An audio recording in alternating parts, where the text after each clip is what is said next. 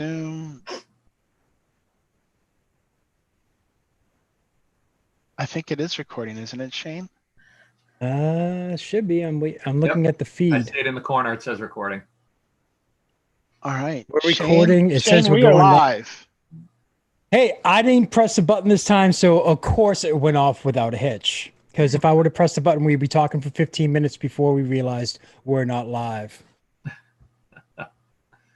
So, welcome everyone to the virtual East Coast RepRap Festival 2020. How is everyone doing? Are you guys psyched? Are you guys pumped? We're finally here. The moment is now. We are good to go. And what a show we have set up for you guys. 2 days, an entire weekend full of just amazing projects, great products, incredible people, all brought to you in the comfort of your own home, your own living room. And for those of you who have the huge TV screens and you're looking at this, good luck. I was just thinking the same, like, Shane, you're going to use up all your energy and we still have 2 days to go. Dude, I am jacked off of caffeine like you wouldn't believe. I am all set. We are because I'm excited, man. We got an incredible lineup. The schedule is up on eastcoastrepfestival.com. You have so many people from all around the world for 2 days. I am just thrilled to be here. You have myself. I'm Shane. We have Chris. We have Vicky. We have Lauren and Nick. Ladies and gentlemen, this is the staff, the members, the creators, the founders, the organizers of VRF 2020, and we would like to welcome you all to the show. I'll shut up and recharge my energy now a little bit. Hey everybody, how you doing? Thanks for coming out this morning. It looks like, wow, the numbers are growing quick. 150 people and growing watching us already. We've got about 300 and some people in the Discord server. If you haven't signed up for the Discord yet, please go to our Twitter account. We've got posts in there on how you can sign up for the Discord and you can talk and interact with their sponsors and exhibitors today and tomorrow. It's really easy to do. Just get in there, find that link from us on our Twitter, hit it, and you will be in the middle of the conversation. There's a lot going to happen. I'm going to go ahead and turn it over. I'm not sure who wants to talk next, if it's Vicky, Lauren, or Nick, but I will let them tell you about what they're going to look forward to today and tomorrow. So one thing, Chris, I want to jump in. I'm seeing people in chat already. I'm super excited that we've got a lot of people in chat. Looks like Nightbot is, it's being overly aggressive for Nightbot. Yeah. I'm seeing that RC Maniac. So give us a second. We will work on that. But it's Nightbot. Nightbot loves me. At least he's not telling me to give away something. Actually, Shane, I believe it put you in timeout for a couple of minutes there. So yeah. So just wanted to let people know, yes, we are all very excited. We know that everybody's overexcited. Also, it seems like Nightbot is super excited. So give it a second. It'll calm down. We'll rein it back in. We'll contact the guys over at Skynet and get the AI under control. Oh, if it becomes self-aware during this event, we're never going to hear that. No, it just saw me and it was like, I know you. Revenge. Oh man, I am just so pumped up. I apologize for not being able to be on the Friday night community hangout, but I saw the replay. You guys did great last night. Getting people all pumped up, ready to go, talking about everything that's going on. We would have loved to have this event live like we normally do, but the wonderful thing that is 2020 kind of prevented us from doing that. So we decided to get everyone together and do a virtual style of a RepRap festival. So as you said, we have the show schedule lined up. We also have our Discord server with our sponsors having their own rooms. So while you guys are watching the show, and if there's someone who's on and they speak during the time, if you want to speak to them, after their slot, you can go over to our Discord server, find them and carry on the conversation while you're still watching the show. So we got a lot going on. We got a lot of people checking in from all over. I've seen people from Prague. I've seen people from Australia, Canada, which is Canadian Thanksgiving. So to all of our friends up north, happy Thanksgiving, eh? Enjoy that turkey. All right, to be the culturally sensitive one, I apologize for Shane's A, because it's really only one part of Canada that does the A. I don't know what you're talking about, Shane. This is about their Thanksgiving. Oh, really? So their celebration. I would like to apologize for the racial insensitivity of Nick with his a boot. I do think that Shane brought up a really, really good point. We wanted to do this like we have for the past 2 years. We wanted to do Earth face to face. There is something about bringing the community together, being able to see people that you haven't seen maybe in a while, being able to walk through the aisles, look at all the tables, see all the cool stuff that people are working on. It's a great chance to bring the community together, to interact with sponsors and with vendors and with everybody. It leads to great conversations. I know for myself, being at RepRap events has led to many different inspirations to get things done, and so many ideas that have come up. I mean, look, Vicky, Chris, and Lauren and I can tell you about how Earth came from Murph, right? And meeting there at a RepRap Fest led to, believe it or not, another RepRap Fest. So it's its whole RepRap circle. Yeah, it's RepRapception going on here.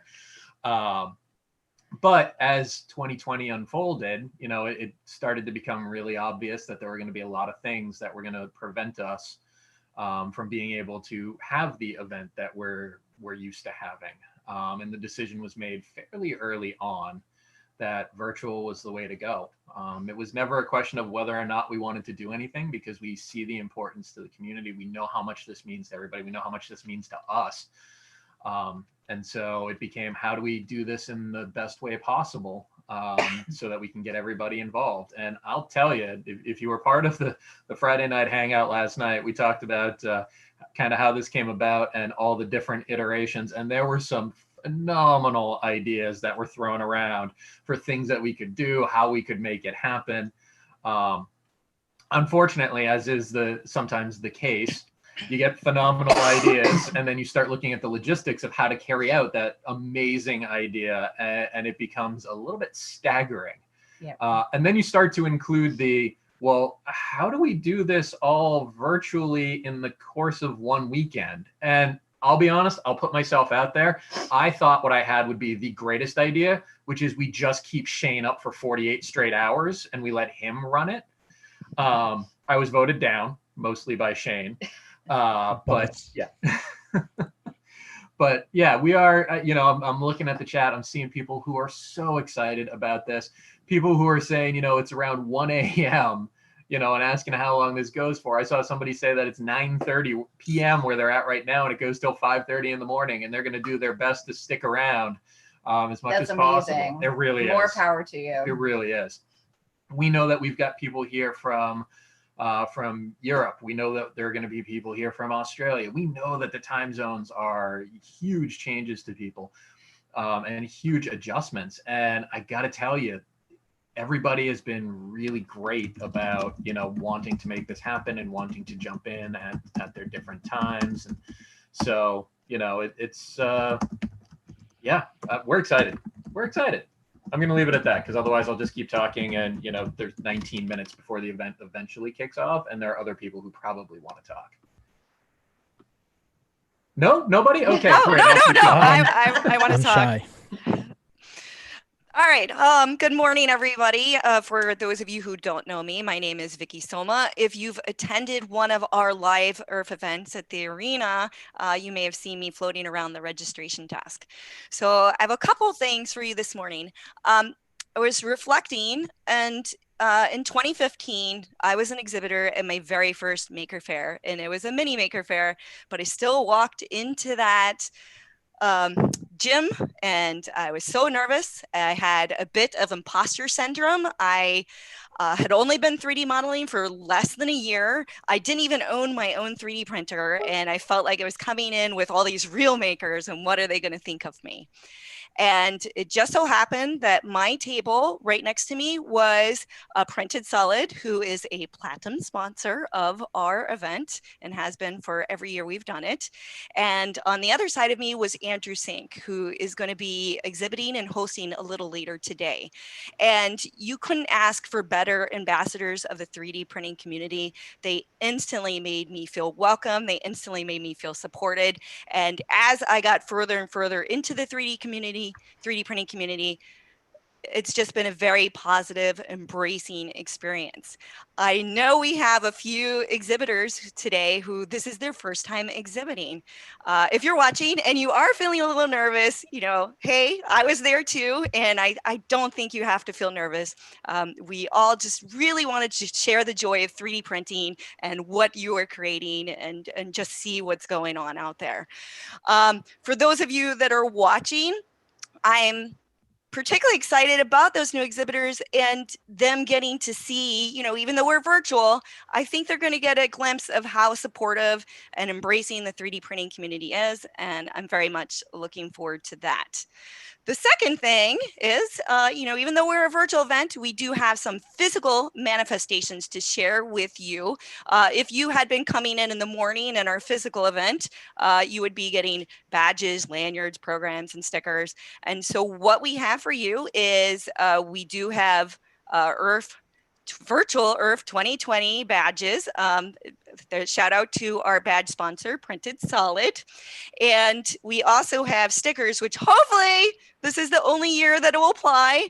But we have virtual Earth 2020. Well, I guess the 2020 is there. So, but hopefully the virtual only applies to this year. But we have virtual Earth 2020 stickers. We do have a PO box. We're going to ask you guys to send self-addressed stamp envelopes to the PO box, and we will send you your Earth swag. And then if you haven't seen on Twitter, we do have, just like every year, we do have Earth t-shirts, though this one's a special design done by Lauren. So Earth goes virtual, and those are on Teespring. We'll get those links out to you, and there'll also be the links and information for the swag, and the t-shirts will also be on our Discord channel throughout the day. Vicky, that was a mouthful. Yeah. No kidding. Well, And you say I'm full of energy. Look at Vicky. She's like bam, bam, bam, hitting all the points, getting that info out there and letting everyone know where they can get their badges, their shirts, their VERF 2020 memorabilia. Mobile? I don't know. Memorabilia, you're right. Swag. Mobile is completely different. Yeah, okay. Thank you. I just have a, US educational whatever. Anyways, so we are at 15 minutes away from the start of this all. We're trying to figure out top of the hour, bottom of the hour, weren't you? Yeah, I was gonna do the weather on the threes, and then your local morning traffic and everything. But then again, local traffic in Maine is slow. Weather is windy. Florida is just hot and god awful hot. So. Oh man, I'm trying to keep, listening to you guys, checking out the chats and everything else. It's just, just with everyone checking in, it's just, I'm just floored by it. And I'm just so happy that everyone is here. I don't want to look at the view count because then I'm just going to turn into like a deer in headlights. Like how many people are on? I can't imagine that many people in their underwear. So I can just, be all nice and calm and mellow and everything. What, you never saw the Brady Bunch episode? Marsha had to go up and do the speech, and she was all nervous, and they said, "Oh, just imagine everyone in underwear." Marsha. I didn't know the origination of that. I mean, I've heard the underwear tip. I didn't know that came from the Brady Bunch. So. I'm not sure if it's originally, but then again, I'm a kid of the 80s, so I grew up on, the TV was my babysitter, man. I'm all messed up. So I'm watching the chat chain just as you're saying that, and so many people in the chat who are going to be part of what's happening. I've seen exhibitors, I've seen sponsors, I've seen people who are going to be on the build platform giving speeches. I've seen people ask, or I've actually seen people note that they wish they weren't busy on a Saturday so that they could watch it. Here's a great thing, folks. We're actually recording it. Now, I can't tell you exactly when it's going to be up on the YouTube, as the children call it. But it is going to be recorded, and at some point we are going to be able to get it back up so that if you did miss something, you're going to be able to kind of watch through it. And if you're talented enough to match up the schedule for the recording times, you'll be able to find things right off the bat.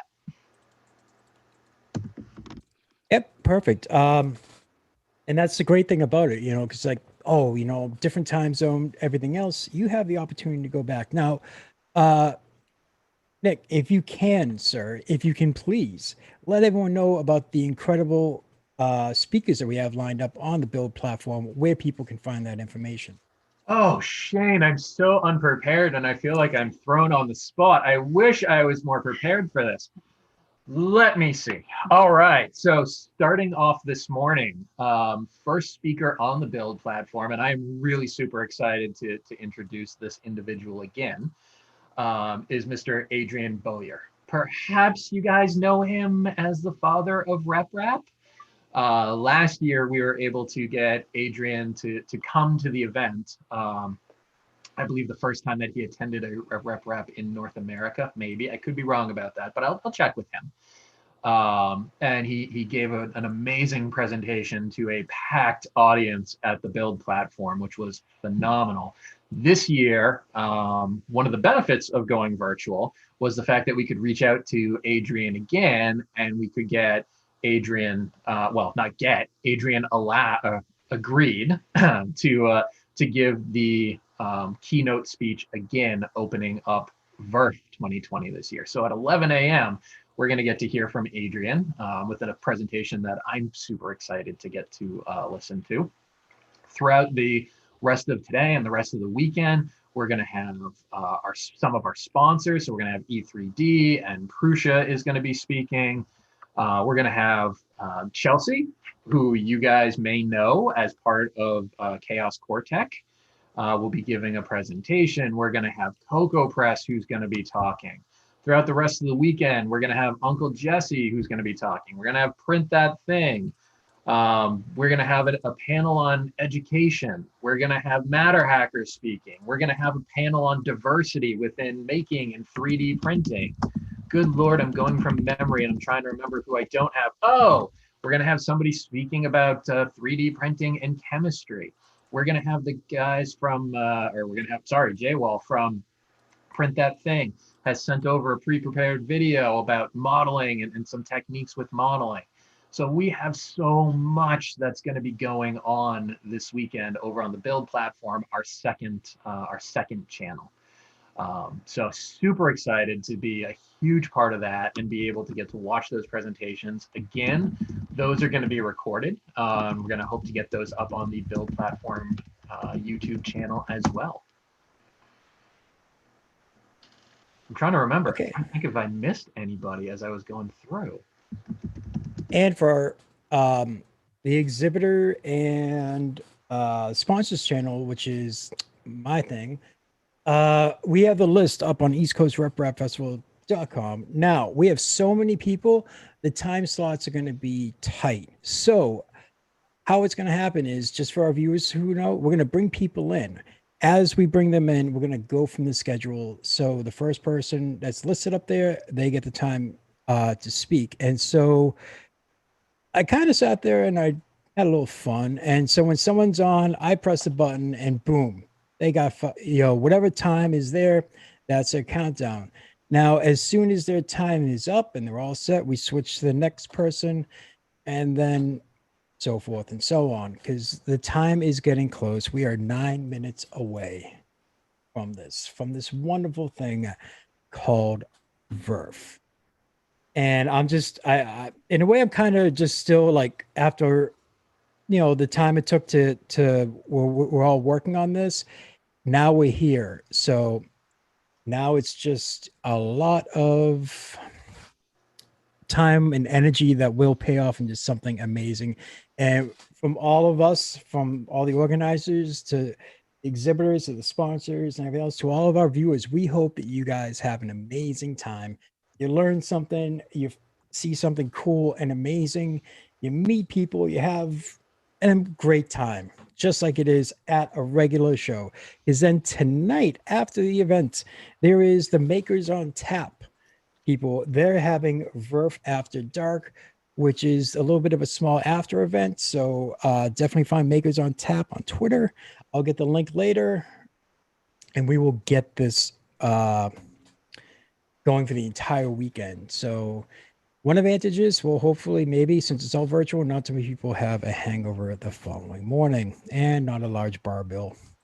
Well, hangovers still might be there, but the bar bill definitely not. I expect more hangovers, Shane, because people don't have to drive or even walk back to their hotel room and remember where they put their hotel room key.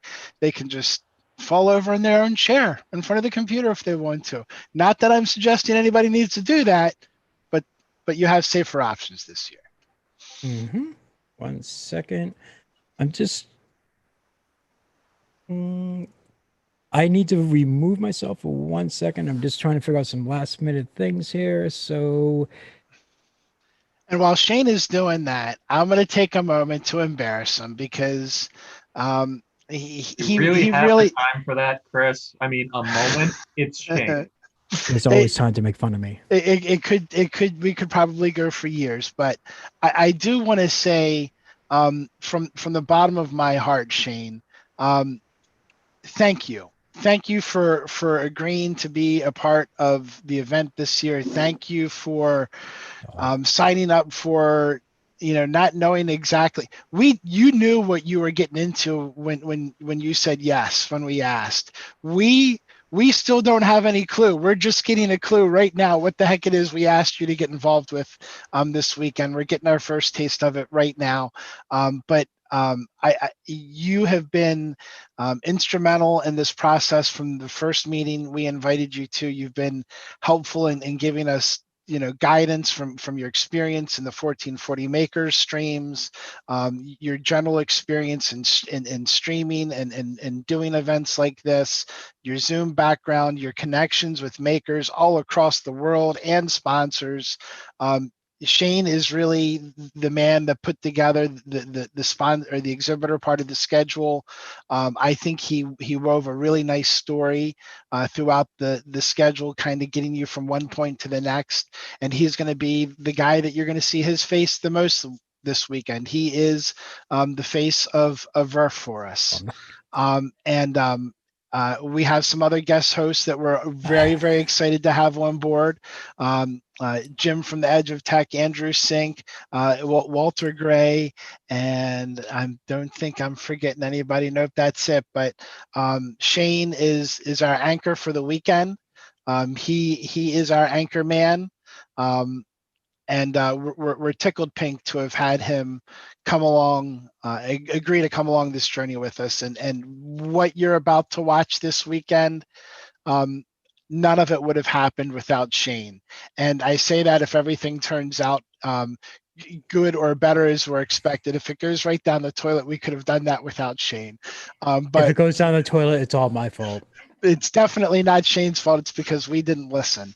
But Shane, that's it. I'll stop. I know you hate this stuff. You're probably going to give me some grief later, but oh yeah, I thought it was extremely appropriate to say thank you to you publicly.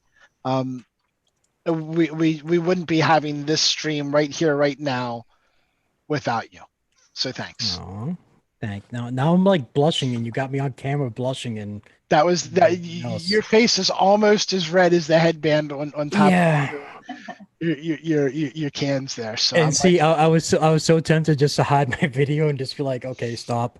But thank you so much. Last year I kind of helped you guys out a little bit and everything else, and I'm very happy you guys asked me to be involved because, like, for real, it's to be involved in something like this is just absolutely amazing because, like, it's for an event organizer, it's bringing the members in closer. You have a more personal experience, I guess you could say. So I'm not sure if that's the right term to use. If not, I apologize. But it's just an overall great thing. And then one advantage of doing this virtually is we get to bring people who normally wouldn't be able to attend the show, and for those, we get to bring the show to the viewers who wouldn't normally be able to be there. So, I mean, it's a great experience and I love it. And thank you so much for letting me be involved in this, And I'm gonna have to write you an amazing check for that great little speech there, because yeah, I'm clipping that out. That's gonna be on my resume.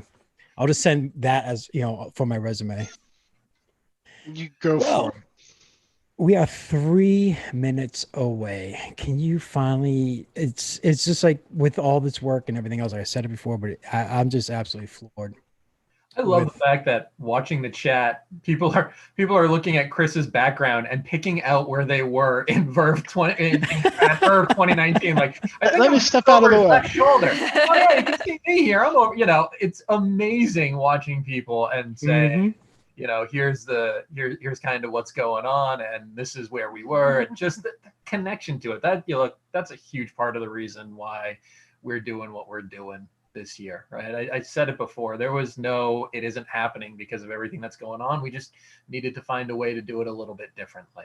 So, and I will point out, Nick, ever since you said that, if you look in the well, I think it's on the right corner of my screen there, you can see the Prusa booth. And they're coming up here just shortly. Last year, they unveiled the Mini at the event. Took the world by storm. We thought they were bringing out something big. Joe was having fun with us, and let's see if he has some fun with us today. I'm excited to have Prusa joining us, and I think we're going to have great representation from them today. I'm really excited about the names I'm seeing in the waiting room right now. I think it might have been. I'm gonna say I believe it was actually James Print and Play who made a joke about it. But then Slice jumped in and said, we're right there in the corner, and they're absolutely right. I can actually see the Slice booth where they were at. So I see Dan there. that's what I was gonna say. I saw Dan. But... corner. All right, we are just moments away, and I'm gonna start by bringing in our first two, Jacob Ayers and by the way, sorry, I need to say this. For those of you who've never seen a 1440 show, I am famous for butchering names, whether it be online, real name, or what else. I offer 1,000 apologies up front because I know I'm going to butcher people's names. So we're going to get this ball started. What do you guys say? Yes? Ready? Let's bring it. So we will bring in our first two exhibitors, Jacob Ayers and Dan Halvorson. Thank you. See, we just have Chris's perfect thing, my fact checker for names. So we're gonna bring them two in. Jacob is going to be first, and we're gonna give them a minute. Now, again, just so you guys know, we are going to sit there, and the timer will be on my side, so they have the time to present, and they have the honor of being the first two exhibitors on here. So we have Jacob, and we are waiting for Dan, I think. Maybe, hold on, let me try something. And while they're coming up, I want to interject one thing. I'm not going to say a lot during this, but I met these two gentlemen, Jacob and Daniel, at MRF 2017. It was my first RepRap festival. It happened to be both of their first RepRap festivals. And these are two of the RepRappiest minds that I've personally happened to know and meet. And I have met Mr. Bowyer, and I still include Jacob and Dan in that conversation. And I couldn't think of two exhibitors out there that exude RepRap more, that made them the best folks to kick us off. So I'm going to shut up and let Shane, Jacob, and Dan talk RepRap. Yep. So first up, we have Jacob. Are you ready, sir? Okay, Jacob, your microphone, I cannot hear you. Almost, nope, I can hear, clicking, but how about this? Daniel, are you ready to go? We can possibly let Jacob. All right, so yeah, I can go on getting that figured out. Okay, so if you can see me, right. You have 5 minutes when I press the button, starting now, sir. You are it. All right. Well, yeah, so Jacob and I met, I think it was at that 2017 MRF that we first met each other. We had been chatting on forums quite a while before then, mostly the Facebook groups. But that was when we actually first met in person. Jacob was working on a super tall Delta at the time. It was like 6 feet tall. The thing was pretty wobbly, but still very cool. And I remember walking up to him and going, "Hey, you're Jacob from the Facebook group." And he was like, "Who's this guy?" But these events are a lot of fun because you get to meet the people that you spend a lot of time with online. And it's too bad we can't be together in person this year, but I think it's going to be a grand old time anyway. So just to kick things off, I wanted to start with a little bit of perspective. Most people think of 3D printing as this brand new thing, right? Super high tech. It's the tech of the future, but really it's been around since 84, 86, somewhere in there. But it's really only been in the last, since about 2006 to 2008 that it really took off. 2008, early that year, was the first kind of replication. And by the end of 2008, there were already over 100 replicants of RepRaps. Darwin was the first one by Dr. Adrian Boyer.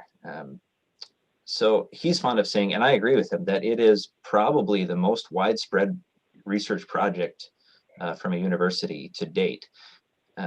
There's something really interesting about how when a self-replicating tool is used to evolve itself, it advances really quickly.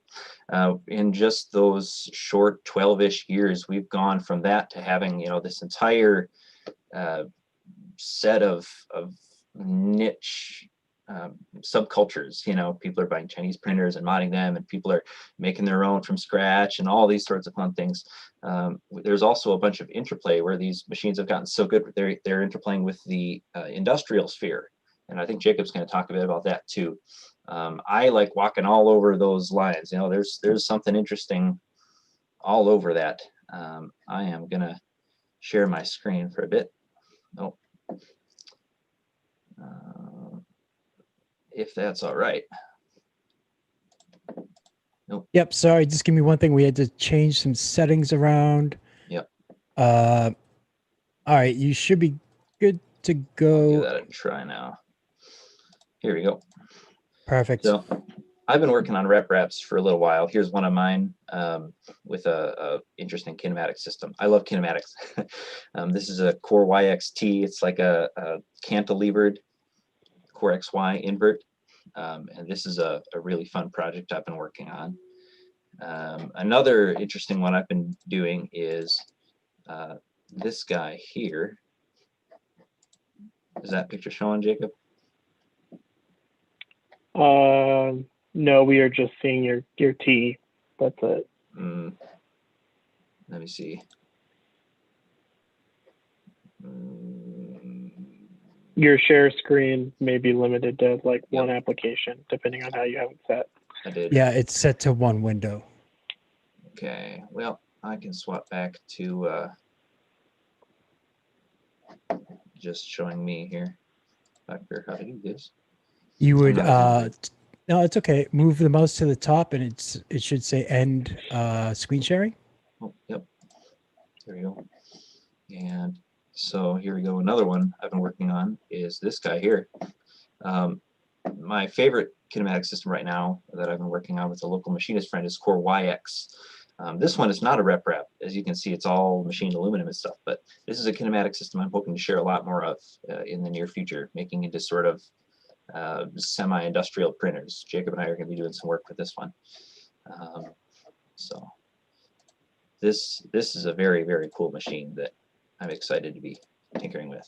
But looks like I'm nearing the end of my time here. So I'm going to let Jacob take it away. Don't know what else I have to add. Oh, yeah, find me at Techie Fiddler on Twitter, Instagram, everywhere. Yep. Hit me up with printer problems. I love talking about printer stuff. He's Awesome. the printer whisperer. Perfect, sir. That was spot on. You got it right down to the very time. And we can hear Jacob now, which is awesome. So, sir, Yay. I will press the magic button, and you are it, sir. Go ahead. Okay. My name is Jacob Ayers. I have been printing for, it'll be 8 years in April. I started out with a printer bot simple that used fishing line and plywood and all that goodness. And I turned into a power user through this and pretty much made it my full-time job. So that's what I'm gonna just quickly snap through here real quick.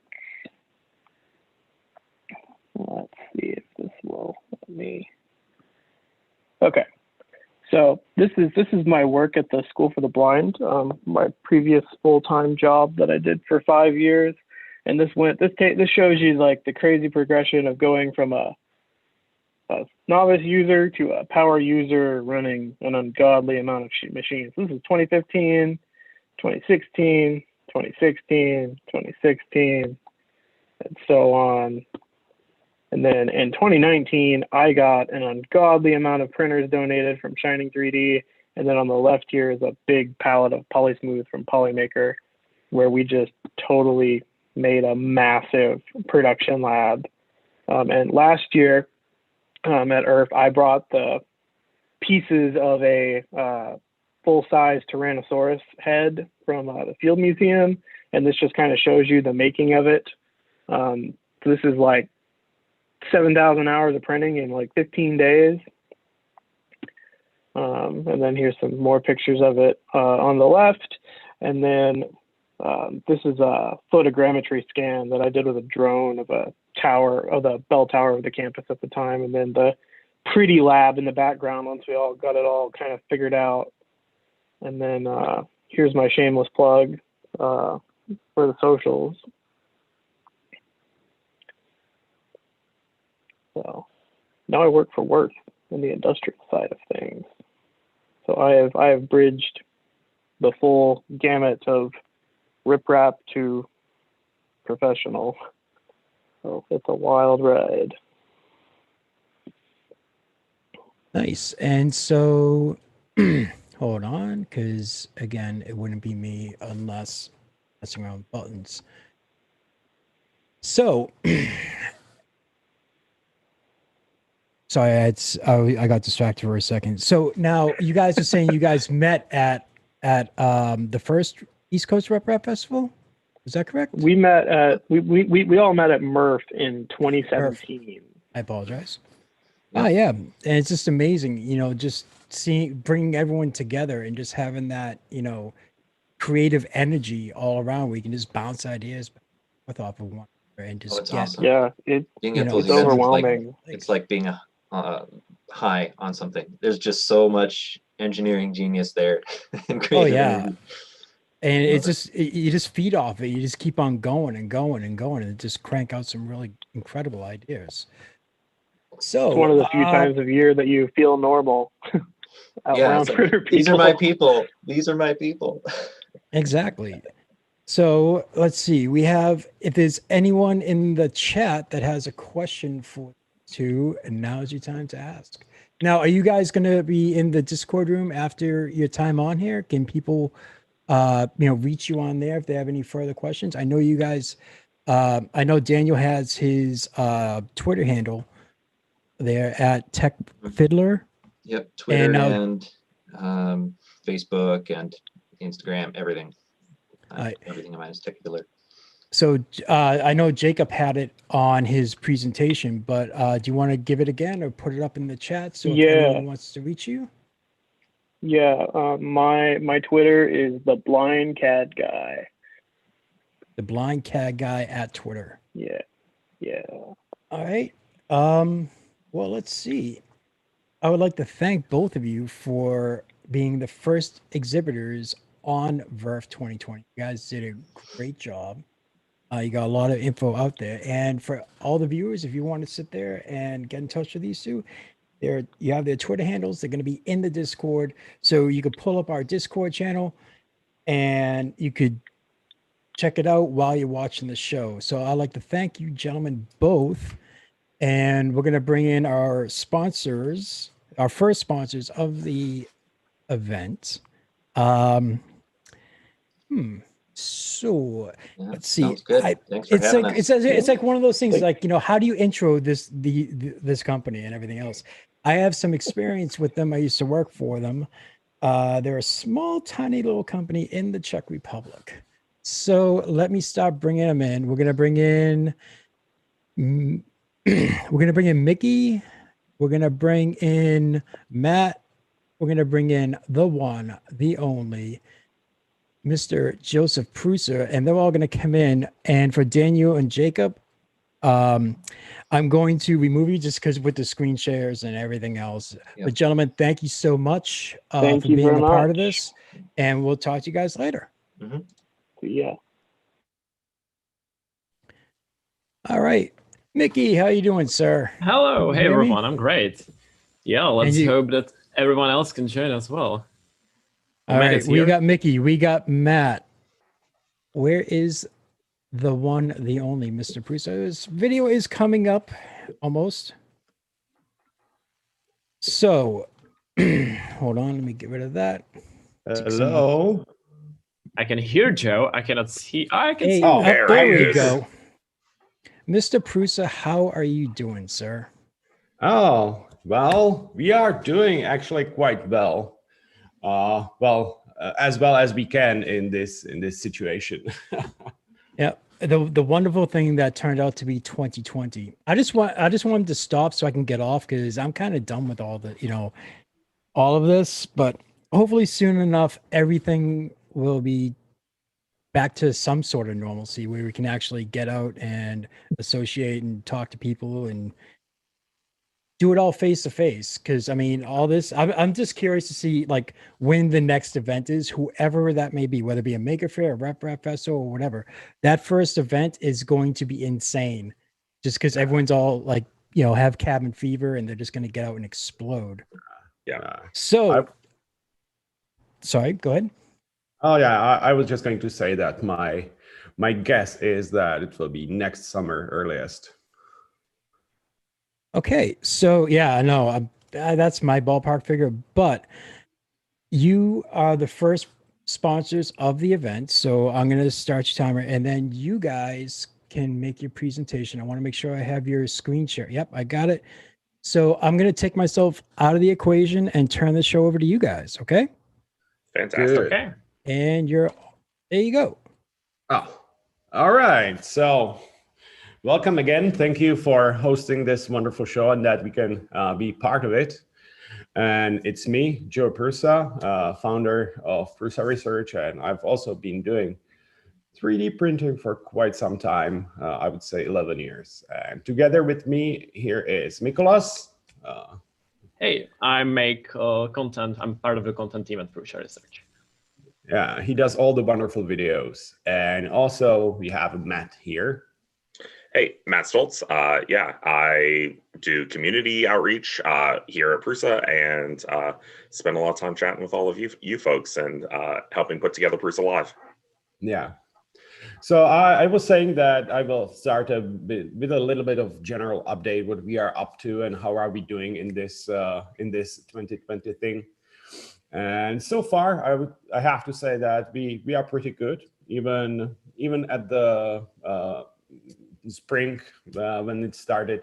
We didn't have to stop production. We had just like, I think, 2 half days because of some parts. We were prepared pretty well. And we are still continuing to produce at unaffected rate. We actually added a little bit more capacity. We were hiring in this nonsense of this year. And so we are taming the lead times. But I wanted to start with this because, well, yeah, as Mikolas is showing now, we've been also quite busy in the spring with the whole face shield initiative, which took off wonderfully. And I just hope that it helped a lot of people in the first line. Just ourselves, we printed and later injection molded 250,000 of those shields, and we gave them away for free to the doctors around Czechia, but also all around the globe.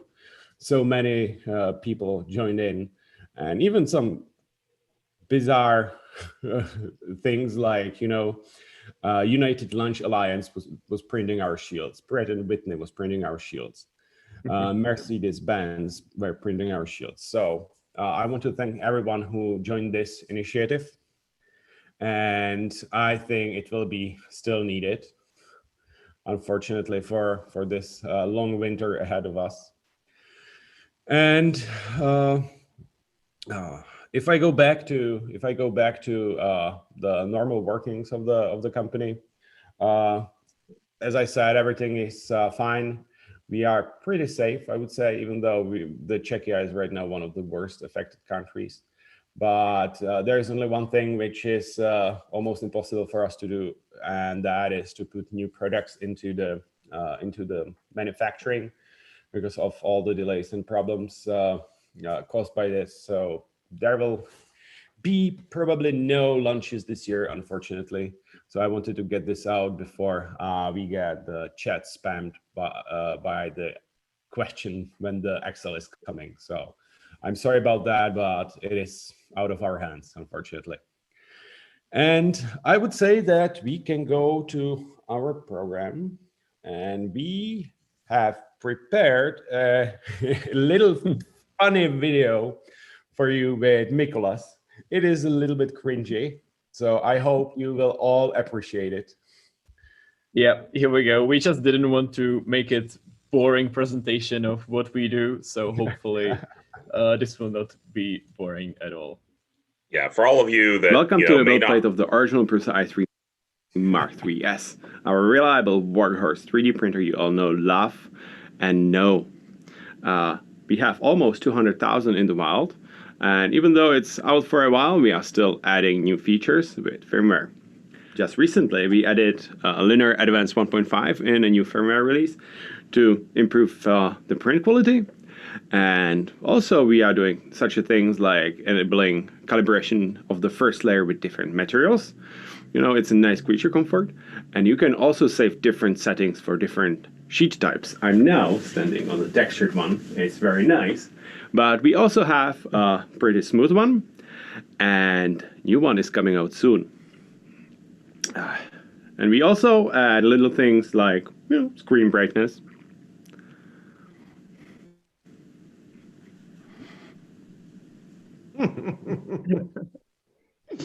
And this is original Prusa Mini, our latest printer.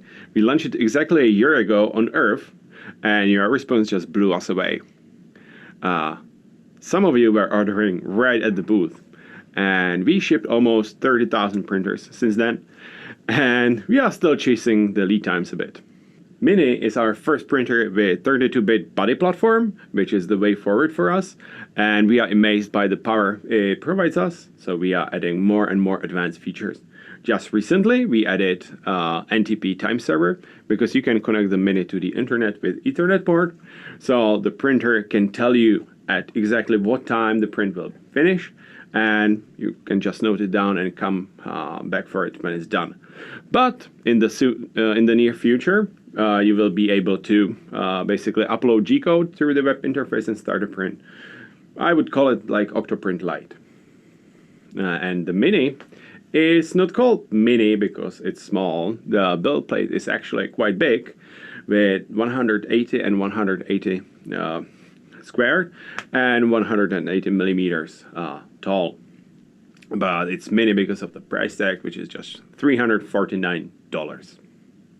And if the ley lines are just not for you, we have you covered too with the SL1. SL1 is focusing on very high quality components to reduce any artifacting in the print.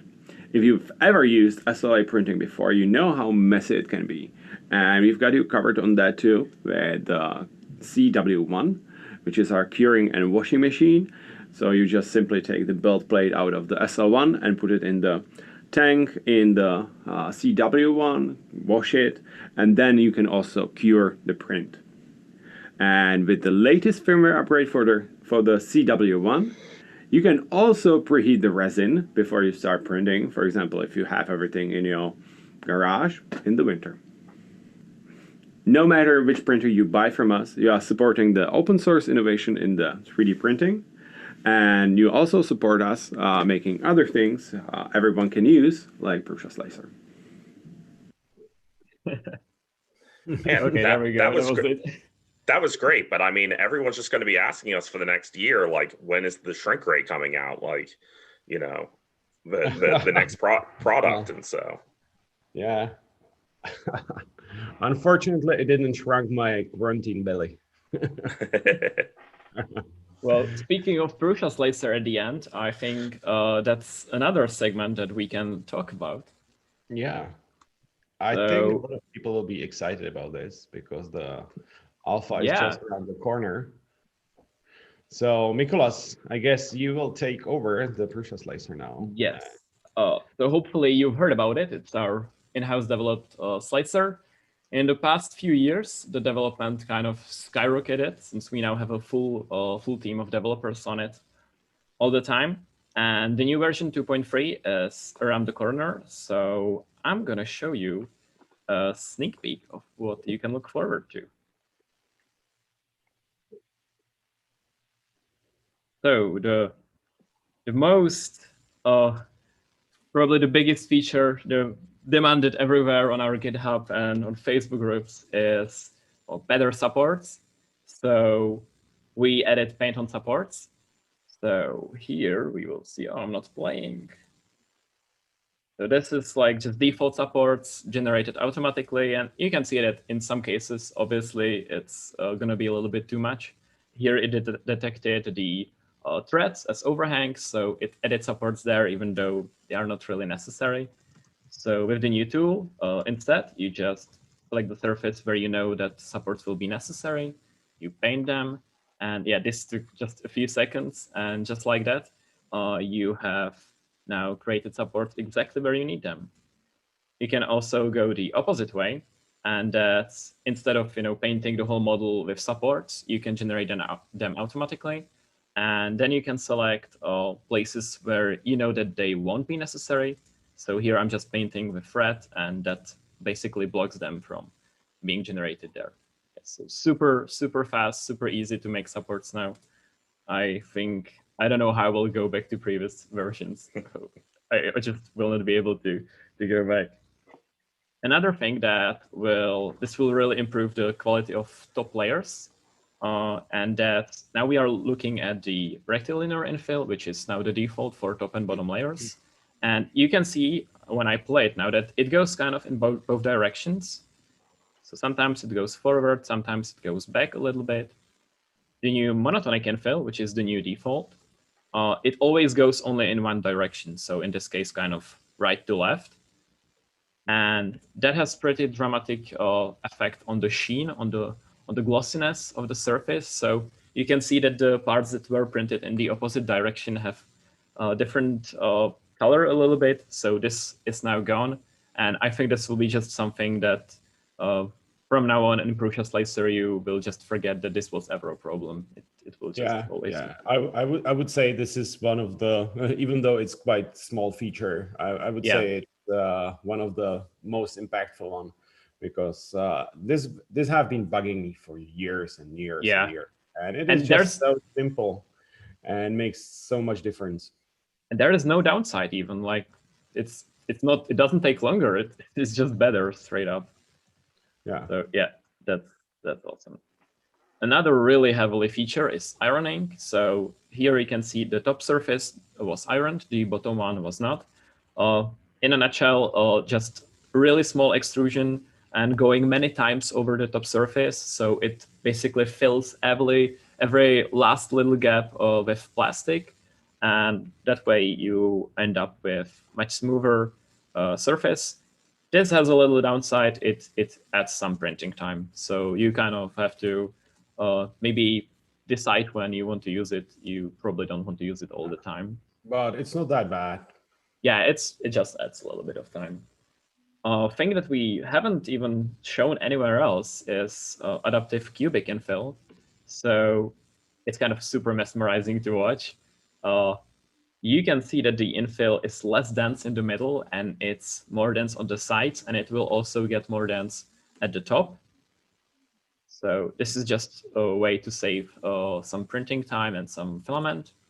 And there is another version that I'm gonna play without pausing, and that this one is just cares about the top layers. So it's super sparse on the bottom and progressively gets denser as it gets to the top. I think it looks awesome. This is very, it is very useful if you want to print big stuff, but just for showing. If you don't care much about, the strength, and you just something big, it takes a lot of the time off and saves a lot of the material. Another part where we improved Prusa Slicer is seams. So seam is where the layer change happens, and unfortunately there will always be a little kind of artifact on the surface. So you can now basically force the seam to go where you paint it. So typically somewhere on the back where you don't really mind having a tiny little like deformation on the surface.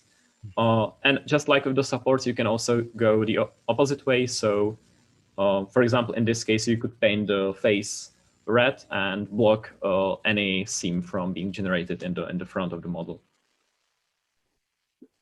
Then we have some quality of life things. So if you know what you're looking for, but you don't know where it is, instead of going through a million menus, you can just search for it and it will take you there. And there's even this cute little arrow that's blinking next to the setting. So you really know on the setting screen which value you were looking for. And actually here we can see another feature, and that's that these settings can now optionally be in non-model window. So basically you have two windows, both are active. You can have settings on one side of the screen, or maybe if you have two screens on the other one, the preview on the main screen, and you will see the changes happening in real time. You know, you change the infill and you will see it changing in the preview. Speaking of preview, there is now a time analysis by feature. So this is super useful if you want to speed up your print and you're not sure what to change. You will immediately see what the bottleneck is. So here, the biggest impact would have to lower the infill, but very often that's not the case. It's often perimeters or maybe supports. So it's really, really handy to have this breakdown feature by print time.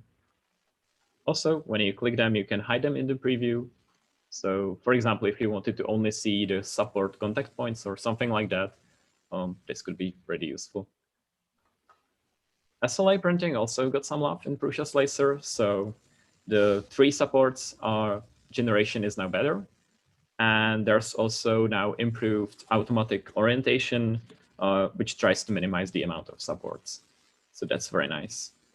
Kind of a little bit change under the hood, but really nice for the user if you have multiple printers, is now we have separated the network settings from the profile.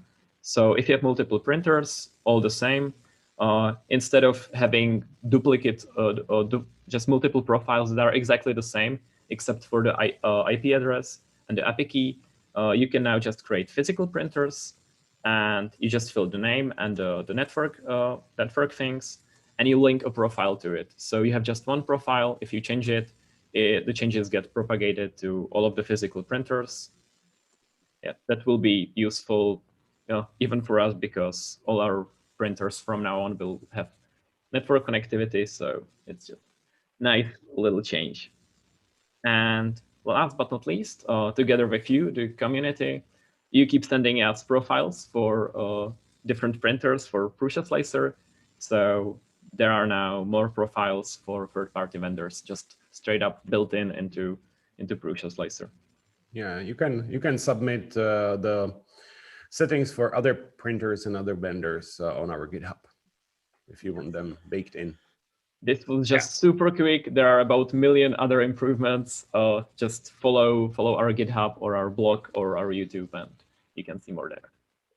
Yeah, between the ironing, the monotonic, infill, and that seam placement, like there's big changes to surface quality coming. It's going to be really great. Yeah.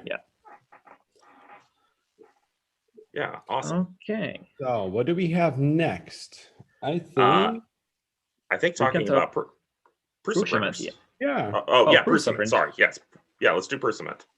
Okay, let's maybe just really run through it really quickly. Joe, you wanna take that one?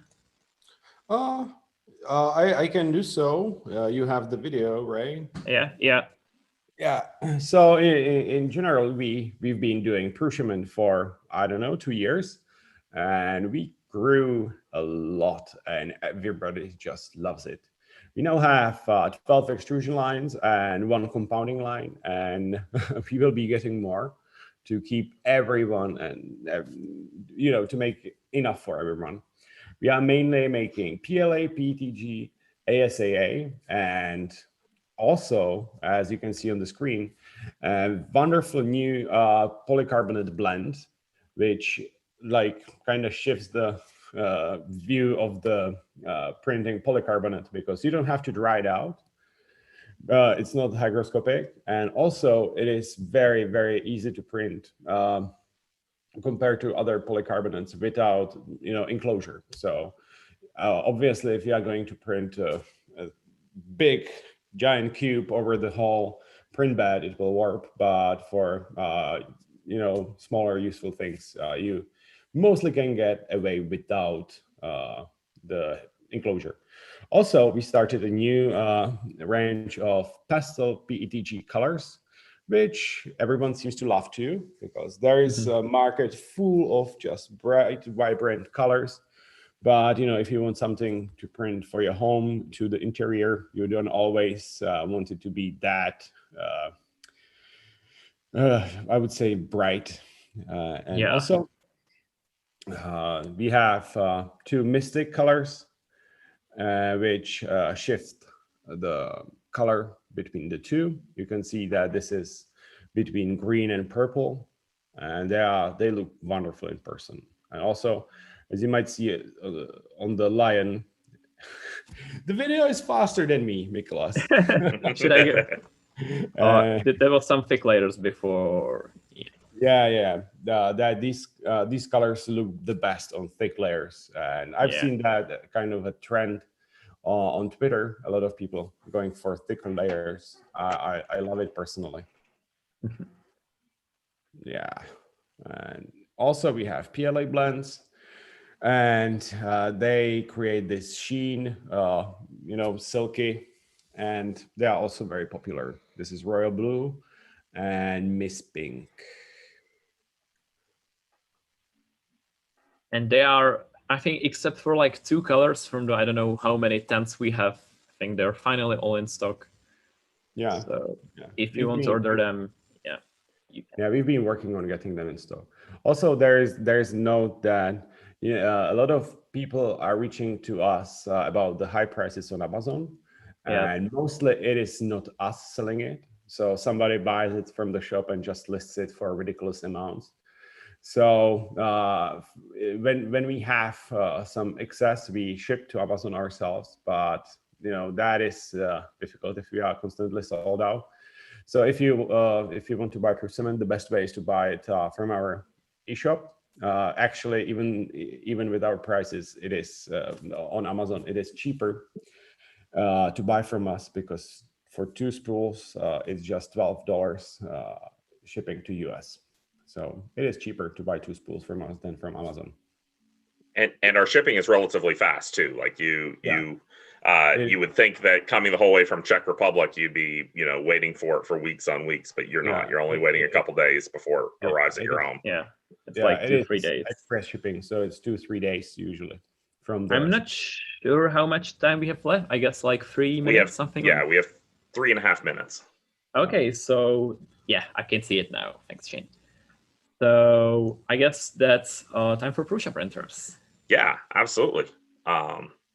So Prusa Printers is our community site that offers a bunch of different tools to our community members. Of course, we have these great printers, but you need something great to print on them, right?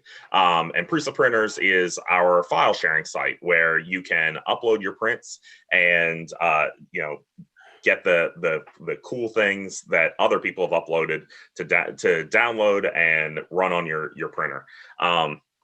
We're running contests on it all the time. We just finished up our lighting contest, and the entries were amazing. we're just blown away by the quality of the designs that are being uploaded by our users, and just really love what's going on.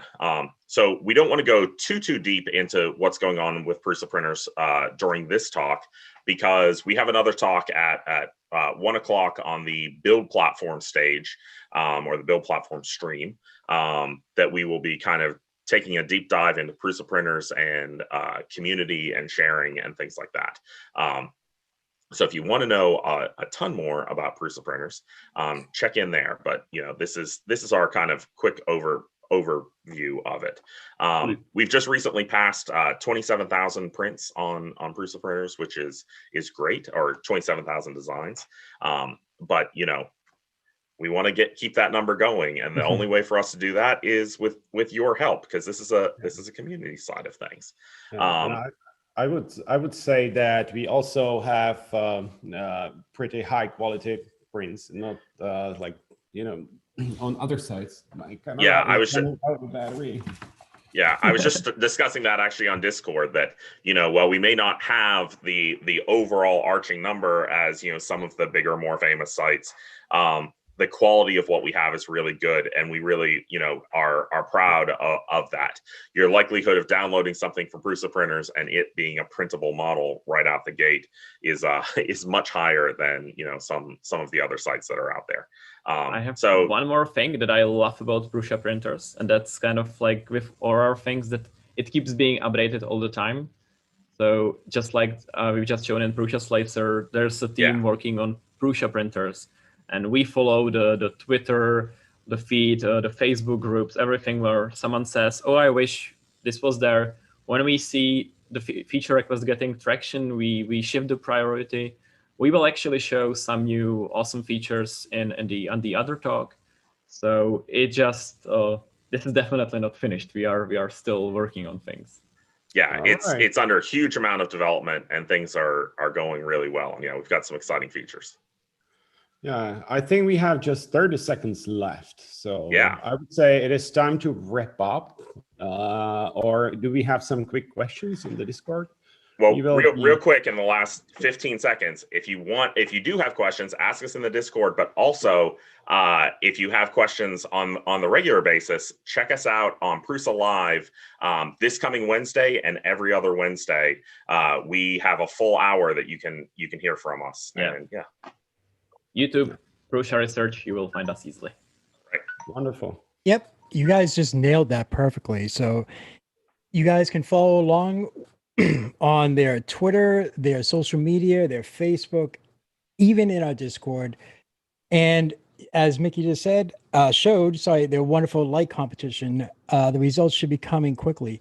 Gentlemen, I would like to thank you very much for your time and being the first sponsors to kick us off. And I'm going to, let you guys do all your things you need to, because I know it's late over there. It's 4:40 in the afternoon in Prague.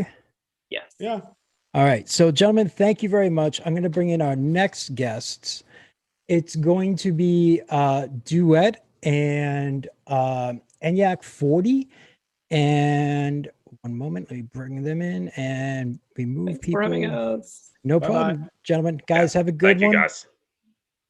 Not a problem, guys. Thank you for your time. Have a good day. Okay, so as we wait for Duet and ENIAC.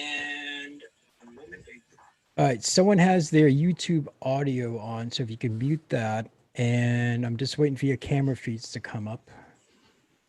Yeah, just sorting that out. Some reason it didn't start automatically. That's okay. So Tony, are you there? Yeah. Hi.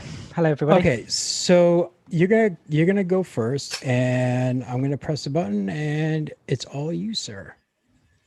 Hi. I'm Tony from Duet 3D. It's great to be here at VRF this year. I was at ERF last year for the first time, and I left sort of really inspired by all the great conversations with all the other attendees. I'm looking forward to more of that this year. Yeah, for those of you not familiar with Duet 3D, we make control boards, firmware, and software for 3D printers and lots of other machines. And over this last year, we've really focused in on Duet 3 development.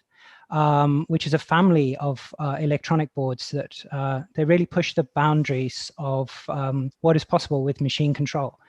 Last year at Earth, I had a whole bunch of fun discussions with people who had really big ideas. And so they weren't all aware of just how much we could do with the Duet platform. So I've got a quick video I'm just going to share now, which will just sort of highlight a bit more about the Duet 3 platform.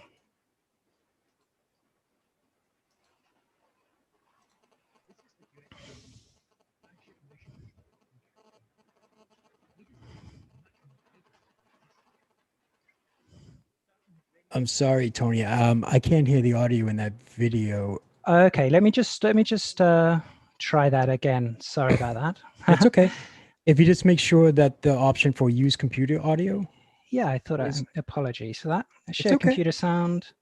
Let's give this a second go then.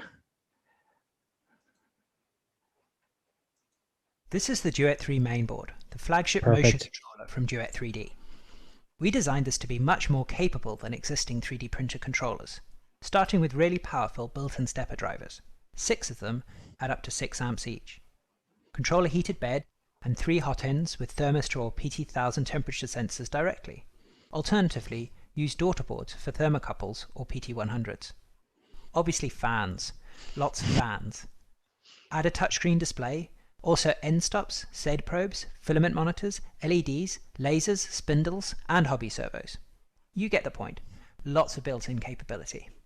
Connect to it either directly over Ethernet with an onboard SD card for storage, or add a single board computer, like a Raspberry Pi, to control the Duet and extend capability. Need even more? Let's talk about expansion. The Duet 3 uses CAN FD bus to connect to expansion boards. This allows lots of flexibility for your machine design. For example, use the high current expansion board to add more powerful motor drivers, or 2, 3, 4 of them if you need many more motors, sensors, heaters, and fans. The Duet 3 toolboard puts all the control right on the extruder, with only CAN and power to the tool, simplifying wiring. Use 4 of them with the tool distribution board for a typical tool changer setup, or go larger with 6, 8 or more tools. Want to drive a really big motor? The external driver board is what you need for huge stepper motors and servos. And we have more expansion options under development. The Duet 3 family, distributed motion control for 3D printers, CNC machines, and much more. Okay, so that was a sort of quick rundown of the Duet 3 boards that are under production right now. I just wanted to let everybody know we're working on a new product, the Duet 3 Mini. If you're part of our forum, you'll already know about this. It's a smaller version of Duet 3. It has slightly less functionality, but enough for a sort of desktop type machine. But the really cool thing that we're bringing to this is it supports all of the CAN FD bus expansion boards that you saw in that video. So you can use this with toolboards and other things like that. The other thing I just wanted to mention is all of the work we've been doing on the firmware and software side. So we've, in the latest versions of the UI and the Pi backend software, we've added a new plugin architecture that will allow a lot of new features to be added. And on the firmware side, we've really been working on novel new features like G-code meta commands, and that allows you to do things like conditions, loops, and related constructs like that. I won't go into that in any more detail now, but it's really worth checking out. That's pretty much all. I'm sort of aware the time is counting down, but I just wanted to quickly say that members of Duet will be on the Discord. So please come and chat to us on Discord. As I said right at the beginning, I really loved seeing everybody's projects. So what I'm really looking forward to this time is for you to drop into our Discord channel or come and see us on our forum and tell us about the projects that you're doing. We want to sort of see really exciting projects and potentially help you with the Duet configuration for that. Okay, thanks. Wow, you nailed it, sir. That's great. So if anyone wants to ask you any questions about all the stuff that you're working on, they can jump into our Discord. They can find your room and talk to you on there. Next, we're going to bring up, I know I'm going to butcher the name. I apologize. Please feel free to correct me. It's ENIAC 40, correct? Yeah, correct. It's ENIAC 40. Yes, I got one right. No problem. All right. So I'm going to press the magic button and you got 5 minutes, sir, starting now. All right, so hey everybody, welcome to, we're going to talk about the ENIAC 40 for a little bit. Interesting how I'm going to follow this up though with Prusa starting first and then Duet 3D and then this guy with his ENIAC 40 printer. So yeah, I'm just, there's no company really here. It's just the ENIAC 40 in this product that we started. And the hope is really just to share the product and the history of the ENIAC 40 and how we proceeded and how the last 4 years and what really the future brings for the ENIAC 40. So again, my name is Shai Perednik. The goal of the ENIAC 40 was really started back in 2016. We had, it's really been through 3 major iterations. And if you think back to 2016, the goal when we started was to create a 3D printer that was at least 40 by 40 by 40 and at least a Core XY design, and go through the designs that were out there and understand which parts were the best to use. And the main goal we had at the time, remember this is all before the CR10 released, was to get that printer under $1,000, which for the time was a pretty tall order. Myself, a guy named Colin Bunn, Bill, and Mark, really the 4 of us kind of started this project, like I said, about 2016, around July. Went through the design, went through all the build, and we made, again, kind of a list of things that we wanted to get done in the build and things that we wanted to achieve. And this is where we're at today with the ENIAC 40. So one is that it's running a Roomba board with Clipper, just TMC 2130 drivers, nothing fancy there. That needs to be updated, but I will be playing with Clipper and Input Shaper and updating that as well. In the last year, updated to the Mosquito Magnum with a 0.6 nozzle, which has been awesome and allowed to achieve faster speeds than before. The Exo slide, which you can kind of see on the back there, and we'll show some closer pictures in a second, has been a huge part of the printer, being able to upgrade and add new features to it. And then a dump bucket for the palette too, as we go through filament and do multiple color changes. Last year at IRF, I did a large IRF 2019 logo in 4 colors that took the whole convention. So that was kind of fun to do, and with everything basically being dumped into the purge bucket. Right now, I'm just printing I believe it's the Gherkin Tower that's in, maybe mispronouncing that, in London.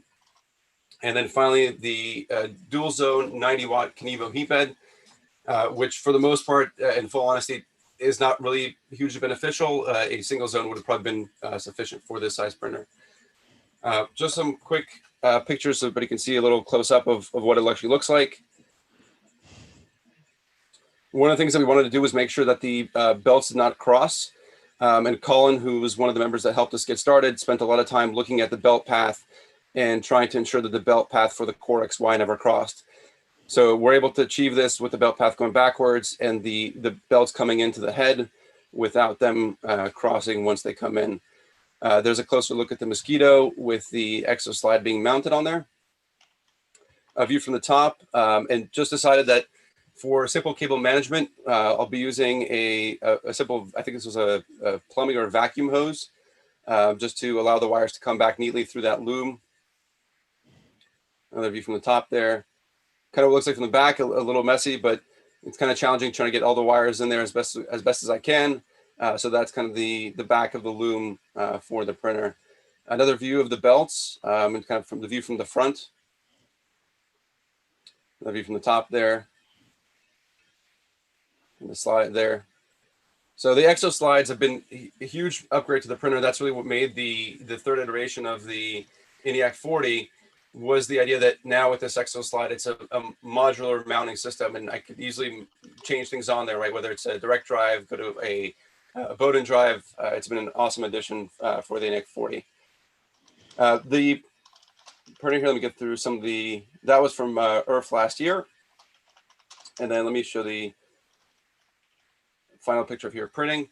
So that's what the Gherkin Tower looks like now as it's printing. Again, it should be about 41 centimeters tall when it's done, about 410 millimeters. And then if everybody wants information, the main thing about the ENIAC 40 is it's not a traditional printer that you'd find. Thanks, Chris, for rolling up. It's not the traditional go on Thingiverse, find the STLs and download the printer. The goal that we wanted to do was produce the videos that are on the YouTube channel, as well as on this GitHub page I'm showing with the QR code there, and the on-shape model so that you can go through learn CAD modeling as you're learning to build a printer in the process. So please go to that GitHub page for more info. All right, awesome, sir. Now, I like the, are you also going to be in the Discord so people can reach out to you, find questions and everything else? Perfect. Myself, my wife, and my kids will be hanging out in the Discord channel. So if anybody has any questions, feel free to ask in there. All right, and the information's in the description. I'd like to thank you, gentlemen, both for sharing your wealth, knowledge, and talent with the world. Thank you very much. You guys have a great day now, okay? Take care. Next, Thanks. I am going to bring up one of our next sponsors, and it's going to be Fillamentum. They're a filament-based company in the Czech Republic. So I will bring in Laila right now, and hopefully her camera's all working.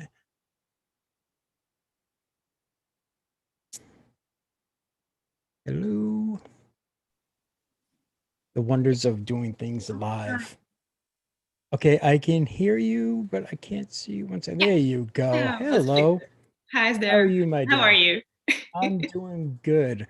So I'm going to sit there, press the magic button, and you're going to have 15 minutes, okay? Yeah, I will set up my timer just to be sure and on time. Yep. And the timer will be on my screen as well, okay?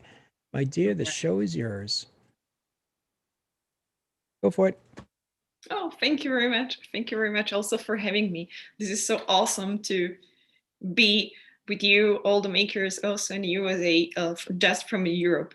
Usually we need to travel there for like 12 hours and go to the plane and go to the everywhere. And now we can be together also through the internet, and we are so happy and we can make it here.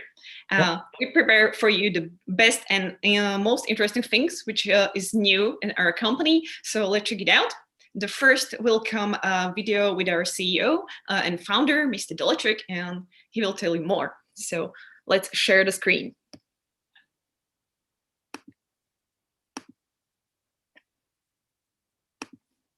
Perfect. Hi, everybody who are the part of our 3D printing family. Unfortunately, the COVID situation doesn't allow us to come and attend the AR-RFL meeting. However, we are here remotely to inform you that we didn't stop working on the new development of filaments and materials for you. Nowadays, we released new 4 colors of our Vertigo filament family, which are Vertigo Chocolate, Vertigo Sherry, Vertigo Mystic, and Vertigo Jade. We hope that you would love all 4 new colors of original Vertigo as you loved the previous ones. But this is not only one novelty we bring to 3D printing community. This cup is 3D printed from non-nylon filament, result of our 5 years common development with university. This material is fully sustainable, it's biodegradable, it's compostable, and very important, it resists up to 100 degrees centigrade.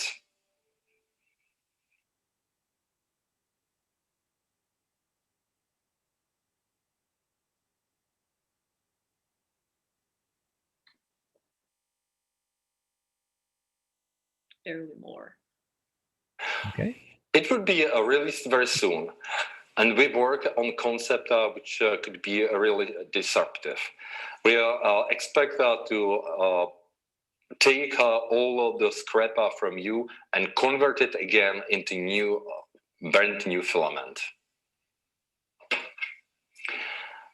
You can find all the related information concerning non-nylon filament on special webpage fillamentumnonnylon.com.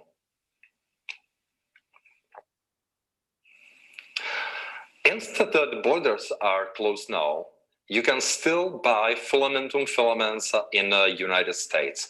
So you can visit our fillamentumusa.com page or ask your favorite vendors.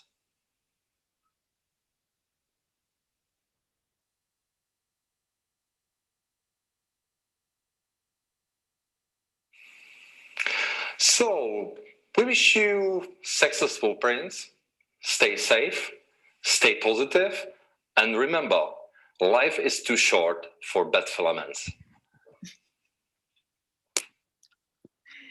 Yeah, that was a greeting from our boss.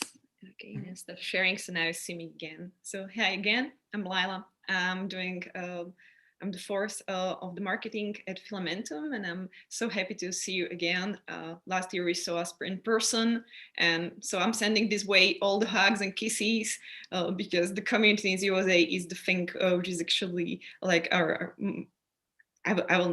don't say it to anybody else, but you're our most favorite because you're all the time so optimistic and bringing all these great ideas. And every time we visit USA, we really enjoy it and we love it.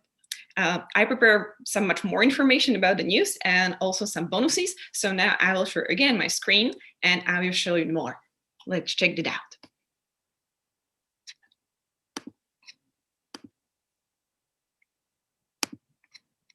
There we go. And I need to get into my presentation. All right. Here is it. Yep. I hope it's possible to see. Yep, we can see it. You can see, perfect. So hi again, I'm Laila, the one who is usually talking to you about all your projects and ideas and also news and stuff. And also Martina is here on Discord. If you want to join our channel, just check out that Fillamentum, and Martina is also there. So you can say hello also this virtual way. So what is new in Fillamentum? Maybe you noticed that there is a new brand. There is a new sub-brand. It's called Fillamentum Essentials. And the first thing which we offer is PETG. Is the most common plastic now. Also, you know, about PLA. Now the PETG is the thing which ruled the world because of the situation with the COVID and so on, which is so bad. So we try our best and join also this movement. And by the way, by ourselves, we sent more than half of a ton of PLA and PETG to the world makers to try to help to everybody else needed. By the way, the second news, which already Mr. Dolacek told, is our new PLA. You already know that Fillamentum has these wonderful original colors of 41 shades until now, because we have some news. The Fillamentum Vertigo original line gets 4 new shades, and we're absolutely into it. You waited for this a long time. People are asking us that, okay, guys, like we have this Vertigo Gray, we have this Vertigo Galaxy, and then this wonderful blue Starlight. What else? What will be the next? Here you are, guys. We know it took some time, but it's ready and it's awesome. For myself, I usually prefer Vertigo Jade or Vertigo Cherry, but find your way and you will see. Check this out. This is a print from our printing master. So hi to the company, everybody to Fillamentum, and wonderful design by Big Nick DeMello. Maybe you know him already from Twitter. Check him out. His makes and the Vertigo Cherry. This was the chocolate. So wonderful shade if you need some bling. And Mystic, and also the Jade. The Jade looks absolutely fabulous and everything. What is also new? Our new three crystal clears. We already probably know our crystal clear, which is the classical transparent one, which is the optically curious PLA on the market. So if you need some like extra visual effect, or you want to make some thick lines and you want something to see like real glass, try out the crystal clears. Now we do have these 3 new shades. The green one, which is Kiwi, the lilac one, which is amethyst, and of course the yellow one, which is tangerine, because it looks like a juice, as minimally to us. Looks wonderful on the small sprints, and we are really happy because we released them during the summer, so it was also a bit the juicy way how to join. By the way, for somebody who is printing nylons, we have something original. We finally developed something our own. I mean, not just the filaments, because you know we are developing our filaments and also doing all the research by ourselves, and with, of course, many companies and institutes like schools and universities, which we are very happy to collaborate with. And this one we bring something new, and it is for printing nylons. If you have problems with the adhesion on your bed, check it out. It is everything written on our website. You can find out more, or you see now the information about the screen. Very practical. Also, we have some new swag, which we are really proud of. Finally, you can say something more with your t-shirt. And also, do you have finally your socks for 3D printing? Yeah, we bring some with Fila, which is nice and colorful, and we really love it and enjoy doing also this merchandise. And for the sunny days, there is also a Fillamentum cap. By the way, I would definitely tell you to notice that also not on our eShop, but also on eShops of our distributors and on our USA eShop, there are 15-meter samples, because a lot of people are asking us, especially with the technical materials, that, okay, they are a bit expensive. I'm not sure if I should buy them or not. Go on with the 15-meter sample, try it yourself. We also have swatches, especially for the PLA, because of the shades we have. Red is not red, so sometimes you need to check it out by yourself. Absolutely not forget to check out our USA eShop, which is fillamentumUSA.com, and you can we are slowly bringing there more and more stuff, so soon it will be the same as the European one. So check it out. And also definitely write yourself through the newsletter, and you will receive all the fresh info. Again, hello to our USA distributors. Thank you very much for your work, amazing there, and we are happy to have you here. And guys, if you want to, this is our distributors, which you can find near local. And this is the end of it. Thank you very much. You was having me here. I'm not sure how to close it now. Yep. Perfect. I have it. Thank you. Thank you very much for having me here. And again, so many hellos to our makers. And thank you very much for all these nice comments and all these nice emails and photos you are sending us. We're really happy that you're enjoying the printing. And that's the thing, what happens, what matters. That's great. That's great. We love having you. And thank you so much for bringing all that. Because I actually had to check in on Filament Frenzy. He's in our chat. We just want to make sure that he didn't pass out or anything. Show him this one. This is because this is the print. Because of this one, we met online. So he sent me. This is how Filament Frenzy get famous. See, so Tom gets a shout out on our show. But that's great though. I love the fact for the samples and everything else, because like when I've used your filament so many times, and it's just one of those things where you don't have to worry about it, because the consistency and especially the variety of all the colors and styles and everything else is very unique. And I love how you guys always include a little sticker with a very unique saying on it and everything else. I mean, that just makes it extra cool. And now with we ourselves are makers. I'm too a maker, so this is from how we feel it, how it should be. Yeah. Oh yeah. I mean, it's just like that little extra perfect something, because for some reason within the community, we all love stickers. We all turn into like the little kids, and we want the stickers. Thank you. So that's great. Each year we are releasing 10 years new ones, so I hope you will enjoy it. This year also some makers were collaborating all of those ideas, so check out our Twitter during December, and we'll again asking people like, hey, what should we put on a sticker?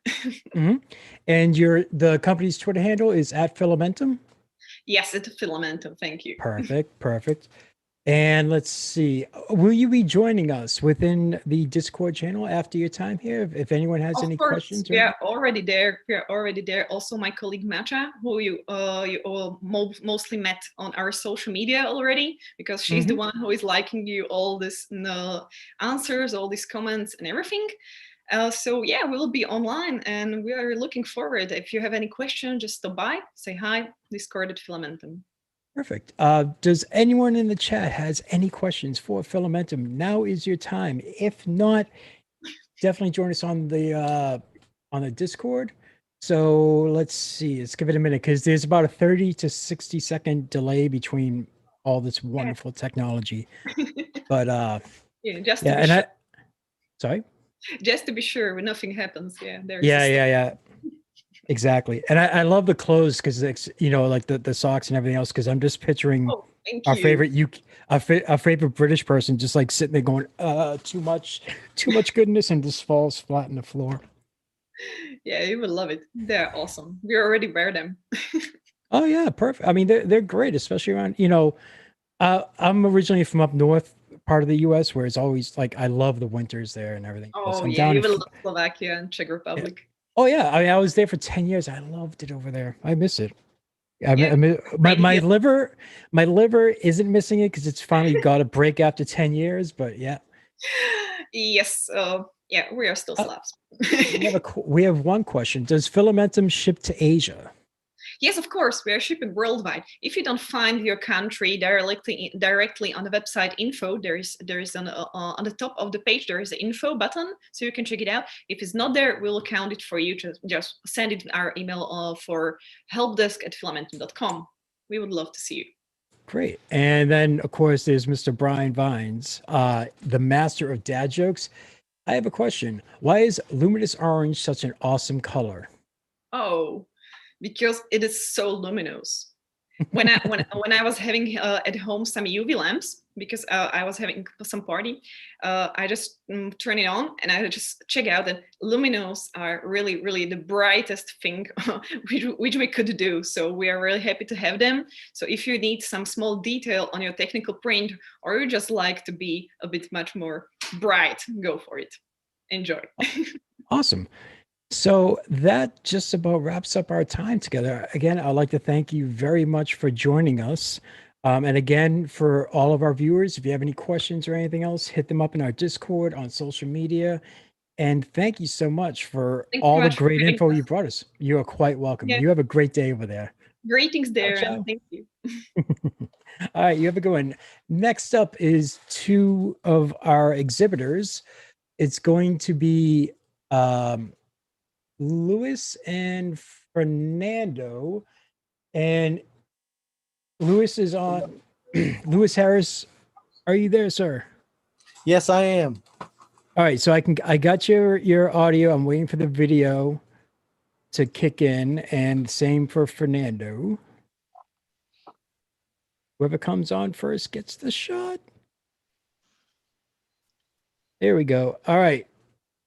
Fernando, Mr. DSK1, you have the luck of the draw by having your camera on first. So you, sir, are going to get the golden 5 minutes. 3, 2, 1, and there you go, sir. 1 sec, just changing the name here. So many of you might know me as DSK001 on Twitter, on Instagram. I have been doing 3D modeling now for about 2 years. And I make my models available on Prusa printers, Thingiverse, and some exclusively on my Patreon. Recently, I started making 3D pens, and I'm selling those on my Etsy. And I have a whole range of them. So there's different colors, different designs. And this is my newest one that I'm quite fond of. It is a 4-in-1 pen. So as you can see, it has red, pencil, blue, and black. Depending what label is pointing up is what you get. So if you wanted pencil, point that up, hit the button, you get pencil. Awesome. If you wanted red, point that up, now you get red. Now, of course, you need somewhere to store these beautiful things. So I've also made pen boxes, which when you lift, it'll lift the pen up to display. These have been quite popular, and I've sold out more than once. That's always a good thing. Yes. Now, for this year's Pride and Joy, I have a modification to the OpenRC by Daniel Norrie. I created a new body for it, and I have the 1989 Batmobile. Here you can open it up and see all the electronics fit in. Got your motor, your ESCs, and so on. And I went a step further, and I have included spots in here for lights and in the back. That'll turn on. Unfortunately, my battery was not charged. Well, it's just like Christmas time. You get a new toy. Next thing you know, you need new batteries for it. Exactly. If anybody wants to see more info, see all of the other models I have available, they can visit dsk001.com. There you can see pictures. I have pictures on how to print it, orientation, where to get all the different files, and so on and so forth. And I'll show you off some of the other things I have. I was a little Batman crazy this year. So I also have the animated series Batwing as a mini. I also have the Batwing as a mini from the 1989. Just 1 second.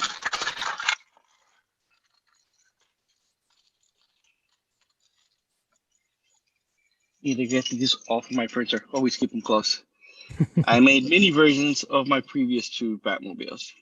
These 2 are available on for free on Thingiverse and Prusa printers. So no need to go and shell out, all the big bucks and electronics to get the OpenRC version. You can get a nice small one or just scale it up to whatever size you want. Perfect. The details are still there. Perfect. And if for those of you, you can go on prusaprinters.org or My Mini Factory and just search for you DSK101. That'd be DSK001. But yes, 001. I apologize. Any of the models I have available, I try to put up on all the free sites. So it'd be Thingiverse, Prusa Printers, Colts 3D, and My Mini Factory. Yep. Anything else, you can get through my Patreon. Perfect. I remember when I saw you at one of the Earth festivals, you had that Borderlands shotgun. Yes. The triple barrel. I love that thing. That's on one of my lists of things I need to print. I will get that done. One of my most popular ones. Unfortunately, that was hanging on a wall that I couldn't get down to show. But also that was last year's. I do have different models for this year. This time I have a Beretta CX4 Storm. I did make it so that you could take it apart for, convention reasons.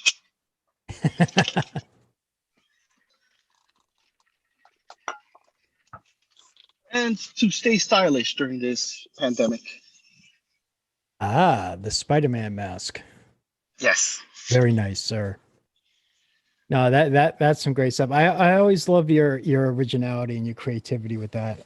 I won't mention your other model that I still think is blasphemy, but that's just me. So will you be joining us on the Discord channel? So if anyone has any questions, and also they can reach you out on social media. What's your Twitter handle, sir? So it'll be as shown on screen, DSK001_3D. All right. Thank you very much for joining us. It's been a pleasure, as always, whenever I get to speak to you, sir. And Same for here. right now, we are going to bring in Louis. Louis, sir, I'm going to sit there, press the magic button. When I do, you have 5 minutes, sir. Are you ready? I'm ready. All right. Here we go. You are on, sir. Hello. Hi. I don't see myself. If you don't watch the YouTube, watch the Zoom. Oh, okay. All right. I've got a video of the models that I've prepared for this year, and I'll share my screen and play that video now. Okay.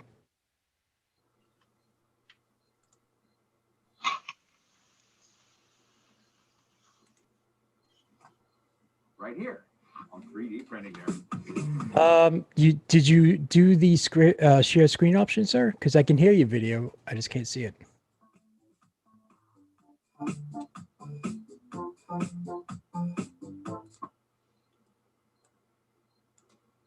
Well, let me see.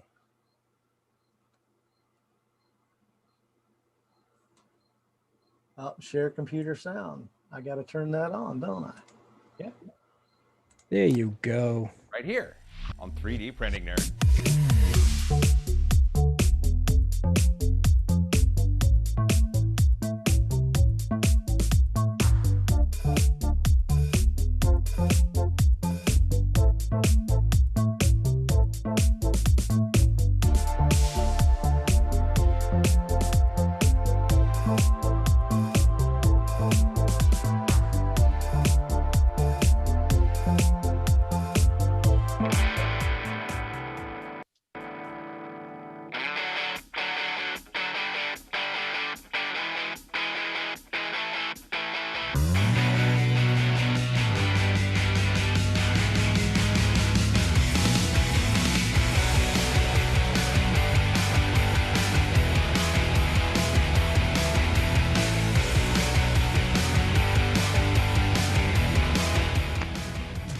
Dead or alive, you are coming with me.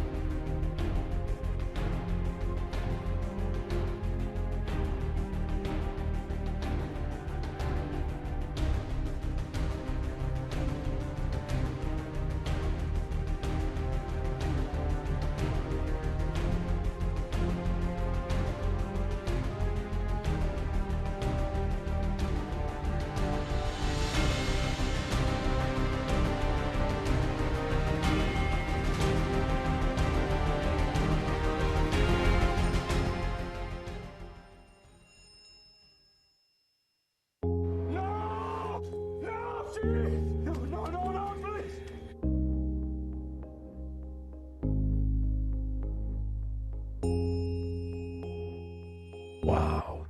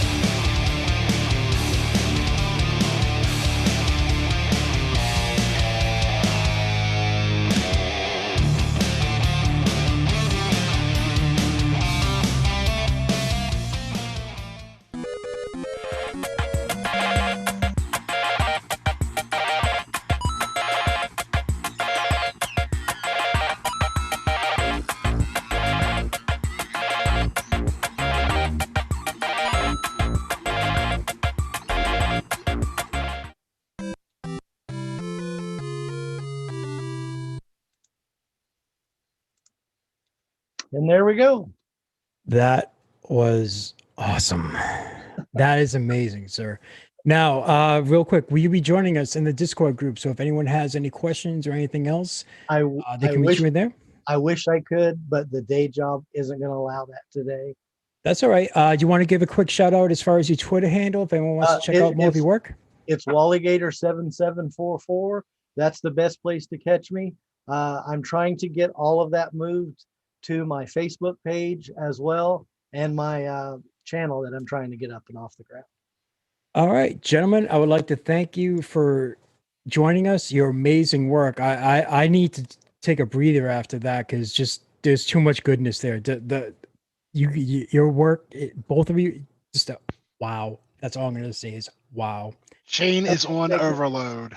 I know I am. I need some time for myself. So I'm going to thank you, gentlemen, and we're going to bring in our next sponsor. Thanks, everyone. Goodbye. Have a good one, guys. For those of you, I'm going to bring in Sanjay from E3D, and he's going to share so much goodness and just amazing stuff that right after he also is going to be on our build platform. So we're going to bring Sanjay in, and Hiya. 1 second. Sanjay, can you hear us? I hear you well. Can you hear me well? I can hear you. It's just waiting for your camera to sync up. So then I can see you as well. Almost. All right. I can see and hear you. That's not Sanjay. We're missing too much hair. Oh no, that his it's a classic, you know, it's almost a trademark. So Sanjay, I'm going to turn everything over to you, sir, okay? You have 25 minutes. And are you getting screen share? Yep, I can see you. Amazing. So I will try and be uncharacteristically concise and kind of get stuck straight into it. The first thing is to really go over what's been going on with Hemera, and I'll start out with the good news, which is that we basically have everything finally sorted now, and we're going to be able to start shipping these things. This has been a really, it's been a really hard problem for us. Some hard technical challenges at the start, but then getting the fixes to all of this rolled in at the same time as COVID. So the reason why that kind of impedes our ability to make fixes and change is in terms of manufacturing and supply. We've got manufacturers that right at the limit of their capacity, and we're trying to get like lots of materials and samples and heat treatments and stuff through the kind of sampling and getting those bits made, and then through into testing, and that has been exceptionally difficult. So the core problem is that we've been having some lack of kind of toughness with the gear train, and this is one of those classic, you scale something up from you make a few hundred units, you make a few thousand units, and then you go and make tens of thousands.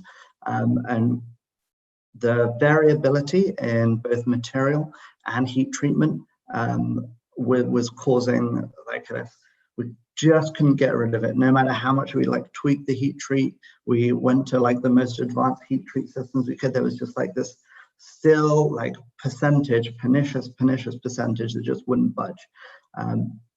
So we had to kind of stop and really rethink what we're doing. So we've moved to a new material for the gear train, and that new material has like a dramatically improved toughness. So the toughness is up like 500%. We can literally take these things and push them onto shafts that are like a whole 0.5 millimeter larger than the shaft should be, and they just won't break, which is great. The downside of that is that there's always like metallurgy, there's always a kind of compromise, hardness, strength, toughness, things like that, and corrosion resistance. What it boils down to is we're going to need to use a small amount of good quality lubrication on those gears. So with those two things changed, the fix has then gone from being, well, the hard part goes from being a can we get the parts in, can we get samples done, to the like very long road of testing. And when we try and qualify something and we want it to run for multiple years on a print farm, no matter how hard you do accelerated wear life testing, it still takes a really long time. So there's no way you can get through kind of years of life, even no matter how fast you run them, in hours. It takes months, weeks and weeks, if not months. So we built this whole thing, and we call them the death rigs, and we've had these kind of like little purpose-built. There's a dynamometer, which is kind of like what you put your car on, right? A dyno, and it like checks the horsepower going through the car.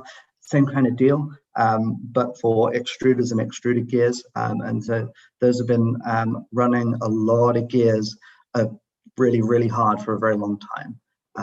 And we're finally at the point where we're able to kind of give that sign off with a really high degree of confidence, and go from large scale sampling process and kind of very harsh testing process up to actually scaling that up to manufacturing. So the qualification process literally only finished, I think, a week before last. So we are still a little way out from resupply. Yeah, it's probably one of the most painful experiences of my engineering and E3D career. You know, reputation's hard to build, easy to destroy, and the tolerance for getting the second batch in and it not being an outright success is zero. So the degree of qualification, strenuousness that we've been putting through, putting these parts under has been very, very high. So we are now at a very high degree of confidence, but that has taken, yes, a really long time. And yeah, COVID sampling, and then having people in the house, in the building to run the test, do the testing, get things done. I feel like we finally crossed the hump, and it's going to be a matter of waiting for parts to come in and get made and then get built. There's a whole lot of kind of QC in it. Yeah, everyone that does manufacturing out there knows ordering the parts is only the beginning, but there's a real clear road to victory. I don't want to put a date on this just now, but it's not a, you know, it's not a 2 weeks thing, it's not a 4 weeks thing. It's going to be a couple of months thing, and so kind of big. We're going to all kind of take a breath at E3D, give you guys this update, and be very happy about that. Finally glad to have this kind of monkey off of our backs. So yeah, expect Hemera coming back to you very, very soon. And you know, the parts that were shipping, there were a couple of small batches that went out previously, and those were ones that had been through kind of heat treat quality control procedures and stuff, and they've had basically no failure rate to them, which is great. We just couldn't keep making them in that way. It was just unsustainable because the yields were so low. So anyone who's bought one in the most recent batches, nothing to worry about, and those parts are all performing really, really well in the wild. It's going to be a bit of a wait, and then we will finally have this little thing put behind us. Next slide then is onto Tool Changer, and Tool Changer has been again another, I think, going to be the repeated thing from a lot of manufacturers and innovators out there that develop and ship product, is that it's been a really hard time for development. So Tool Changer, it hasn't had any big changes or updates to it, but we've been doing a lot of really, really cool stuff with it. So a little while back, we started showing off this kind of concept that we call ASMBL, which is this additive subtractive manufacturing by layer, which is a hybrid additive and subtractive strategy where you print a layer or just a couple of layers, and then you come and trim those layers back to size, and then you keep printing on top of that. The critical thing about this is that because you're only ever machining a couple of layers at a time, you are able to use a very small spindle, small low power spindle, and you're able to get away with machine stiffnesses that are significantly less stiff than a conventional milling machine, because you're only coming back and trimming, really subtractively finishing back to the kind of either finished surface finish or dimensions that you want, to really mean that you're getting rid of the main downsides to FDM, which are you know, the surface finish and sometimes the resolution of fine features and details. So what we have been able to do is Andy and Greg and a whole bunch of others have been putting a lot of time into actually using and playing with this system. So I think if you check out the GitHub, there have been kind of a few really cool things that have been going on. One is, or at least down in the workshop, is that we've been playing a lot with the non-planar subtractive finishing strategies, and so you can see that going on in the GIFs to the right over here, and that, as it sounds, is instead of being strictly layer or contouring bound, we can print a few layers at a time. In fact, you can configure it and do it however you so please, and then come back and finish in a kind of non-planar strategy.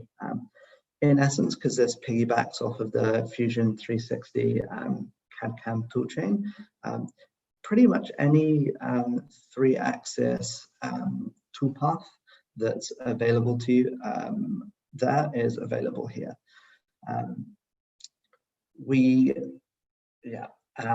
So all of that is available online, and the GitHub and the plugin are all there. As usual, the standard caveats still apply. The biggest one I want to get across is that it's still not a 3D printer, and we still have no plans of making this a finished platform. And so you can go out there and you can buy motion systems and tools and stuff and put them together with your own electronics, and take it upon yourself to build a really interesting research platform. And we've been getting a lot of really cool companies and research institutions take us up on that offer, and a couple of really keen hobbyists as well.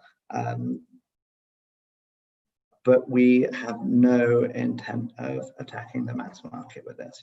This is something that we sell a handful of these machines per month, and that's the way we intend to keep it, because our preferred route to market, as is the case with pretty much all technology E3D, is to figure out ways to do really incredible things, and then work with our partners that are printer manufacturers and the like, to make that robust, make it fun and easy to use, make it more accessible, and then go from there as to actually getting it into the hands of makers out there. So this, I think, is something that we can, if you're someone at home and you've built 2 or 3 Core XY 3D printers and you've got a little bit of machining or routing experience under your belt, then it's something I can wholeheartedly say that you might enjoy, and have a go at getting out there and buying or building one of these, either based off of the systems that we sell on our website or from the source. And I'm just really excited now that we're starting to see the beginnings of uptake from printer manufacturers, and we're starting to see the beginnings of uptake from also the kind of software side of things as well. So folks from Autodesk reaching out to us, and it's not, this is ASMBL and tool changing is not something that is really within our capability to bring to market as a mass market thing all by ourselves. Our intent here is to trailblaze, show the way, put out proof of concepts, and give people the tools. And when we say people, both makers the tools to experiment, and companies and university researchers the tools to get out there and do really cool things. So these 2 parts on the right, the one at the top right is really interesting because it's a ketone type superpolymer, so like a PEAK, PKK type material, and it's just really neat to show that we can do subtractive finishing on these like super polymers, as well as your standard kind of machinable plastics like ABSs and polycarbonates. So it's been really neat to see some really high performance polymers turned into very nicely surface finished parts. And then the one at the bottom is just a really, really nice favorite of ours, which is, this is a mold for a piece of composite layup. So there's a guy at work called Dylan, and he builds the most amazing free flight models. And they use variable pitch propellers. And these things are, I don't know if aeroelastic or inertia elastic is the right term for the props, but they're these like really fine, smooth structures that you have to kind of hand build out of balsa wood. And they need these really smooth, precise molds for you to build them up on as a kind of jig fixture to build them up. And the thing at the bottom is an ABS mold for one of those free flight propellers. So it's a very small but very, very cool composites layout mold. And so the last slide is one that I've been debating as to how much to put in here and how much to talk about, because what I don't want to do is give the wrong impression. So people always ask me, like, what's the deal with V7? What's the deal with V7? And will there ever be one? And I think the thing to get across here is that V6 and all the derived systems that we sell has kind of formed an architecture and enabled most of the extrusion systems that we sell at the moment. But what we're doing at the moment, and this is really, really hard work, and it's been something we've been keeping very closely under wraps for a while. It will still be mainly under wraps for a little while yet. But we're totally reimagining how we make these systems from the ground up. And this is time consuming, and it is really, really hard. But this is something where we're at the point where we kind of want to get a bit of your feedback. And I know that there will be a lot of people out there. In fact, I know that there'll probably be about 600 people out there in our beta testing crowd that will be bursting to talk to the world about what they've been playing with. But we're not at a point where we have stuff that we can show off yet, because it's all super tentative. But what I can say is, and what I really want to get into and start the dialogue, and before I get asked at the end, I will, and a lot of our dev team will be in the Discord channel. And this is the main thing that we would love to chat with you guys about, is kind of talk to you about our concepts for the future. And so extrusion systems as they are now, they're expensive, which is a problem not just for us, but for OEMs, and as the inevitable progress towards lower cost 3D printing marches on.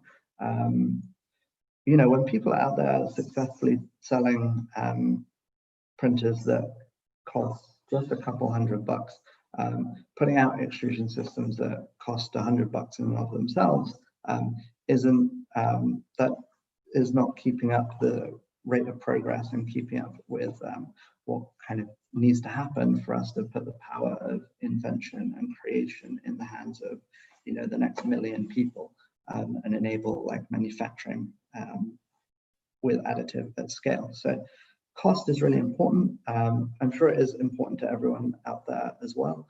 And it's one of the main bits of feedback we get from our customers as to why they're not running an E3D system or might have opted to use a clone. So there's a lot of effort that's going into making sure that we can bring you something that is better in our next generation systems. for a really significantly reduced cost. And that also is going to go for our OEMs as well, who I'm sure they'll all be glad to hear that. And then the second thing is this kind of ease of use and convenience, or like quality of life when using an extrusion system. And this is about the kind of, extrusion systems shouldn't be a black box that you're afraid to interact with, and kind of chop and change and make best use of. They shouldn't be something that's so expensive that if something that goes wrong, it has to be a great disaster. The future of what we want to do is to make things dramatically easier and more pleasant to use. And that's going to be all the way from installation, ongoing maintenance, like reconfiguration and things like that. Just the really basic stuff like loading a filament, it just needs to get easier. Clearing of jams, it needs to get easier. Reconfiguring, things like nozzle size and melt zone length, those things need to get easier. So those are the two big frontline priorities that we are putting like front and center with our thinking around our kind of next generation extrusion architecture. That's where we're headed and what we're focusing on. But before anyone kind of gets it in the head that we're going to make something that is less good, that's not the case. Along the way, we are going to cut weight by an astronomical amount. We're going to reduce size by huge amounts, and we're going to end up with systems that weigh less, they're smaller, they're easier to integrate into printers, and they're just going to print better as well. But I think the main thing is I just want to get across is a really hard problem.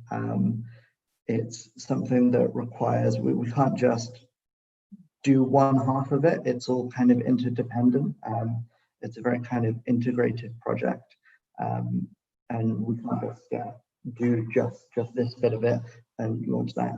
It's going to take us a little while, and it's going to mean that we're going to have to do some more complex kind of manufacturing in-house here. We're going to have to do tighter integration between systems. But what it will mean is that we can make something that is universally, and I think it's really, what I'm most excited about is it's very rare in mechanical engineering that you get to make something that is this much of a like disruptive force for change. There's no Moore's law of like extrusion systems. It's not that we can just keep doubling performance on and on and on. We are going to reach fundamental limits of manufacturing and physics, but I am really excited that the stuff that you're going to start seeing little bits of soon. I'm quite sure just the first little glimpses into what the future looks like over the next kind of 6 months will, I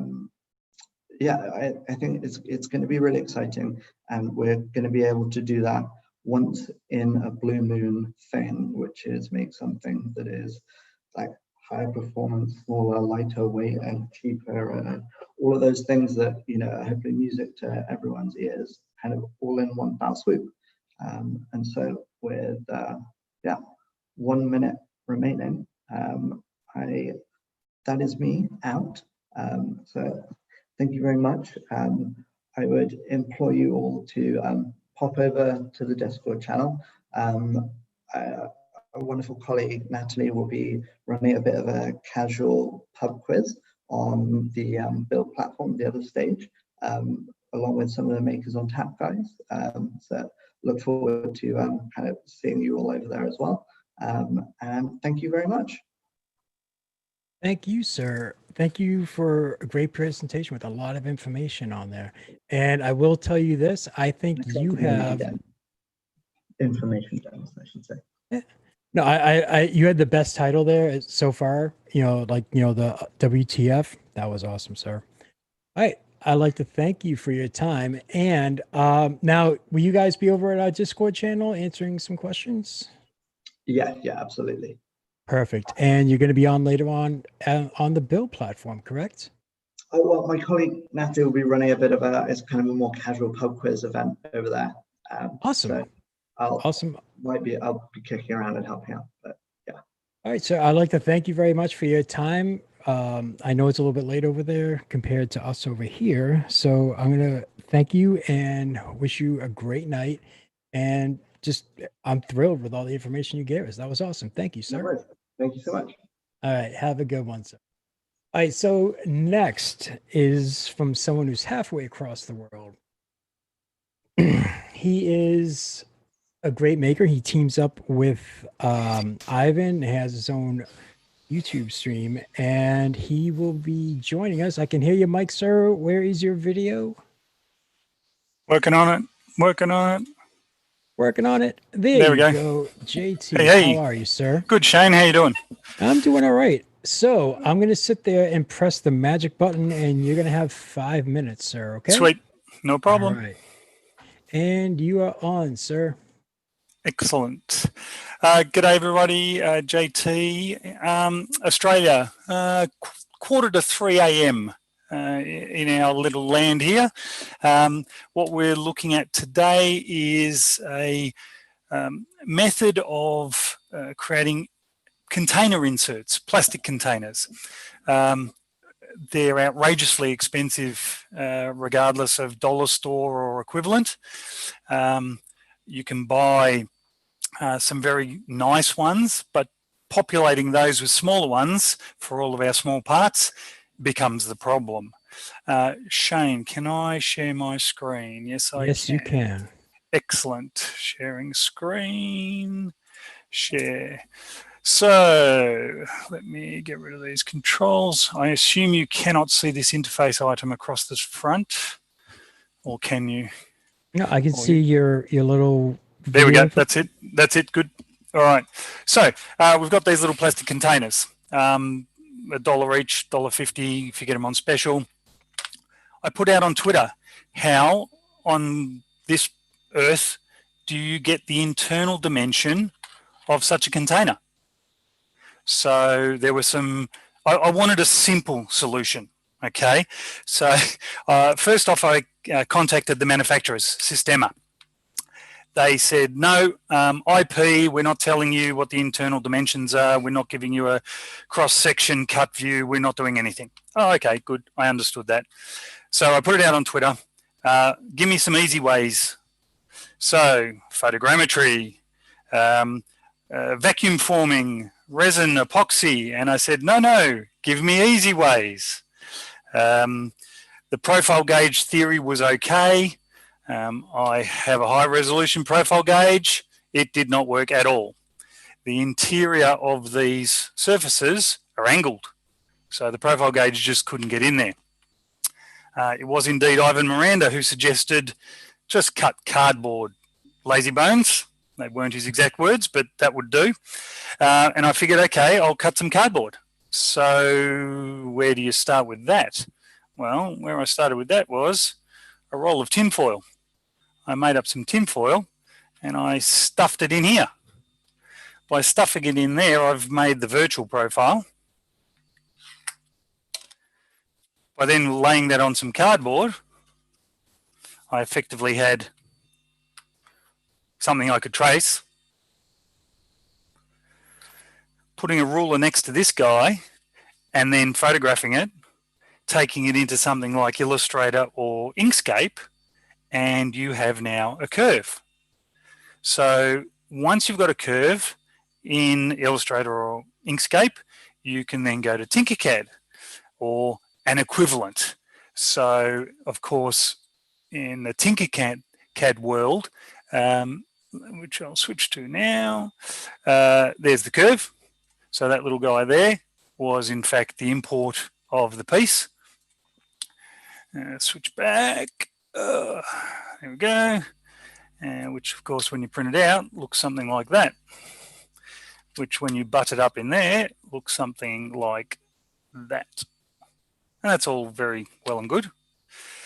But there's stages. You can't just go printing masses and masses of containers. You've got to do smaller little pieces that fit in there really nicely, that sort of hold their own when you wiggle the thing. So that was another step in the process.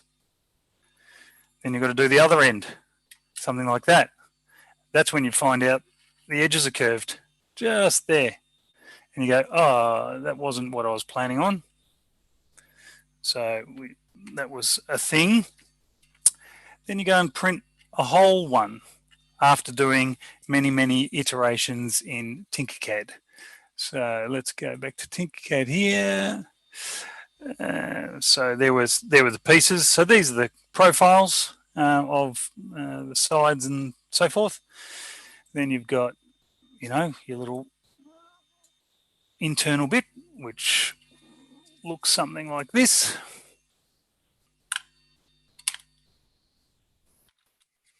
Fits in quite nicely.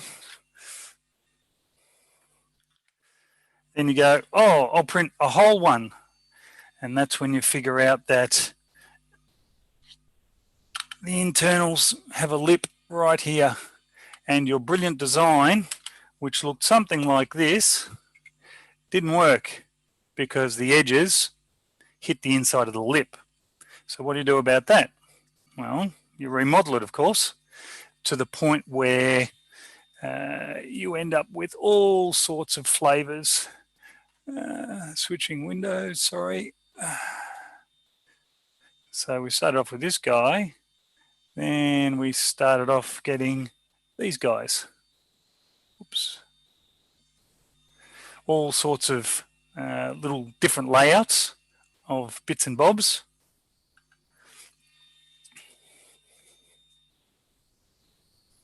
Then you get one that actually works. Fits in nicely. Lid goes on. Clips. You now have a container which parts can't jump between the sections because you now have the raised part.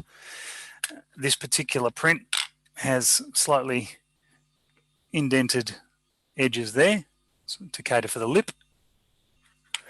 And pretty much that's where I got to. But of course, it's never as simple as that. Along the way, you know how I said I wanted simple earlier? Yeah, nah. Lots and lots of different attempts. And then, ideally, lots and lots of successes. Now they've got support still on them, which is fine. I ultimately ended up switching to a 1mm nozzle as well along this journey, but I have many, many. Now you might ask, why do I need so many? That's one drawer. I have about 4 or 5 of these drawers. Small parts containers on their side, very efficient use of space. M3s, M4s, M5s, you guys know it all. Nozzles, thermistors, you know, they all end up in a drawer, but they may not be separate from where they might want to be. So overall, from the very basics of a piece of tinfoil through to a final object, you know, there were a couple of days in there, even though I thought, yeah, I'll knock this out in a day. Sadly, that wasn't the case, but overall, pretty happy. I learned about iteration. I learned about, you know, modeling only small portions of things, in particular, you know, this sort of part and that sort of part. And even once I realized the top was wrong, just the top part. Don't do the whole lot. Just do the bits you need. Test those out, then go sick on the modeling and the printing. Even looked at different things, ways of getting sort of perfect curvature, very hard to see on that color, by printing in different orientations. Problem with that one, as you can just see there, is the ton of support material that is there where my thumb is. So that was an inefficient way of doing it, but it was a good trial and error. And some people have already reached out because these are fairly universal containers.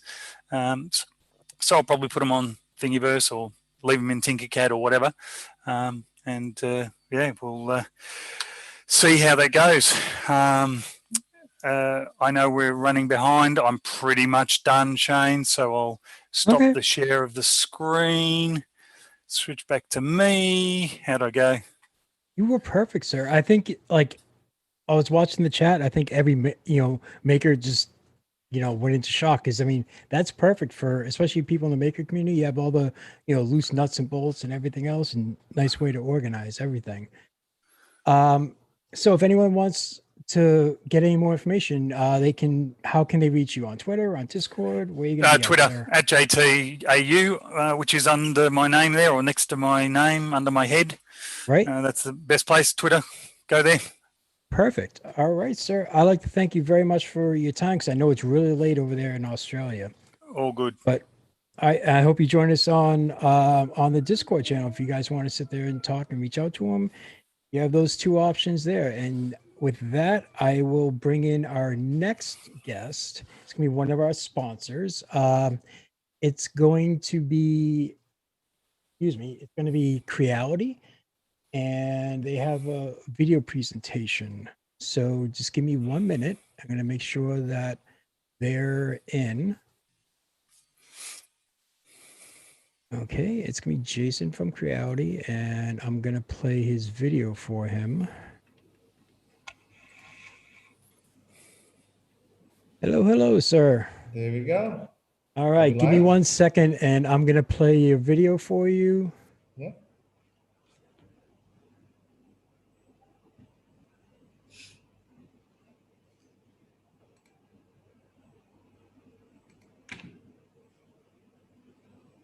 Oops, 1 second.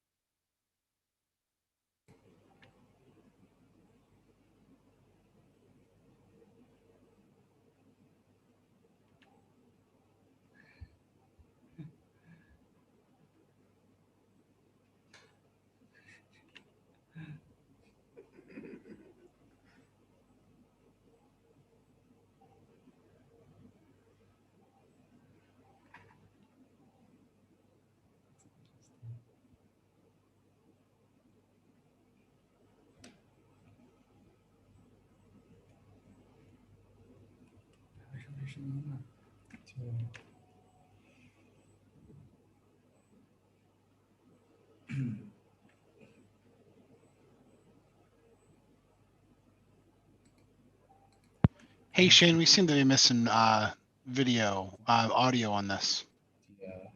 All right, sorry, 1 second, guys.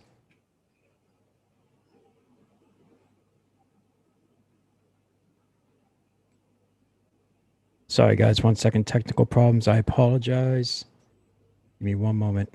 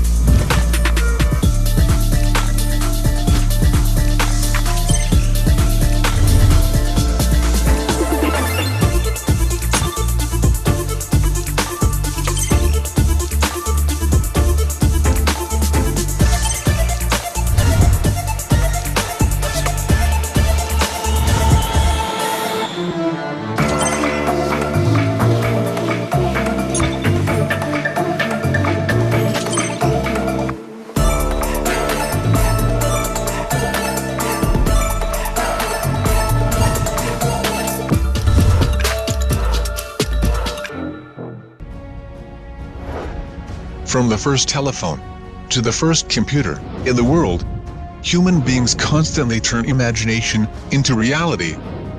3D printing, an emerging rapid prototyping technology, is now changing the world quietly.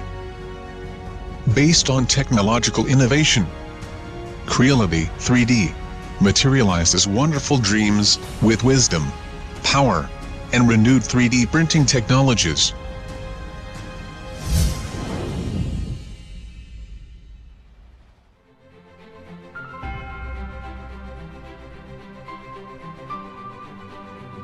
GreyBeard3D is an innovation-based high-tech enterprise specializing in the design, R&D production, and sales of 3D printers and 3D scanners. Headquartered in Shenzhen, the tech capital of the world, GreyBeard3D has branches in Beijing, Shanghai, Wuhan, and Dongguan. We primarily boast 3 categories of products, namely DIY, whole machine and light curing 3D printers, and more than 20 independent intellectual property rights of 3D printers. GreyBeard3D sells models Ender 3, CR10S Pro, and CT228 well globally, and stays ahead compared with the sales of competitive products.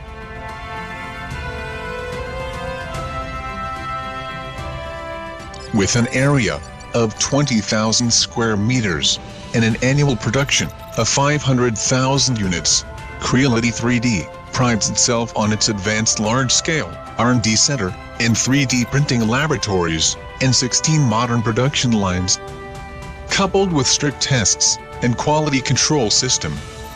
The excellent quality of each 3D printer is thus guaranteed. Starting from the source, we strive to be the industry winner with technologies and win consumers' hearts with high quality. Taking win-win results as a mission. Inspired by its mission of creating reality, achieving dreams, GreyBeard3D is committed to providing high-quality integrated 3D printing solutions for individuals, families, schools, and enterprises. We have established partnerships with Peking University, Tsinghua University, the Chinese University of Hong Kong, and other colleges and universities, and joined hands with Taiwan colleges and universities to expand the maker education market. Besides, we strive to deliver 3D printing technology services for China Aerospace Science and Technology Corporation, Chinese Academy of Sciences, China Unicom, and other famous enterprises and institutions, and fuel the revitalization and development of 3D printing industry. Meanwhile, GreyBeard3D has engaged in exhibition and sales activities in more than 60 countries and regions, like the US, Germany, France, Japan, Russia, Indonesia, etc. We continuously implement the global brand strategy to lay a solid foundation for China's 3D printing industry to expand abroad.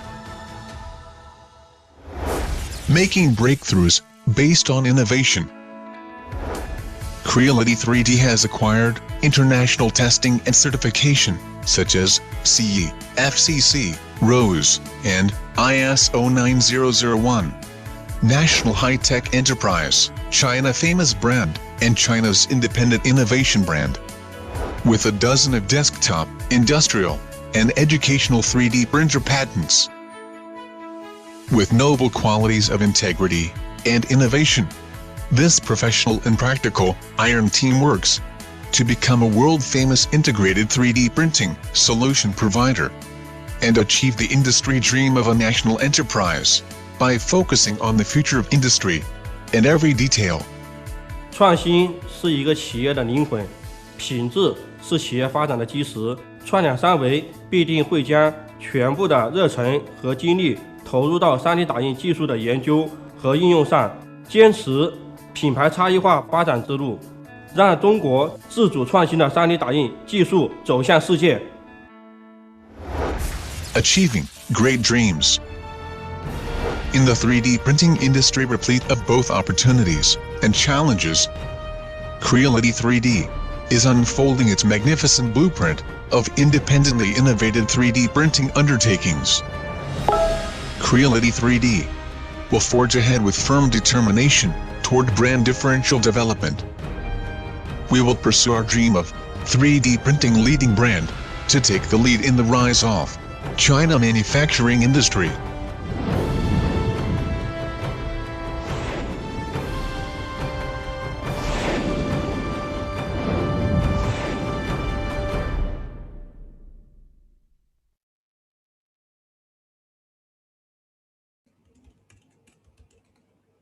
There we go. All right.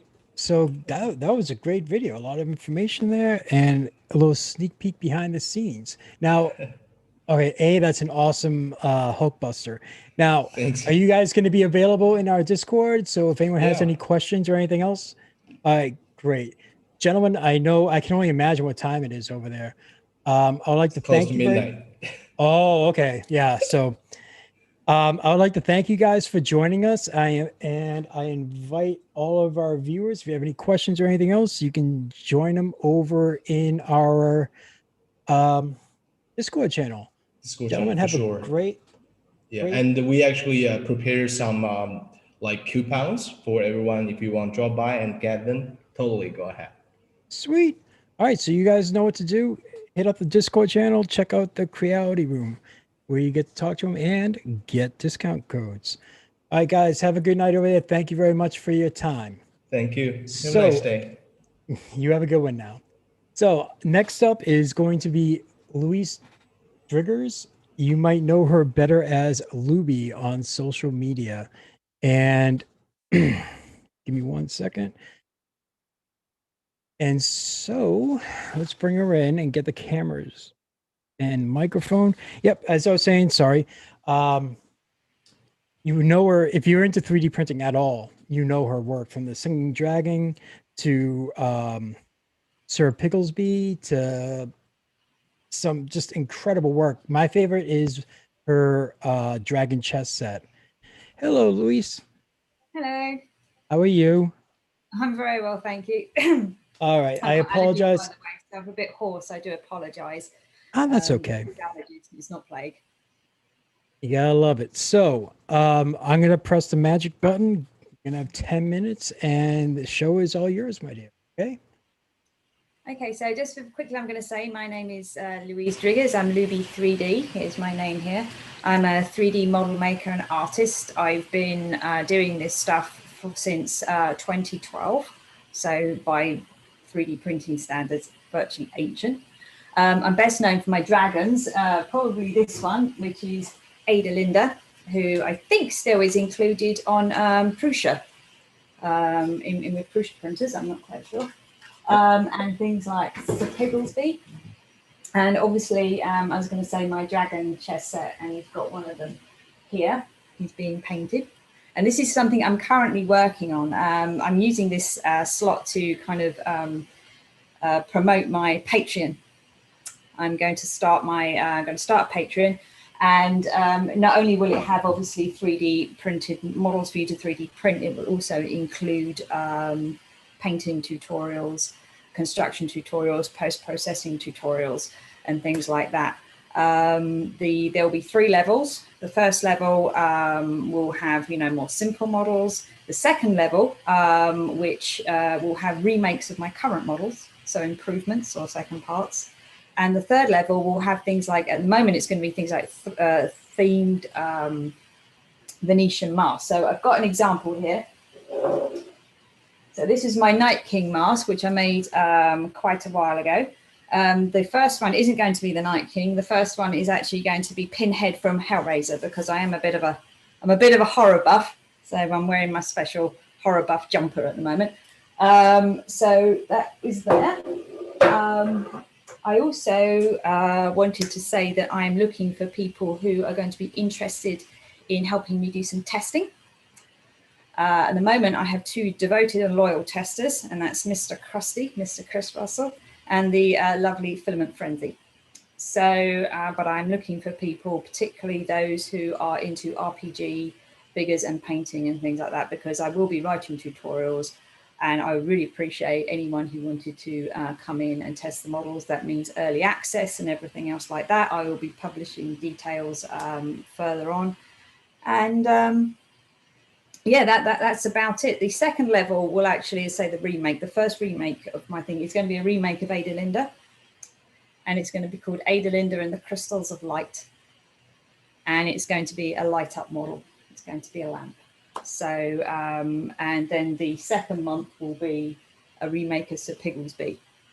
So it's Sir Pigglesby when he's a bit older and he's sort of like a bit more battle worn and things like that. So, yeah, that's about it really. I thought I'd try and keep it as quick as possible because I know you guys are running behind on time. I'm just going to have a quick drink of water, sorry. So I don't know if there are any questions. We can open it up 1 second. Just let me, this one, there we go. We can open it up to our viewers. If you have any questions in lovely YouTube land, feel free to ask away in chat. If you just put out an open call, especially for your work for a beta tester, you might have a few people sending you messages about that. While we're waiting for some questions, how about if they want to follow you on social media, how would they find you? So the best way to find me on social media is on Twitter, which is Luby3D. That's my Twitter thing. You can find my models on Cults or my Mini Factory. But definitely, if you want to ping me, talk to me about any, if you're interested in doing any testing for me, as I said, I'm interested in people who definitely have resin printers and like to paint RPG stuff. I'm interested in people who have multi-material machines, and you know, definitely sort of like send me a message. And if you've got any more questions about the Patreon itself, yeah, that would be great. Well, we have one question here from one of your favorite testers, Mr. Filament Frenzy. What is your favorite model you made? Actually, probably Sir Pigglesby. Sir Pigglesby here. He's my money bank, and I think he's I really like him because he's like a character I completely made. I had a family who went through the house got flooded, and I was helping, you know, clear it out. It got about 6 feet of water, and Sir Pigglesby was something I created to cheer myself up. So he's definitely one of my favorites, and he's also the first time I tried to do a multi-part model so people could actually color the model themselves if they wanted to. This one actually is printed completely in polyalchemy silk and was actually printed by Polyalchemy and sent to me. So there we go. That is very, very nice. I love this stuff, just how unique and shiny it is. All right, so let's see what other questions we got here. No, Tom, you only get one question, Mr. Frenzy. No, Tom can ask more questions. I'm totally happy, but although Tom does ask me lots of questions anyway. But yeah, you don't want to give Tom that power because it's just going to go to his phone. All right, let's see here. Okay, well, since you said it, what is your favorite filament to use? I like anything that's got a lot of colors and textures. I mean, say I do like Polyalchemy, and now they're coming back in. I like Fillamentum very much as well because they do a huge range of colors, and it's very, very reliable filament. So yeah, that's right. I have to say at the moment though, I am going more and more into resin printing. For me, I remember when it started out back in probably 2012, 2013 with the little RP, and I was very excited about it then. And then it kind of went away, but now I'm absolutely thrilled that it's in the mainstream because it just gives people who are into the art and into painting or things or casting or anything like that, it really opens up the whole world. So yes, I have favorite filaments, but at the moment my favorite medium is resin. Very nice. You mentioned it in your presentation, Mr. Chris Russell. How soon will your Patreon be available? Or be live? Sorry. It's probably going to be about a month. I'm making sure everything is absolutely perfect before I do it, because I'm a little nervous about doing it, because yes, I've released commercial models, but this is a bit different. You're hopefully doing it to a much wider audience. So as I say, making sure that everything's thoroughly tested. As I say, for the first 3 months, it will be Patreon exclusive models while I kind of sort myself out. And then, but what I would like to eventually afterwards is actually also get back into releasing free models, because obviously, you know, that is something I've always enjoyed doing. Awesome. And I have one comment here. It's not so much a question, but I think it's pretty cool. Photosmint, he's another designer. He says, your original creations are an inspiration. Keep it up. Thank you very much. I really appreciate that. And he's actually being nice. He's No, I'm just very kidding. nice. Photos is always nice. Oh yes, no, I love his work as well. All right, let's see. Okay, I guess they're bantering back and forth as always. Let's see if you want to take a couple more questions, or if you want to I can end always it early. take more stuff. I mean, the other thing I'd like feedback about is one of the things I also wanted to think about doing with Patreon is doing tutorial videos. So definitely I spoke about, I think when I was on the Makers on Tap stream, about doing a tutorial video from scratch, creating a lockbox. Again, if that's something people are interested in me doing, I appreciate feedback on social media. Otherwise, I'll just carry on doing what I always do, which I enjoy and I have fun. But Now you have that, if I could be wrong, and please correct me if I'm wrong, and I apologize if I'm wrong. You did that butterfly box with the, was it? no, with the I didn't key do the butterfly box. I did the Tudor Rose box. That's it. Thank you. And Sorry. I did, and I also did a scarab beetle box. So you kind of like open up the back, the wing case of the scarab, and it's all secret stuff. You can put secret stuff inside. So Okay. and people are still making it. I am Yeah, thrilled that people are still making my models, even my really old ones. So Oh yeah, I mean, I saw it a while back ago, and it's on my. I have a list of things I really need to print, and that one is definitely on. So with a few seconds left, I guess we'll wrap this up. Are you going to be available on our Discord channel for any type of yes, questions at all? I will be available on a Discord. So yeah, I can definitely. Okay. Get questions And one last time, if they want to reach you on social media, it's Luby3D. Luby3D. Yes, on Twitter. That's the preferred one. Okay. I'd like to thank you very much for your time on here and just sharing some incredible stuff. I'm sure you're going to get a lot of replies for the beta testers. All right, and with that, I'm going to bring in our next two guests. It's going to be JMakes3D and JBeard, or GreyBeard3D, sorry. I'm bad at it with all the names, I told you. So let's bring them in. And Ms. Louise, I wish you an excellent rest of the day. Thank you. Bye-bye. All right, while we wait for them,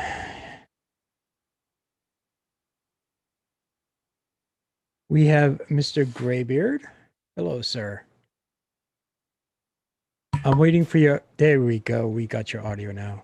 All right, excellent. I heard you click. And since you're the first one on the camera, I am going to sit there, press the magic button. You have 5 minutes. All right, and I'm going to still be on you'll be able to hear me and everything else, but everyone gets tired of looking at me, so I want to give the camera over to you, sir. Okay? Thank you. Ready, set, and it is all you. Hi, everybody. I'm John from GreyBeard3D. I use GreyBeard3D currently as a project to catalog every filament color I can get a hold of. I do that by taking accurate photos of that. And today I want to show the latest boards, which is something I've been taking to all the IRFs and IRFs and MRFs and whatever type of IRF you have. So if you've gone to any of those, you've seen these boards, but I just wanted to show the latest. And unfortunately, I set it up for Alexa, and it's just taking a little bit of time there. Up, and I'm sure everyone who has an Alexa just popped open. Oh yeah. So these are the new boards. Let me do a little camera pan for you all.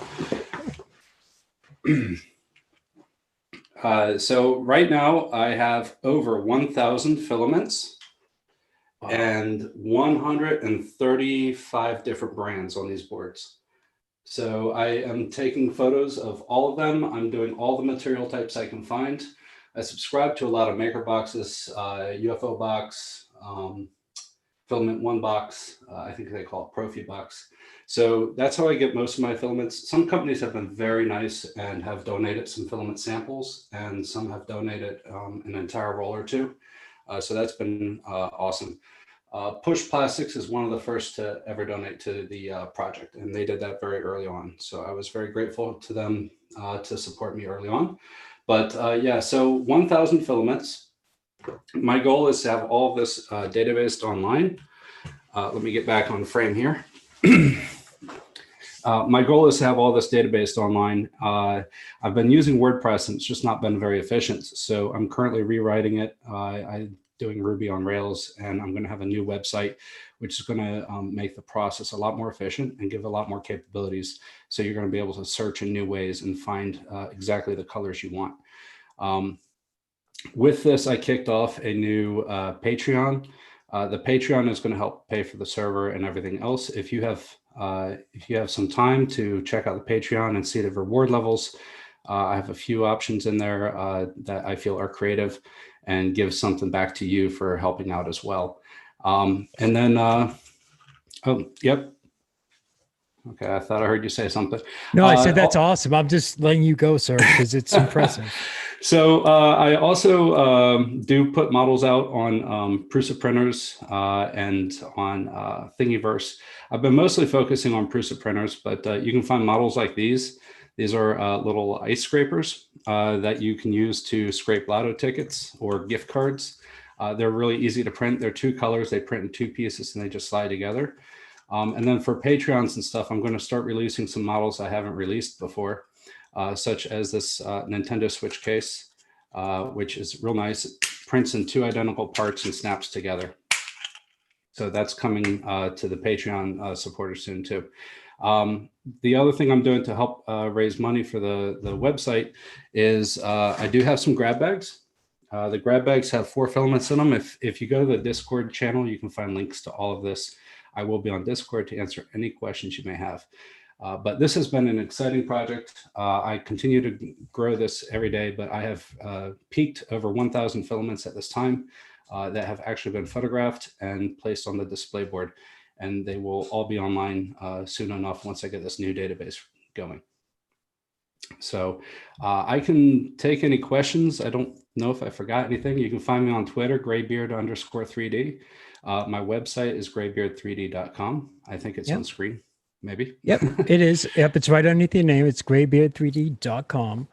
Great. That's awesome news, because I was always impressed with your work. Because I remember at every show, I'm like, just wow, it's a great thing to see, because like, you have that filament, you don't know how it's really going to look, but that was the challenge. That was the challenge. When I first started, I wanted to find a really good orange, the Prusa orange to be exact, and it was hard to get in the US. Yeah. Now you can get it pretty easy because Prusa has nice shipping on their filaments. But I ordered so many different orange, and I'm like, how many other people are trying to find a color and they have to order so many different rolls? And this could save somebody some time and money. Yeah, that's awesome, sir. Let's see. Sorry. And just for you guys that are in the chat, apologies for Nightbot. We are looking at it. I'm sorry, it wasn't me. I didn't program it. I didn't press any of the buttons. But yeah, no, that's great. And you're gonna be with us in the Discord, and people can also reach you on Twitter. What's your Twitter handle? It's at GreyBeard_3D on Twitter. And yes, I'll be on Discord this whole weekend. So go ahead and reach out to me. Great. You have your own room in there, set up in there, and you're going to be good to go. Yes. So I would like to thank you, sir, for your time. I was typing to our next guest. I don't know if you got it. Not a problem. Mr. J Makes 3D. Are you up? There you go, sir. Perfect. All right, same bit. I'm going to hit the magic button and you will have 5 minutes, okay? Shane, would you be able to let in Jacob as well? I think he's in the waiting room. Yep. Sorry. That's all right. There we go.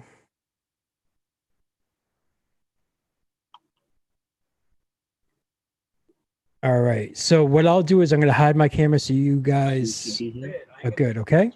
Awesome. Thank you so much. There you go. You have 5 minutes, gentlemen. Let's see if I show up on the.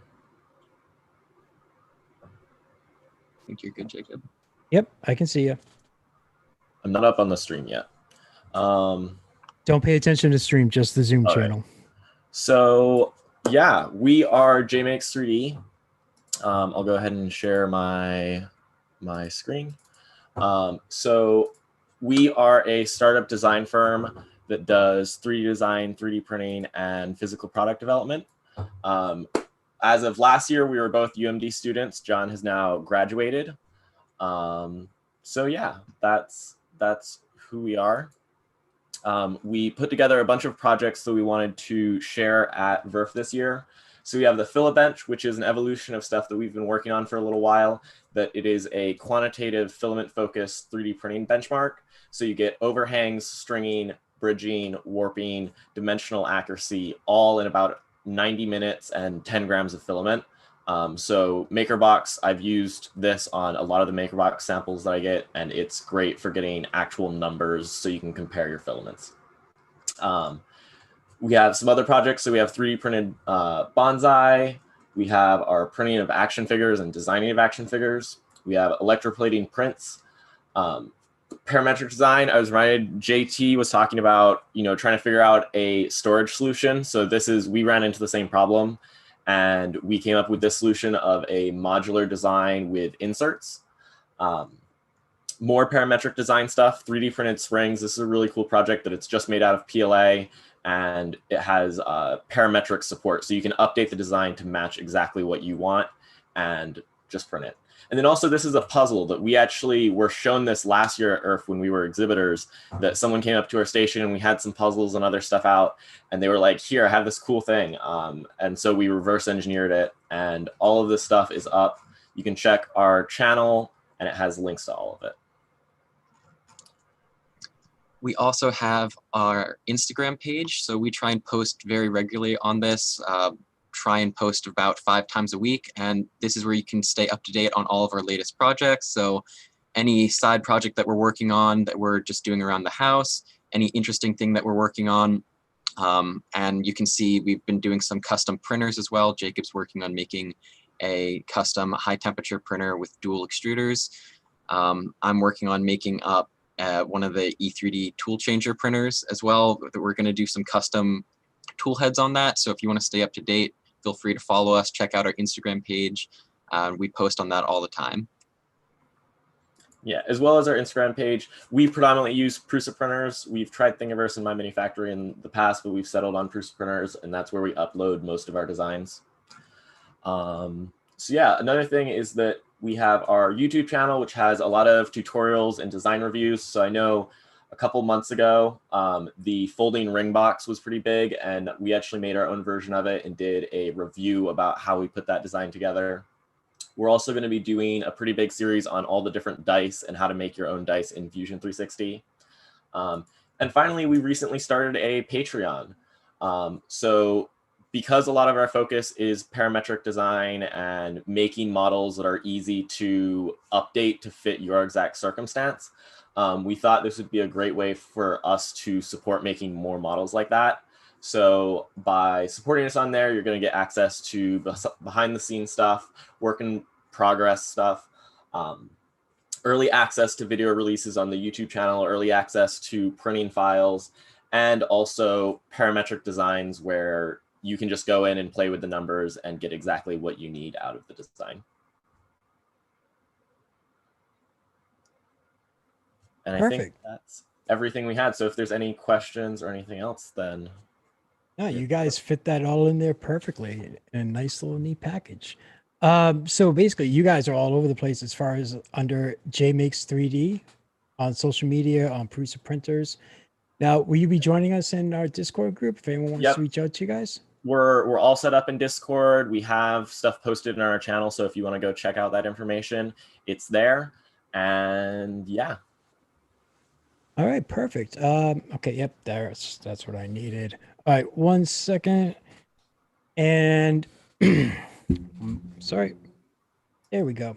All right, so thank you to all three of you for spending time for sharing this information.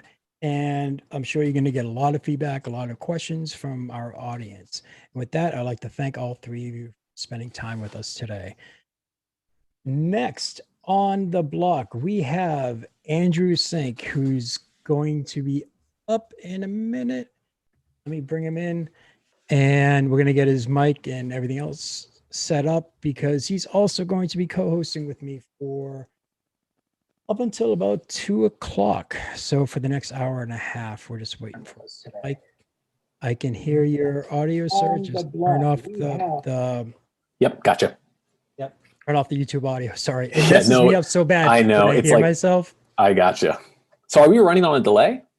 There is like a 30 to 60-second delay because from here it goes from Zoom into the cloud, from their cloud into YouTube. So there's nothing much I can do with the delay. No problem. So am I live right now? Yes, you are live, sir. Oh my gosh. That's always a good thing to. It's like, is this thing working? Am I on? Hello. No, totally. Okay, great. All right, cool. So this is how we're gonna do it. Okay, I'm gonna hit a magic button. You have 5 minutes to tell the wonderful world who you are, what you do, and all the awesome things you do, sir. Okay. Great. And there you go. All right, How great. are you? Perfect. So good afternoon, everybody. My name is Andrew Sink, and I am going to be talking today about facial recognition, 3D printing, and you. And so I've actually got a presentation that we're going to run through, and you should see it now. Yep, I see it. All right, great. So this is going to be kind of an exploration. Just a quick bit of background. I've been involved in 3D printing since 2012 or so. And one of the first things that I 3D printed was a scan of my face. And I took a picture of it, and Facebook tagged it as a picture of me.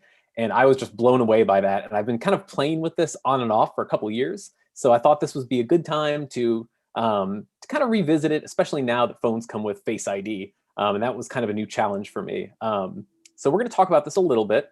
And we'll start by saying, you know, we want to ask kind of a broad question here, which is, can you beat Face ID with a 3D printed mask? And luckily for everyone, I already found the answer. It's no. Just kidding. It's not yet. This is kind of a complicated thing because just because you haven't done it yet doesn't mean you can't do it in the future. So instead of treating this kind of like a closed project, I'm going to talk a little bit about what I learned on the process trying to do this. So when you're talking about beating Face ID or talking about any facial recognition system, there are a lot of different sensors that you can think about. And so one of the things I did was kind of post a couple questions online about what sensors should I pay attention to. And the answers were all over the map. Everything from you need a way to mimic blood flow. You know, you have to check the facial temperature of the person being scanned, you know, the heat signature. And this was useful to some extent, but then there was the best answer I got, which is Apple is obviously pretty tight-lipped about its security technology. And that makes sense, right? If you're in the business of making locks, you probably wouldn't also publish the schematics of those locks too for people to use. So I wanted to focus on a couple of known factors. So I knew that the Face ID is using its the IR camera on the phone to make a digital map of your face. So I chose to ignore everything else, just focus on that. So I had a high-resolution scan done, and then I had that scan printed out. And I learned a lot in the process of doing this and trying to maintain a pretty good balance between high fidelity and printability. So I didn't want a model that was, a gigabyte in size. I was looking for something a little bit easier to print.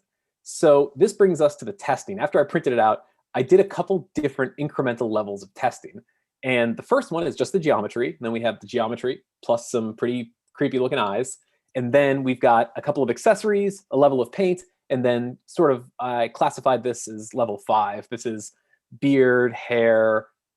This is actually, so this was pretty close to what my hair looked like at the time that I made this. And that is sort of the post-COVID hair. So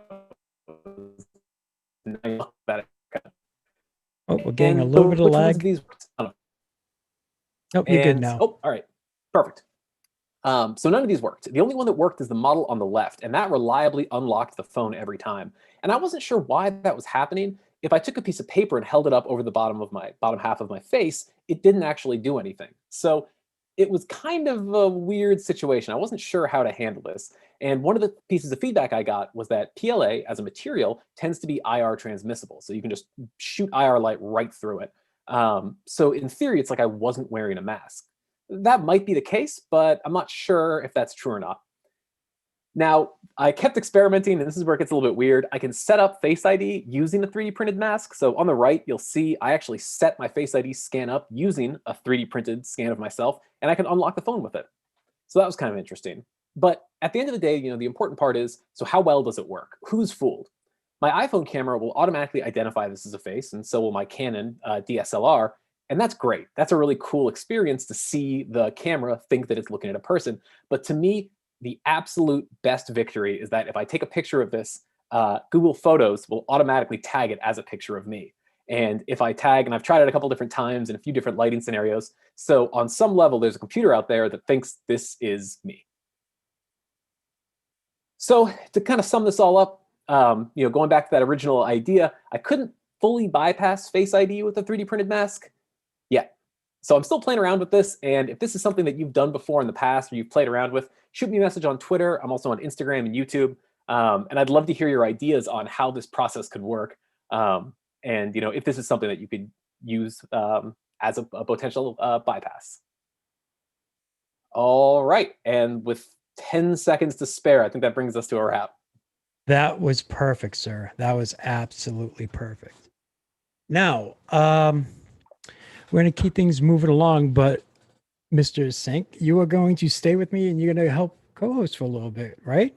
Absolutely. Yeah. So for the next 2 hours or so, I'll be co-hosting, and hopefully we're going to see some really cool stuff being made. Oh, so far it's been absolutely amazing. Now, the next group, 1 second. All right. So the next group we're going to bring in is one of my favorite. It is Project FDL. I love these guys. They make an awesome gun. And every single time I check out any of their stuff, I can feel my wallet just starting to, start to ignite, because their stuff burns a hole in my pocket. So we're going to bring them in. And they're connecting. Slowly but surely, the wonderful world of technology. There we go. Hi, guys. We can see you. Move your chair up, Nugget. All right. So, yep, I can see you. I can hear you. And if you are just tuning in now, I'm going to press a magic button. You guys get 7 minutes, and then it's all you. Okay? Okay. Cool. All right. And it is all you. Awesome. Hey, guys. This is Jesse, Jackie, and Zoe from Project FDL. So we 3D print, design, and play with 3D printed Nerf blasters, like super high-tech Nerf blasters, not just like pew-pew. They look a little like this. There are several versions. We are really sad we can't see everybody, because you really have to like hold and feel and fire these things, and we're gonna really miss being the ones causing the ruckus in the corner this year. But we put together like a little video presentation that I think is gonna kind of convey what we do, and it goes back over the past couple of years of stuff that we've done. So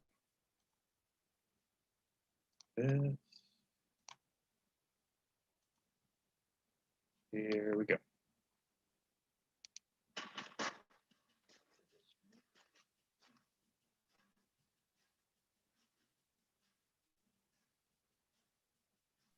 If you guys have audio in the video, it's not playing.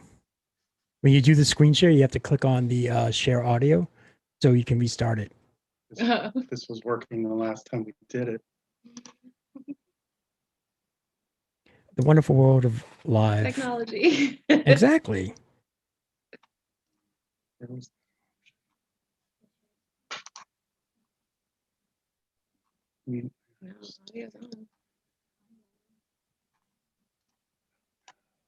Where did it go?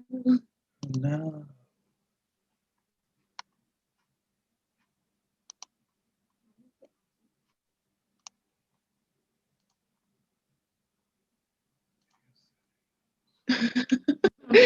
Sorry, friends.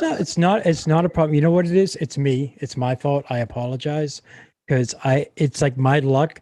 just latches on to everyone else. So it's all my fault. Would it be easier if we pulled the backup plan and you played it? Yep. Give me 1 Okay. second. All right. That's Let's rock that. Perfect. All right. So let me. Plan B is going to be. It is 5:30, 5 minutes 30 seconds. So we're gonna run over if you play it. That's okay. Don't worry about it. It's my fault, anyways. So, 1 second here, guys. There we go. Everyone's like, pause the clock. And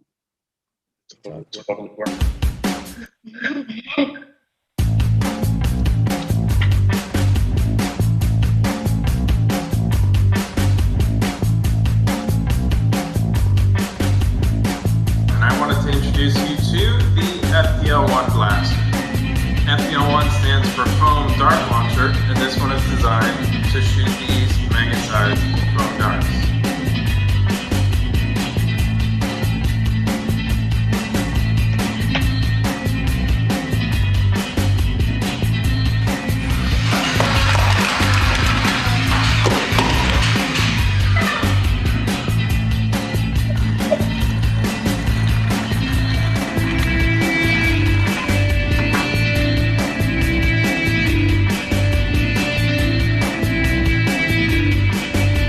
Without further ado, I'd like to introduce you to the FPL-2.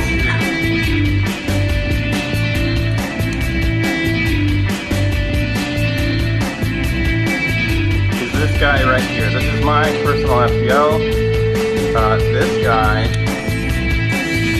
has an OLED screen on it.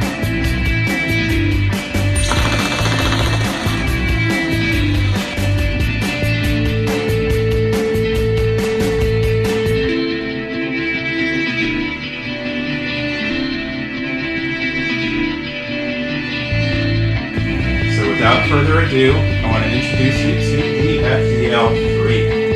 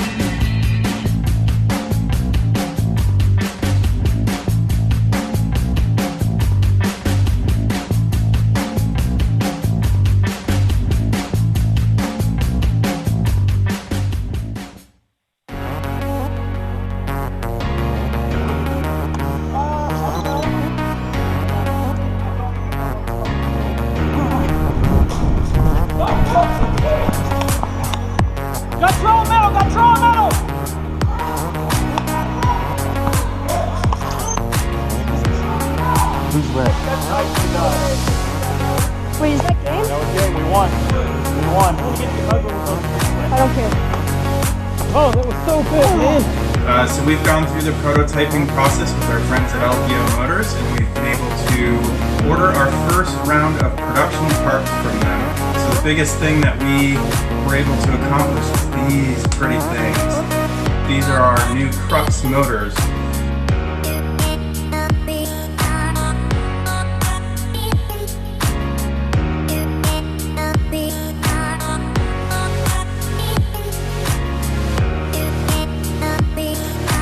This is Pip and Pat. The two go hand in hand, and this is sort of the evolution of a big project that I was working on.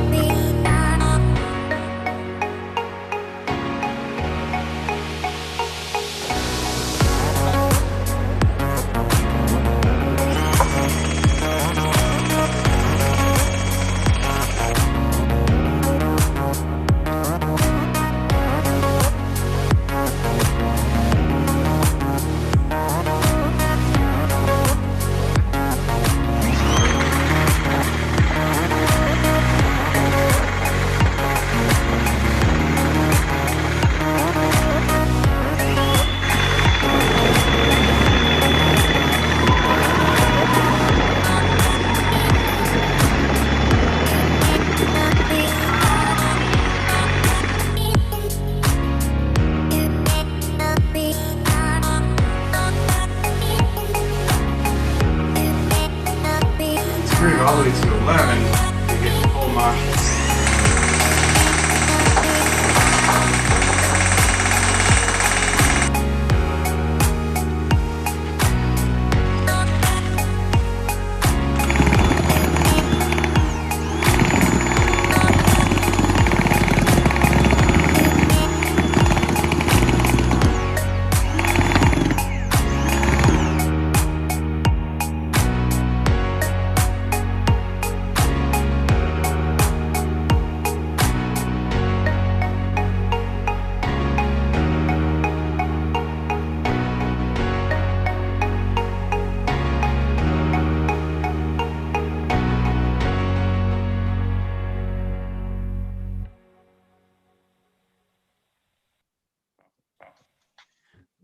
Okay, I had to make sure that my mic's back on because you would just heard me going, oh, wow. Just absolutely wow. That's awesome. Cool. That you my mind is just See, if we could have it in person, it'd be so much better. Maybe next year. My one complaint is, this is Chris piping in real quick. My one complaint is, I didn't know you had that big pip pack backpack at Earth last year. That's cool. That was more of the working prototype. Now we have like a fully built one that's actually executable for people. Yeah. Nice. Well, we'll have to get an Earth themed one for next year. Yeah. Oh yes, that would be awesome. We'll have like a 12 barrel version or whatever. We'll go big. Oh, sorry. Go ahead. Nope. All I can think, when I was growing up, one of my neighbors had a super soaker that had a backpack that you would fill with water, and it was like a terrifying thing to see because it was like, there's no way I'm getting out of this without getting just hosed down. And see a backpack full of dirt balls, just like, oh my god, that's the exact same reaction. That looks awesome. Yeah.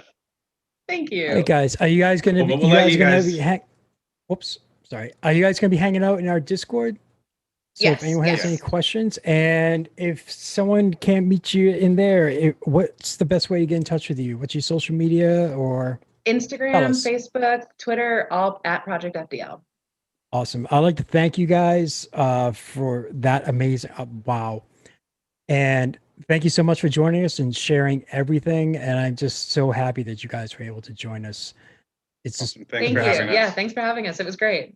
Okay, and with that, we have, let's see, up next we have Delta Maker and 3D Fuel. So I'm going to bring them in, and we will bid Project FDL a very heartfelt thank you. Bye. Bye, guys.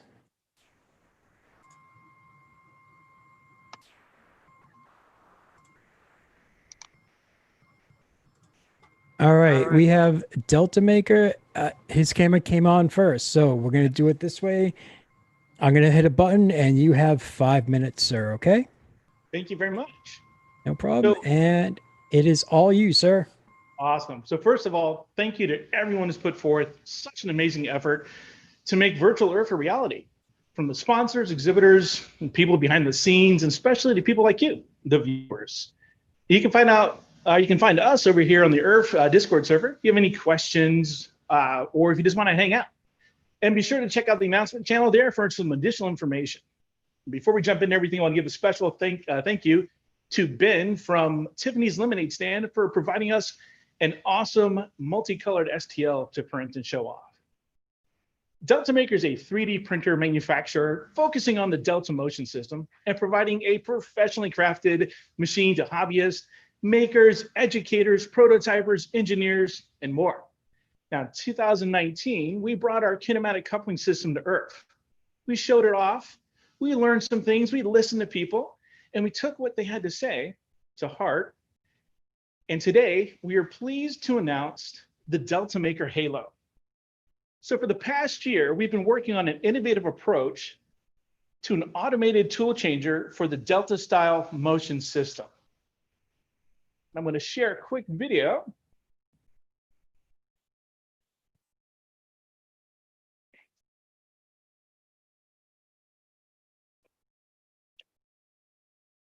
We're introducing the Delta Maker Halo. It's an open source tool changer system for the Delta Motion System. The Delta Maker Halo is a highly configurable system that is easily customized to all sizes of Delta Motion systems. And we're not talking about just hot ends here. Laser engravers, CNC spindles, inspection cameras, and so much more. On our standard 3D printer, the tools can be, 3 tools can be mounted on the Delta Maker Halo at the same time. And on our Halo, on the Pro Series, can hold up to 6 different tools. And now here with more is Bob.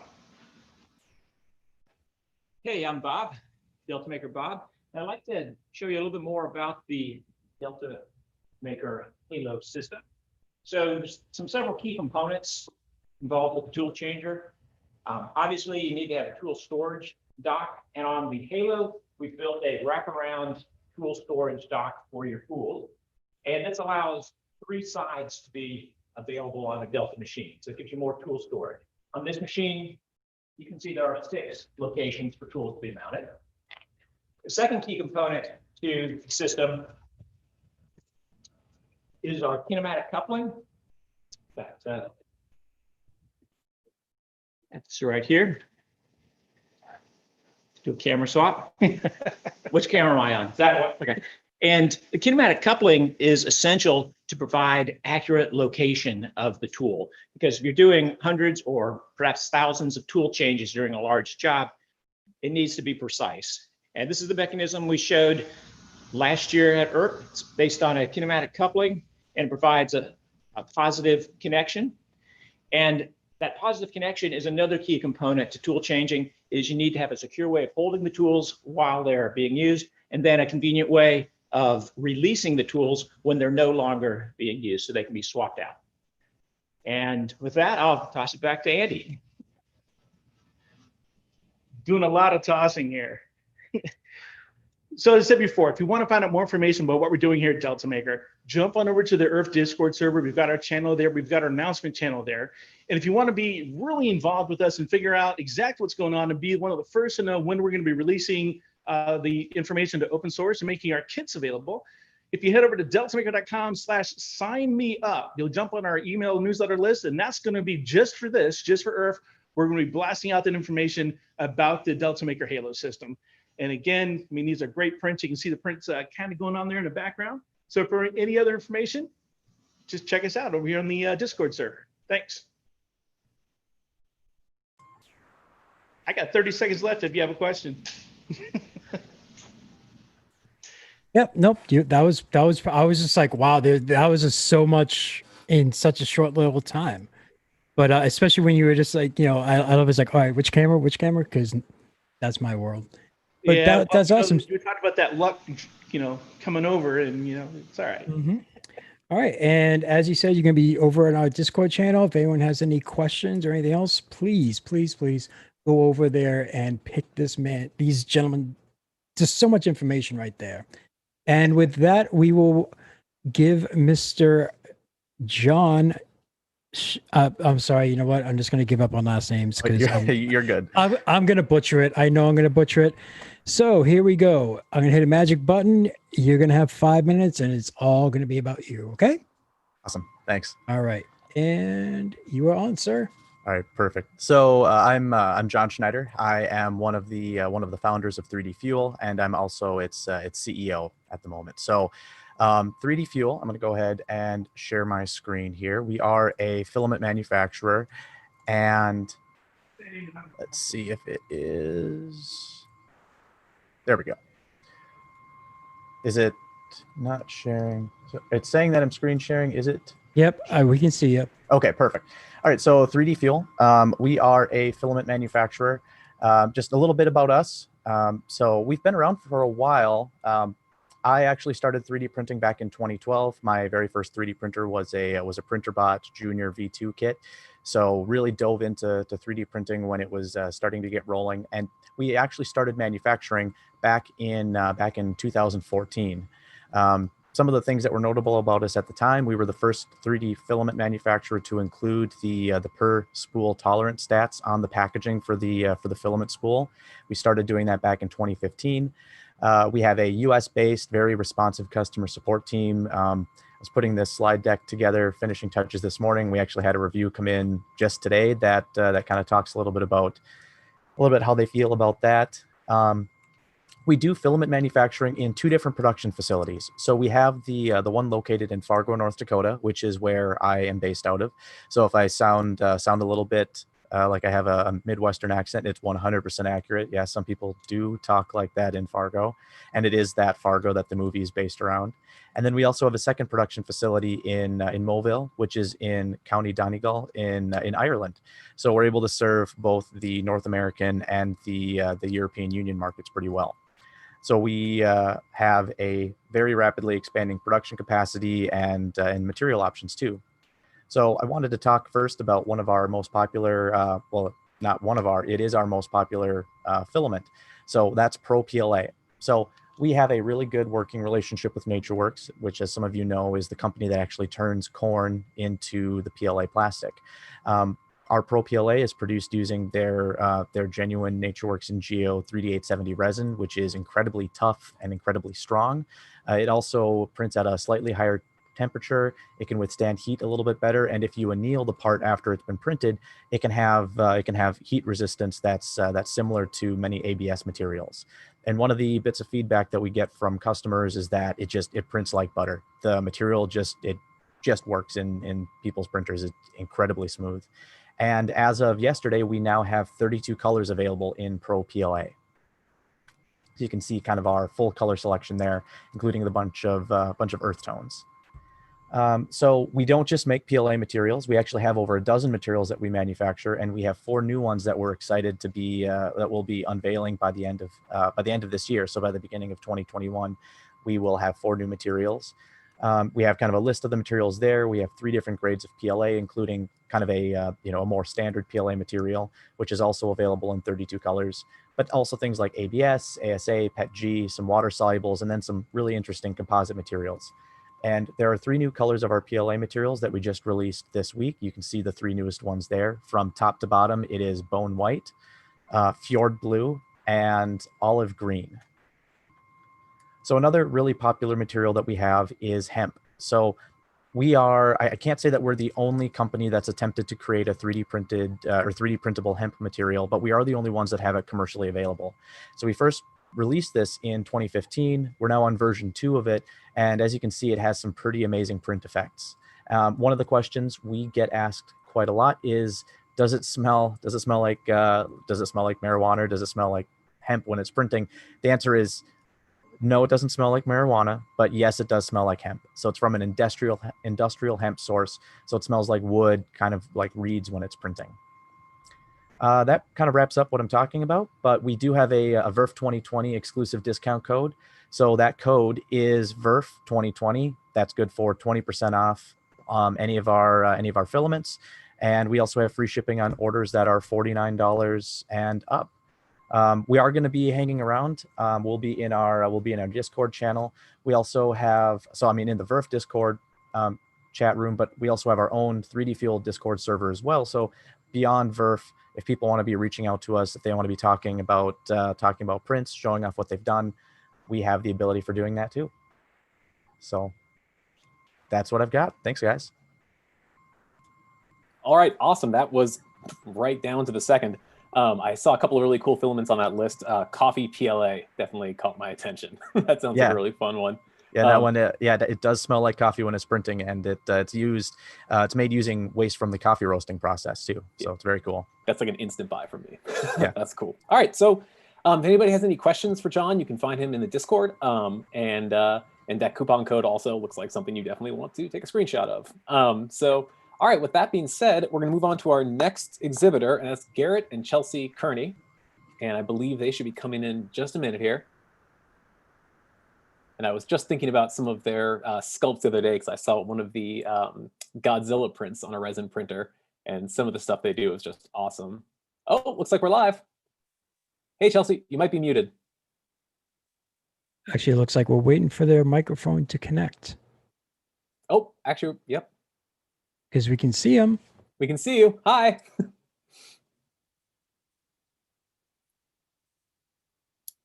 All right. Well, their microphone is connecting. I'm definitely. I'm looking at the chat here and I'm seeing. Okay. Oh, wait. There we nope, go. There we go. We're here. I don't do Zoom, and Garrett is gone, so I'm on my own. All right, we're here for you though. Perfect. Well, welcome to the stream, and this is really exciting. We've got we just heard from about like all kinds of pretty cool materials. I know Chelsey from House Cortec and from all of the just like insane sculptures they've released. But tell me a little bit about what you guys are here to present today. So I don't have anything fancy to present, but I do have some stuff to show off.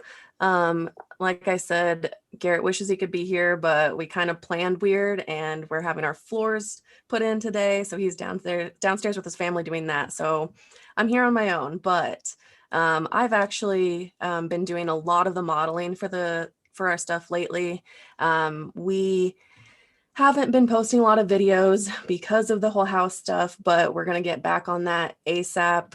Most of you probably know us from YouTube, our Chaos Cortec page. And I'm usually not on camera at all. Garrett's the face of the channel. We've done lots of cool stuff. Let's see here if I can share my screen. How do you do that? Oh, there we go. Okay. Let's share this one. Okay. So lately I have been doing the October or Sculptober challenge, which is going to be like modeling one model every single day. And what are we on? Day 10 already?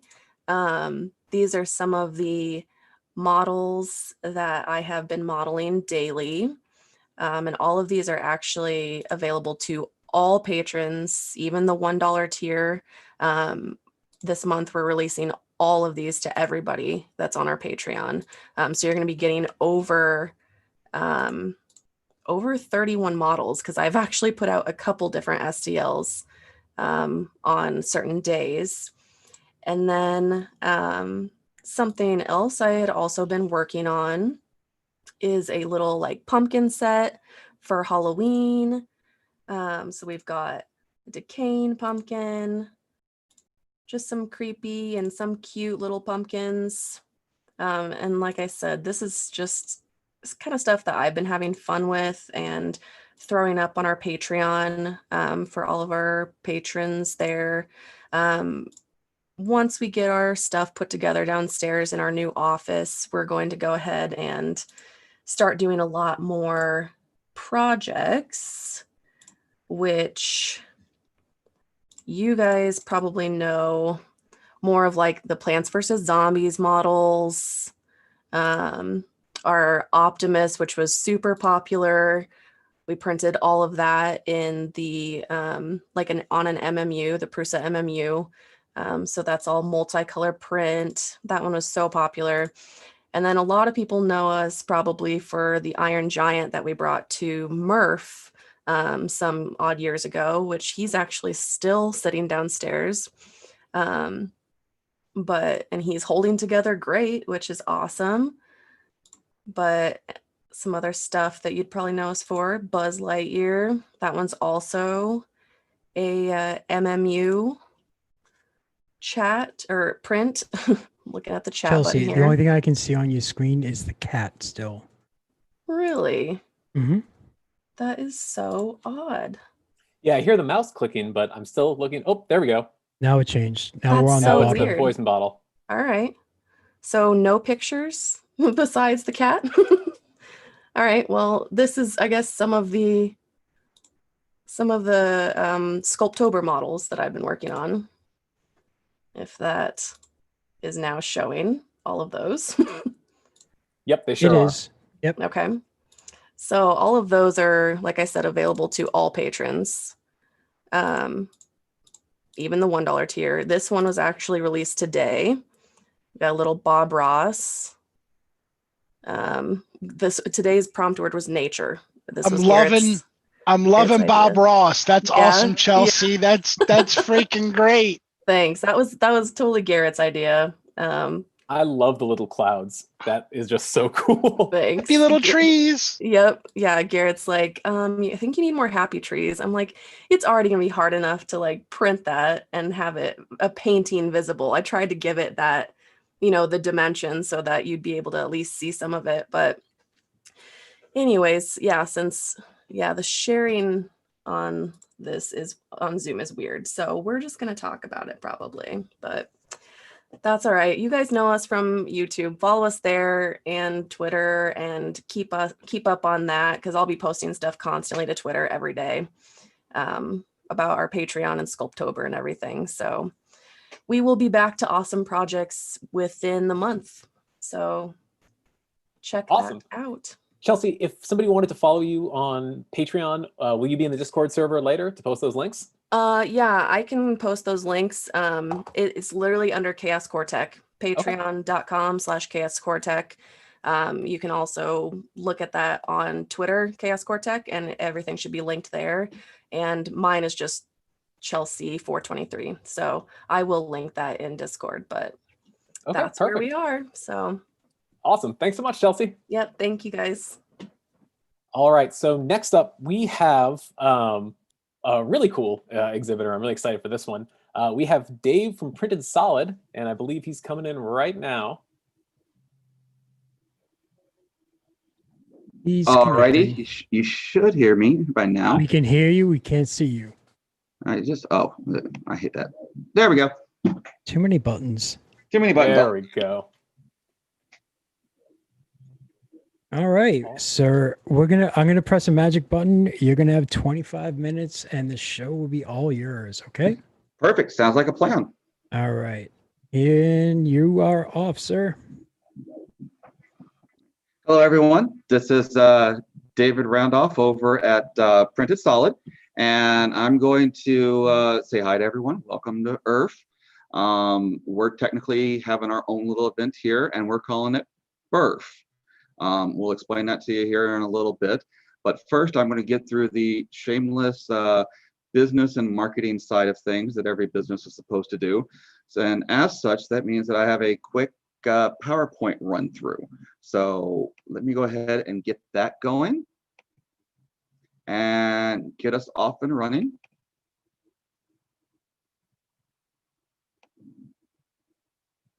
There we go. All right. That should have done it. It should have shared my screen correctly. Yep, we can see the Printed Solid logo. Perfect. All right. So I'll blast through this shameless marketing deck of slides here. All right. So welcome to VERF. We're technically calling it BERF, and I'll explain. But who am I? I'm David Randolph. I'm the owner of CEO. Became a part owner back in 2017 and became the full owner back in 2019. Been 3D printing forever. Used to be a host over on a G4 TV for some hacker segments we always do. And before all of this, I had a background in electrical engineering and broadcast television. And I like to tell people I left a really nice, cushy job in Silicon Valley to move here to Delaware and run a business. So, all right. And who is Printed Solid? Well, Printed Solid was founded by Matt Gordon back in 2013. Of course, I became part owner 17. We have an online and physical store. And we have 4 areas. We do professional sales to government, corporate, educational. We have consumer sales of high-end filaments, printers, and accessories. We kind of specialize on those things. And then we also have a manufacturing division where we manufacture safety enclosures for 3D printers. And then we also have our own manufacturing of 3D printing filament. We call it our Jesse filament. All right. Next, we have our growth. We've always been growing. It started in mine and Matt's basements individually, and then we combined forces. And we've got about 10,000 square feet. And you can see down there a cute little photo of us moving into our new space that we moved into last year. And then we have our manufacturing building on the other side. So we have a good physical print, which is kind of fun. But we also do a lot of white labeling, or we manufacture parts for other people. So there's going to be a lot of vendors you're going to see here on the stream today that we make parts for or sell parts to. So that's another fun little side of our business. All right. And then here is that shameless, product card where I get to show you every brand we carry across the board. And I think that's everyone. There's probably a few on there, and I'm pretty darn sure I'm going to get an email, tweet, or message with, why is our name not on there? So that's the best I could do for that list. I really take great pride that we really like the DIY, the hacker group, the upgrade people for that. And we carry all the parts, and we also make a lot of the parts for Railcore, Voron, some Prusa printers, Jubilee, and more. And we love kit printers. It's kind of our thing. Our staff, that's what we do. All right, now our next gen enclosures. We launched a new series of enclosures this year. I've been making enclosure for 3D printers for over 11 years now, modifying and designing them as we go to kind of match all the materials and all the safeties for it. And what we did is this time we've gone with a new material called aluminum clad, which has a plastic core, but is coated on both sides with aluminum, fairly thick aluminum, so that what you get is you get a really nice heat retention in it, you get really strong, and it's a lot lighter than our previous generations.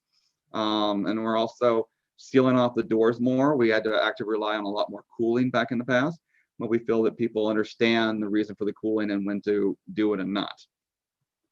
Other cool things we did is we standardized our openings on all of our enclosures, so that if you make one adapter or accessory that's 3D printable, it'll fit anywhere on any of our enclosures. It's kind of a universal concept we try to work with.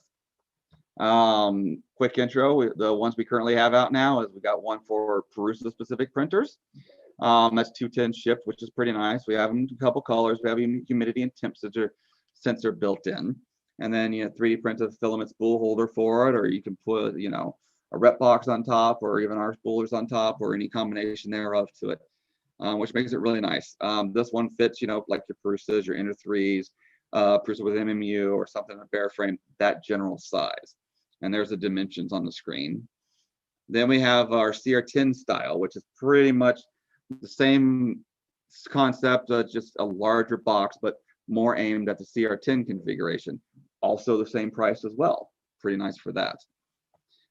Then we have a Prusa mini version we released, because the mini people are really liking the size of that, and this would be a good one for kind of working with those more temperature sensitive materials, or as I like to say, to keep your cat off your printer.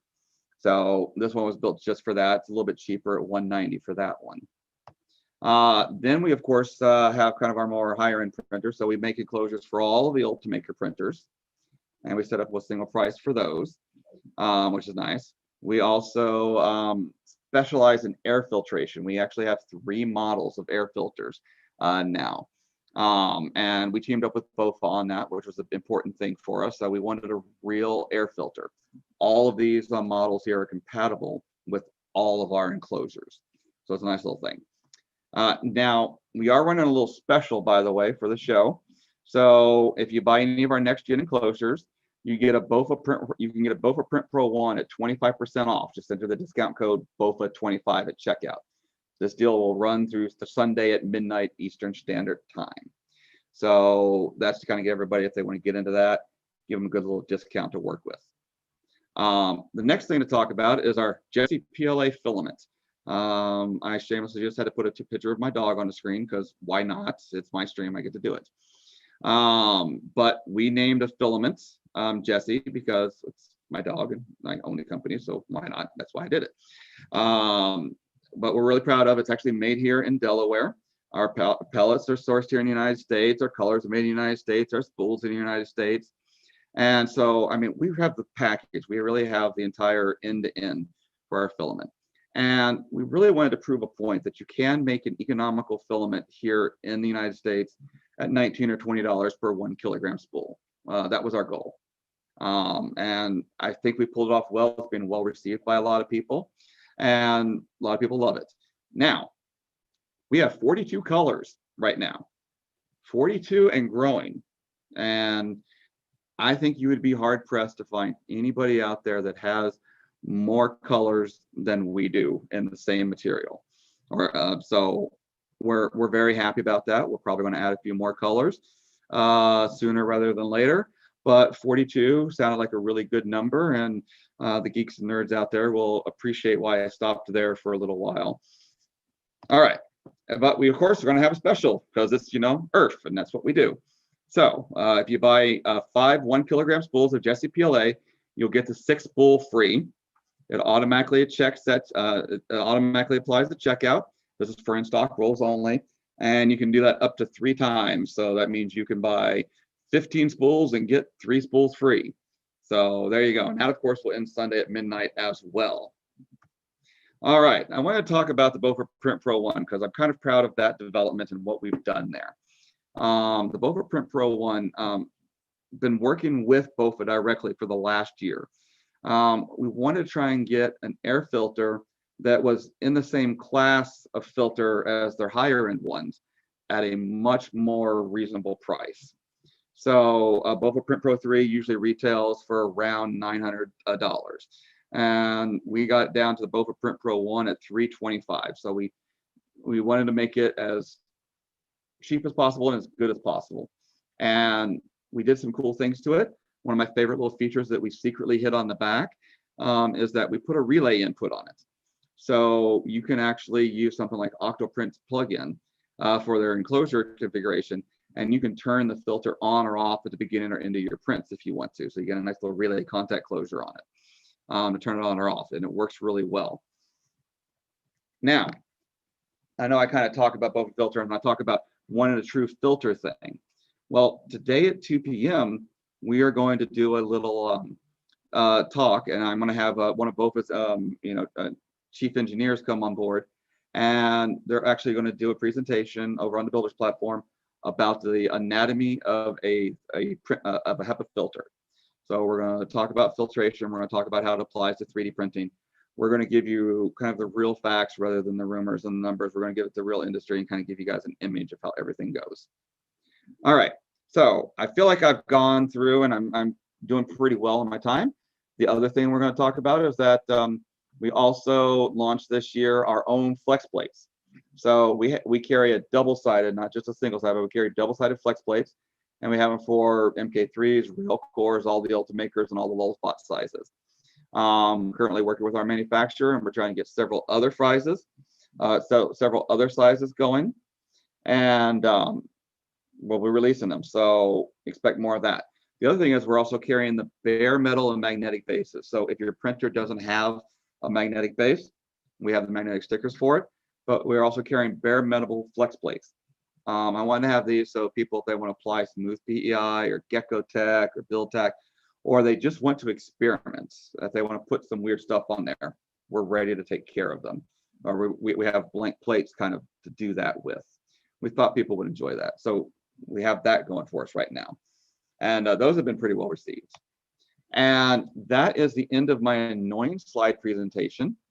I'm going to stop my screen share so that you can stare at my wonderful mug again, as it were, and say hi to everyone. Hello again. We're actually in our showroom. And what I wanted to do is spend a little bit of the rest of my time. We are currently hosting an event. It's called BERF, which is not ERF and it's not VERF, it's BERF, which stands for Brad's East Coast RepRap Festival. So we made up our own shirts and everything. So we hijacked it from everybody today. So, but what I want to do is I want to introduce you to Brad and why he's so important and why the second greatest event is happening today. The second greatest event of the year is happening today at Printed Solid, and none of you are invited, only Brad. All right, so I'm going to introduce you to Brad and turn the camera over to him. Hi, I'm Brad. I'm a 15-year-old 10th grader from Tampa, Florida. I wanted to start off by saying a big thank you to Printed Solid for this awesome weekend, and then for everybody that helped make my Make-A-Wish happen, which helped all this.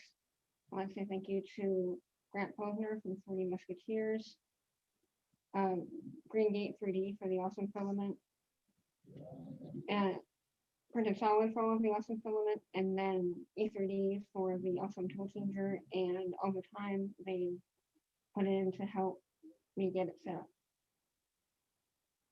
So I was diagnosed with rhabdomyosarcoma in 2017. And I went through 18 months about of chemo and radiation. And then thankfully I am now no evidence of disease. So there's that. And then, so about almost a year ago, my aunt bought a 3D printer for her work. It was a Fleshworks Dreamer, and she wanted me to figure out how to use it, and she didn't know how to use it. So ever since then, I got bit by the bug, and it turned into my Make-A-Wish was for the tool changer and all of the Jaytee filament and the Green Gate filament, and it's been really awesome. And then we found out, and we were like, absolutely. And then we said, well, you should definitely come up here for a visit. So we made sure that we hosted an event for him. So we brought some really cool people in. We brought in a Cocoa Press. You'll see them, later today on the stream. They brought their printer by to show off, which was fun. We had Paul Polakowski come by with his little 5-headed dragon printer and show that off. And it's extreme rarity. And then we had Carl from Naked Designs. He came by with all his belt printers. In fact, most of those guys are hanging out in the back right now, kind of watching the stream and eating lunch while we're up here in the front, doing this cute little stream for everybody. And they all came out here to kind of show these printers off to them and give them, give Brad here his own little show and his own chance. Later this afternoon, we're going to start making some filaments, which is going to be fun. So we're going to start making some filament, teach them how to do that. And then come back tomorrow, we're going to go over there and teach them all the other stuff for makers. So we have a bunch of CNC bills and lasers and stuff like that. So we're going to spend some time and actually show them those machines and run them and play with them a little bit and introduce them to the concept that this community of people, 3D printing and makers, it's not just 3D printers. We do a lot of other stuff too. And I've seen some of his prints and he's getting very creative with it. And I think as a community, we should definitely feed that desire for knowledge on how to do all this stuff. So I'm personally flattered and excited to have you up here and visit. So I want to thank you for that. And you also brought a box of prints. So we're just going to shamelessly show off some of his prints because you've been printing some stuff lately. Well, this one is from the Make-A-Wish. It's a model of my dog, Hope. She's a 2-year-old golden retriever, and it was printed in the Jaytee PLA safety orange. There's an enlarged mini Joel from Webster. It was actually, I started to print it on my tool changer until about here. I don't know if you can see that. One of the issues I'm working on is the tool changer jamming, but then the rest of it I finished on my Prusa, also in safety orange. And then that all came out. So got the nice little Joel figurine. I love it. I love Wexter's work. Oh, I love his stuff. I think it's just so entertaining, so much fun. I love his stuff. This is a Nokia hammer I made. It's one of the few parts I've actually painted and finished. Oh, I didn't even see that part. You have the Nokia phone on the other side. I didn't even know that was a model. I think that's awesome. a Nokia 5165. I sold those. My first part I painted, and it turned out, I think it turned out. So that's the Nokia 5165, apparently, is what I'm being told. And do you do a lot of painting, or is this one of your first? This is actually, I think it's the only model I've painted so far. Well, you're off to a good start, that's for sure. So there you go. And then you had some other little fun in there you just kind of went nuts with all the colors, right? Well, I did a little hope of most of the printed solid colors. Nice little Hope figure. Who did the model of Hope? I have to ask. Grant Posner at 3D Musketeers, he knows designers, they did it. So that's a really great model. Do you know, is he going to put it up publicly so other people can print it and see it? I don't know. I'll have to ask him. I have to ask him and figure that out, because you got to get people to print a bunch of these out there. Because I love seeing Jesse out on the internet, so it'd be kind of awesome to see Hope out there too. Now, I've noticed a thing here. You kind of brought all your prints out. You really like the orange. So I wanted Brad to introduce one of our little products. This is a new color that they made. It's Brad. They call it Brad's Orange. It's a deeper orange with sparkles in it, and it looks really cool. And so, yeah, it's got a nice little glitter on it. It's a much deeper orange than our other ones that are on it. We're going to call it Brad's Orange. And what we're going to be doing is that for every spool of Brad's Orange that we sell, we're going to be donating $1 to make a wish. So we're just kind of putting that on top of it. So, but we're going to launch that today, and you'll see that probably in the store later tonight on our things. And that's awesome. I got to say, thank you for coming out. This is already a lot of fun, and we're not even halfway through. Yes, thank you so much for having me. So, but yeah, I think that's pretty good. And since you guys are running a little bit behind, I could even end our stream a little bit early. But I'll keep talking until you guys get until I get an A-OK. Hey, real quick, yeah. Brad, I want to make sure that Dave gave you the #1 tag. Did he give you badge #1? Because you are #1 today, sir. Yeah. So here's the thing. So also I wanted to give a quick little thanks to Chris over there at the Earth People, because they sent us some shirts and all that stuff, but they also sent us out the nice little lanyards for everybody. And the guy that got the #1 badge and is officially the first attendee to VRF this year is going to be Brad. So that's all official for all of that. So that's what we tried for. His mother was officially the second, and his mother dropped him off, and then she took off somewhere and left us with her kid for the day. So it's been great. So we're getting in all sorts of trouble. It's going to be wonderful. So, but no, I think what we should do is there should be other people ready in the room, and I'm going to give up my remaining time just to help the Earth guys get back on time. Why would I ever run on time? I also wanted to give a shout out to my sister and my cousin. Hi, Abby. Hi, Alex. Absolutely. And so, yeah, but that is it for us. That's about all we had for today. I probably blew through my slides a lot faster, mainly because I just want to introduce Brad. He's been really awesome. He's been extremely technical. So he's been given, the Cocoa Press guys and Carl and Paul a run for their money on their technical skills. So I'm looking forward to seeing what comes next. And with that, I will say thank you, everyone. Thank you. And have a good one. And be safe, and thanks, and have a great Earth/VRF, but keep calling it VRF for the rest of the day with a B, just for me and Brad. All right. Yeah, I'm all in on that, and the viewers have been going crazy. We have a Team Brad hashtag going on, and that orange, I definitely need to get some. One moment, let me do some magic button pushing. So will Brad also be available as far as hanging out with you on the Discord? Give me 1 second here. Let me do this. We're off stream, correct? Or are we still on stream? No, we're still on stream. Oh, we're still on stream. Live. Okay. All right. So yeah, we'll chime in with the Discord a little bit. Cool. I was about to turn the speaker on so you could talk directly to Brad. I'm dealing with the headphones, but no, we'll have him check in with the Discord from time to time during the day, so he'll see all that going on, which is going to be awesome. It's great that you guys are starting up a Team Brad hashtag in the group. It's one of the things I will say a million times over. It's the biggest thing I love about 3D printing. The community is amazing. The people getting behind everything, oh my God, amazing people across the board. It doesn't matter who you are. So I love them for that. That is definitely awesome. And I can't wait to sit there and see, the great prints that Brad makes. And I know he's got at least 380 fans right now. So about 380 tags so far. You're doing pretty good. Not bad. Yeah. It's better than I do whenever I go on stream.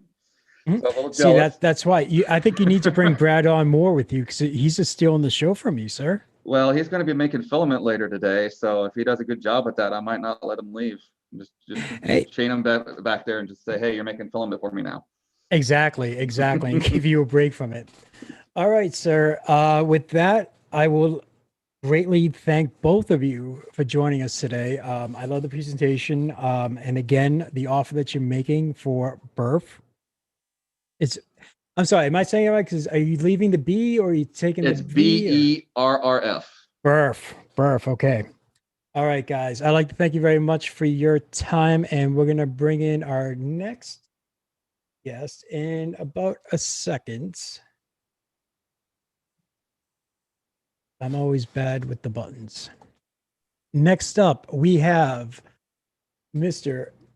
David Shorey and Clarissa Kleveno. And we're going to bring them both in. And basically, wow, David, you're completely upside down. Okay, there you go. Just waiting for your mic. Let me bring in closer. So, Mr. Shorey, I'm going to hit a magic button.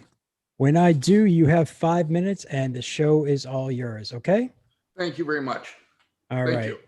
Hi, Clarissa. 1 second, and whoops, come on. There we go. It's all you, sir. Thank you. Thank you so much.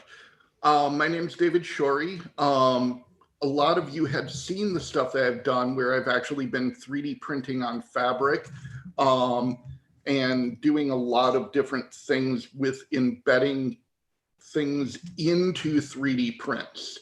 But every time I go to a convention, I'm still astounded by how many people have not dealt with this at all, don't know how to do it, have a lot of questions. So I wanted to try to answer a bunch of the questions today with different illustrations of different things that I've made, and then show off some of the other things where, like, I was doing generative design in Fusion to make basically this Cyberella shoe. So do that, do like purses, the handles and stuff like that. I want to put a big shout out to everybody who's putting this on, because you know, it's like I've been doing all of these 3D printing on fabrics and going to the different conventions, and some of you have not seen me as much doing this stuff lately. And one of the big joys that I get is actually showing these things in person, having people come up and touch it and feel it and see what it sounds like to them. So, so thank you for letting me share these things. So what I want to do here is, I think this will be a good one to show, because it's much more of a net. And what I am doing, the whole trick of this is not to print directly on the fabric, but to print and then pause the printer. So you can do this either with G-code or just with a simple pause. That's how I started out doing it. And now I use Simplify 3D because I can easily make it into two separate G-code files, and then it will pause. I tape this down with blue tape, and then I resume the printing, and the material oozes through and thus captures the material into it. Most people ask, what type of material? So I printed on everything from like very thin organza and tulle and things like that, all the way up to including carbon fiber mesh. So this is actually carbon fiber, that two different ones I'm printing on. So as long as it's porous enough, it will ooze through. So that's the big thing that you can work on. The thicker, the more stretchy, and the less porous, it will be harder to print. But you can print on things that look like they're not porous at all, but if you hold them up to the light, the important thing is holding them up to the light and seeing if you can see through it. The other thing that I know about, and Clarissa has taken this to her thing, is the dragon scales. So most people have, this was the one that I was like, that kind of blew up on Twitter originally, was the dragon scales. And this is what I refer to as my epic dragon scales, where I made this in Fusion and then took it into Blender and then distorted it with a lattice. So show you the other one that I do, and finish this up, is I will embed rings into it as well. So this is all one big print. It came off the printer like this, but if you can see on here, I have nice little rings that are actually captured in there. So I had to do a pause and I had to make cavities in which I had to drop these in. So after this, I'm going to try to be on the Discord and then go from there. So anything else?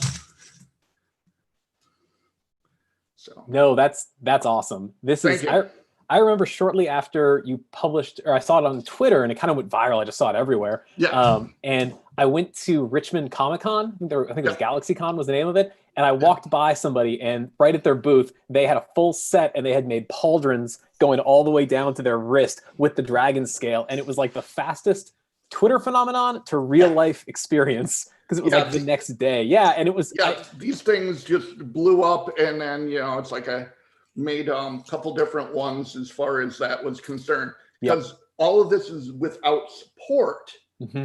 And one of the nice things is, unlike a regular print, you would have one that would break off.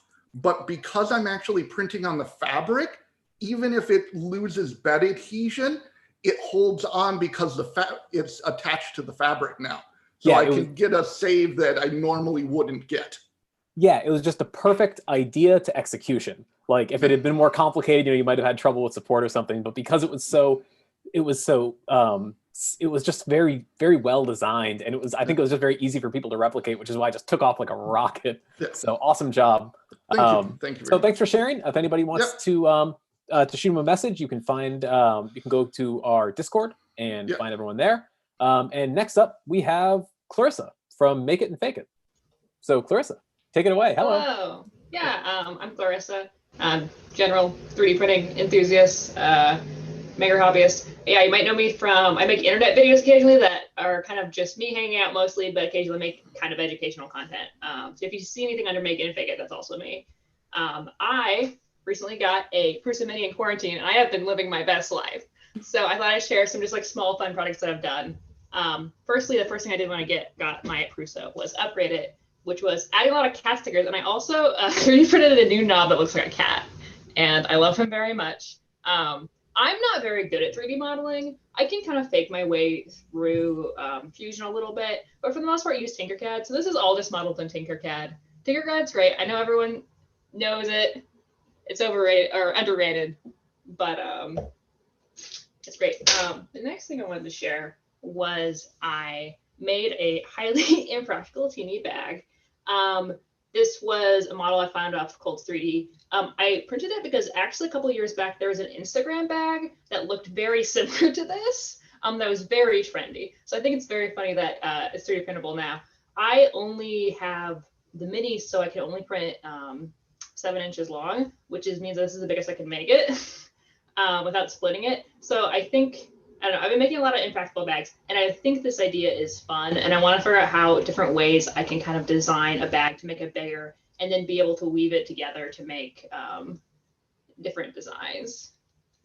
And then shortly, as I'm glad that David is also in the stream, because I was making a lot of masks and still am making a lot of masks for various things. And at some point I just got really bored and started making just like weird ones. And this one, I actually took David's technique of printing onto fabric and printed a bunch of scales to make this mask that looks like, I don't know, someone from Street Fighter maybe. It's a little bit terrifying. I have not worn it to the grocery store yet, but maybe I'll consider it on Halloween or something. Can confirm it's a really easy technique.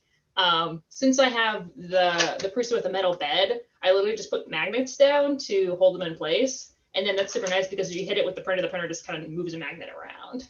So it's basically no risk. Yeah, those are all the fun things I've been working on. Yeah, I think I saw the mask on Twitter, but I remember that was the very first thing I thought was, is she gonna wear this out? Oh no, I have, yeah, I'm not nearly that bold. It's a cool design, and it's another perfect example of like, if you've got the fabric, you can lay down that model right on top of it, bind it through that substrate, and you've got a cool looking model. Yeah, I was really delighted by this. This made me honestly think about a lot of the other things that you could do with this technique. I know Sophie Wong did a whole thing where she was printing a dress where she essentially did the same thing, but she made like pieces that looked like big squares that all fit together, and they like contoured to the like shape of what the pattern piece would be. There's a lot of cool things you could do. Yeah, great job. I just want to say great job. Thanks. Cool. I happen to really like the cat face for the Prusa Mini too, by the way. I'm definitely, now that I've seen that, I'm very interested in having one of those for myself. Yes, please do. I put the model on Prusa printers. Oh, perfect. Do you have a link to your Prusa printers makes that you could put on the Discord? Yeah, I'll do that. Great. So if anybody's watching this and they're interested in printing one of those on their own, I'm sure Clarissa would love it if you shared that with her. And I certainly would love to see more printers with cat knobs on them too out in the wild. I'd be delighted. Cool.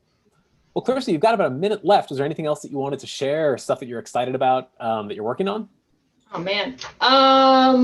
Yeah, I mean, now that I have so much free time, I think the next thing I want to do is, hear me out, 3D print shoes and then make the heel interchangeable with different things. That's my next goal. That's a pretty lofty goal for a lot of reasons.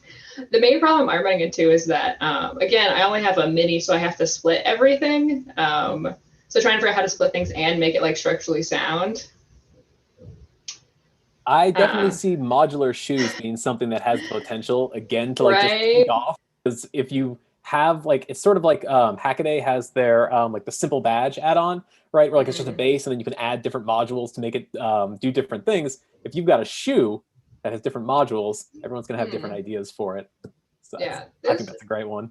Quite a few people have printed like wedges essentially. Like I know Naomi Wu had like a very nice wedge model. The problem is it's like 6 inches tall, and I'm not quite that bold. Yes, Naomi Wu and Becky Button, they had the really they cool, both have shoe models. Yeah, yeah. They worked on it together. It was a really cool setup. And it's like, if you take that and remove the 6-inch heel and replace it with a wedge. Right. That's what I'm thinking. There's also awesome. Yeah. Cool. Well, Clarissa, thanks so much for stopping in. And I think that brings us to our next exhibitors. I guess if anybody has any questions for either of these people, we can find them over on Discord and chat with them there. So in the meantime, we've got Project R3D up next. And we'll see if they have logged in yet. I do not see them here. They're coming in now. Guys, thank you very much. You've been excellent. Okay. Thank you for sharing everything. Thank you. Bye, guys. Joseph, are you there? Can you hear me? We can hear you. Can't see you, sir. 1 second. Sorry about that. There we go. All good? Can you guys see me all right now? Yeah, we can see you just fine. Awesome. So, by the way, I am Joe from Project R3D.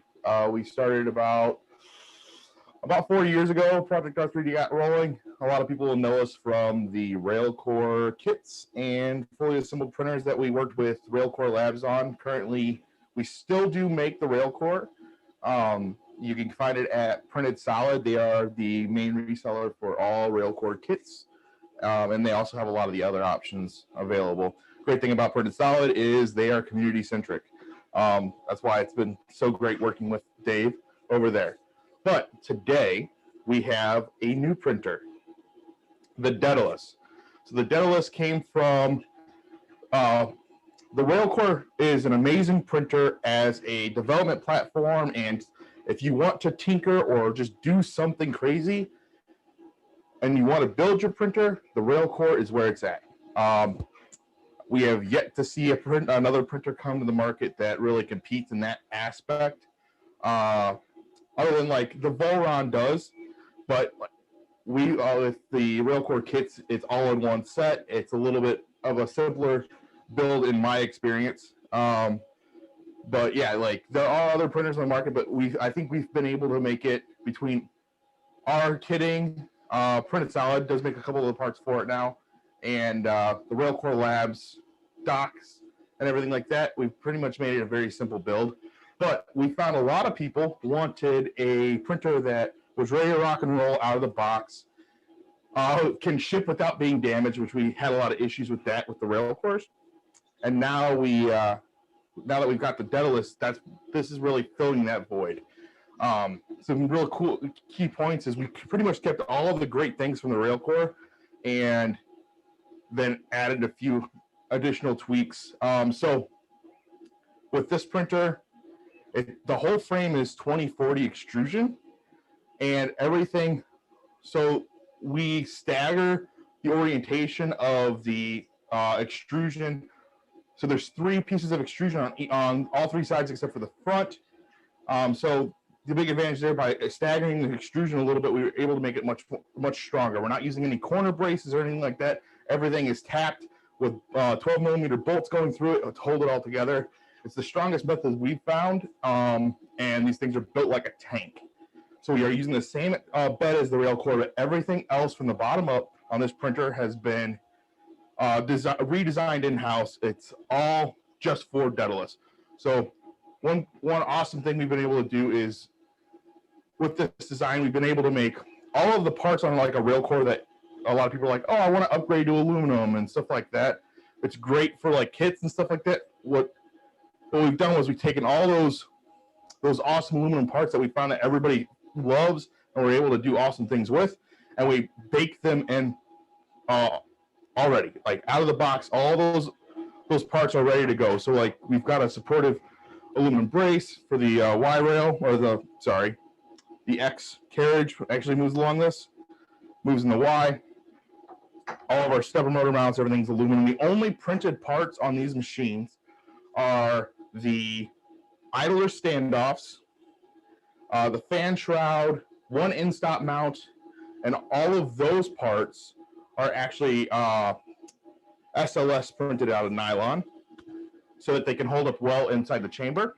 And then we do have a couple FDM printed parts like the spool holder, a power supply mount, and just like a cover to cover up the electronic or some of the wiring, just make it look kind of pretty. But some of the features of this printer is they will all ship with a 5-inch touchscreen. It's ran by a Duet 3. It's got an onboard Raspberry Pi 3B Plus. It's probably the only printer on the market that's going to ship with an HDMI port. And build volume is 310 in the X, 300 in the Y, and 345 in the Z. It does use 3 independent lead screws, so we are actually tramming the bed actively or getting a true level. All printers will ship with a leveling of 0.01 or less deviation across the entire bed.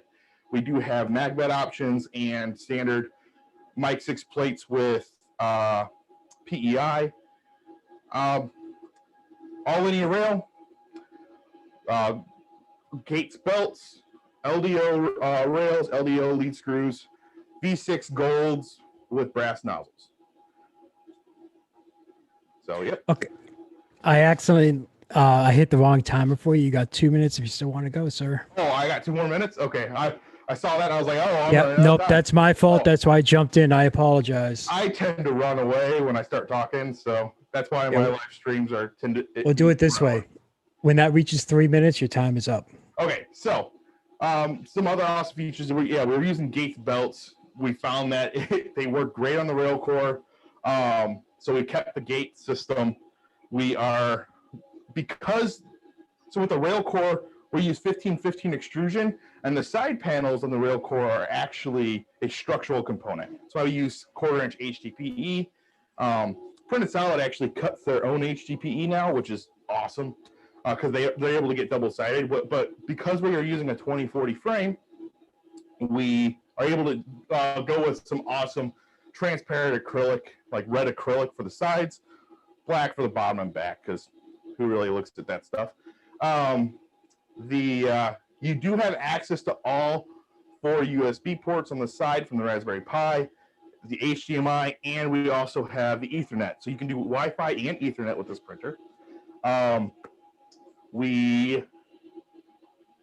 sped things up, so now I'm trying to remember what I cut out. So all the electronics and everything are separated into the back chamber of the printer, away from the print volume. So we do have a door and a top coming soon. We're expecting early November for that release. We are making it to where it's compatible with the BOFA system from Printed Solid, and it'll just be a quick drop on and install. We do have these on the site today. For this week, they're going to be $400 off, normal price $2,900, which is $100 less than our fully assembled rail cores. And they start shipping next Monday. And yeah, I mean, do you guys have any questions with our last 12 seconds?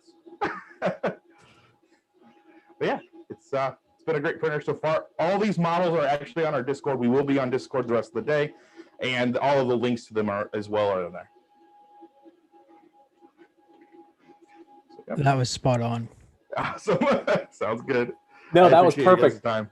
There's nothing worse than speeding up your presentation to try and hit a timer and then you give them more time. And it's like, all right, now I have to go back and say everything a little bit slower. Yeah. I'm sorry, that was my fault. I apologize. Oh, no, it's all good. It's all good. It's part of the joys of live streaming and having all these kind of moving parts at once. Yeah. It's an awesome looking printer. It's definitely I appreciate it. It looks cool. And I'm a huge fan of open front printers like that, where you can just see straight into the build chamber at eye level. That makes it so much easier than having to like get down with the flashlight and see what's going on. We actually streamed a build of these on our Twitch channel, which is just Project R3D, and we're doing it every Tuesday. So if you guys have questions or anything like that, let us know, and we'll just do a live stream of it. And we'll be in Discord all day, so ask questions. Awesome. So if anybody wants, we do only have 6 more of these available for this week. We've already, for some reason, people jumped on at like 3 o'clock this morning and started buying. So that's a good thing. That's definitely a good thing. All right, so fantastic. Thank you so much for sharing the Railcore or the R3D with us. And next up, we have Art Mods, Mr. Sean Shenanigans. I'm bringing them all in. So all right, we're bringing everybody in at once. On camera first. Hello. Right, so I see a couple. Hey. Oh. Hold on, we got audio. We need video, gentlemen. Good. Sorry, I had to pause YouTube for a second because I was going crazy. All right, we got Aaron. We need Joe and Sean. All right, so Joe, I'm sorry. Yeah, Joe and Aaron, your camera is on, so you're up. Sean, awesome. We're going to get you right after they're done. So magic button is pressed. You guys can you hear? Can you hear? Can you see? We can hear and we can see. Good. All right, so awesome. Here we go. You're on. What is up, everybody? I'm going to make this real quick. I have to run to work. So hang in there, y'all. All right. So I'm here to talk about some stuff I've been working on. I have been working on a lot of knives lately. So my work history and my past came from film and television. 1 second. I don't have you on video, sir. I have your audio. I don't have you on video. What? It's probably better that way. Are you sure? Do you want time to there we go. Hello. We want to see you, Sean. Okay, now we're live. There we go. All right, hold on. Let me reset you, then you can go, okay? Here you go, sir. It's all you. All right, cool. Awesome. So work history. I come from the creative side of everything, from film and television to marketing, product design, all that kind of stuff. And then traditional art as well. And then I took a lot of blacksmithing and stuff in school and growing up at our local historical society. Hi, baby. This is my cat. He says hello. Excellent. So I've been making knives recently. So stuff like this. And I have like 6 more other models I'm making, but this I'm going to focus on because it's RepRap and 3D printing. I'm going to be talking about this knife right here, which is a hybrid between 2 different style knives, and it is flat on one side and bladed on the other. And this has been designed for removing resin prints and cleaning it all up, like an all-in-one tool. So you can pop prints off your bed with it. You can use these as a fulcrum to kind of pry prints off of it. Works super well. Just an option, just something I was playing around with, having fun with. And I'm going to share my screen real quick if it will allow me. Where are you? I cannot find, screen share. Boom. Easy as pie. We will go to there and share. All right, so you should be able to see that, and let's make you bigger, present. Okay, so let's go back to slide 1. This knife is called the Navigator. It is a small versatile knife for 3D printing resin and for everyday carry. So you can use it for whatever you want because it is a bladed object and it does things. So we will go to slide 2. So we start off with, oh, that was the wrong picture. But anyway, you can see in the background that I CAD everything up. I start everything with CAD. I run my designs through CAD. Then I go into a 3D model. This is 3D modeled in Blender and rendered in Blender. So this is all my 3D modeling. So I get to see the shadows on it, see how the texture works with it, see what needs to be fixed kind of before I bring it to 3D printing. And this is another style I have. So I'll 3D print them out. I'll feel it. I'll see like if it fits well in the hand, the size, if the size is correct, pretty much if it all just works together. After that, I will bring it into the shop where I will grind it all down. I will forge all the steel for it, and then pretty much get that all shaped up and ready to go. There's some beauty pics right there. Enjoy. There's me. There's my little forge that I have. It's nothing big, but I'm just making knives right now, so I don't need anything bigger than that. And then I will quench it in Parks 50. Which is a quenching oil. The steel I'm using right now is 1095, which is a high carbon steel. I also do some Damascus stuff, but we will not talk about that. After that, this is what they come out after heat treating. You can see the shinier one on the left-hand side. That is sanded down after heat treat, gets all the scale and all the nasties off of it, and that it gets prepped to get a blade put on it. And the handle. So this is actually Chris Russell's knife that I did for him. So I make all the handle materials. This is the beginning process of that.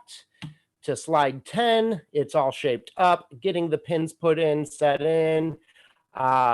This is one of the shipping boxes that I've been experimenting with, and it turned out it came to them perfectly. And then I also do the Kydex sheaths. So every knife that I do will come with a Kydex sheath. And then finally the end product. This is his knife that has been sent to him, and he has been using it. So yeah, so that's what I am doing. Sorry for rushing. I have about a minute before I have to get in my car. So I'm going to stop share here. I'm going to say, I love you all. Thank you for having me on the show. I hope you all have such a great day. This is cool. I love the VRF concept. Yeah, if you want to find me, you can find me on Twitter at ArtModsOfficial. You can find me on Instagram, Twitter, ArtMods_. Instagram, ArtModsOfficial. You can find my cat right here. And you can also find me on YouTube, but I'm not really doing a lot of YouTube stuff right now, just because I'm working 3 jobs and doing my knife stuff. So yeah, so that's all I have for you. If you want to check this out, check more of this stuff out, you can just go on my social media. I will have stuff up for sale on there. I do not have a website yet. Working on getting a website, just have to figure all that stuff out. But yeah, so that's it for me. I hope you all have a beautiful day. And my cat says, I love you. All right, Sean, that was awesome. One of my favorite things to see is when you have a product and you make both the product and the case, the little wooden box. It just shows that like extra level. All right, great. So next up we have Joe and Aaron from Makers on Tap, and I'm going to go ahead and take myself off camera so we can put both of you on at the same time. So with that said, you guys are free to take. Awesome, thanks. Yeah, so before Joe, we lose Sean, I want one of your knives. Make an MOT knife now. Yeah, I want one too. Yeah, for sure. They're gorgeous. Yes. Yeah. So Joe, Chris, and I do the Makers on Tap podcast, where we mainly just talk about. A lot of us are directors of the local makerspace here, so we talk about what it takes to run a space, kind of the daily operations and whatnot. But also, we've also been bringing on cool people from the community to And, like we've had Billy Rubin on, we've had several people on where they make a really cool project or they're working on a really cool thing.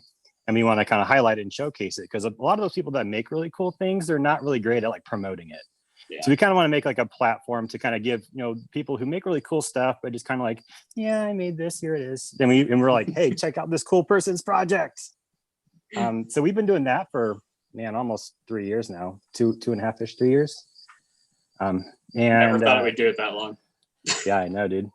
And actually, the three of us are in talks right now to kind of figure out what it's going to look like in the next year. And we kind of took a little bit of a break this year just for quarantine reasons. It's been kind of hit or miss, but we're actually we're working on making out some big plans to kind of grow the show even more. So we're kind of 3D printing heavy right now, just that's where all of our friends are and whatnot. But we're trying to branch out into more CNC, laser, also more artisan handcrafts. I like to see more of that. So that's kind of where we're headed. So if you haven't heard of us or haven't heard the show, go look it up, subscribe. We're on pretty much every major podcast platform. If we're not on there, let me know because I make an effort to get on every platform possible. But yeah, definitely tune in. Also, we have Burp After Dark later tonight. If you don't have the link, just yell loud enough and someone will give it to you. Yeah.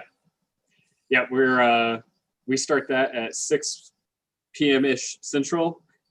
Since we know Earth is running a little long, we are giving it like a 20-minute buffer where we're just going to goof off for a little bit before we start bringing guests on.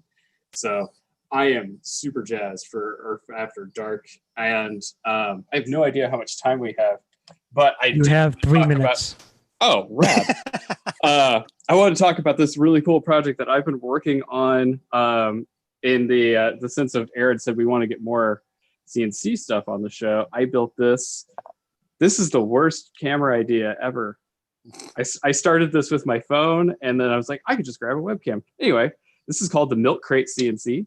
And the idea is that with an Ender 3 sized printer, you can, it's backwards. You could print all of the 3D printed components, like these rail mounts and this Z mount and these punch jigs to create all the components for the CNC.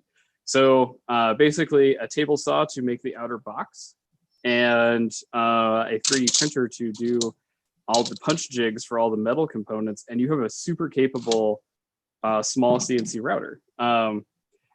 For all the linear rails, they are all mounted to steel tube that I punched and tapped. So I use these 3D printed alignment jigs to line the rails up on the tubes. And then for like the Y-axis here that has 2 tubes, we have these 3D printed alignment brackets here. And then everything is bolted all the way through the box. So there's a piece of threaded rod that pulls the box together onto the steel rail and into the 3D printed bracket.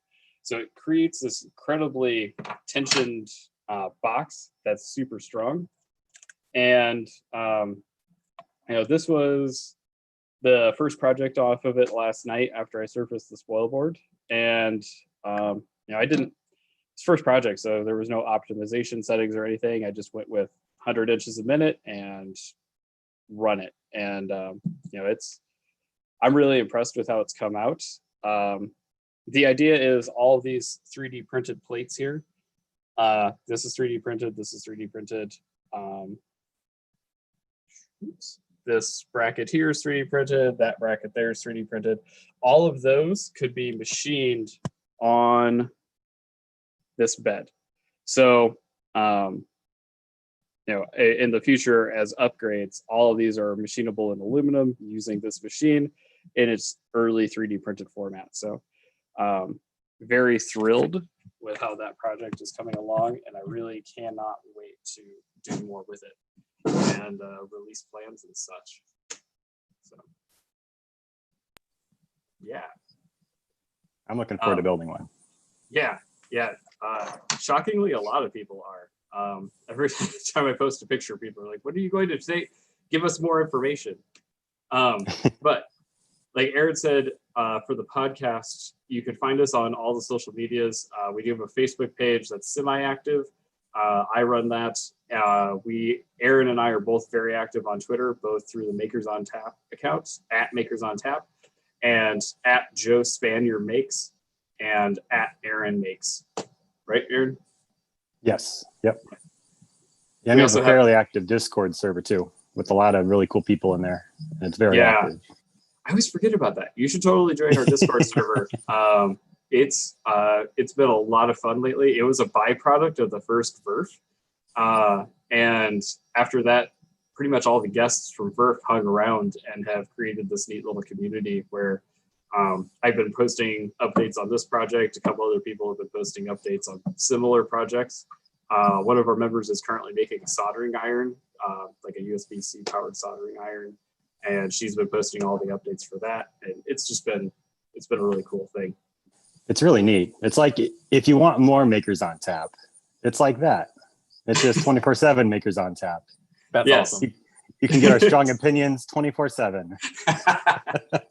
I love that it's taking people who are working on projects and kind of shining a spotlight on them. I think that's really important because it will never cease to amaze me. Sometimes somebody will show you something and your jaw just drops and you're like, have you told people about this? And they're like, no, it's kind of a part-time thing, like working on this.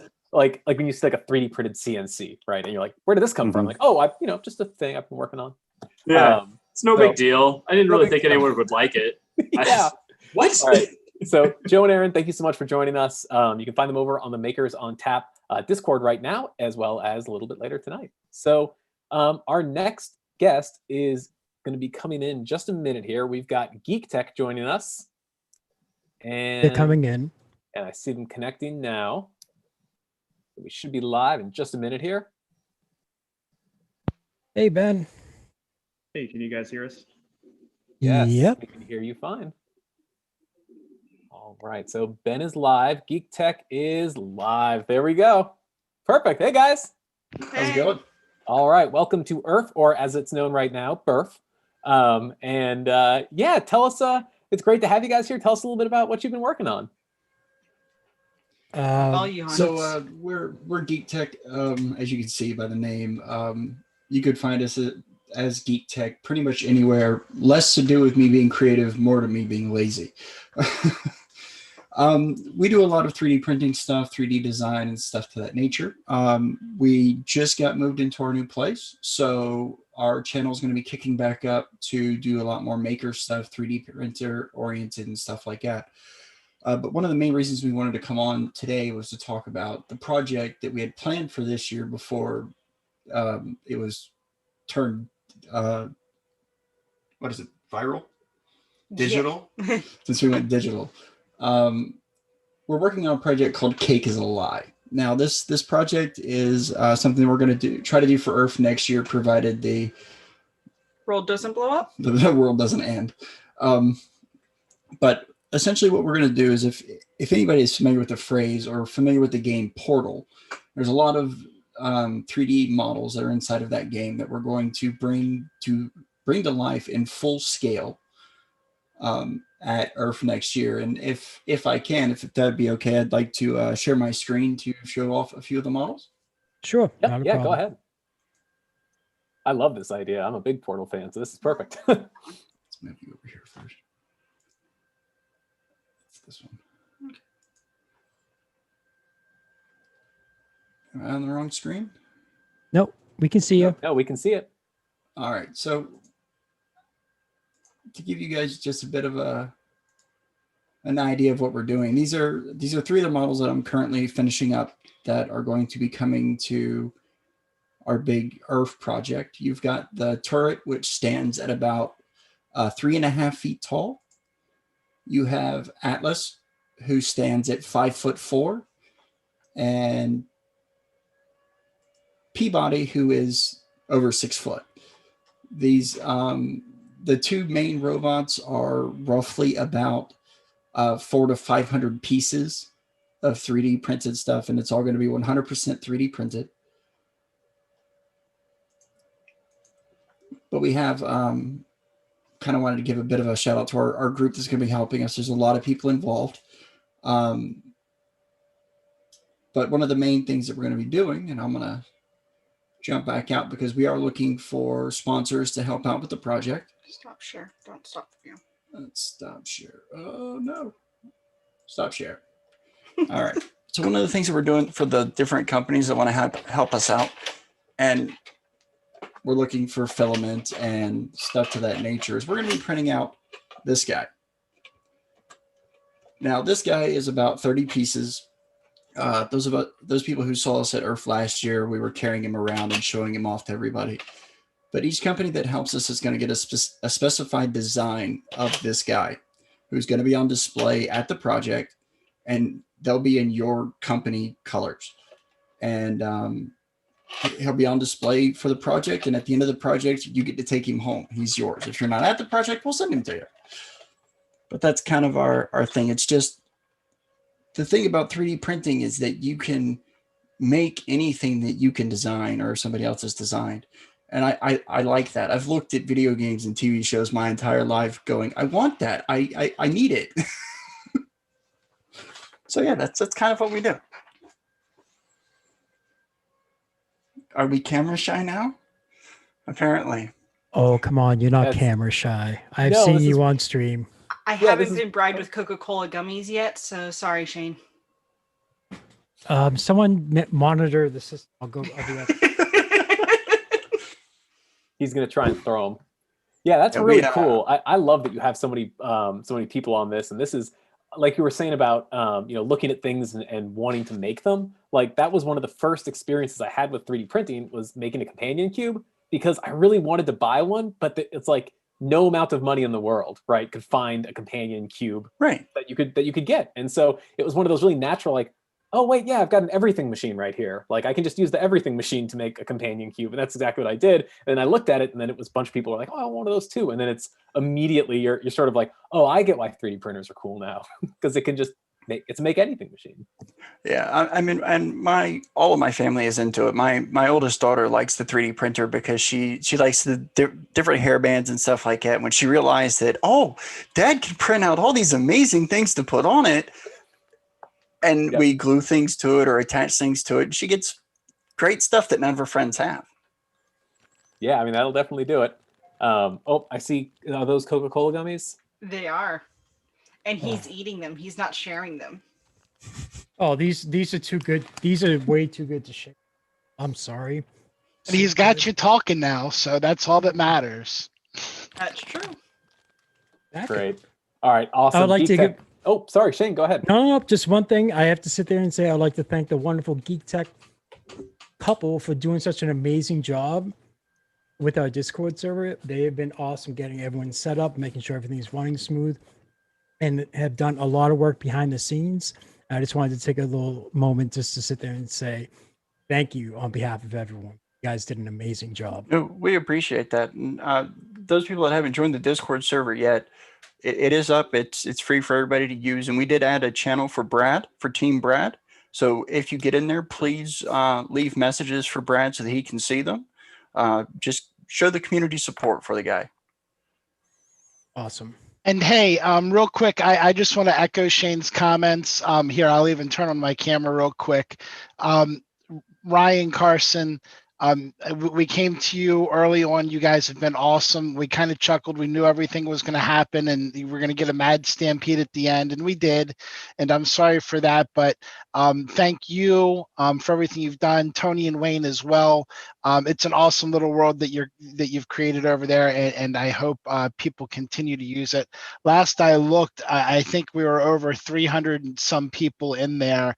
I'm getting so many messages continuing to pop up. I can't even get a count. 500 members in there. 500. So incredible. Thank you so much for all your hard work. I know it's been tough, and I'm going to be quiet now because I know I'm taking us further off time.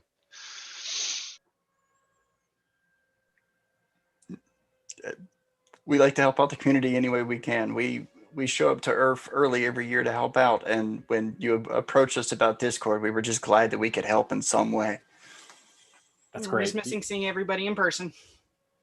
Yeah, of course. That's kind of the downside to like a virtual event, right? We're sort of seeing each other, but then there's 300 people, 400 people that we see their names, but we don't get to talk to them. So Discord is an awesome way to bring people together. This is my first. I actually signed up to Discord for this event. I hadn't really used it in the past. And so again, thanks to Geek Tech for sort of setting this all up, because the minute I hopped on, once I saw all the different rooms broken out by different topics, I was like, oh yeah, of course, this is the equivalent of walking up to the table and talking to the person. So it's good. So thank you so much for joining and sharing with us. I'm excited to see, hopefully next year, some giant companion cubes and maybe a space core. And now up next, we've got Ben Witham. So Ben, go ahead, take it away. Hey guys, as a lot of you already know me, I'm Ben, and Tiffy and I run Tiffy's Lemonade Stand. And Tiffy's going to take a minute and tell you a little bit about our business and how we got involved with 3D printing. Hey guys, this is my very first VERF at all. It's new for me, but we just wanted to get on here and kind of introduce ourselves. We started Tiffy's Lemonade Stand at the end of last year, and my husband, I went on a trip. My husband bought a 3D printer, and I came home, and he's like, "Look what I did!" And less than 3 weeks later, I was as big as a nerd about it as he was. So last year for Christmas, we ended up printing all of our Christmas gifts, and we just had a lot of fun with it. And there's a lot of work, a lot of time-consuming projects we have endeavored. But in that process, I made a couple pair of earrings to go in stocking stuffers, and my love for it kind of grew from there. And so I decided to start Tiffy's Lemonade Stand, and we 3D print earrings, and we come up with our own designs, and we really have a lot of fun with it. And it's I love it. So. Yeah, making with your partner is probably the best thing ever. Squad goals. So I'm going to walk you through kind of what we do on the technical side. We have several machines in the background here. There's an old Rostock Max, a Railcore, an Artemis, Prusa. Most of our earrings at this point are multicolor designs, and we use the palette P2S Pro, a rep box to keep it all clean. And we like to do fancy things. So I'm going to walk you through a couple of the different things we've come up with this year. So first up is our butterfly collection. These are called borboleta. Am I pronouncing that right? Yeah. It's Portuguese for butterfly. My wife was raised in Brazil, so we like to throw in a little bit about ourselves in most of our designs. These are a 3-color print, and we have these on our shop right now, tiffyslemonadestand.com. These are probably one of our favorite things we've ever done. Next, the bee here you've probably already seen on the Delta Maker demo. So thanks to Andy for giving us a shout out there. These are some of the summer things we created this year. And like I said, these were all done on a palette. Thanks Mosaic for such a great product. We're using a 0.4 nozzle, 0.2 layer height, and we're rocking a sliced engineering mosquito on the Railcore. It's been very stable. Nothing but good things to say about all of those products. And next, speaking of sliced, we love slice so much, we decided to make our own slices. These are actually very tiny. They're smaller than a micro SD card. These are printed at 0.15 because of the detail. But again, these were printed on the Railcore with a sliced mosquito, using the palette to do all of the color changing. Now, what we've brought to VERF this year, if I can get this going, we decided we wanted to make something special just for VERF. And we know not everybody's into earrings, but we wanted to share something with the community that everyone could get behind. So today, if you guys would like to get involved with Tiffy's Lemonade Stand and help support us in any way, we're selling these keychains for $5 today on our store. This is our Railcore. It's live. It's running right there behind us. And this is what the finished product looks like. So glamour shots. So like I said, these are going to be $5, and you can find them on our shop at tiffyslemonadestand.com. Also, we have a 25% off coupon that we're running today only for 2020. So if you do need some earrings, you need to pick up a gift for a friend or family, please give our little shop a shot and support a small business. And with that, we'd just like to say thank you to all the companies that we love. We're not sponsored to do any of this. We enjoy what we do. We love our Wham Bam Flex plates. We love our slice hot ends. Love our palette. And that rep box. Thanks, Pooch. Yeah. And Project R3D, Printed Solid, and Phil Struder. They kept us running. So thanks. Awesome. Yeah, great. Thank you for sharing. I love the idea of digital lemonade stand. I think that's really cool too. I like the name. Thanks. And the benchies look adorable. I've always been a big fan of the benchy just because it's one of those, it's sort of like a secret handshake in 3D printing. Like it's just a tugboat, but anybody who's been 3D printing for a while, they just see the profile and they're like, I know what that is. I know what that is. Yeah, and a quick note before we go. Both Daniel Norrie and Creative Tools have approved our use of the benchy, even though it is just a likeness of it. But before people start calling it out, we did get permission to use a likeness of the benchy. So big shout out to Daniel and Creative Tools. Yeah, I was about to bring that up because remember you told me before about that. I'm like, before anyone flips out, he got the okay.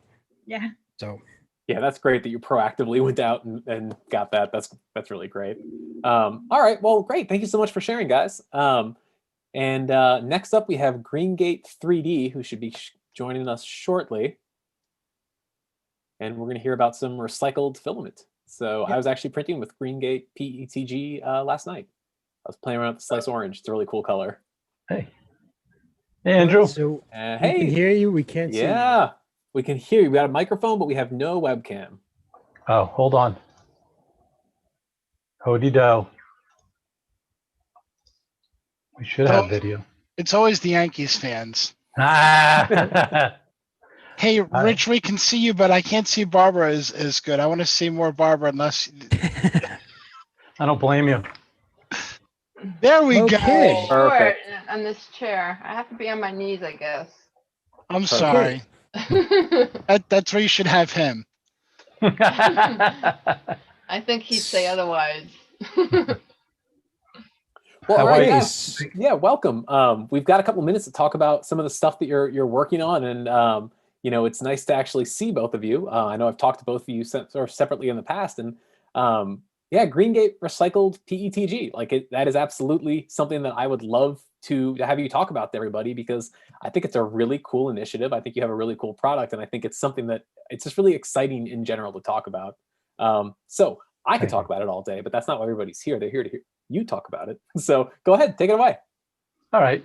So here's what I'm planning on doing. Can you see me now 100%, no problem? We can see you now 100%.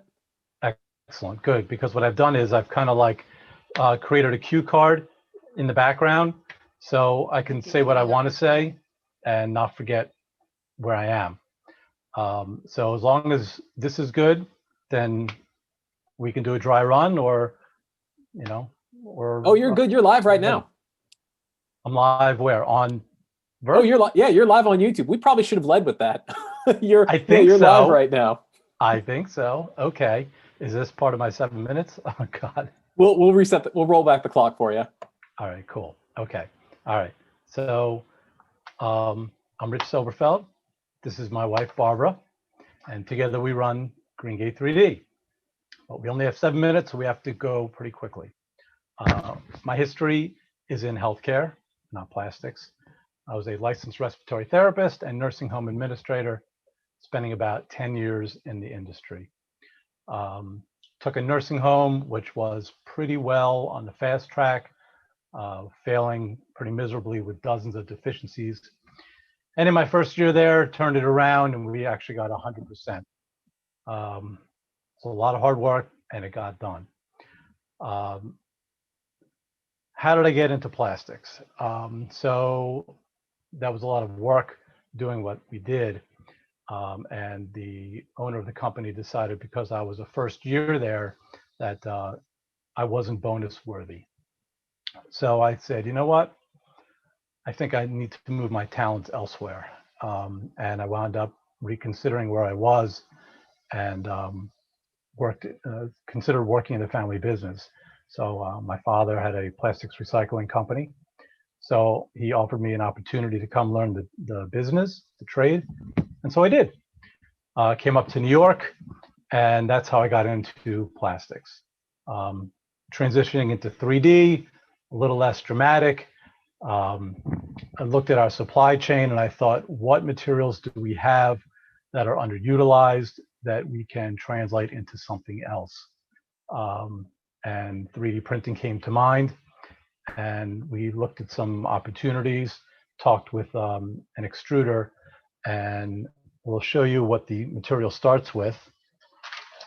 So right here, right, you can see this is scrap plastics. Here's the clarity. You should be able to read through that. Can you read that? I think, is that a Sharpie? Correct. That's right. So from that point on, it gets, here's how, I'll take that picture. Here's how the material is removed. Should be able to see that pretty well.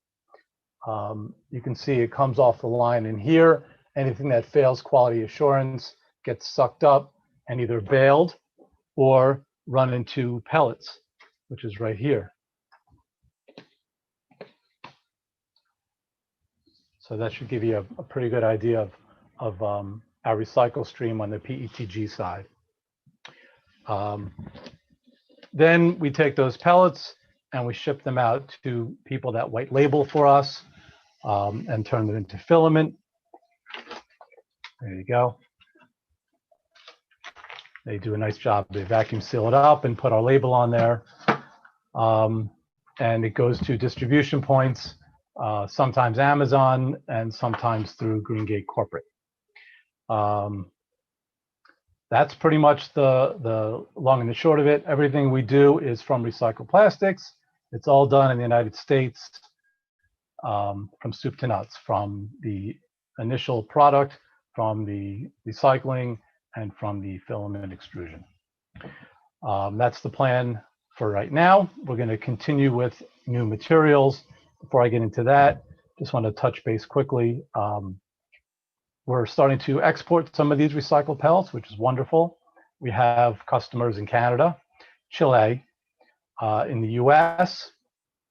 Johnson College just bought a Gaylord of pellets to create an ecosystem inside their own facility for their advanced manufacturing technology department. We've also sold some to Re3D and to Philabot, wonderful partners. On the filament side, we've sold quite a bit into Canada. We sold a bunch in the US. We sold into Canada, into Israel, England, and Colombia, country. And of course, working with Slice Engineering, which is great. Josh at Alien 3D, we're doing a line of filament with him, Primetime Slime. MACRObox, of course. Matt Groten, thank you so much for your guidance. You've been really helpful. And some really awesome news. We're also going to partner with an incredibly talented maker. You guys can see that. Let's bring it nice and close. That's Billy Rubin. She's going to do a line of translucent red with us.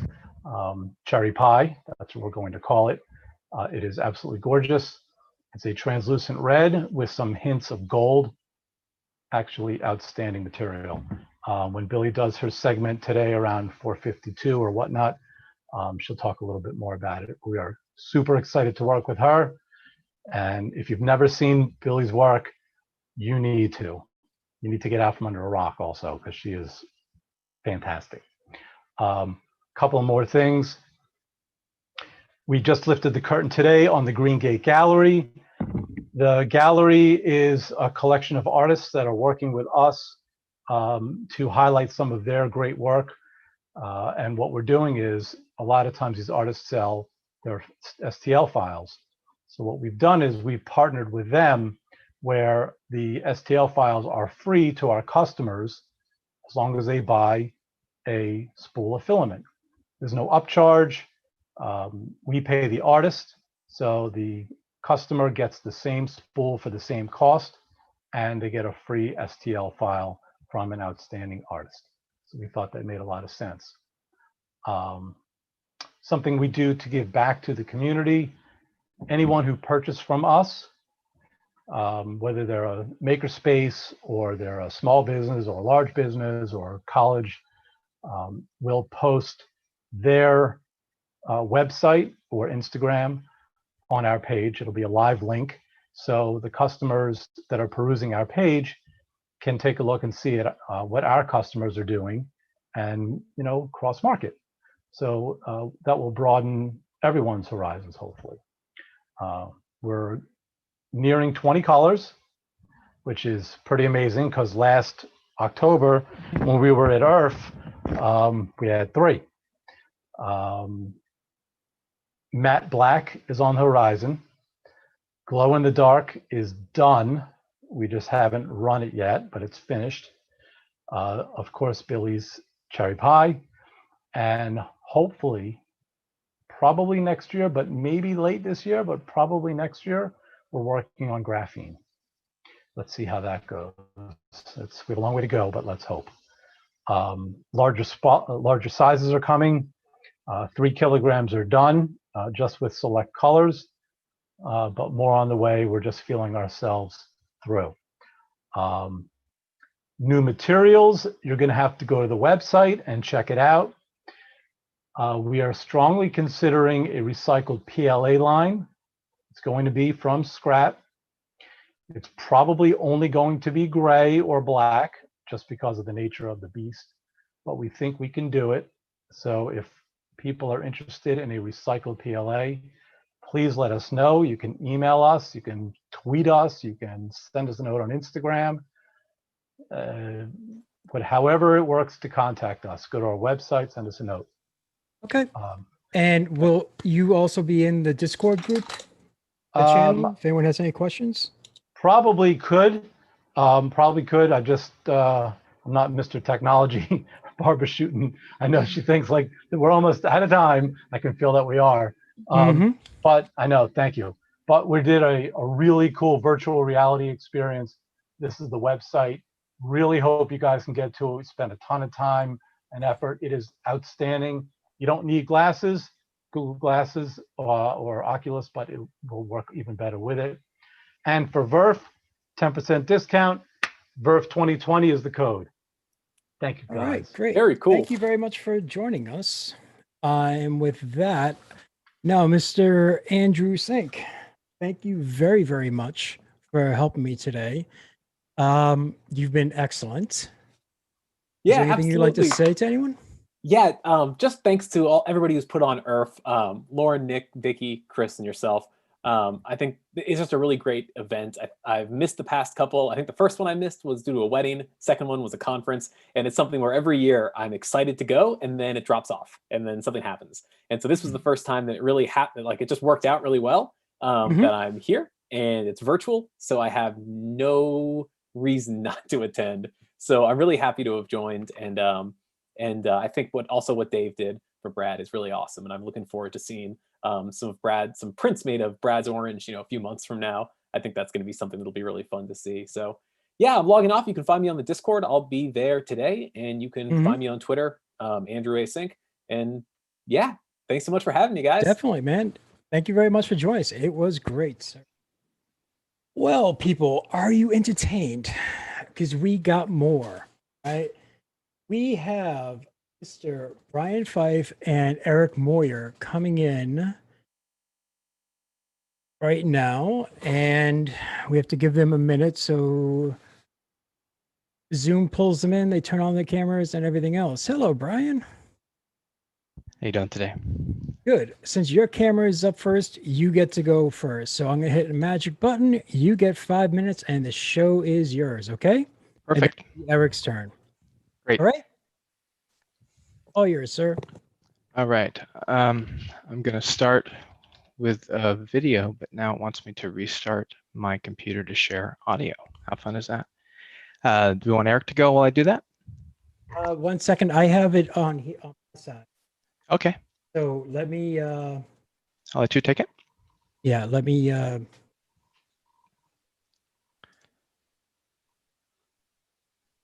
Thing.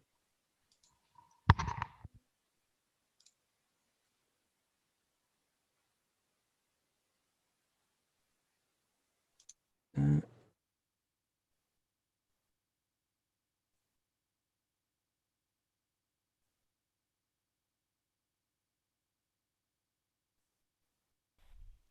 was interested in workbench and got excited about 3D printing custom tool holders.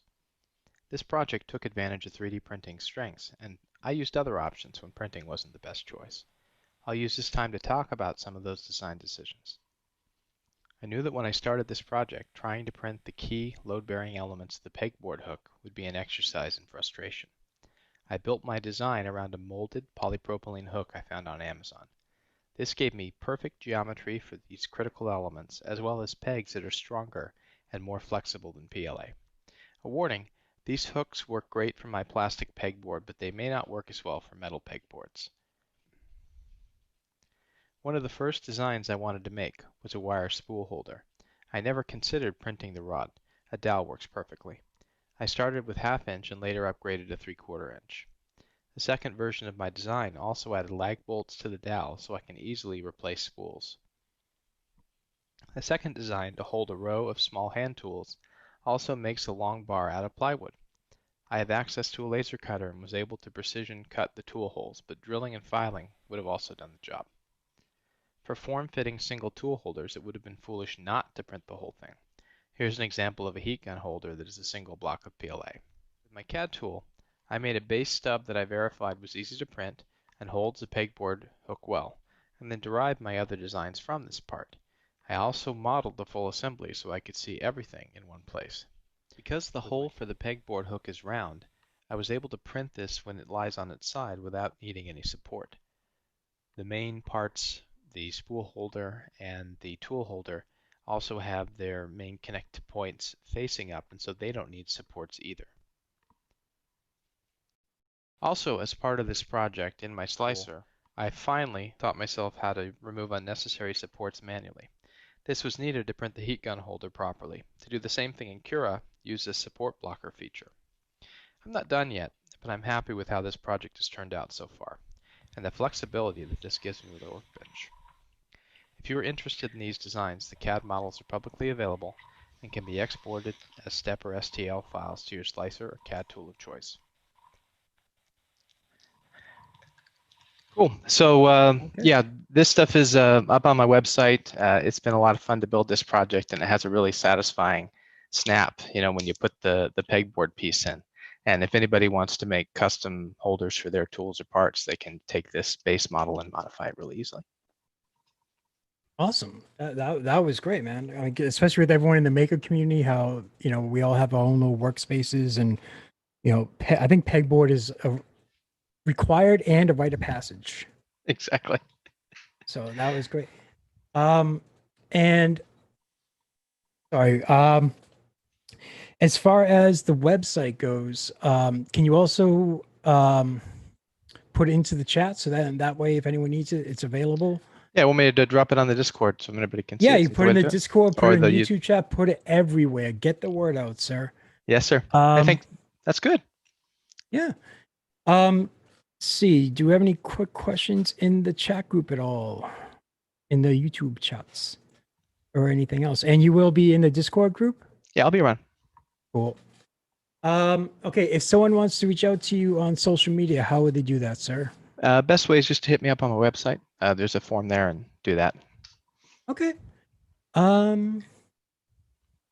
That I don't see. I think right now it's like lunchtime for a lot of people, so they're kind of sneaking off, getting lunch.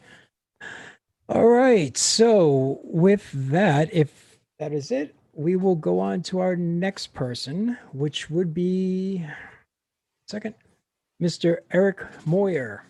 I'm going to sit there, hit a magic button, sir. You have 5 minutes and the show is yours. Okay. Perfect. All right. 1, 2, and it's all yours, sir. Thanks, Shane. I'll go right to PowerPoint to share, since probably easiest for me to everyone to see. So I shared some of this last year at IRF, but some changes have happened, and we have kind of a little community design team working on this. So I'm a Railcore owner, and a couple months before the 2019 of IRF, I wanted to provide a proof of concept to the community to see if a tool changer was possible. So in 6 weeks before IRF, I kind of put together a design and printed some parts. So I'll just show as a reference to everyone what a starting rail core looks like. I'll call this the baseline rail core, but I don't think anyone has a baseline rail core. I don't think there's two identical rail cores in the wild. So, but this is just kind of what the rail core looks like to start with. And I planned on utilizing some of the existing space along the stepper motor side for where I plan to dock the tools for the tool changer. And I did some quick modifications of the y-axis where I just rotated a full 180 degrees just to align the bearing block a little bit better for this open space. So rather than get all into the fusion models, I figured I'd show these are some of the proof of concepts that I shared last year at IRF. So I kind of took the concepts from E3D and also a lot of the designs from Jubilee, whose lead designer is Joshua Vasquez, to kind of like mesh that into, the motion system of the rail core. So real simple, just wasn't, polished, but at least it got a great discussion started with a bunch of rail core owners. And out of IRF last year, we kind of formed a small development team, about 5 of us, that we wanted to work on this. So from that, we wanted to start with the rail core, of course, and we wanted to incorporate some other cool design features that other tool changing motion platforms had out there, both the Jubilee, as I mentioned before, and of course the E3D. We wanted to use the remote elastic locking system from Jubilee, and that's puts the stepper motor that actually drives the tool lock and unlock remotely. So it makes your gantry head a little bit more easy to integrate. But we also liked I liked a lot of the design features from the E3D machine components. So we incorporated a lot of those just to reduce the flow of the development time. So Railcore Labs purchased some E3D components to help our development, Tony and J. Steve White. So here's just a real quick design I put together in late winter of 2019, early 2020, of just like what the E3D tool plate looked like on a Railcore gantry. Of course, this is very crude, but that's the great thing about 3D printing. You just kind of throw some designs together and see if they work. So here's what the I would say like semi-firm product looks like in Fusion currently. So of course you have the current stock E3D components. We're using the shaft, the front tool plate. We'll be custom machining, and I've already machined these and distributed to our development team to hold the stops for both the y-axis, and of course the Z stop just uses the stock E3D location. The belt tensioner, if anyone's familiar with the rail core, again, carrying over almost an identical design from the rail core, but just slight modifications to make it work. Now on the back side, this is where we incorporate the elastic lock from the Jubilee system. So I hid it just because it got a little confusing, but the cable driven system would come down from the top pillow block, and it would translate linear motion into rotation of the tool lock itself. So these are really, again, taking on a lot of the design cues from the Jubilee system. So here's what it looks like in the Railcore system total. And again, this is where the tools themselves would be located. I'll just quick end it there. I'll be sharing links in the Tool Changer Hangout on Discord. Not only we're doing a lot of the discussion on our Railcore Discord, so I have all these pictures and all the links of our work so far will be shared in there. So that's what I got.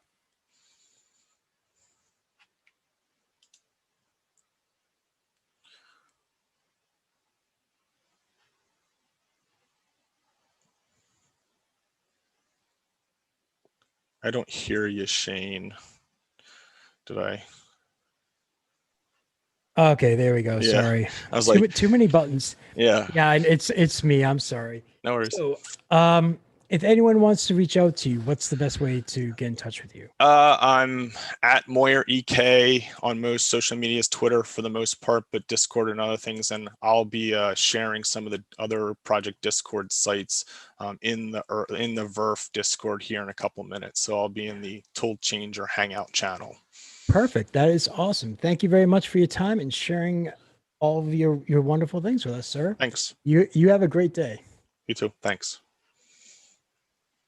Next on the block, we have the wonderful people from IC3D. So give me a moment. We'll get them in here. And we let this wonderful thing called technology connect. I hear an audio. All right. Can you guys see Hey and hear there, us? Planet Murph. Hey, how are you guys doing? Kimberly We can hear Gibson, you. Chief Yeah? Mischief Officer at IC3D Printers, streaming live from Columbus, Ohio, the IC3D headquarters. With me is Matt Organischak, our COO. That stands for Chief Omnipotent Officer. Do the creepy finger touching anytime. Yes, creepy finger touching. We're really happy to be here with you. Sorry can't be in person, but there's always next year. So for all of you hanging out there, we got some questions from you over the week. So we're going to have a little conversation with each other and you can listen in. So the first question I have for Matt. Matt, what are some exciting things coming for medium and large format 3D printing? I think, Kimberly, like across the board, medium, large format is all high flow printing. So it's going to be pellet printing or some of the hot end manufacturers making the really long hot ends for the high flow, just trying to push a ton of filament out, just like we do here, like these chairs we're sitting in. These chairs are awesome and they're pretty sturdy. This is super high flow. This is 30 pounds of ABS in about 2.5 days or so. So it's quite a bit. Yeah. And we printed these on our largest printer. Yeah. We printed these on machines that we build here on our larger printers that are all here behind us. Yeah, here. That's right. Well, I'm very excited about the high flow stuff. Yeah, it's pretty much what everyone's doing in the large format. And because it's annoying to wait for this. We're an instant gratification society, and 3D printing allows us to totally fulfill that need. You can't print this in a timely manner, right? With normal stuff. True. That just makes sense. True. So I have a question that we're asked all the time. Sure. IC3D manufactures open source certified hardware or open source hardware certified filament. Yes, we do. ABS, PLA, PETG, and for now, and there's more to come. What does that mean for the end user? That's a great question. We love that we're working with the open source hardware certified folks. The reason is we're all about transparency and putting our filament and our materials in that rubric is wonderful because it allows the whole community to really weigh in and make those materials better. It also provides the ability for consistency across the board. Yeah. And so, I know you're very proud of that work, and so am I. And the end goal is supply chain transparency. And what that really means is that at some point in the future, we could maybe certify parts with the materials that we're making. And certified parts is like the holy grail of FDM 3D printing. Yeah. So I'm excited that we're on that trajectory. And I think with our VRFers and many others around the planet, we're going to get there sooner rather than later. Yeah, we have too many variables in what we do. Yes. I think. Yes. That's it. Just removing variables for me. Yeah. There's so many variables with 3D printing. So Matt, there's a lot of things that you've done here, but what are you most proud of through your work at IC3D? Yeah, the coolest thing we do is the vertical integration. Pellets come in the back door. We make our own filament. We can make adjustments to the filament. We get to control that, the color, consistency, making new materials. We get to print with it on our own machines. Yes. So that means we can add heads, we can change the heads, we can add features, buy new things and tinker and change things. So I can solve problems that we would normally be able to solve with something off the shelf. We can develop our own parts.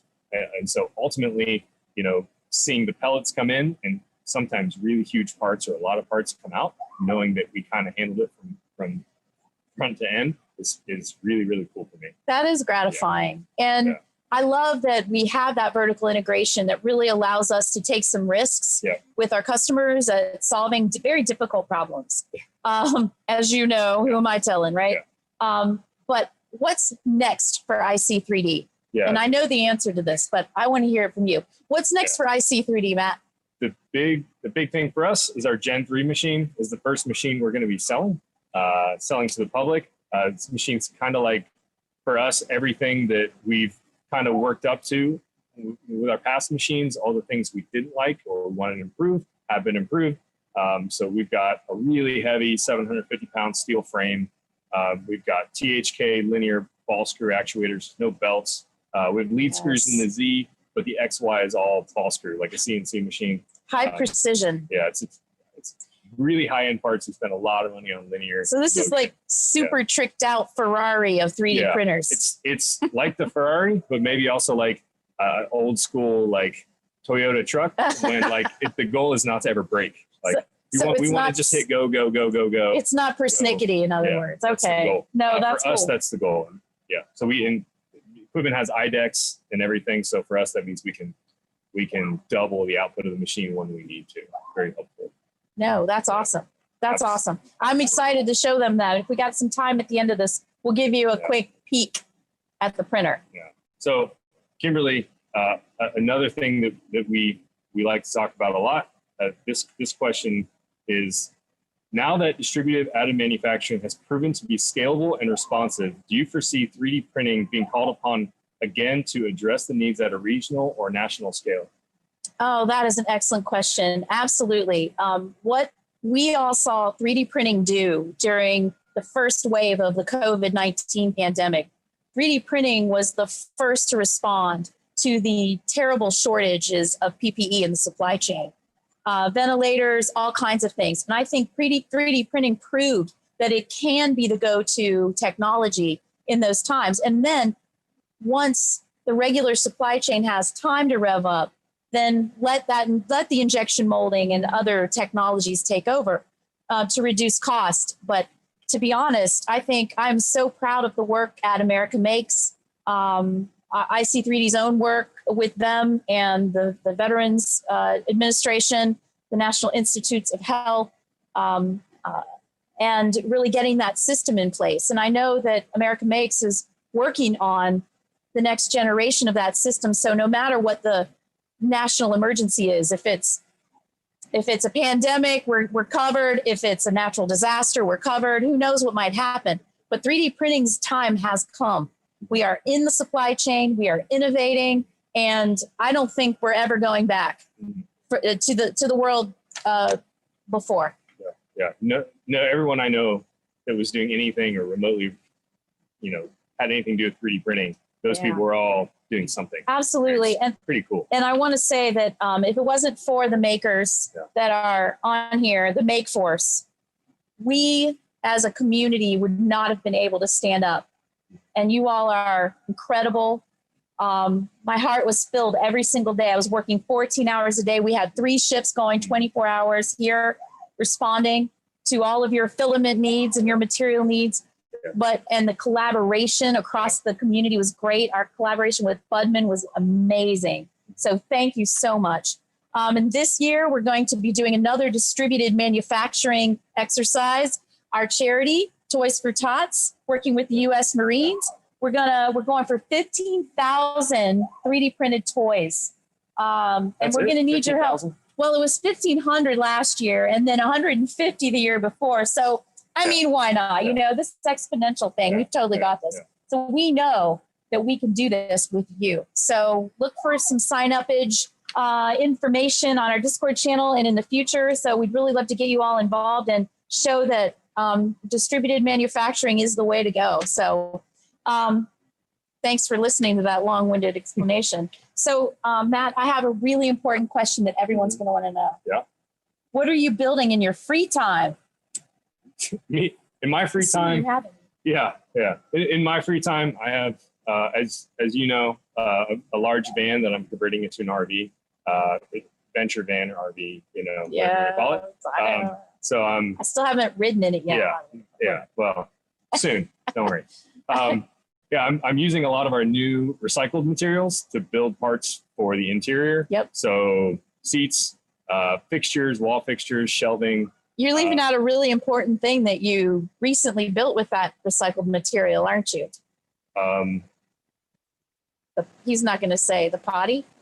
Oh, yeah, the fixtures, right? Oh, okay. he's calling the fixture. Okay, there's that's a cool. toilet cover. I That's built a cool. toilet cover. That's It doesn't cool. look like a toilet, so win for me. Okay, You know, I can't top that. I can't top it's that. pretty good. I can't top that. What about you? What have you made in your free time? I can't top that, but I will tell you that what I have made in my free time, I am the person that everybody wants to invite to their weddings, their bar mitzvahs, their birthday parties, because I've been hurting myself printing lithophanes for people because it's like the coolest gift you could possibly give. And since we solve a lot of big problems here, it's fun to do something fun like that that I can share with friends and family. So that's maybe boring to all of you, but that's what I enjoy doing. So I don't know. I've seen the reactions that people have. Yeah. With the pain. It's mind blowing. It is. It is. Well, I don't know. I think we have any questions from the team. All right. Well, you guys are in luck. We got a few minutes left, and I think Matt's going to take you on a little tour. So I'm going to give him the mic, and he's going to take you on a quick tour.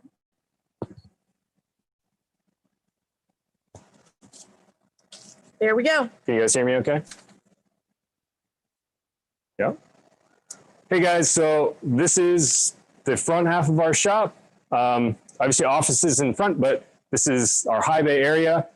Behind the camera, when we turn around again, you'll see, well, you go and turn around. This is our filament production area, as well as our new printer, which we can talk about in a little bit. Like this way. So on our left here, you're going to see our large format printers. These first four up front, these are our 4th gen machines. You can see all of them are running right now. The one on the end has the pretty cover on it with the doors off. These other machines are the same machines, just without the pretty cover at the moment. And these machines have been operating for maybe just a little over a year right now. As we pan over to the right here, you'll see our small cluster of Lulzbots here. It's about 30 machines all here. This is what we use to make a lot of just small parts, small little parts, some assembled parts. And some of our older, more original equipment, this is the equipment that is replaced by our newer machine. These are medium-sized machines. They're about 2 foot cubed. And you can see a little bit of Frankenstein work on these machines, with a little bit of foam enclosures to try to hold the heat in, that sort of thing. A little bit of welded spool holders on the top so we can run 10 kg spools. It's a really common thing for us to do, running that many spools. Why is that? We like to run the 10 kg spools mainly because it's what we spool onto when we actually make filament. So it's just the most efficient thing to actually, just take the material right off the machine and go right to the printer. We don't have to deal with extra spools or having a lot of extra spools laying around or just a little bit left on the end of the spool. It all goes to waste. So we'll go here to the new machine. So I'll move it just a little bit. It's pretty heavy. This machine is about 1,000 pounds in total weight. A lot of you guys are familiar with, trying to print really quick, watching your printer shake all over the place. This machine is very stout. We were going for the heaviest thing we could think of. This is all quarter wall, mild steel. It's all one piece weldment. I mean, you've got 1/2 inch steel plate here. We're talking THK, just really high end carriage rails, ball screws. You can see again, no belts. We're using IGUS wire and cable chain. So pretty much everything on this machine is designed to just run all the time. So, we've got here a flexible magnetic plate. I think we're going to start out using PEX on it. The PEX sheets from Wham Bam, we may shift over to doing a few other materials depending on what materials we end up running, like a nylon or glass filled nylon or that sort of thing. You can see the huge filament drawer down here, 210 kg spools sitting on our printed spool holders. This is kind of a basic thing that we do, but there's no actual drawer built in here yet. And you can see there's not an enclosure on the machine yet, although it will come with a steel enclosure. And then at that point, filament drawer with activating, drying, everything. Yeah, absolutely. Keeping everything dry. And then overall, the dimensions of the build, we're about 600 millimeters by 700 millimeters by just under 800 millimeters. So it's a decently big machine. 30. Yeah, it's decently big. So this is really kind of the bread and butter. The next thing for us, hey, I appreciate you guys taking the time with us to, listen in and just hear us jabber on about 3D printing. I hope you guys learned something. Yes, and we really appreciate you. Keep the questions coming, and good luck to whoever wins that humongous mega spool. Take care. See you later, Mike. Bye, guys. Peace out. All right, great. Spot on, right on, perfect. So, and hey, Shane, real quick, everybody take a look in the YouTube chat. There's a link that just went up for the 10 kg mega spool, Scrub Blue IC 3D Pet G. That link is up. Hit that link and you can enter in for that mega spool from IC 3D. I'm sorry, awesome. Shane. No, that's quite all right. Because I'm sure the people viewing, they never want anything for free or get involved in contests. Who needs it? But they're probably sitting there hitting up like crazy because a lot of people have used IC3D filament. I love it. It works great. Okay, shall we bring it on next? Yes, sir. Yes, sir. Okay, so ladies and gentlemen, we are proud to present, to bring onto the show for your entertainment, Mr. Brook Drum from PrintBot. So as soon as he is ready, we'll bring him in. We can hear you, Mr. Drum. We just can't see you. Hello. Hello, sir. We're waiting for your camera. What we can do about that? There we go. Okay, sir. To bring on to the show for your entertainment. And you got to kill the YouTube audio, please. Yeah, I just did. Okay, so if you have been watching, I hit a magic button. It shows you the time on the screen. And once I do that, the show is all yours. I will be in the background. If you need anything, please let me know. Okay? That's good. All right, sir. I'll be ready for questions as soon as you're ready. Yeah, well, if you want to sit there, we can pop it on. You can give your presentation for a little bit, and then we can take Q&A from the audience. Okay? Yeah, sounds good. Right. Floor is yours, sir. All right. Brook Drum here from printerbot.com. And the big news from PrinterBot today is that we exist. And so Bill, William Steele, and I have partnered up 50-50, and we're bringing PrinterBot back. So we're actually live at printerbot.com, and you can buy a new printer right now. I've got a beta here. Bill's making an announcement tomorrow that is partially going to live on the back of this machine. So this machine isn't fully built out with everything that it's going to ship with, but this is the PrinterBot Pro. And it looks familiar to some that know PrinterBot products. It's kind of like the Plus. But one of the advantages of being away, not in business with the 3D printing, there's so much been going on while we've been away. And it's kind of been nice to be able to get a little bit of perspective on what would we do differently. So the first time around, PrinterBot was really our Kickstarter that we first did was your first 3D printer.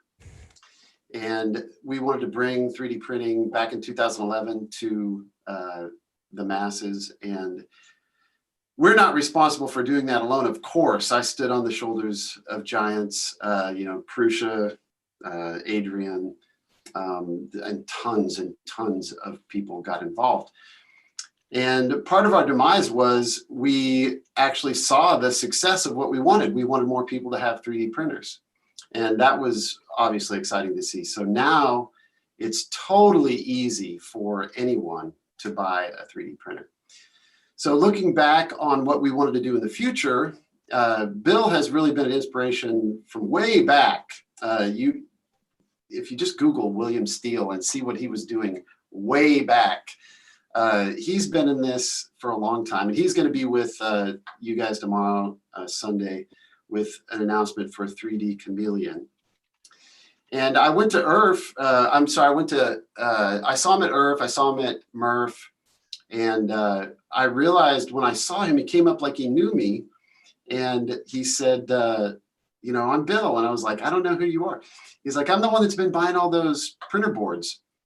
And he was buying my electronics, just large numbers of them. And he did a printer, a polar coordinates printer back in the day, Polar 3D. And anyway, so we got to be friends, and I went over to his booth, and he had I call it a printer belt, but a belt style Infinity Z printer that he had hacked together. And so we became fast friends, and he helped me really was responsible for a lot of it with the printer belt. So we're two guys that like innovation, and so we know that we wanted to do something that was different. And so here's what it is. If you go to printerbot.com, you'll see just a few talking points, and then I'll just see if there's any questions. First one is that it's a beautiful printer. I don't like the looks of a lot of printers today. No knock on Prusa, I really respect him. I don't like the frame style printers. In reality, it's amazing how good cheap printers are today. But I don't want one that looks like that on my desk. I want one that looks like, piece of furniture, or that's beautiful design. And so that's really one of our top values, is it just needs to look good. And so this is steel frame construction. It's welded instead of just all bolted together. It'll be built on a jig. So it's linear rails. It's somewhat traditional, but it really, what I mean to say is it's not weird looking. It looks like a piece, like a computer case almost. And so we want it to look good. We also want it to perform well. So one of the things we've done is we brought back Carl Ubis from Ubis Hot Ends. And I've been a fan of his because he started with me way back. And the first PrinterBot sold about 50,000 printers. And so there's a lot of Ubis Hot Ends out there. And that's not to say that E3D isn't a good company at all. One of the things that I want you to know about this printer is we do want you to make it your own. So I've actually made room for a 3D printer, or to put other hot ends on here. If you want to go with E3D, it's fine. If you want to go with, now you have to do that yourself, by the way. It's going to ship with the Ubis. And I'll tell you about this hot end real quick. This hot end is unique in that it can be Bowden. There's a cap that screws on the top here.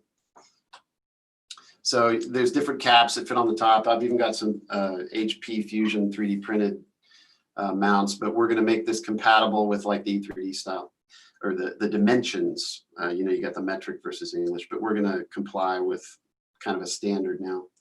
So that can be different. You can run Bowden. This is a Bowden machine as it ships. You can make it a direct drive if you want. There's actually, I've got it set up right now as a direct drive. So one thing that I wanted to change was, if you want to do direct drive, fine. If you want to do Bowden, fine. One of the reasons it's Bowden is because we're going to be using the new Mark II 3D Chameleon color changer. So this will be a 4-material or 4-color machine. So those are few and far between today. I know there's a palette. I'm friends with those guys. I love what they're doing. I wanted something that was a little more price acceptable for makers. And so this machine, we're going to just do a limited release. So right now, there's already people buying them. So get in on it quick if you're interested. But this is a steel construction, any material. This hot end goes up to over 450. You can go to 500. We're hoping to be able to ship. This is a 90-watt hot end. Sanjay might argue with me, but trust me, Carl Ubis, electrical engineer for decades. It's 90 watts. It's very powerful. It's got a lot of headroom. And it has, you probably can't see it, but it's on the website.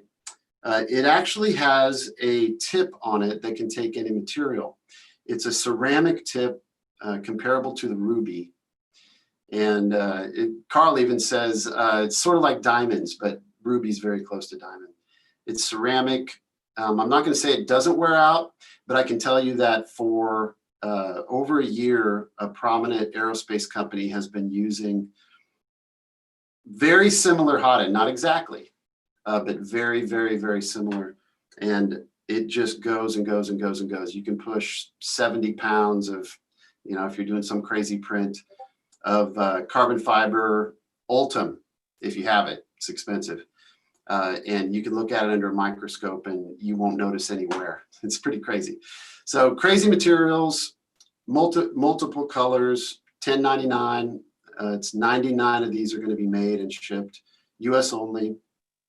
There's room under there for whatever electronics you want, but we're going to ship with an SKR board. We need 5 drivers. So that's the big announcement. We're just happy to be back. Really grateful to the community for supporting PrinterBot. There'll be a lot more to say about this. You can check us out on printerbot.com. I don't know if we have time for questions, but I'll take one if you got it. Brooke, I saw 2 questions that people were asking. One, are there going to be kits that ever come back again? People like the PrinterBot kits, and people are also asking, will there be upgrade parts available for the older PrinterBot models?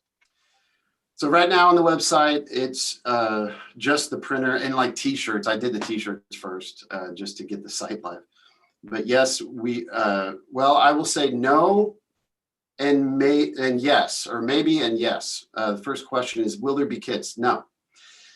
This is a printer that we're calling Pro for a reason. We're going to build it. We're going to test it. We're going to ship it working. There's not a lot to build, to be honest. It's funny. A kit with this would be some metal parts, screws, and motors and wires. You wouldn't. There's very little to build. This whole big case comes as one unit. So there's not a lot to build, but we totally are going to encourage people to trick them out and mod them out. A lot of people would say with the old PrinterBot, there's upgrade, make it bigger. This is a 12 by 12 by 12 inch build platform. And that's the ceiling of what that frame can be because it's welded. Very rigid. It collapses down. This bed comes off with 4 thumb screws, and there's a picture on the website. It just sticks on the back here. So we're going to be able to ship this. We'll go internationally eventually, but this is just for US, these 99. And it really goes down very tight. You could fit this in a suitcase if you wanted to travel with it. I know Matt, he's with Prusa now. He was always asking me to do a removable bed. This is removable. As far as accessories, yeah, there's later today or tomorrow, whenever, I'll put these hot ends. The first version of this hot end will be an aluminum bobbin, so it'll only go to like around 450. We're going to use another alloy brass to be able to go up and over 500. It comes with the accessory upgrade will be available. The tips will be available in a couple of days. I know that Ubis Hot Ends has had this kind of teasing. I think he had it on sale for $70, but that is without the ceramic tip. I really pushed him to just make the best hot end you possibly can. That's the one I want. So we will carry the ceramic tips. We will not carry any other tip. I know on E3D, all of the different metals and tips and various ones that you see out there, I just don't want any of that. I just want the best one. And so this will be the best one. The tip alone will be $50. So the ruby is more. Don't mess with tool steel. This is my opinion. Just get the best one that's not going to wear out, or at least it'll last longer. Now it does only fit. I don't even know. I haven't tried to put one of those in an E3D, but this is a longer melt zone. So it's 2 of the 13S type heaters. It's 2 of them, and it's 24 volts. All so right. There's not a 12 volt version of that, but we'll do I've got a new dual gear, uses the Bondtech, gears. I've got a new extruder that will be the gearhead. I think it's V3. I can't remember if it's V3 or V4, but it'll be very inexpensive. You can use with the Bondtech gears. So we will have some accessories, and just go slow. We're going to go slow at first. So we're only doing 99. I don't want a big Kickstarter where there's 1,000 printers. I want to walk before we run. So we're excited to get this out. We're going to wait for a couple of weeks while the orders come in so we can do a bulk buy with our metal manufacturer and start assembling and shipping those to the US. All right. So no kids, really, right? No plans. All right. Well, Brooke, we thank you for jumping on. Great to be here, Great guys. Thank information. you. Congrats on the launch. The website is out. Hopefully you're getting orders already. And Shane, I think we have the next folks ready to go. Yes, so much, we guys. do.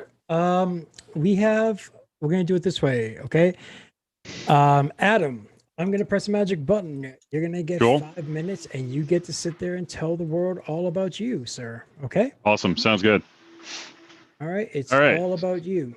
So last year I got to show off this beast at Earth, the Engravinator, which is my sort of mini all-enclosed laser engraver design. I've gotten a little bit better at the CAD design since then. This one I designed in about 3 months, and the thing I'm going to show you today, which is actually not the 3D printer behind me, is another plotter. I caught the plotter bug real hard after doing this machine. So let me see if I can switch my camera here. So this is the plot device. This was also my way of kind of trying to figure out and wrap my head around Core XY. I actually also have one of Project R3D's Daedalus printers, which sort of pushed me towards doing that. And then this one was, a friend of mine said, I want something that's big enough to do A3. It's 400 by 350, roughly, kind of depending upon what tool you've got on there. Full Core XY, runs an SKR Mini, with a heavily modified Marlin. I basically stripped out everything that references the printer and swapped it out for references to a pen device. I've also got a custom board on it, which is this little thing in the back there. I'm going to be selling that through my company, Maniacal Labs. It's called the Servo Buddy.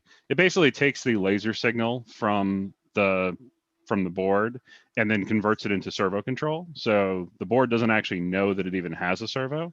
So it works on pretty much anything that can output a PWM signal, laser or fan or whatever.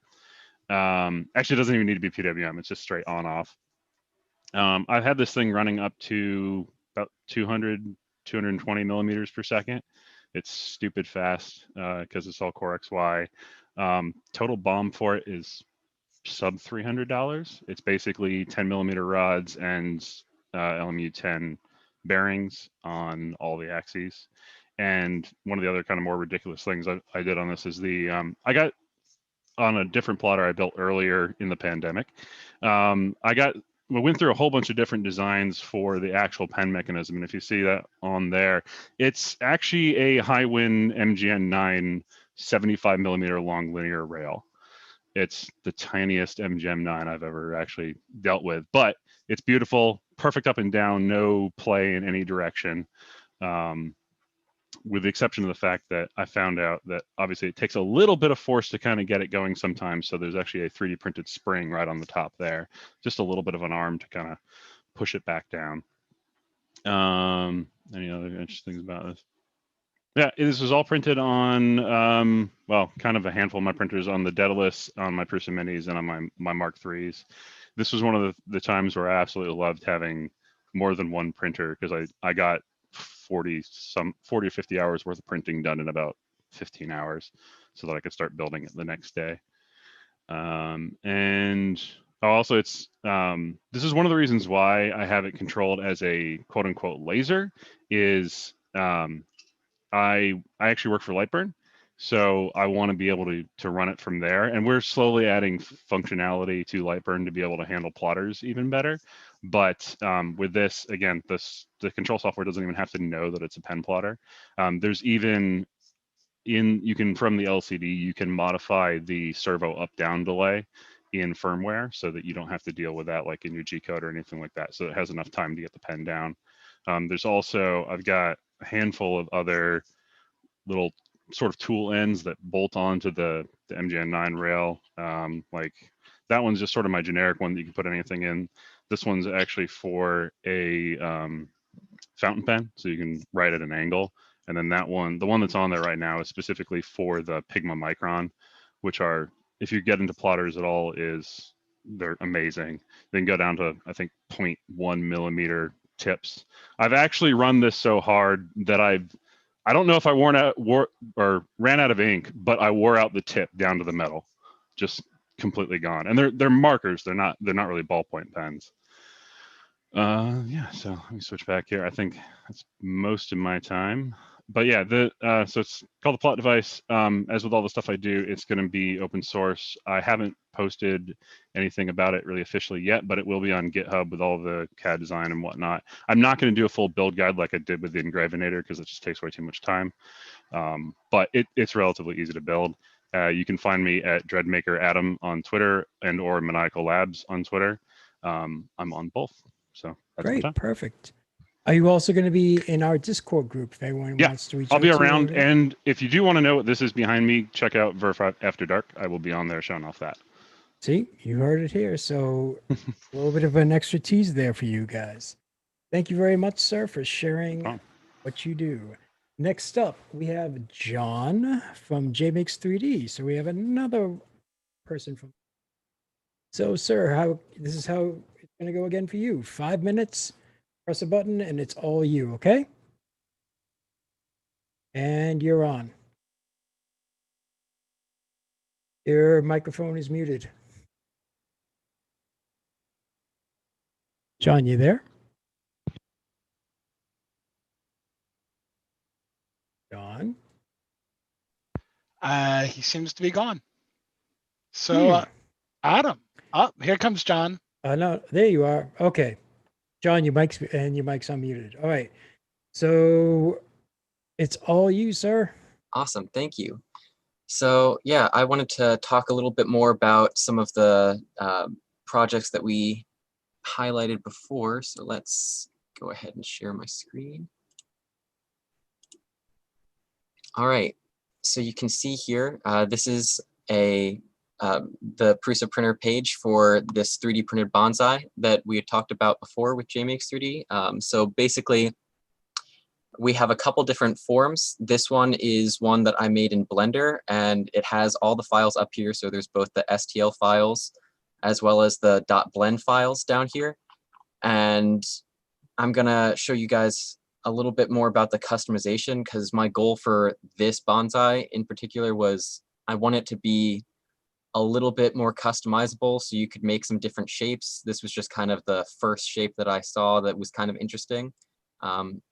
You can see over here in Blender, we've got the basic shape here. It's all built out with the materials. I have like a basic marble material that I was using for the vase in here, so you can see the colors. And it's set up so that when you actually go into the branch, making up the trunk of the tree, if you select one of these points, you can drag it and the tree leaves will come with it. And you can really quickly make out some new interesting shapes. So if I just extrude out this new piece here and then duplicate out another one of these, I can really quickly get some new unique shapes, and all of it can just be dragged around into whatever shape you want. So we could do for something a little bit more vertical and just play around with it. But you can get all kinds of really customizable shapes up in here. That one's a little bit funky, but all kinds of weird shapes. Obviously, this one wouldn't be great to print because it would be pretty unbalanced, but you know, maybe if you made the whole pot 100% infill or something, you could get away with it.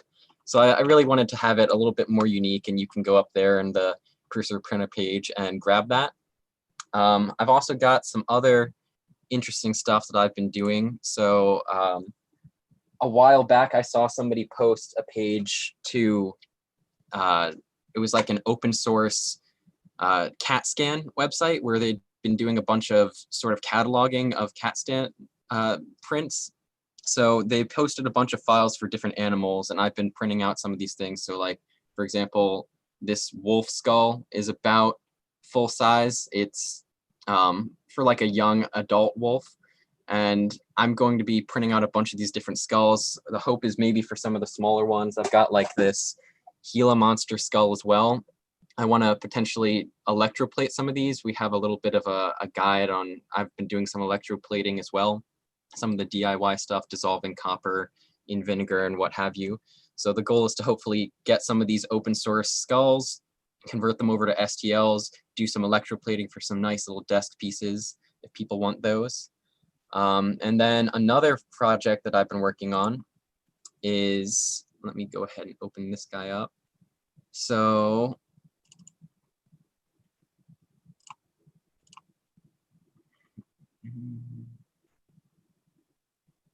let's see.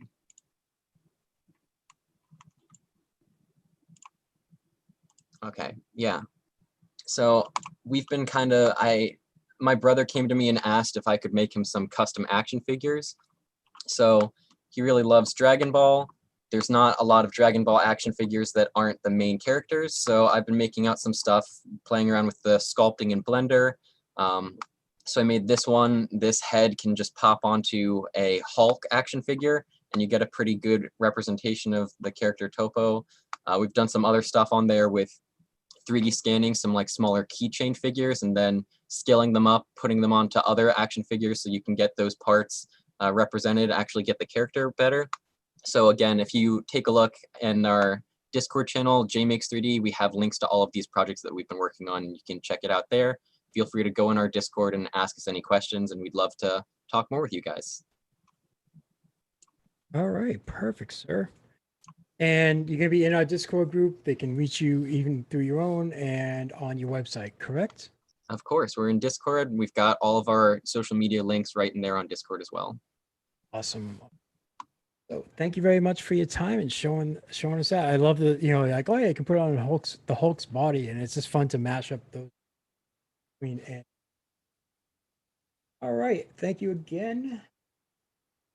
Next up is Eric Bubar from Enable the Future, and he's going to everything that wonderful thing called technology. We will bring him in. I can hear you. I can't see you yet. There you go. Oh, look at you. You got the whole Sinister thing going for you for the Halloween, huh? Oh yeah, I'm at Hogwarts. All right, sir. So this is how it works. I hit a magic button. You have 7 minutes and the show is all yours. Okay? All right. Sounds fantastic. And it's on, sir. All righty. So hello, everybody. I am with Enable, and I've got a recorded message for everybody so that you can go back and watch this anytime you want. So this is all posted up on YouTube, and I'll make sure there's a link in the Discord so you can watch it on there if you'd like. Here we go. So what is Enable? They're probably best known for making kids superheroes with 3D printed hands. But Enable does more than provide themed prosthetics to children worldwide. We use digital fabrication to create and 3D print a wide variety of assistive devices. Fingers, hands, arms, bionics, and task-specific devices to help anyone. We create curricular materials for educating people about limb differences in both formal and informal environments. We conduct academic research to assess creations and guide rapid prototyping of new devices.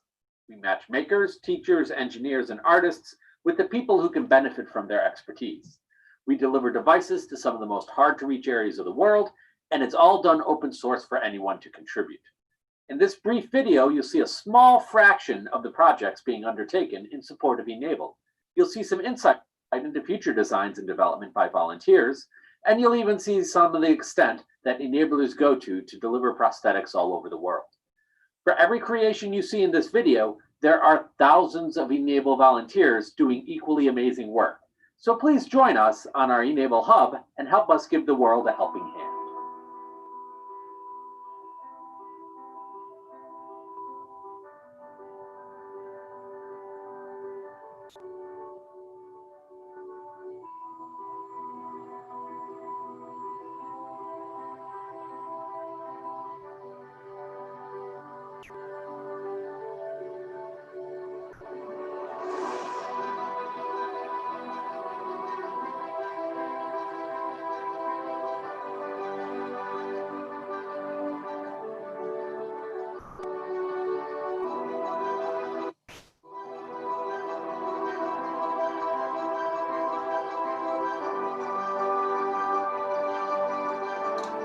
How brave are you? Can you drink? Look at that.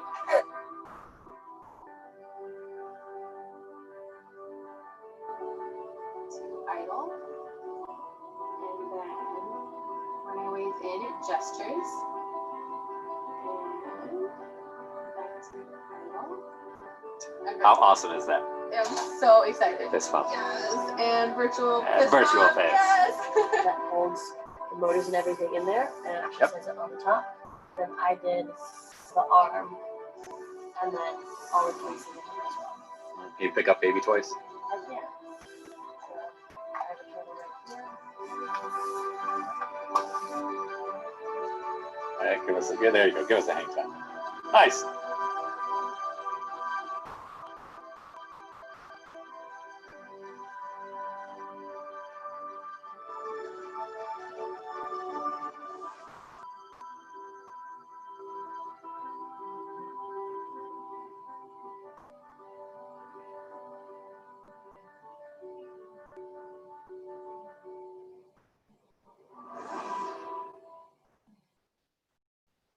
Once you decide you'd like to be a volunteer with Enable, you want to visit enablingthefuture.org, a wonderful website run by Jen Owen, one of the founders of the whole Enable movement. If you'd like to get involved by talking to other volunteers and working with them, that's where you click on the Get Involved link, and that'll take you to our Enable Hub. So the Enable Hub is where you sign up to be an official volunteer and can start interacting with all the other enablers around the world. We have a nice splash page that tells you exactly how to do everything that you need to do to become a certified Enable volunteer and to perhaps form your own Enable chapter. The basic steps that you'll want to do. You'll want to find a device to print first and submit as proof that you can assemble an Enable prosthetic. We have a page of all the different Enable devices that we use. Has lots of information about how to do sizing, how to create designs, how to submit designs, and then we have the approved designs with links to STL files. Once you've picked a device to print, you want to print and assemble it, and you want to submit it to get a badge. A digital badge will be your proof that you know how to make a specific device. And once you know how to make specific devices, then you can actually start visiting our matching system. That's called Enable Web Central. And Enable Web Central is where you can go to access cases. So you can find people in your local area that need devices, or you can find cases that maybe you have the particular set of skills that would be helpful towards designing new devices that don't exist. And all of that information is contained right here on this Enable Volunteer Start page. So while there are a huge variety of links that you can visit on this Enable Hub, two in particular that I want to point out, we have the Enable Alliance. And the Enable Alliance has a great call for tests section, which contains well-developed lesson plans that you can implement right in your classes immediately. So once you've printed an Enable device, you can have your students actually testing them and contributing data to help us improve Enable designs. And then second, you want to notice that there's the Enable Forum. And this forum is where you go when you want to talk and communicate and interact with other enablers. You can ask questions, you can post the cool things that you're doing, and interact with the thousands of other Enable volunteers worldwide. If you have any questions, you can find me on the Discord, or you can find links to all of this information in the video description. And that's what we got for you. So if anybody's got questions, pop into the Discord. That was great. I mean, just seeing the advancements that you guys came through with. I'm sorry, the audio was just feedbacking. I love the advancements that you guys did, because I remember you guys from a few years ago. We were actually side by, right next to each other at the first Earth, and just seeing. I was really impressed with the sensors and everything. Yep. Yeah, it's crazy. So yeah, that's great. And you have a room in our Discord server, and yep. And so if anyone has any questions or would want to get involved, definitely go to our Discord and check out the Enable room in there. And if anyone wants to reach you out, like on social media or anything else, would they go through the organization, or? They can go through the organization, or they can find me on Twitter at ebubar. EBUBAR, and I'll put that in the Discord as well. Great. Let's see. Nope. I was just making sure that everything was all set. All right, then. Thank you so much for your time. That was a great video, and I'm very excited. And I will definitely be getting in touch with you later about a few things. And I know that there's other members in the community who are also very involved with Enable. Yeah. So thank you so much for thank you so much for being here. Yeah. I need more coffee. Thank you for And having me. not a problem, sir. Our pleasure. Thank you. Yeah. Have a good one. You too. Bye-bye. Bye. All right. Up next, we have Alan Weinstock and Andrew Carlos. I'm going to butcher your name. All right. So. Kowalczyk. Thank you. I'm sorry. It's okay. my Achilles heel. It's okay. And hopefully Andrew will say I said it right. All right. So we got those two.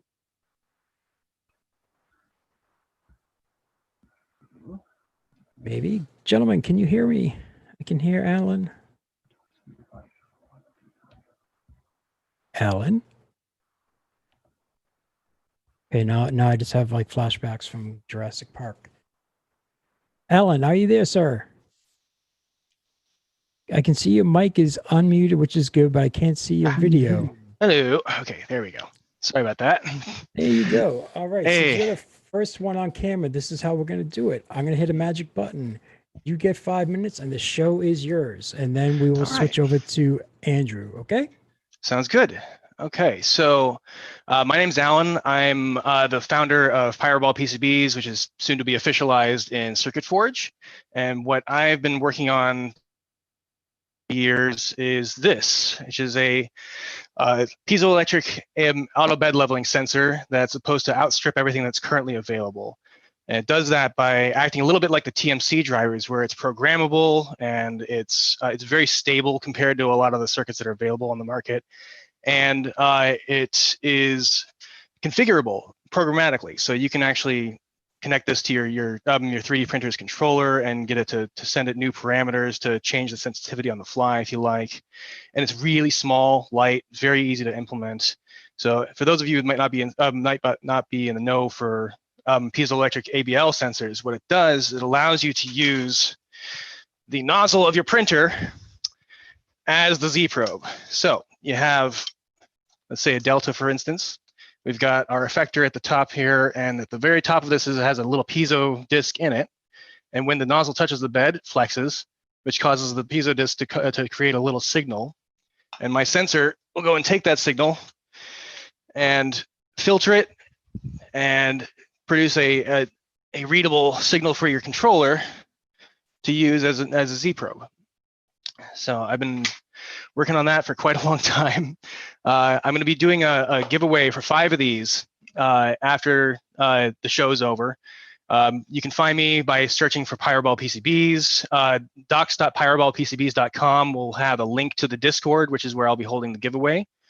I've also going to be giving away a bunch of these, which are business card sized DIY kits, so you can build your own Pyro Piezo circuit with any Arduino at Mega 382P and a few resistors, capacitors, and a little op amp. So the how long have I got? If you can see my screen. There's the count. Oh, cool! I did it pretty darn quick there. Excellent. So maybe I can go zip through that. I've been practicing. Anyway, so I guess I can go through some design principles on that then. So the idea here is you want to be able to get your piezo disc attached somewhere on the solid part of the frame. So I've got like a Creality print head here, for instance, and I've made a little mount for it. And the piezo, I've actually built some PCBs that have a piezo as a carrier, so you don't have to worry about doing any of the drilling or soldering like you used to have to do with like the Precision Piezo ones, for instance. This just plugs in straight up with a cable harness, so it's nice and easy. So this stays on the solid part of your mount, and then there's going to be a fulcrum with the actual nozzle and the hot end and all that sits right here. And when it touches the bed, it taps against that little piezo disc on there. which causes it to do some signal. So I'm going to go and pull up a video of that working. Just a moment. And screen 3. Here we go. Share you. So this is one of my beta testers using a little spanner on her Hypercube Evo with this sensor going. So you can see very, very sensitive. Here's the Ender 3, which is this particular mount I was just demonstrating, doing a full bed level test.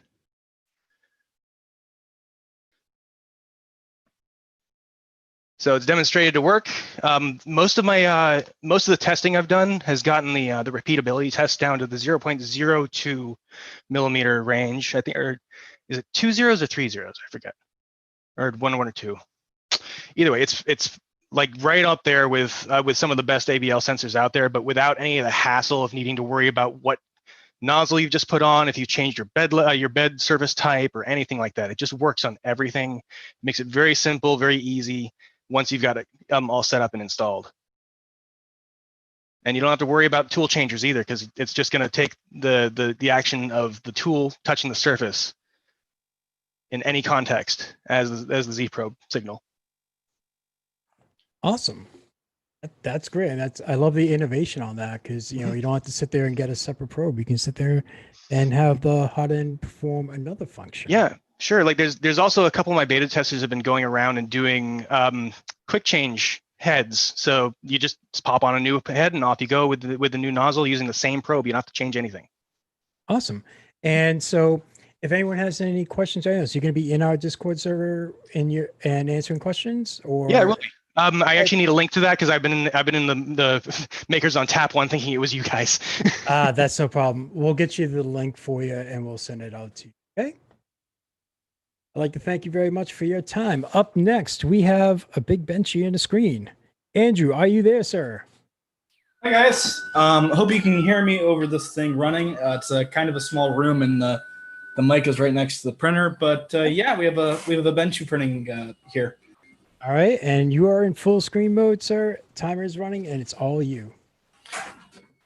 Get my head actually in frame. Okay, so this is BenchyBot. It's a custom i3 printer that I designed last year. You may have seen it at ERF live last year.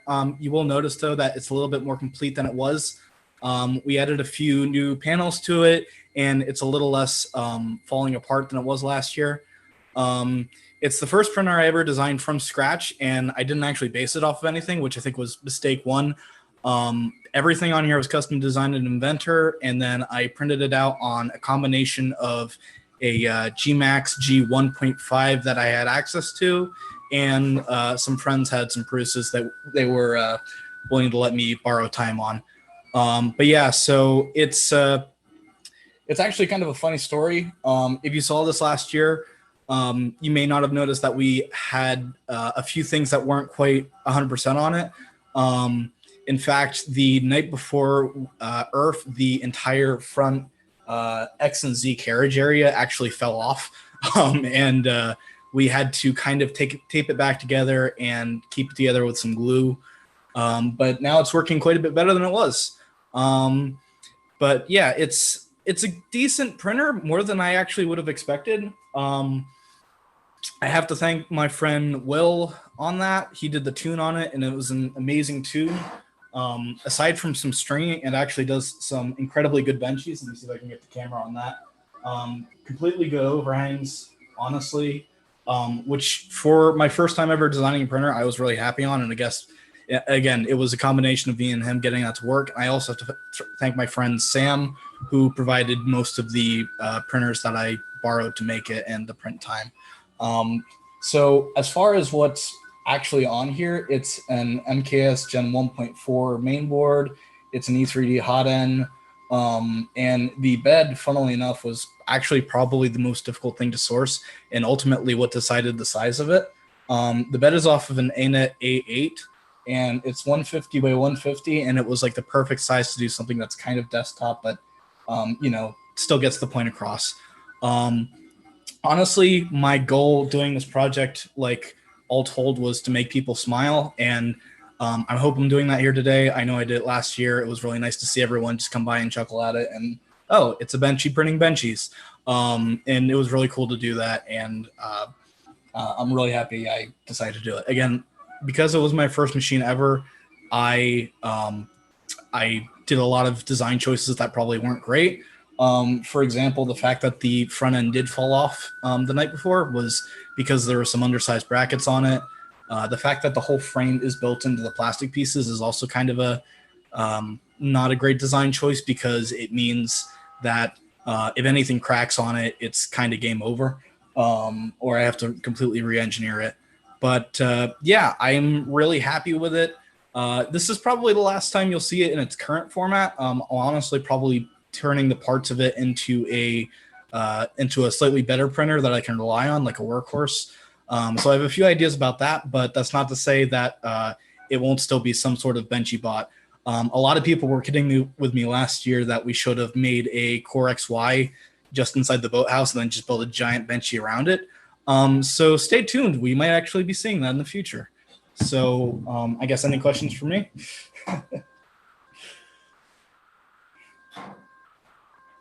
If I could only learn to unmute my mic. No, I seen that before. I absolutely love it. And I love how you continue to upgrade it and improve on it. So let's see. I know the people in the chat are digging the Benchy, and one person's like, cool, printing a Benchy. I can't talk. I think my brain is just shutting off at this point. Are you going to be joining us within our Discord server if anyone has any questions for you? Oh, absolutely. Yeah, actually, I really liked the Discord so far. I've been following along all day pretty much. As I've been trying to get this printing.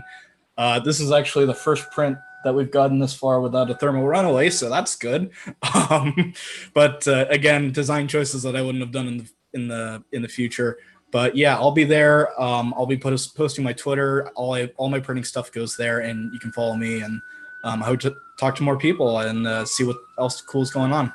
Yep. And if someone wanted to reach you on Twitter, what's your Twitter handle? Oh, it is Common Mode Chonk. I will put it in the Twitter because it's hard to or I'll put it in Discord because it's hard to spell. Okay, not a problem. Thank you very much, sir, for your time and sharing that awesome Benchy printing Benchy. So up next, we will have the one and only Jason from LDO Motors. So we're going to bring him in. And he's connecting. And wonderful world of technology. We got his mic. He can hear us. Hey, Hello. Jason. Yeah. We can hear you. And can you see me now? Yep. We can hear you too. Yeah, it's a little bit dark here. Let me get curtain shade and maybe is it better? Yeah. Yep, we can see you perfectly, sir. Yeah, cool. So I'm gonna hit the magic button and it's gonna be your show for the next 15 minutes. Next 15 minutes? Yeah, yep. Cool. Yeah. So now ready for me? Yep. Okay, everybody, miss you guys from Earth. I have the first Earth show last year. That's a great and exciting show. And it's really unbelievable, meet a lot of friends there. Unfortunately, we can't be there again, but it's also good to have a virtual meeting here. And yeah, everybody wants to see what's new for you guys. And I want to talk something about,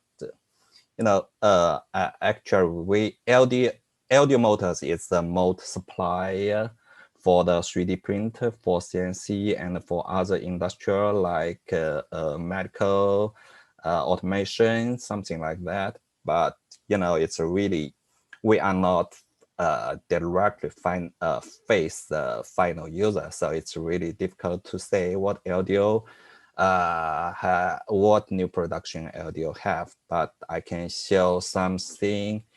And let me share my screen. Yeah, let me show my screen a little bit. Okay, Let me check. So It's starting to share. yeah, is it share now? Yep, we see it, Jason. Go ahead. Okay, so LDO Motors and LDO Motors is a motor supplier for Prusa, and we really appreciate Prusa bring LDO to the 3D industry and make LDO like a great brand. And we worked with them for Mark 3, Mark 3S, and SL1, MMU, and Mini. So we are keep working Prusa and for their new productions, but what's their next news, Mark 4 XL or something else, we really don't know, and we really can't disclose anything for their new production. But we are keeping work with Prusa, try to work with them, make the new productions. And next is E3D from last year to this year. We did E3D Hammer motors. It's a customized motors with a special end cap with 8 slot. And from the screen, you can see we do CMM measurement for the end cap because the gear system is really high accuracy, and we have to make the end cap very accuracy. I think this customized end cap really brings some problem for us, but with high accuracy CNC machine and good measurement, quality control, we finally get the good production, good motors for E3D hammer productions. You can see from the short video, it's like very, with CMC measurement, we really get good control for the end cap precision. So that's why, as E3D's presentation, that's why it takes so long time to get this production done rightly. I mean, its mode is a part of their production, and it's a key component. We have to be very careful, be very responsible for their quality and production. Okay, let's see the next. Next is Rules Bolt. So this year we begin to work with Rules Bolt, and for their 3D printer, we provide the planetary gear step motor and the regular step motor to their 3D printer. Yes, they test our mode and get productions in, and all testing showed very good result from LDO Motors. So I think we will keep working Rules Bolt for a long time, hopefully. And you guys, if get Rules Bolt 3D print, will see LDO Motors on their printer soon, maybe a couple of months.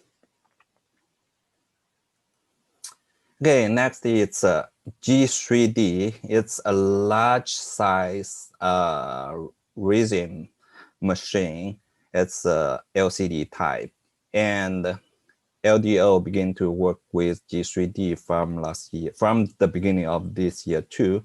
And we developed the new ball screw linear platform for this C-axis running system. And and of course also with LDO Motors, and also with some CNC high accuracy machine parts like the frame, like the platform, like the raising tank. Yes, it's a lot of parts and a big project. I think they have this brand, they have manufactured in Asia, Philippines, and they have a company in US. You may see them in the marketing soon. So next, LDO is keep working 3D print communities. So Veron Design is kind of a big project of this year. We closely work with Veron admins, Veron Group. to develop from motors to linear rails, lead screws, extrusions.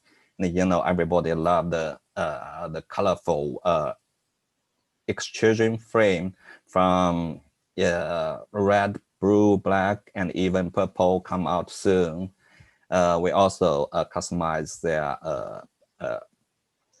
heat bed, like Prusa type heat bed, and flex plate. I think, yeah, LDO now keep working 3D print community like From Design, ANAX, and some Jubilee, Realcore, and some others 3D groupers.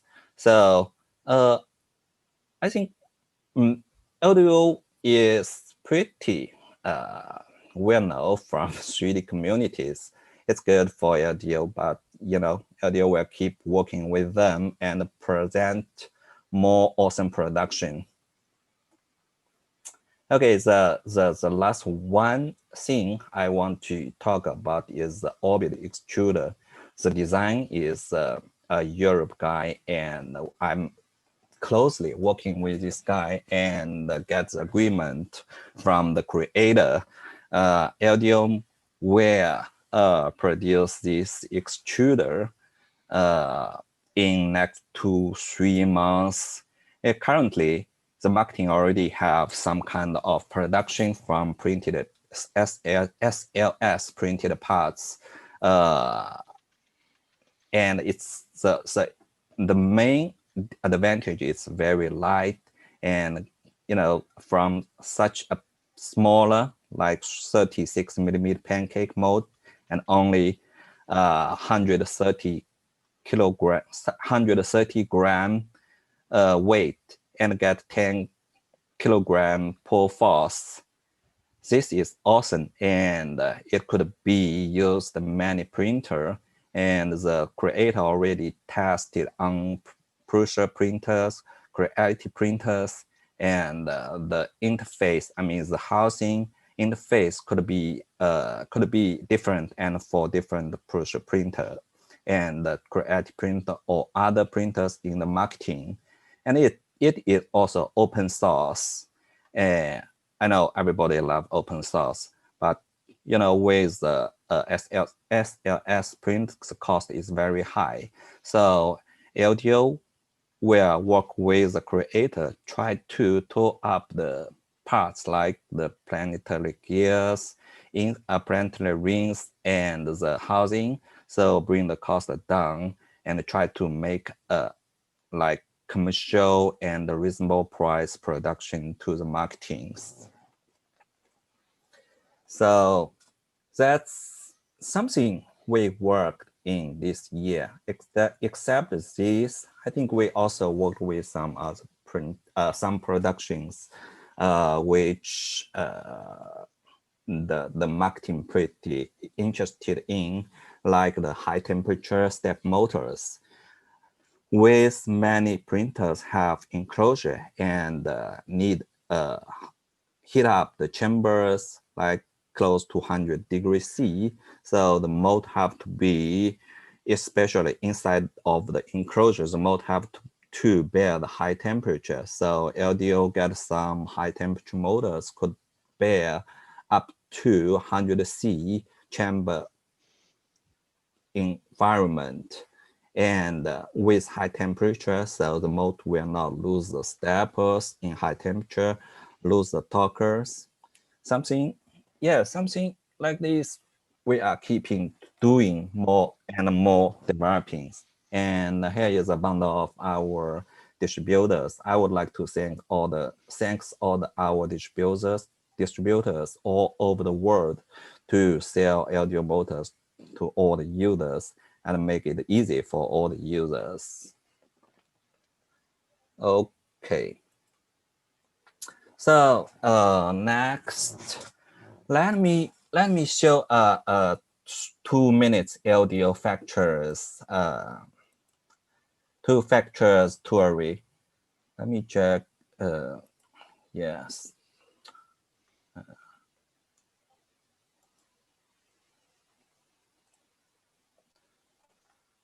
So can you guys see the screen? Yep. Okay, cool. So this is LDO manufacturer base. And we have almost 400 person in our manufacturer. And high accuracy test levels, high technology test equipment.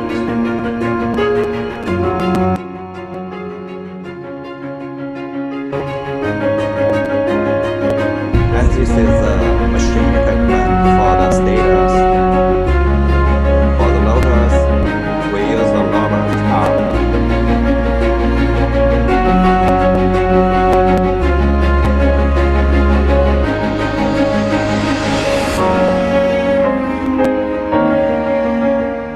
It's high accuracy CNC and CAD.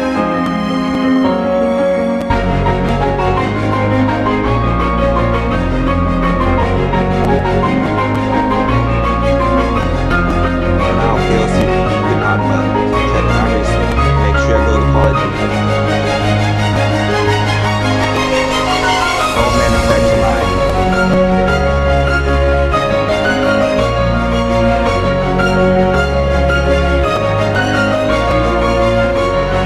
To test every model before shipment.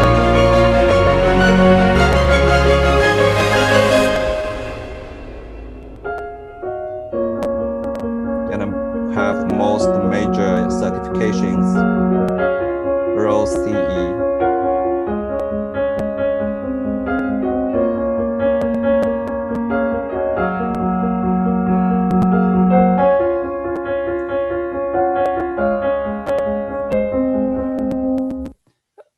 Okay.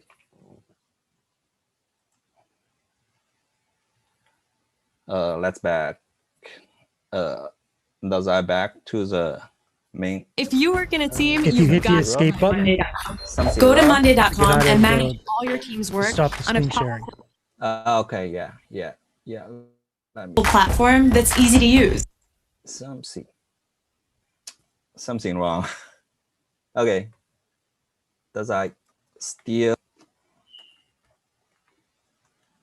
Hold on one second. So yeah, sorry guys. I think I'm almost done. So if you have any questions, can you hear me?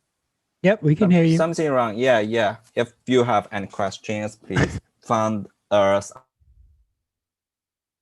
There you go. Hold on one second. On Earth. Thank you. Bye. Hold on. Okay. Is that okay? Yeah. Okay. Hold on Yeah. one second. Yeah. I'm just trying because right now on my side you kind of froze. Okay. 1 second. I think I'm gonna have to remove you because it's not letting me do anything because you're in the. Hey everybody, just check out LDO Motors in the Discord. Jason is in there. Definitely reach out to him. He is there and waiting for you. And Jason, sorry you got a little froze here at the end, but we appreciate you jumping on, coming back and joining us this year with the virtual event. And we hopefully will see you in person next year, and we'll be talking to you later on in the Discord. Sure. Thank you, Chris. All right. Thank you, LDO. Excuse me. Let me see if I can fix this up real quick.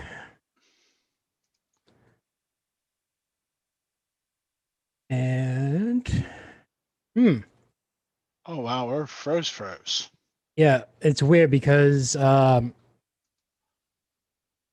let me see if I can do this more. Turn off share screen, maybe. I'm trying everything on my end and I can't get them to stop. Jason, are you here, man? Still? If you can you exit out of the exit out of Zoom completely?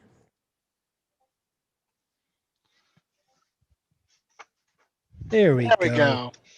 In stereo. I know. It's even, it's perfect, because it wouldn't be something that I'm involved unless something didn't work right, because that's how it always goes. Oh, come on now. All right, so next up, we have the folks from Matter Hackers. And give me 1 second. Let me get everyone in there because we got 3 of them coming in. All right, who am I missing? Nope, I think it's just Mara and Dave. Third, Mara and Dave. Who am I missing? I don't think we're missing anybody. Oh, there's Dave. There's Mara. Yep. We have Matter Hackers on air live. I think In the Alec house. might Alec. be, Yep. Alec might Yep. be joining us as well, but I don't see him. So Nope, he's gonna be joining. I'm sorry. that Alec was me. R. Yep. yeah. We got him. He's coming in. Oh, hi everybody. Hi friends. Hey, how you This is- doing? There we go. How come you This is guys what we with do all in those 2020. Virtual, huh? Yep. I guess so. Well, it's either that or really awkward phone calls. Back and Yeah, forth. yeah. It's better to see the awkward, right? Rather than just hear it. Oh, exactly. And experience the difficulties of a live show, catching up, people yelling at you. It's awesome. I don't think we yelled. No, I no. remember You guys Jill. are fine. No. You're fine. I'll get messages going, haha, you hit the wrong button. So, with that, We try to be civil. We try to mute the things. We try to do, we Oh, try no, to do you- the best we can. no, you guys are absolutely fine. And there is Alec. Alec. Okay, so I'm gonna press a magic button. You will have 7 minutes, and the show is all yours. And I'm gonna take myself out of the feed so that way it's not zooming in on me or anything else. Okay. So it is all you guys. I'll pop in when your 7 minutes is up. Sweet. Well, I've been watching all day. I want to thank all the organizers for just doing an awesome job. Vicky and Chris and Lauren and Nick and Shane and everybody. I don't know. I think Dave and Alec want to give you maybe some updates on some of the Matter Hackers goings on. Sure. Well, Dave, since we have you here now, how about I can be your Vanna White and point at things while you talk about them? Oh, nice. Does that work for you? Well, sure. I'm as prepared as I've ever been for anything in my life. I mean, we both know Pulse. We can talk about it. Yeah, that's true. That's true. No, I mean, a couple things we're excited to sort of talk about are Pulse, our Pro Series filament, our MH Build filament. We have some resins coming down the pike that we're currently about to start production on. So that'll be exciting. That's kind of a little bit underground, but I think appropriate to talk at an event like this.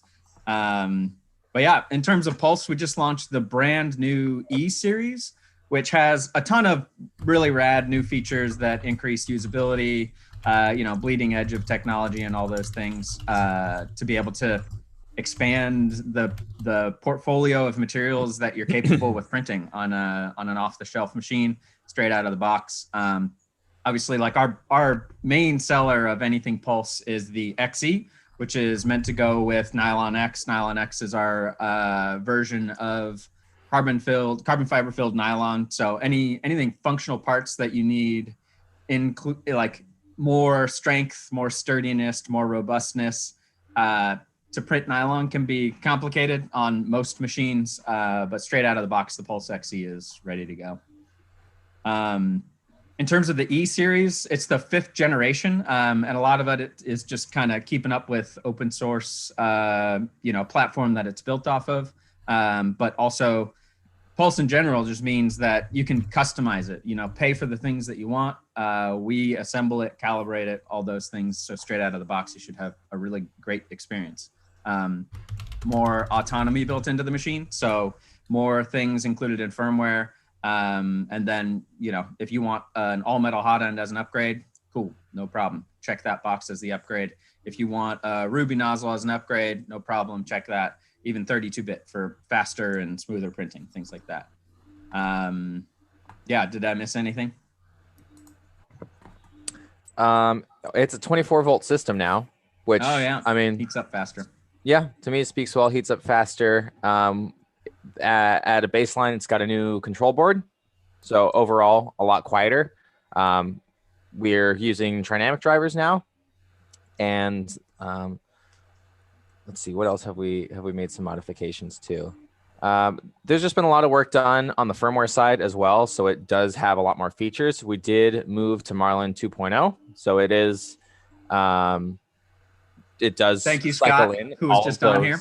here. It Thank does you, cycle Scott. in all of those features. So it's, and a lot of that, you know, is now totally accessible through the LCD, so you can do any sort of untethered printing. Currently, I'm printing from my PC right here, using Matter Control, which has a bunch of other wizards built into it that gives it some extra versatility. But you can, of course, use the Start G code to have it probe before it starts printing, and you know, swap out your beds as you go. Yeah, and the BL Touch specifically is the bed leveling system we've chosen. We've kind of been doing it for 5 or 6 years that the Pulse has been around, but it allows you to swap beds really easily and be, you know, dynamic, whether you want glass or spring steel or powder coated PEI. You can be really flexible with those options with the BL Touch. So that's why we like the actual touch off bed probing. And as a whole, it in my experience with Pulse, it's always looking for, as a brand, it's always looking for like the latest features and hardware that's out there and trying to incorporate it. Like the if we haven't already, it's just around the corner. Dave, I'm pretty sure it's on the site now. We have offer a mosquito hot end. Like this one specifically has the threaded heat E3D V6. We also just put up the mosquito hot end, and this one has a Bondtech BMG. You could pick the upgrade, so it just comes installed with the Bondtech QR for some higher gear ratios. You can pick different LCDs. You can pick different build plate materials, and because you have that BL Touch, you can get a couple extra, and without having to change anything, just put a different bed on, press start, and it'll re-level when you print. No problem there. And like Dave mentioned, it's got a different different main board. So if you choose to, you can go to the 32-bit Azteeg X5 GT, which does run SmoothieWare, and it runs really quietly. Of the printers that I have running normally behind the camera, I'd say the Azteeg X5 GT has been the quietest one I've dealt with, but this as a whole is a much more robust system than I've ever seen Pulse. Yeah, I described this to many people over the years that we've had Pulse, and someone described it back to me. I was like, oh, you guys are like a bike shop that know all the popular components that people want to upgrade their machines to, and you just pre-build those. And essentially that's what it is. We're happy to pre-build it, calibrate it. They're all built right here in Southern California at our headquarters. So we have a team of production that have been very busy over the last months for sure. But yeah, it's exciting. Keeping up with everything technology. And yeah, our latest was the Slice Mosquito. In the last 2 weeks that we've launched it, there 50% of the pulses sold have been with the Mosquito, which is awesome. Our hypothesis was correct. So thanks for everybody from Slice enabling those new features. E3D, Bondtech, Capricorn Tubing, everyone who provides components that are leading the industry that we're able to say like, hey, check the boxes, we'll install them, we'll calibrate it right out of the box, you'll get going. I'm not sure how much time we have left, but just to introduce for anybody that does not know who Matter Hackers is, hi, we're Matter Hackers. You can find us at matterhackers.com. Actually, we're a retailer, so we're super excited about Pulse. Oh, that means we have time. We do not have time. Okay.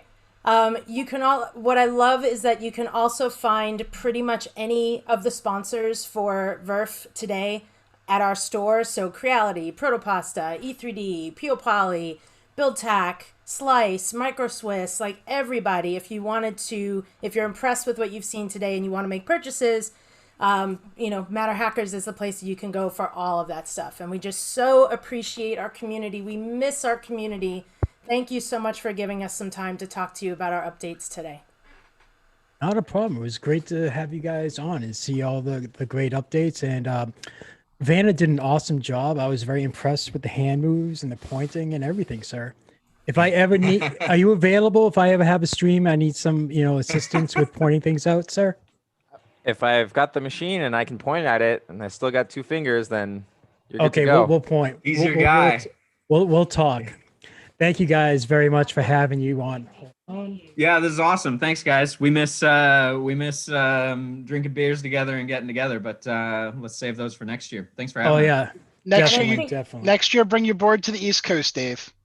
I went surfing this morning, so I will import it over to the East, and I think waves in New York are actually decent right now. So. And I think we are going to be doing a 30-minute session on the Build platform maybe after this. So in moments. So yeah, jump over to the Build platform. I do believe Nick and Lauren are keeping things warm. So as soon as you're ready, jump on over there, and they'll be happy to let you all talk for a little bit rather than them. Awesome. Nice. Thanks, everybody. Have a good one. It was great to see you again. Miss everybody. Miss everybody's faces. Bye. Ciao. Okay, so up next we have Jason Prius. Yes, sorry, I got one right. And Joel Silly. They're up next, and they're going to tell us everything that they are doing.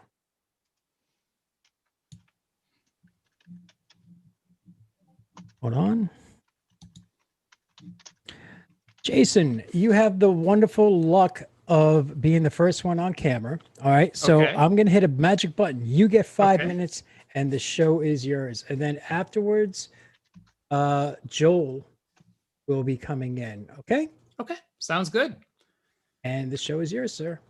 Okay. Well, thanks for having me on. Actually, this is the second time I've been to Earth virtually. The first Earth I wasn't able to make, and I sent some stuff. So I'm kind of used to this. So for people who don't know me that well, I'm Jason Prusa. I'm at Pattern to Print on Twitter and all that. And I'm a 3D print hobbyist. So that means I just do this for fun. I don't sell anything or anything like that. So behind me is my table I had last year. And if you kind of see this gargantuan clock, that's a grandfather clock that I printed a few years ago. It was about 1,400 hours of print time. It's now retired. It's sitting at work. I don't think I'll haul it out anywhere anymore. And then couple years ago at Murph, I had this thing, Chuck Hellebuck at Filament Friday posted something on Twitter, and I saw it, and I'm like, oh, I want to recreate that. So it has this little kind of cool pop-up thing. And then last year, I brought cuddle lithophanes. And I think most people are aware of kind of the standard lithophane that you can print. And then what I figured out was a way using a mosaic palette to basically have 5 layers of yellow, magenta, white, and cyan. And those go underneath the lithophane. And then when you shine light through it, it ends up being full color. So I can't really show that on the camera really well because of the lighting and all that, but I did print a couple out. So these are sort of photos of the color lithophane. So the one I just showed you, this is what an actual photo of what it looks like when it's backlit. And I also did one of a pretty famous painting that, that one's I gotta turn out because my background's blue. So anyways, so that's sort of the stuff that I've kind of worked on in the past. What I've been working on this year, I probably started working on this back in November, and this is probably the hardest thing I've ever worked on. And last year when I was at Earth and at Murph too, I had these 3D printed baskets, and it's kind of hard to see on this one, but it's actually woven. So you have the spokes coming up, and when it prints, it actually prints around the spokes, and it's kind of cool. And so my wife does a lot of basket weaving, and I thought, I do something cool like this. Now, but kind of one of the problems with this is when the weavers are side to side, is that you can't have it really thick unless you want to have a whole ton of support. And so what I thought is kind of do the weave angled, and that's a way you can weave baskets with an angled weave. And so I use OpenSCAD for programming, and it took quite a while, but sort of my iteration. So this was sort of my first iteration, and this is really small. And you can kind of see the weaves at an angle. And it was just a really simple oval kind of thing. And one of the things that I wanted to do with this is I wanted to make it parametric. So I wanted to have it so I could have it any shape, any size, have the weaves, any width, thickness, which is one of the reasons why it kind of took so long for me to do. So then my next one is, of course, everybody loves hexagons, right? So then it was to kind of do this weave around the hexagon, and that worked pretty well. it does get a little tricky on the corners, but it came out pretty well. But I wanted to do a little bit more interesting. It's still a little kind of boring. And so what I did is I took this hexagon shape and I basically twisted it. So using some fun filament from Protopasta, and of course the blue is going to shine through. But it kind of reminds me of the wicker baskets my mom had as growing up for our laundry baskets. So then what I want to do here is okay, this has got some visual interest, but the sides are still kind of straight up and down. A lot of times you weave baskets, you kind of have contours. So then the final thing I did, and actually I entered this in the contest in an hour or two, but I did it in multiple colors, so it's not the exact same print, but is this. So again, doing it parametric, I can have kind of any kind of shape to it.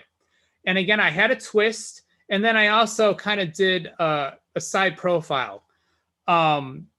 So I was pretty happy with this. Now, granted, at this point, OpenSCAD's taken about 6 or 7 hours to render the thing, but hey, it takes 24 hours to print, so it's no big deal. So anyways, so I think I'm kind of at the end of my time. Kind of the best way to reach me is on Twitter, at Pattern to Print.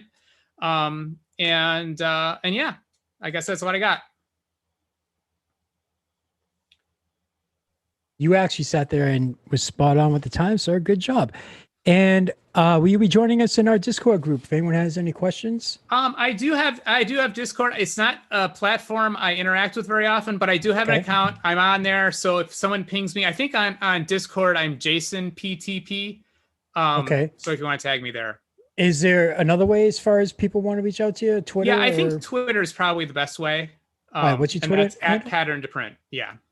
Awesome. Thank you very much, sir. I love seeing all the cool things you always come up with, because that whole with the litho paints always blows me away.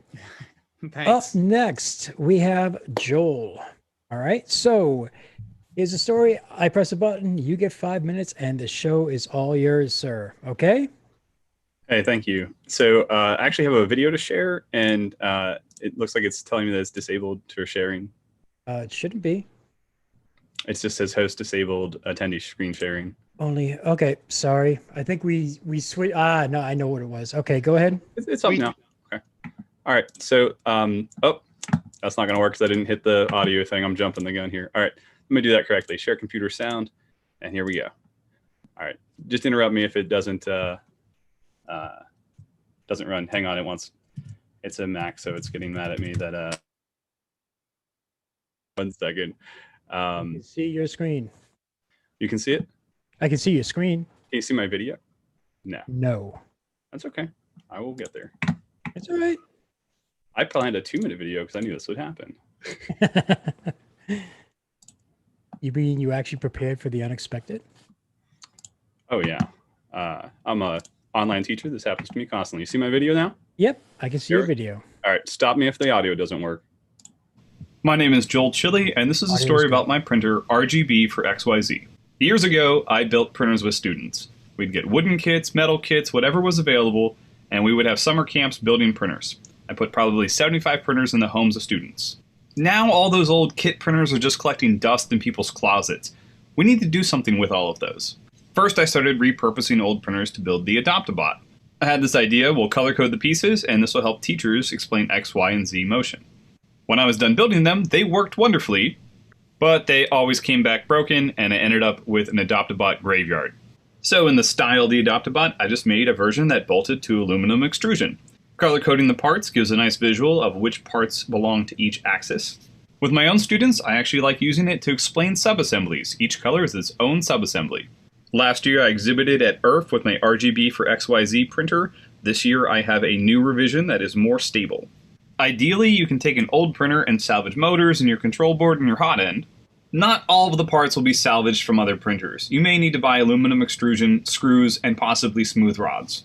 One of my changes from last year was to use variables so that users can quickly adjust all the screw size openings. I also share designs of different demos I make for my students. I like demos that show kids things like how infill affects the strength of a part. Visual aids that help students understand about flexibility based on thickness of your plastic. and that there's a minimum feature that you can produce with a 3D printer. It's important to recognize the difference between details on the top and on the sides of your prints. This idea of using color to explain to students about X, Y, and Z motion, it's fun and interesting, but it requires a lot of time and resources to be able to build one of these. Why not just recolor the 3D printer that you have to make a great visual aid for teaching? If you want to see more of the things that I'm up to, follow me on Twitter at PyMeosLearn. All right, you still can see my...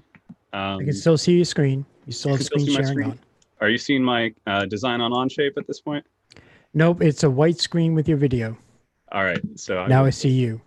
I will just switch over to that. All right, so this is my design, and the idea here is that you would be able to head on in, pick each part and customize it and change it. So if your printer is particularly a little loose on screw holes, you just go in here and you just change the variable for the size of the screw holes. So you just crank it up to 3.5 millimeters, and whenever it regenerates all of the openings, it now has adjusted all the holes. So it's a really nice, simple way for people to download and build my printer. I'm going to switch to my desk. I'm a teacher, so this is a tool I use a lot, teaching about subassemblies. So here on my desk, I have one assembled to show that each subassembly is a separate piece. You can actually have groups of kids build them separately. I'm just going to loosen up the y-axis assembly here. And this is just, again, to illustrate that you can actually give it to a group of different students, and they can work on each part and build a printer together. So it's kind of an upcycled printer.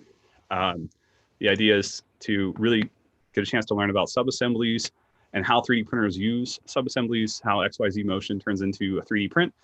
And again, it's mainly an upcycled printer. I just tell people if they have old wooden bots to just give them to me. Especially Printer Bot works great for this. And that's my story. Thank you. Awesome. Hold on. So yeah, I just want to share one quick comment I just came across. Who's in the name? Much respect for being a teacher. Hard before and harder now. Thank you. So you got some love for being a teacher there. Now, are you going to be in our Discord? Yeah, if somebody gives me an @mention, I think I'm Jay Chili in there. If you give me an @mention, I'll be happy to talk to you. And on Twitter, my username is PyMeosLearn for Propel Innovation, Make It Open Source. And I've shared the link to my design in Onshape. All right, awesome. Then I'm sorry. So if anyone had to reach you one more time, your Twitter handle is? Twitter is PyMeosLearn, PIMIOS Learn, stands for Propel Innovation, Make It Open Source. This is a design that I just shared via the Onshape link because you can customize it and download it from there. All right. Awesome. Perfect. Thank you very much for joining us today and sharing your awesome work. That's absolutely amazing, sir. Thrilled to be here. Thank you. Thanks. Have a good one. All right. Up next, we have, just waiting for them to, we have I Made 3D. Their mic is on. I'm waiting for their camera. Ladi, can you hear me? Yes, I can hear you. All right, your camera. There you go. Yeah, You're wonderful. perfect. Thank you. All right, sir. I'm going to press a button here, and then you have 7 minutes, and the show is all yours. Okay? Okay, thank you. All right, and you are set, sir. Go ahead. Okay, so my name is Ladi. Yes, I can hear you. Yep, you're all set. Turn off your YouTube sound. Only listen to the Zoom, please. Ignore YouTube and only go with the Zoom, and you'll be in good shape, Ladi. Okay. Okay, so I hope that you can see me. Yep, you're live. We can see you. Go ahead, Ladi. The show is yours.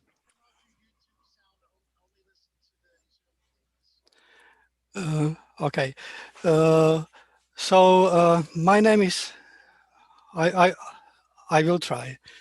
Give me a second. I will close this and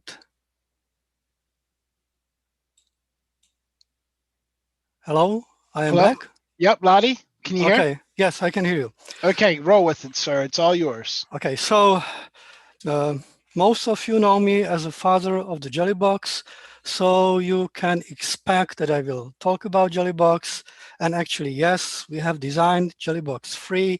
It is called Elementary, and it was specifically built for the remote builds. And Elementary name is because it was redesigned again in a way that it goes even to the elementary schools. We did a test. About 20 printers were built already. It has a very new and very compact construction, but that is not what I'm going to talk about. During COVID crisis, we started to sell more filaments, and we were actually unhappy from the process, how it's done. So I actually came with a new concept of the selling filaments. And this concept was coming from my disappointment from the Amazon, when I realized how big percentage of my income is taking Amazon. So I decided that I will rather give this income to my fellow makers than to Amazon. So let me introduce you filament buy. Filament buy, I will try to switch. Come on. I disappeared again. So let me share my screen. Okay. If you see my screen, let me know. Can you see my screen? I see it. Yep. Okay. So let me quickly explain concept of the filament buy. Filament buy, imagine that you have a master eShop called Shop Filament Buy, and somehow you can get instance of this eShop. What actually is the main URL with some identification, some of your ID. Once you have this, then you can use your website, Facebook, whatever you want, and you will put a button with this URL to your source, and that's it. In the moment when somebody will click on this button, in reality, he is going to your instance of the whole site Filament Buy. If you will go to filamentbuy.com, you will see how it looks like, but we are talking about the principles now. So once you have your instance, then the nice part of the game is coming. If customer is coming and customer will go to your instance of the Filament Buy, then in reality, the order is transferred automatically to the main instance. It means to us, we will collect the payment, we will deliver it to the customer, and you will get commission. So that's so simple. Nothing to do, just put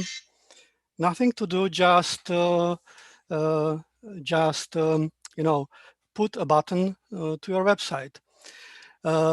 First question people are having, because we are running it already as a pilot program, is what is commission? Actually, commission depends, because system allows to set commission for every single product differently, depending on the conditions that we can get from the producers. And what's quite unique is that the total commission is actually calculated from the single lines of the order. Then we have a next nice part of the system, discount coupons. Discount coupons are in range from 5 to 25%. Actually, it doesn't matter how it's set, but discount coupons are for the customers and usually are released by a cooperation with the producers. For example, Filament PM can give 10% end user discount because of the new pastel colors filament they did and so on. So when customer use the coupon, customer will get a discount and you will get commission. Well, and it brings happy you and happy customer. The next question we got during the pilot project was if somebody who is actually the partner for this program can buy on its own site and to use both, to use commission and to use discount. So answer is yes. It was designed for that. because then the both are combined, and in actually you will buy this your filament with discount in the range from 5 to 35%. It depends how it will all goes together. And well, that's it. It's a new concept of the selling. Instead of having one centralized site, you have multiple sites that are distributed, but the maintenance is centralized and processing is centralized and everything is centralized. So you are getting, so all job you have to do is just to create an account and put it to your website and use it for yourself to get everything cheaper, or give it to your friends. And so far the reaction was quite good. So, and that's it. This is the new project of iMade3D. So in addition to the Jelly Box, where we are still doing that, we are training, we are teaching, we are doing professional development, and it goes great again. We decided to try a new concept. This is actually possible to use not only for filament, but for everything. That's it. So I hope that you've heard me, because I'm a little bit lost here. No, you're fine, Ladi. You're fine. We heard you and everything else. So also you're going to be involved in our Discord group, correct? Yes, I already went in, but who knows me? You know that I'm not so good in social media or whatever. But anybody knows my name, so Ladi at imade3d.com or just info@filamentbuy.com, and you will always get to me quickly. Awesome. You know, I tried to make it short because you know everything is very delayed. So I hope that this is enough. Yep, nope, that's not a problem. You did perfect. You got all of the info out there, and as far as people need to reach you. Yeah. I'd like to thank you for your time, sharing your idea with us. And if anyone has any questions they want to ask you directly, they can reach you via your addresses that you mentioned or the Discord channel. Yeah. I'd like to thank you very much for coming on. And then now we have MACRObot US, and we'll bring him right in.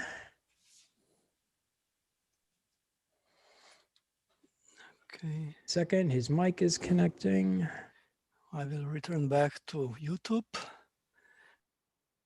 Okay. Jason, your microphone and camera is muted, sir, if you can hear me. There we go. There you go. How are you, sir? Oh, I'm great. I can see that you guys are doing wonderfully today. So I'm not even going to ask. So yeah, I know all this is going out live. So if I make a mistake, there's not too many people watching. They won't pay attention to it. Okay, well, show and tell. Yep. Hi. 1 second. Jason. Oh, so, okay. No, you're fine. Go. It's all you, Okay. sir. Hi, I'm Jason, president and co-founder of MACRObot, the Maryland Area Combat Robotics Association. We started planning about 2 years ago and had our first event last year. Our second, of course, was EARTH in 2019. Our goal is to promote interest in STEM through the construction and testing of 1 pound, which are called ant weight, 3D printed combat robots in a friendly and competitive environment. Our rules are constantly evolving to keep the costs to participate at a reasonable level while still allowing for lots of variety in design and capability. We are looking into adding more bot classes, though, in the future. The intent is to promote the spirit of cooperation and good sportsmanship, with teams helping each other to progress and scale and keep it fun. We are making more open source designs so that interested participants do not have to start from scratch. And we are also willing and happy to assist in the design process for those who want or need it. Our long-term goals include having equipment to loan and printers for members to use. So that's the little spiel, the elevator pitch, as they call it. But so I mentioned that we do combat robots, and this is one of the first ones we had that I designed, and we used these as demo bots back in June of last year at Robot Fest, and it's just a little 1 pound box that has, well, the wheels aren't in it at the moment, but it was pretty successful and did its job. But of course, iteration is the name of the game. So we had, I think, 8 of these running around at ERF last year that we were letting people drive. And we had hoped to have bots this year that people could drive. But unfortunately, since we have the COVID thing going, we couldn't be there. I had designed a new wedge to let people drive. This is one of the iterations, since iteration is the name of the game, especially in 3D printing. And we were going to have wedges and other shapes of bots to, for people to play with. And then, of course, we have our combat robots. And tomorrow we're going to be having a combat demonstration that we filmed 2 weeks ago, specifically for ERF, where we have a full, it's kind of like the TV show with the big bots on, Discovery Channel or whatever it is. And of course, I can't use their name because it's trademarked. But their robots are about 150 to 250 pounds, and we are limited to just 1 pound. So you would think you can't do much with a pound, but if you take your time and get some, do some designs, you can do some really evil things. This is version 7 of my bot called Squirrelicane. It's what's called a ring spinner, and the outer ring spins at about 6,000 RPM, and it's very exciting because it either explodes or it does well, one of the two. And I did both in the video that is coming up tomorrow. And then this is actually the current evolution, version 8, although version 9's on the way. The one that is in the video, it's got some damage, as you can see. But yeah, it changed a little bit. Iteration again, the name of the game. And inside guts, a little bigger for people to see. We're using standard components, brushless motors, ESCs, LiPo batteries. This one has tires from Lego that I'm using. So they're kind of a lot of things that you can do. And then I'm working right now on what's called a shuffler drive. This is a test platform that I built. And it uses, instead of wheels, feet that push against the floor, and I can demonstrate the motion. The oscillating feet actually propel the bot forward, and using a controller, you can determine how fast each of the sides move, so that actually makes it steer. Of course, since it's a test platform, this has no weapons yet, but we'll see what I can do with that. But otherwise, I guess there's not much time for questions. We are on the Discord server, and we have our own Discord server, and we'll be happy to talk with people. And like I said, tomorrow we have a video that's pretty exciting, and I hope that people come and take a look at noon. Yep, just definitely remember tomorrow at noon. Jason and his team has been working hard on their SmackDown, and that will be on tomorrow at noon on this channel. So definitely tune in and watch some plastic carnage happen. Oh, there's lots of plastic flying. It'll be a lot of fun.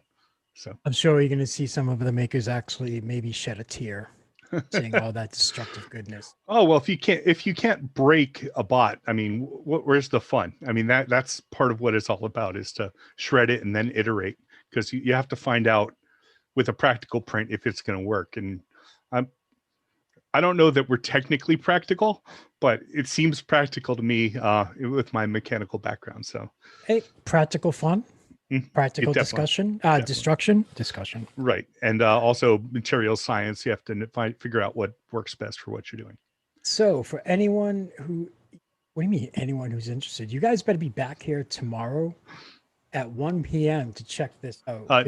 Noon tomorrow. Actually, we had to. Okay, oh, sorry. Yep. Schedule change. I think so, Chris. No, I'm sorry, Shane. I might have typed you the wrong thing. It is what I had said before. What Jason said. I'm trying to get back to it again. It is tomorrow at noon. Awesome. Noon Eastern, noon New York time. So my apologies. No worries. And I hope next year at ERF 2021, you guys will have us back, and we can bring out more demo bots and maybe have a live combat. So Awesome. Thank you very much, sir. thank you. Okay, so right now, we had a slight mix-up, I think.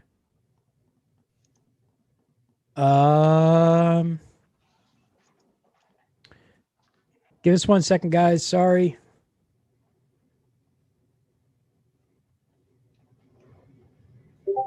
All right, so we have a few people here who are going to join us for Gloop. Fernando, shake your head for yes. Yep. Very good, Fernando. Just We're one gonna second. bring it. Sorry. Yep, and turn down your audio because I don't need to hear myself say sorry because I say it all the time in my head. All right, so we have a few people here who are going to join us. Hello, Gabriel. Yep, thank you. Loop. Just waiting for Mike. Fernando, shake your head for yes. Yep. Very good, Fernando. Just one We're gonna bring second. it- Sorry. And yep, and turn down your audio because I don't need to hear myself say. There you go. And we got Mike. All right. Let's see. How about if we do it in this way? We're gonna let the guys some loop go, and then Marty, we get to you. Okay. Sound good? All right, and I'm gonna drop myself out of camera so that way it doesn't focus in all on me. Okay. So I'm gonna hit a magic button. You guys are gonna have 15 minutes, and then what I'll do is at the end of that, you're gonna see my lovely face come in. Okay. And you're on.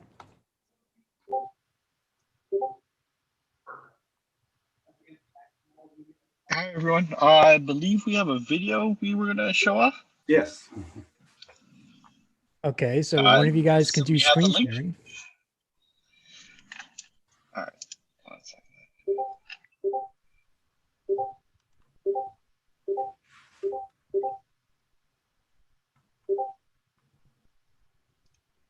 You guys go to screen sharing and then share my screen. Make sure that you select share my computer audio so we can hear it as well.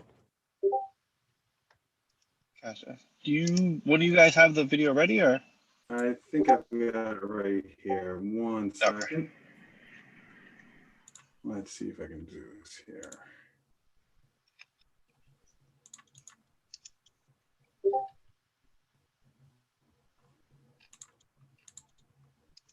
Where the heck? Oop, stop. Mike, do I have to give you instructions with a Boston accent? You don't understand. That probably would help. All right, so you press the button, yeah, okay. Oh, okay. There we go. How's that? Good. This is Andrew and Andrew with 3D Glue. If you haven't heard of us, we make some high-tech glue for 3D printing. If you Mike, turn up your computer audio.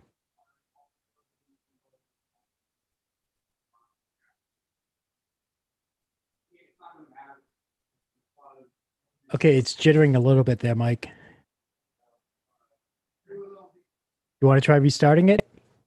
I think it might be my downloading of oh, dang it. Mike, are you on Tandy 1000?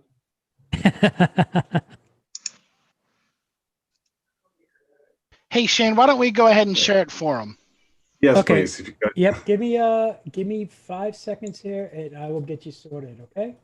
Awesome. Thank you. Not a problem. Okay, and hold on. And Martin, my apologies. I should not have pulled you in as early as I did.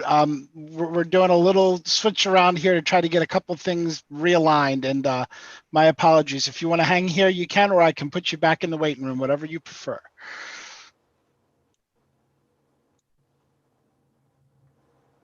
Okay, here we go. One moment and we'll be good to go because we are awesome and professional and we do a great job. Okay, whatever. Every time. Thank you, Mr. Shane. That's why you're here, brother. This is Andrew and Andrew with 3D Glue. If you haven't heard of us, we make some high-tech glue for 3D printing. If you need to glue together that 105-piece puzzle chair you printed to stay sane during quarantine, print your very own set of tug-of-war handles, or battle that ever-frustrating warping, we've got a solution for you. 3D Gloop makes multi-use adhesives for PLA, PETG, and ABS. Whether you need a lot or a little, a thin, quick set, or a gel glue, we got you covered. It really sucks that we can't meet with you all in person this year, but we can't wait to see you as soon as possible. If this is your first time learning about Gloop, feel free to look us up on social media and see what all the Gloopies out there have to say about us. If you like what you see, Andrew and I are offering a 25% discount on all 3D Gloop products from October 10th through October 12th, 2020. Andrew and I are also huge fans of Earth and really appreciate all the hard work Chris and team have done to make Earth happen this year, even if it has to be virtual. Thanks for tuning in. We really hope you guys enjoy the rest of this year's digital festival. If you need to glue together that 105-piece puzzle chair that you printed to stay sane during quarantine,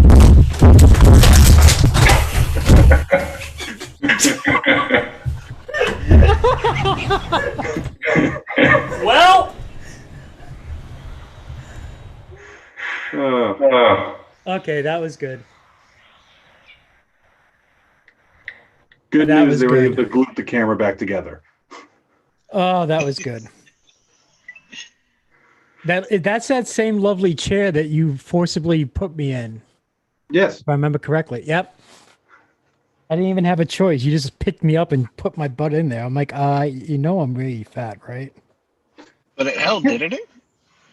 Surprisingly, yes. If it can hold me, if it can hold my very large backside, then you know it's a great product. Hands down. So Fernando, Mike, and Gabriel, tell us about the Gloop. Tell us about how you guys use it. That's definitely why the Andrews wanted you here. Unfortunately, they're tied up with some stuff. They really did want to be here. That's why they gave us that video. But we have about just over 9 minutes for you guys to tell everybody, how you use Gloop, what you love about Gloop, and what projects you're using it on. So I'm going to shut up and show us some cool stuff, guys. I know you guys got great stuff. Yeah, I'm sure we do. Mike, do you want to go first?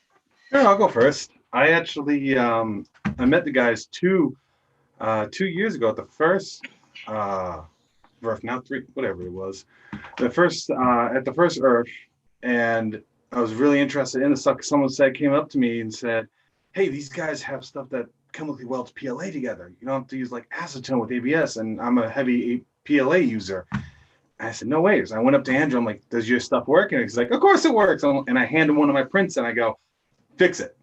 And he's like, "Okay." Puts it together. I come back a couple minutes later, and he's like, "Here you go." And I'm like, "All right, this works. I like your stuff."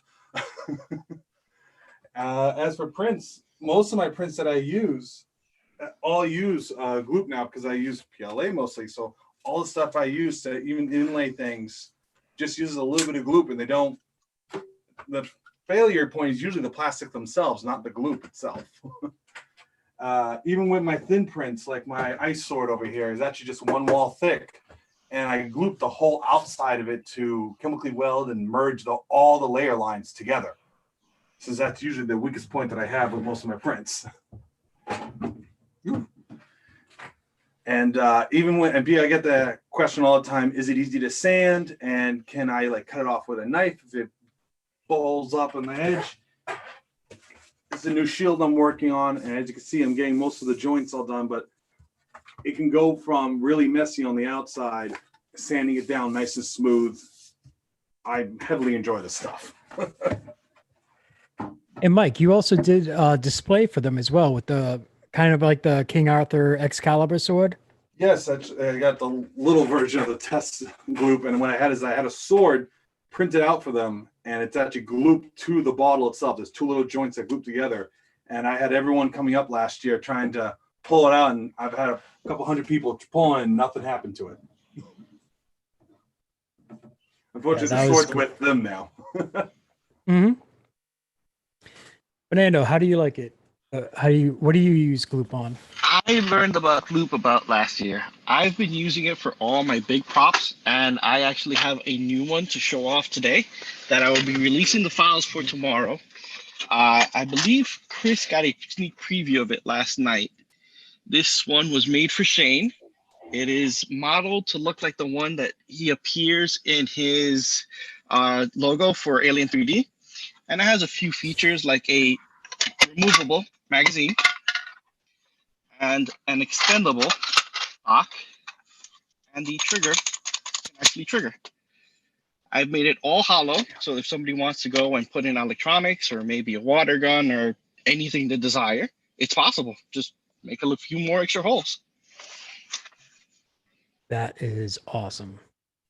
Yeah, and where are you releasing the files tomorrow? What site, sir? So I will be, not tomorrow, I'm going to try to do it later today if I can, but okay. I will be putting Prusa printers, Thingiverse, Colts 3D, and my mini factory. So basically every single possible place.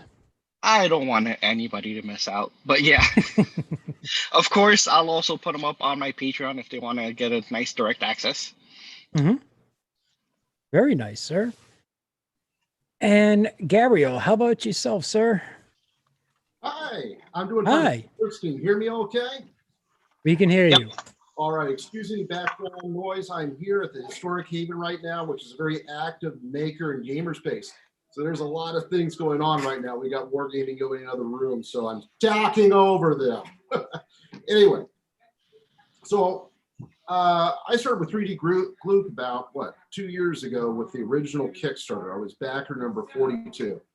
And if you've seen any of my stuff online, you know that I create props, movie props, recreating all kinds of stuff, and usually PLA plastic. And I was using, Loctite glue, those kind of things to glue it together, and it was breaking apart all the time.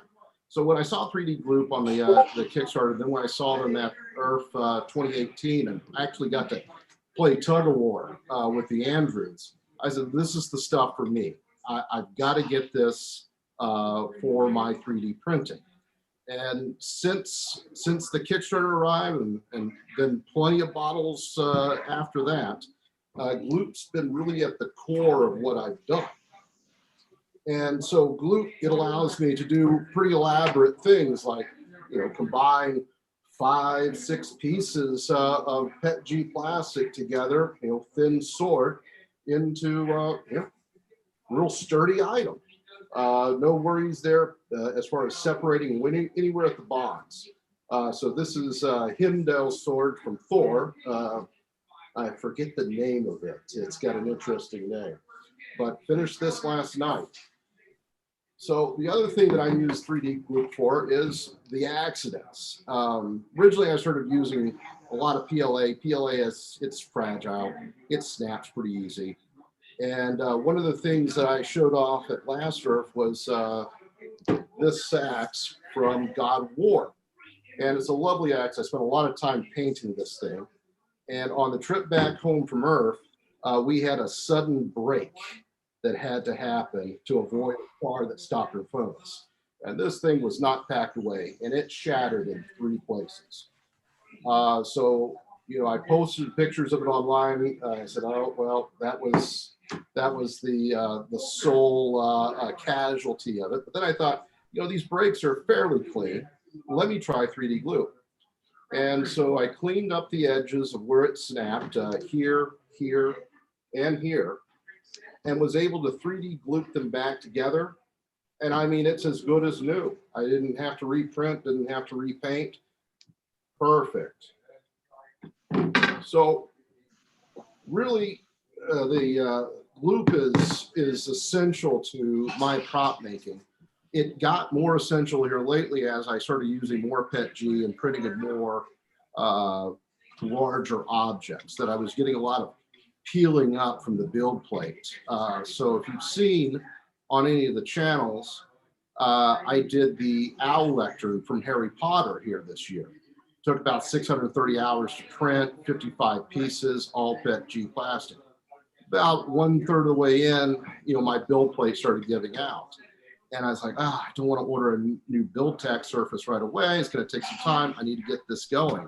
I thought, you know what? I've never used 3D glue as a bed adhesive.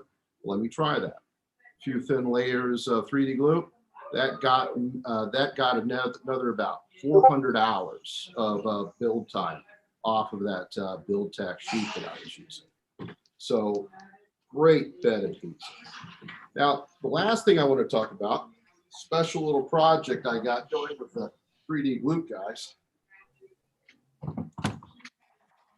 This is the most screen accurate creation of the dark helmet from Spaceballs. Yes! That's awesome. Yes! Awesome. For a couple months with a 3D modeler that I knew. He has passed away since then, so this is the last thing he designed. So really appreciate the work he did with that. Hold on, I want to zoom in on that because that's just too good. Yeah. So there you go. forward over. I know it doesn't show up very well on the camera there, but trust me, in person, it's just fabulous.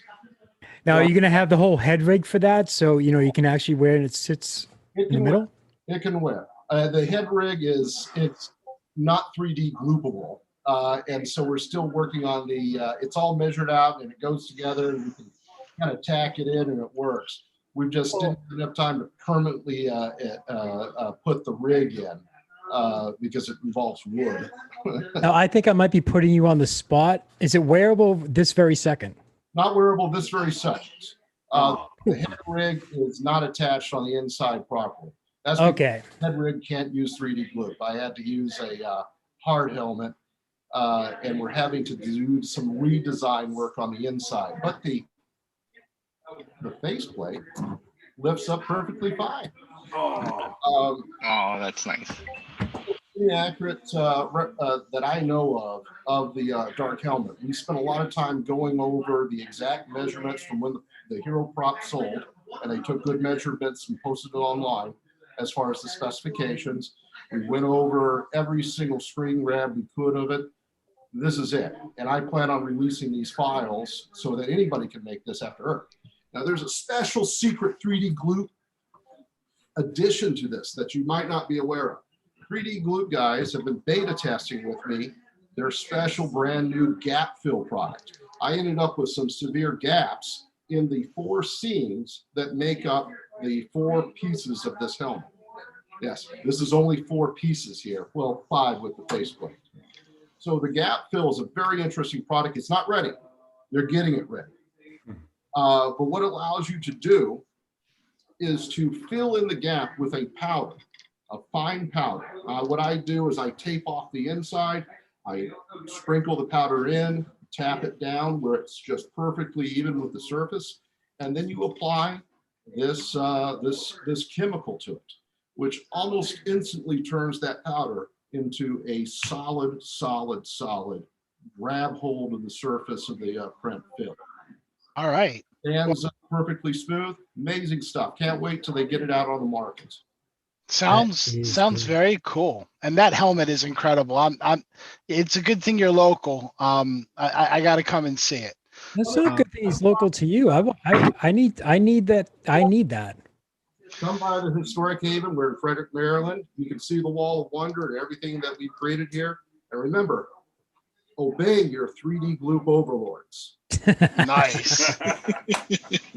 Gentlemen, Nice. I'd like to thank you very much for your time and sharing your experiences with Gloop and helping them out by filling in, telling them about Gloop and everything else. Now, I know all of you guys are already in the Discord server, and if they need to have any questions or anything else, especially about your work and your designs, they can reach you in there. Right? That's it, right? Yep. Right. And Mike, I'll sit there. I'll translate to Bostonese for you later on. Okay. Oh, thank you. You're quite welcome. Oh, Mike, do me a favor. A little bit to the yeah, left. I was going to ask. A little bit to the left.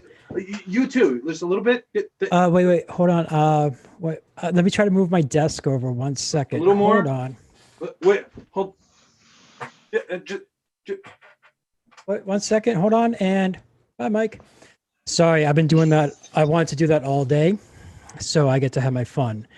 So Martin, you're up next. Thank you very much for your patience and sorry for the confusion with this. So what's going to happen is I'm going to press a button. You will see a timer on my screen and the show is yours for 5 minutes, sir. Okay?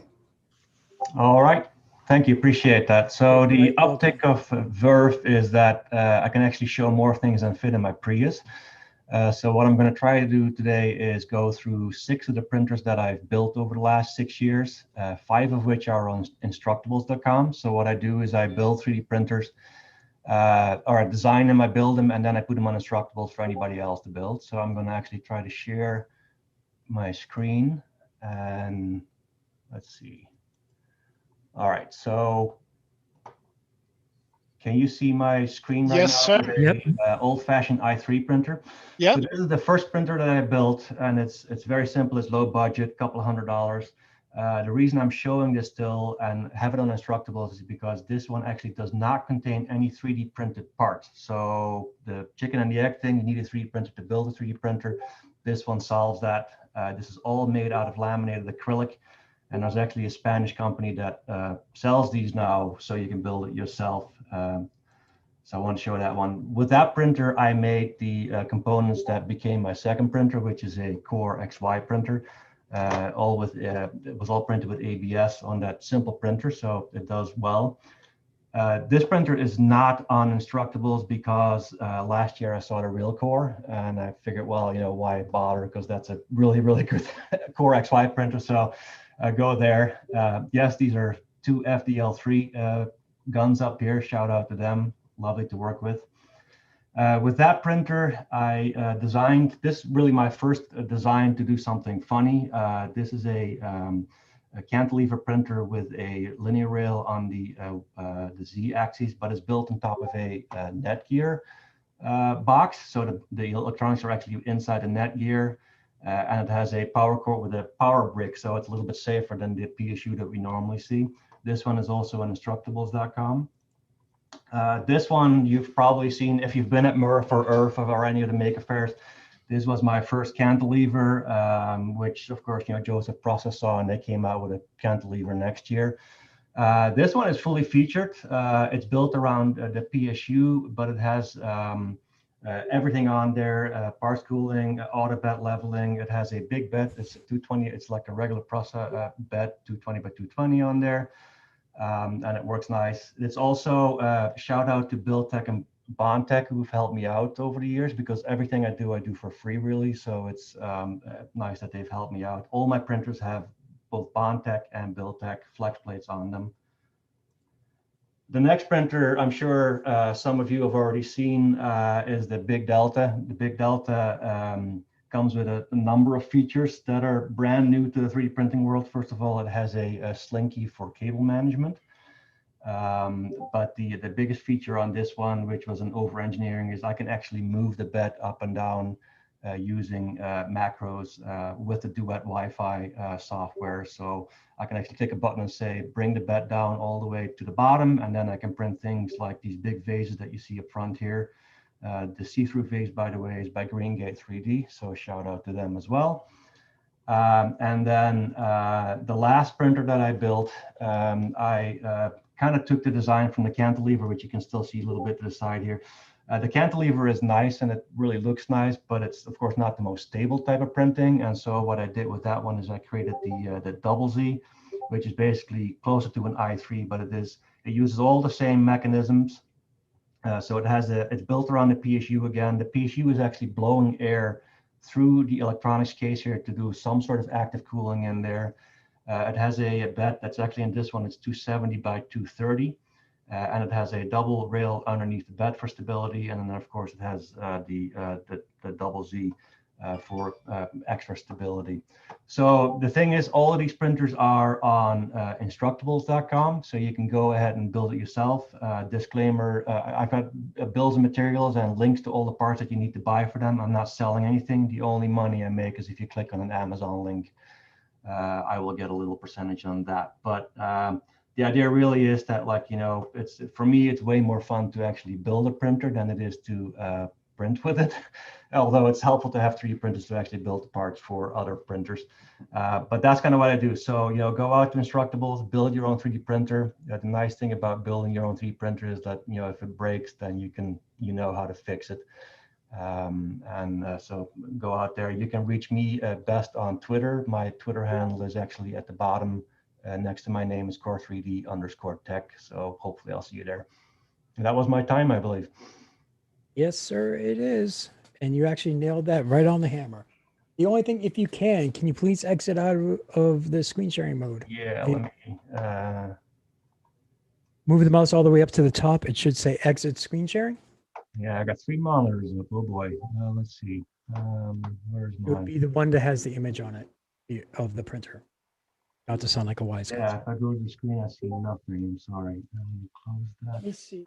Okay, here. I think because I have multiple monitors here. Let me. Here, hang on. Stop share. I got it. Here, boom. Sorry about that. Nope. That's perfect. You did it just fine. Because, all right. So let's see here.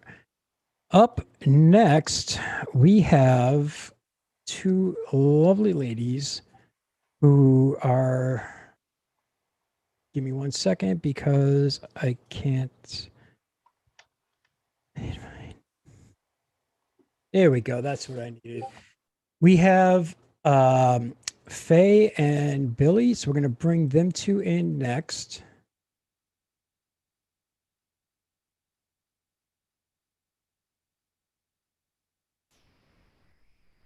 They're going to be on their way coming in. I see Billy. Hello. And I hear Billy. Okay, so while we wait for Faye, what I'm going to do is I'm going to hit a magic button. And Billy, you're going to be on first since you're on camera first. So for the next 5 minutes, the show is all yours, my dear. Awesome. Howdy. I'm Billy Rubin, and people might know me from Reddit. I used to help moderate the 3D printing subreddit, and I still moderate a bunch of others. I help admin the 3D printing Discord, so the largest 3D printing one. I make these kinds of posters on how to level and CAD tips and that sort of stuff. And fabric necklaces. I use David Shorey's method for making beautiful 3D prints on fabric. And more recently, I've been making cross-stitch keycaps. These bad boys, which have been featured all over the place. Make and Hackaday and Adafruit and Cherry MX even retweeted them, so I'm honored. And yes, so what's been happening in my world, the most exciting thing is that I finally started a YouTube channel. Oh my God, I've been talking about it for literally years and it's finally here. Oh, hey, Faye, we've got you now. Yay. Yeah, so I finally got a YouTube channel. I put my very first videos up.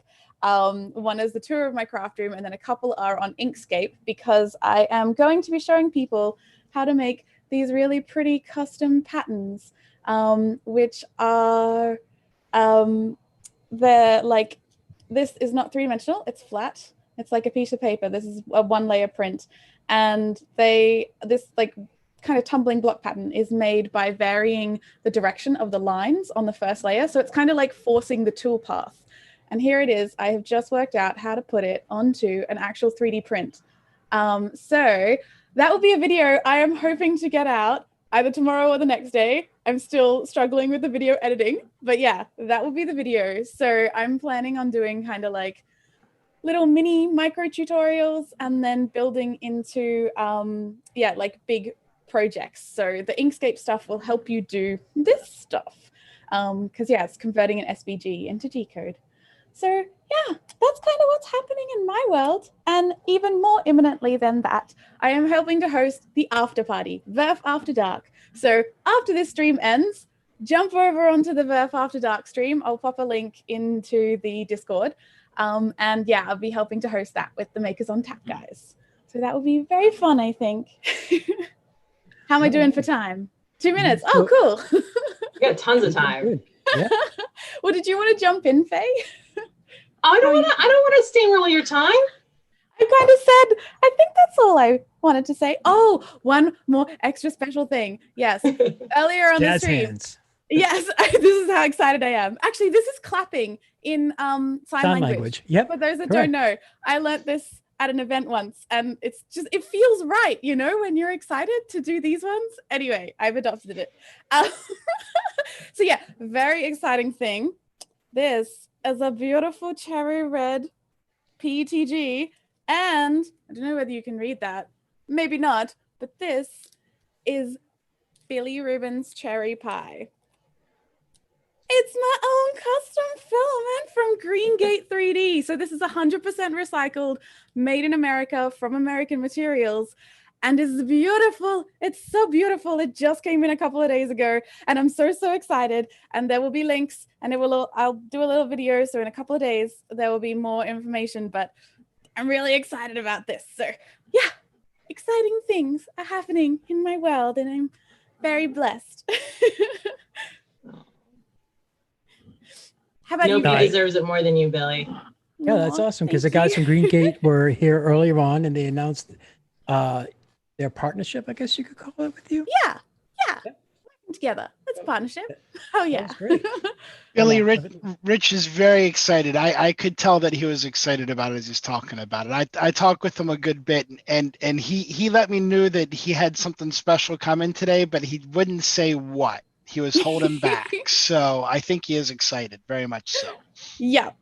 Every time we talk, we're just like, oh my God, this is so exciting. Like, just like backwards and forwards several times. So, it's a good looking color. It's a mutual excitement. Yeah, That's it's awesome. gorgeous. It's like a translucent red. It's like this gorgeous, it looks like a toffee apple. It's divine. And I just got to say, Billy, I'm sorry. Joe Spano was on here earlier on. He said he was going to delay Makers on Tap by a little bit because we were running behind. So I'm sorry. Oh, okay, cool. If we messed up your time and everything else. But, No, because it's like daytime. Birds are still singing here, so I'm fine. I got all day. Nope. Joe is making plans to be flexible. So. Yep, that's perfect. And we'll share the links after the show, before the show ends. Just so, everyone who's watching now should definitely head over there. Yeah, it'd be fun. We got lots of different people lined up too. So All keep right. it rolling. Yep, to keep it rolling, we have Miss Sorry I Am Late. What was it? I had to watch my 3D printer. Okay, so that's why you were late? Really? I mean, You you'd wore know your if my excuse 3D on printer your was shirt. going, you'd hear I it. think we were early. Okay. We were fine. We were there. Okay. Billy So can Faye, vouch for me. Faye, this is how it works. I'm going to hit a magic button. When I do, 5-minute clock will start and it will all be about you. Okay? I'm on it. And you're off. Awesome. Hey, y'all. I am Faye of Geeky Faye Art. And if you don't already know me, I'm hoping a lot of you do. But if you don't know me, I am a designer, an artist, an all-around maker. I'm having crazy adventures and I'm trying all sorts of new things. And I'm putting this all on the internet for you guys to see. Further, this is my first time with Earth, so I'm super excited to be here. I cannot wait to tell you all what I've got. I'm actually excited to be showing off something that I've been working on for a while now, and something that for me is a first. I've done small practical prints before, but I've never really done something of a larger scale, and so I wanted to make something that would be useful to as many people as possible in as many different scenarios as possible. Now, as we all know, practical prints are born from necessity. So in this case, my necessity was a need for a plethora of picture frames in a variety of sizes across international paper types, and ideally not costing the moon. So I designed the one picture frame to rule them all, otherwise known as the Geeky Faye Art Ultimate Modular Picture Frame. And it looks like this. It also looks like this. And when it is not put together, it looks like this.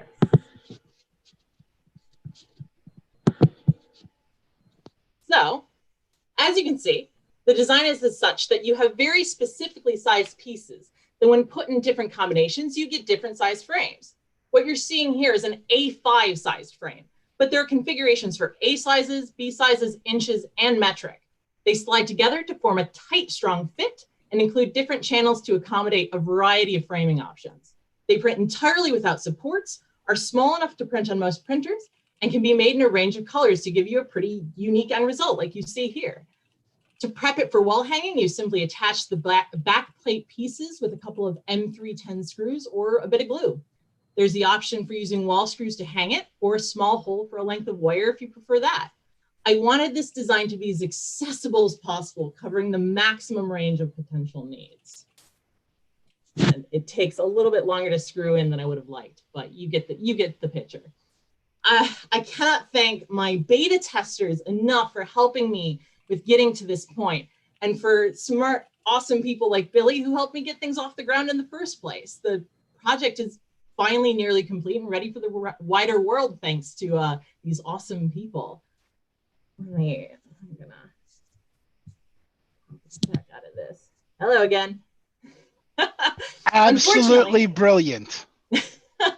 Unfortunately, I was not able to get everything up and complete for today. However, the plan is for a complete digital package, including extensive instructional guides, a print helper tool, and full CAD files. And this will all be on sale on my website in the next couple of weeks. There will also be making of and bonus material on my Patreon if you like that sort of stuff. I've already got a Patreon post where I talk about the design process. There will be more coming soon. I've been working really hard to make the user experience as seamless as possible in this. So I really hope you guys are excited to check it out. There's so many things I could say about this, but I know I'm limited on time, so I won't get to say them all. Instead, I will say, please come chat with me on the Discord. I will be on there for a little bit longer tonight because it's a little late here in London, but I'll also be on there again tomorrow. So please come chat, ask your questions. I would love to answer them and talk about this a bit more. Further, as you can see, I am at Geeky Faye Art on Twitter and Instagram, and I might also be on YouTube if that's something you're into. So please follow me, come talk to me. I've been holding this in for so long now, so it's so nice to be able to finally talk about it. Yes. After seeing what you showed off, I get why you're excited. I've been playing with making 3D printed topographic maps.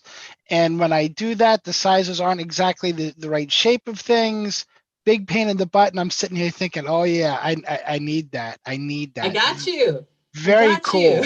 Very cool. It's wonderful. That's the thing. There's so many different frame size, like there's so many different size things to be framed. I personally have so many things that need framing. And there we go. There's a bunch of questions in the chat. A lot of you super cool, love it, fabulous. Yeah, I'm totally not even looking. Great idea, awesome. You get the picture, love it. Where can I find one? Amazing. Yes. Nice use of dovetailing. So glad to see it out in the wild. So yeah, everybody keep your eye on Geeky Faye. Get to our website, get to our social media accounts. Yeah, find me on Twitter. I'm on Twitter all the time. Just come and find me there. I will be definitely showing off more to do with this over the next couple of weeks. So this was just the start. Yeah. Just having you two on together, I'm exhausted. That was like so much energy in a very small time. I need a nap. I'm done. It's so bubbly. I only just woke up, so I'm like buzzing.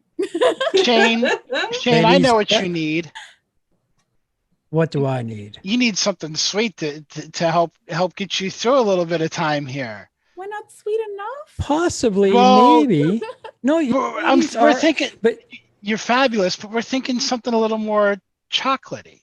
Mm-hmm. So I'm gonna bring in our next guest, and while we're waiting for him to connect, real quick, special request from a particular Mr. Eddie Mosier, I think it is. All right, Eddie, since you're a cool guy and everything else, put the car in the barn and the farm. Okay, so with that, I am going to now turn it over because I know everyone else is just like, what? I'm excited. We're going to turn this over and we're going to talk to Evan from Cocoa Press. We can see all you guys there. So this is how it's going to work, okay?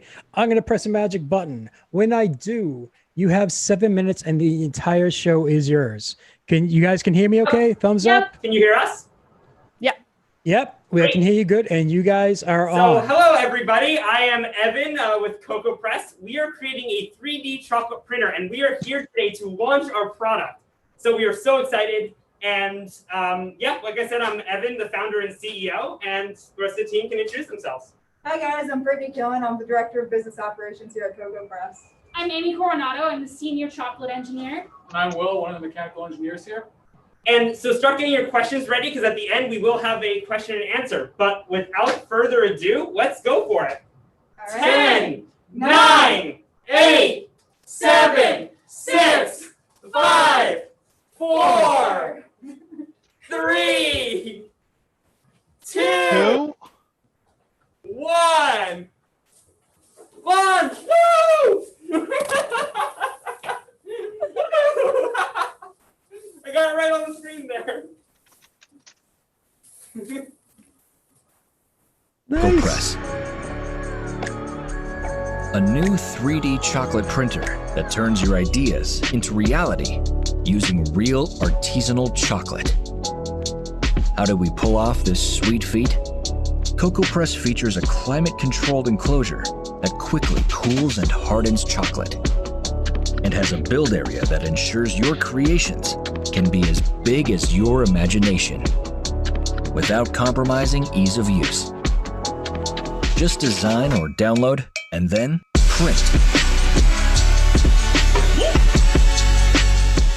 Decorate your cake, or who says you can't play with your food? Personalize gifts. Innovate on puzzles. Stand out from competitors by customizing your chocolate for any occasion, without using expensive single-purpose molds. Based in Philadelphia, we are proud to design and assemble Cocoa Press in the US. Our team can't wait to see what you design, print, and eat.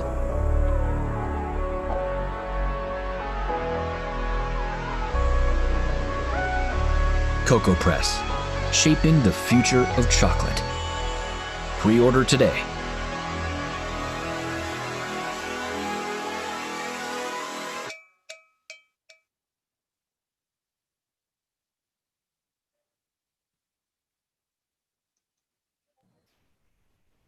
Your audio.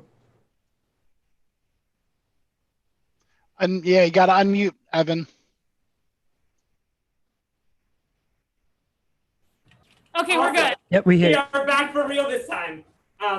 So I hope you all enjoyed watching that video as much as we enjoyed making it. I've been working on Cocoa Press for 6 years, and I'm so excited that we are now live on the website. So go to cocoapress.com, buy a chocolate printer, buy some merchandise. We got it all there. I promise you it'll be worth it. Yeah, so now we're going to spend a little bit of time taking questions, maybe talking about the specs of the printer. So get your questions ready in the chat. Awesome.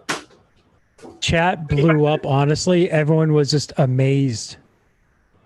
I'm so excited to go back and read the chat. Hey, Evan. Yeah, I'm sorry, Shane. No, go ahead, Chris.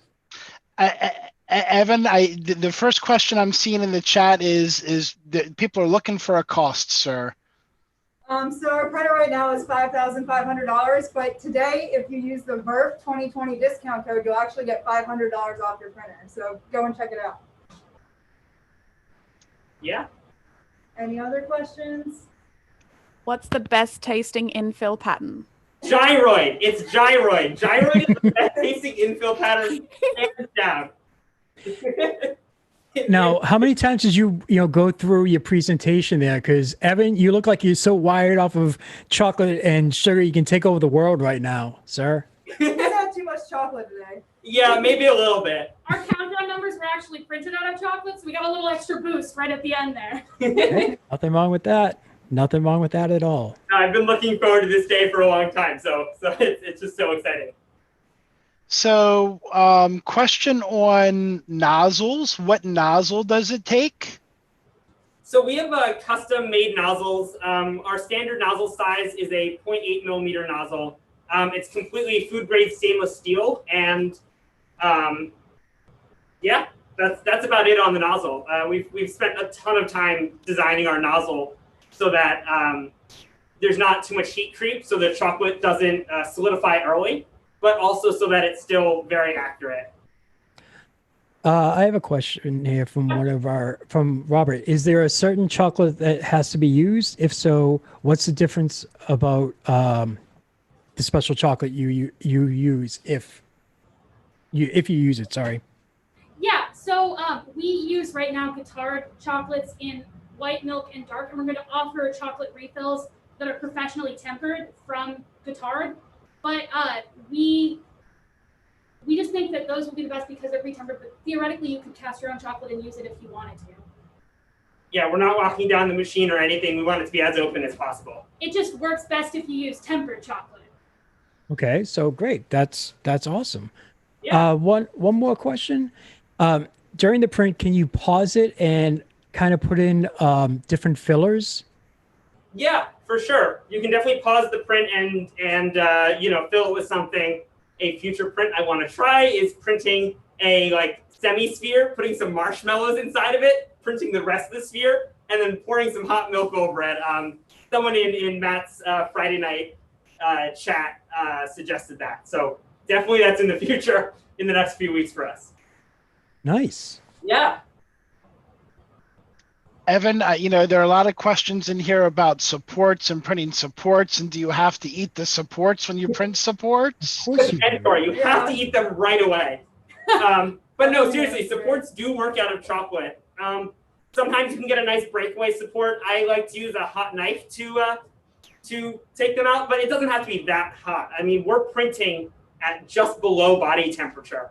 And then it goes into a cooled enclosure. So we're actually cooling that below ambient temperature.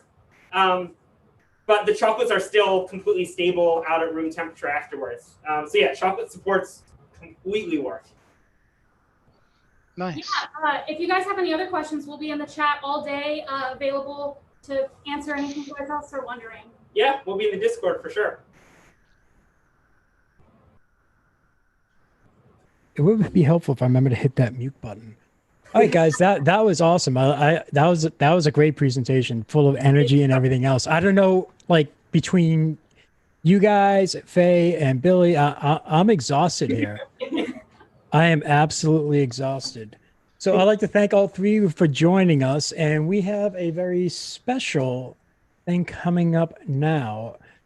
It is two people. You see them stream on Sundays. It is Fun King 3D and Print and Play. Now, James from Print and Play has a fresh print contest that's been running, and they're going to be on to talk about the results. And we have Glenn, and James should be connecting. Wave hi, Glenn. And Billy and Ruben. Billy and Faye, we're going to say bye-bye just to make a little room on the screen here. But Thank you so much for joining us. Thanks for having us. Absolutely. Come back again soon. Thank you. I will. See you at the after party. Yep, definitely. And we'll definitely put the link out there. All right, guys. We will definitely see you later. Evan, have a good one, sir. Later. Bye. Bye, everyone. And I want to do a little kickoff here for my buddy James. He's been a friend of Earth from the beginning. Last year he started working with us, and I have to say Glenn has been a friend of Earth from the beginning as well. But last year James started working with us on the Fresh Prince of Bel Air contest, which we thought it was too funny and too tongue-in-cheek not to do. But this year we put it on a much more susical twist, Fresh Prince Anywhere. And I want to thank James for the time and energy that he and Glenn put into this. I know it takes some work to do these things, and I just want to say thank you for being a partner to the show, and we appreciate all that you do. And I'm going to be quiet now. Shane, I'm sure you had something you wanted to say, but I'm going to go ahead and take a back seat and shut down my camera. Okay. Thanks, Chris. All right. And I'd like to welcome you guys and to thank you both for being here. And I'm excited to sit there and see what you guys have. Because I just had to make sure that Glenn didn't all of a sudden have a stroke or something. Okay. Right. Well, I mean, like you have to look after the elderly, you know. So I mean, you have to do wellness checks on them. And see, the good thing is I'm not that far away from Glenn, so I mean, I could always rush over there, you know, fix his printer or something. But I do need to say something though. I mean, Chris went on that nice little rant there about us, and I just want everybody to know that I didn't do any of this. This was all James. I'm just along for the ride. Well, sir, I guess, you know, you got a great compliment there. And, you know, I would take what Glenn just said as it's your show, sir. So I'll tell you what. No, go ahead. No, I was going to say, I'm assuming that he's saying it's all me so that if anything goes wrong, that's all me too. Well, see, but now it's recorded. So we know if everything works awesome, which it's going to. Yep. It's all you as well. So Fingers what I'm going to do is I'm going to mute my camera, but I'll keep the audio on. So if you guys need me, just give me a shout. But I just want to minimize myself. So it's just you two on the screen. Okay. Sounds good.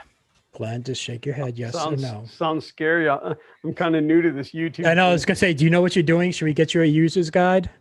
Well, should James try to go hold your hand to make sure you're okay? Yeah. I might need to watch some YouTube videos to learn how to do this. Learn how to stream on the fly.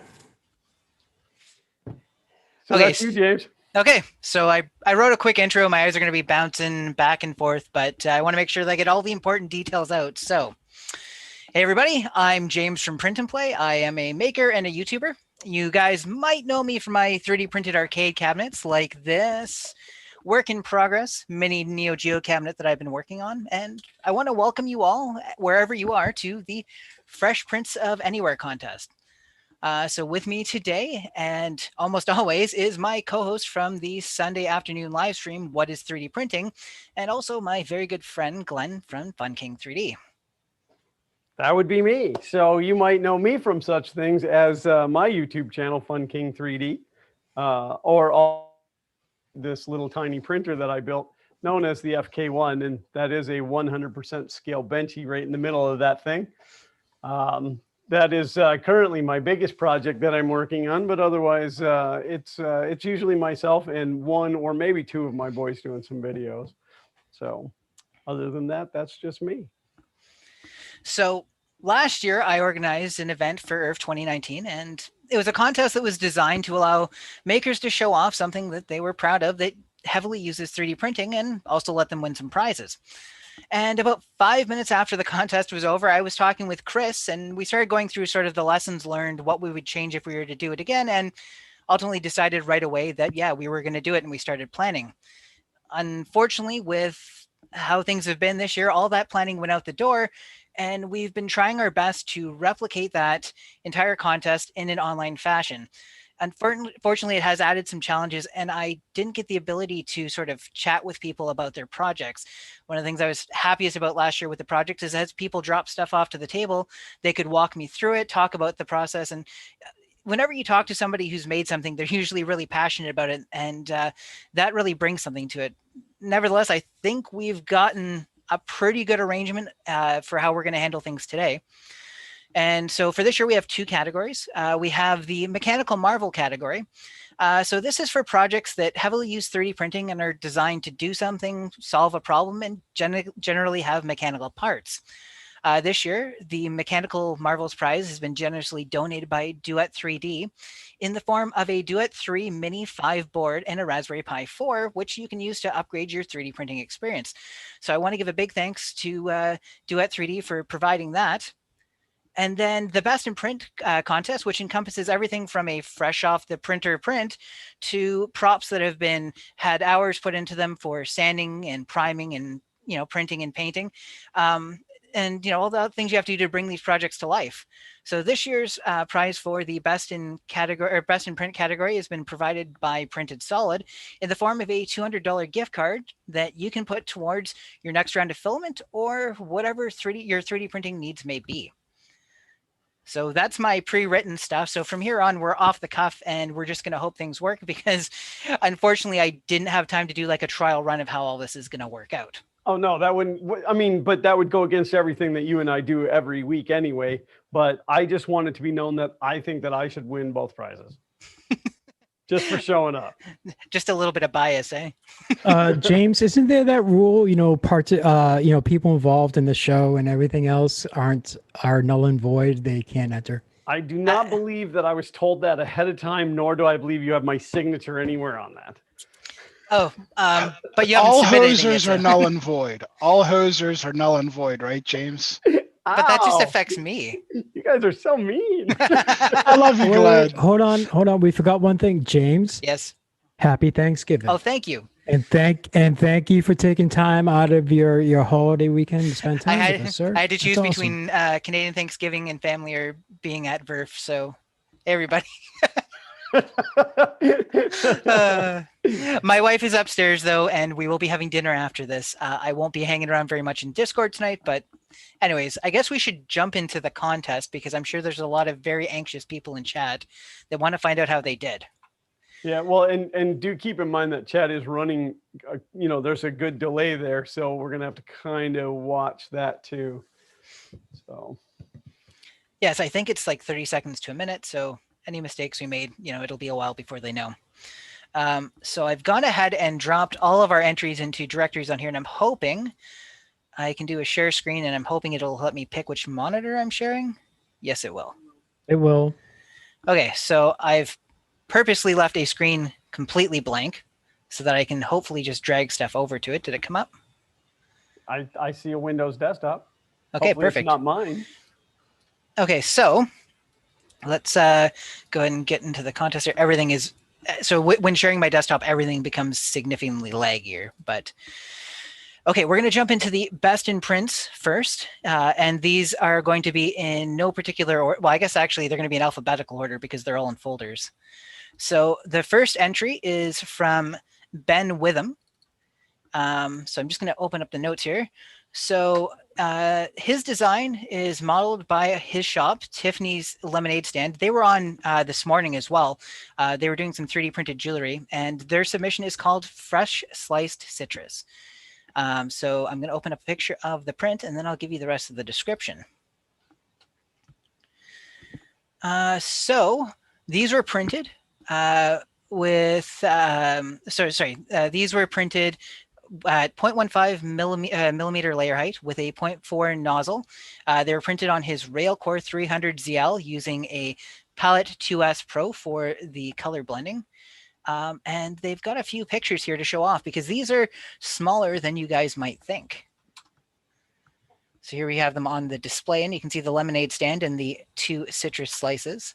And there they are compared to a micro SD card. Oh, I thought that was a giant SD card. Yes, they 3D printed a giant card so that it would make it look like it was even smaller. So there they are still on the printer.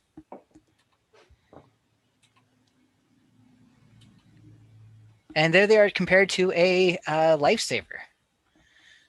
So it looks like they've got their color separation dialed in pretty well. What do you think of these ones, Glenn? It is very impressive. I mean, anytime that you can do that fine of detail on something that small, it's very impressive. Very clean. Okay, so there's entry number 1 from Ben Witham. And that is, sorry, I got to double check. So that's Tiffany's Lemonade Shop. So you guys should definitely check them out. Okay, so closing down entry number 1, let's move into the second one. The next one is from Gabriel Miller, and I apologize if I mangle any names today. I'm going to try my best not to do that. Again, how would it be any different than any of other live streams? That is true, yes. James? Yeah. Well, welcome to the club. Welcome to my world. So the other thing we haven't tested yet is that some of these do have videos, and I'm going to have to try and play them. I think there's something I have to do to share audio. Let's see. Where are you? Zoom, meeting controls. Yeah, I'll try playing one of the videos, see if I've got it set up right. And if I don't, we'll deal with it then. Oh, I think this person might have used Harry Potter music, so hopefully nothing bad happens. Oh, yeah, I didn't think about that. Ooh, and the video is not playing. Sorry, give me 2 seconds. I tested this all on my laptop beforehand, so. Shall I sing to entertain the people in between? No. No, nobody we want wants to keep that. the viewers. We want to keep the viewers that we have. Okay, so question, can you guys hear the music? Or could you hear the music before I paused it? Nope. What you can do, James, you can exit out of screen share, put it back on, and make sure you tick share computer Can audio. do. Where do I exit out of screen sharing now? I swear I'm usually really good with computers. I do good with computers.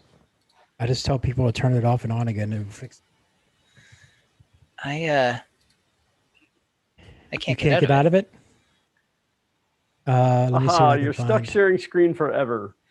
Seems about right. We will always know what you're It wouldn't doing. be the first time it happened. That's gotten kind of sticky this afternoon, it seems. Yeah, because it happened before. Hold on, let me see what I can do here. Because the thing is, I can't even see my desktop actually being shared. I just see my image. Oh, wait, here, hold on a second. You were screen sharing. Stop share. There we go.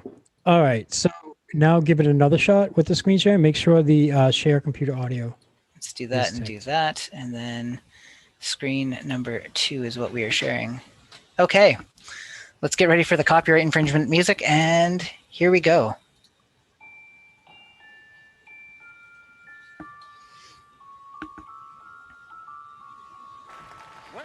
Welcome to another year at Hogwarts. Hello, I'm Gabriel Miller, and this is the Owl Lecture from Harry Potter.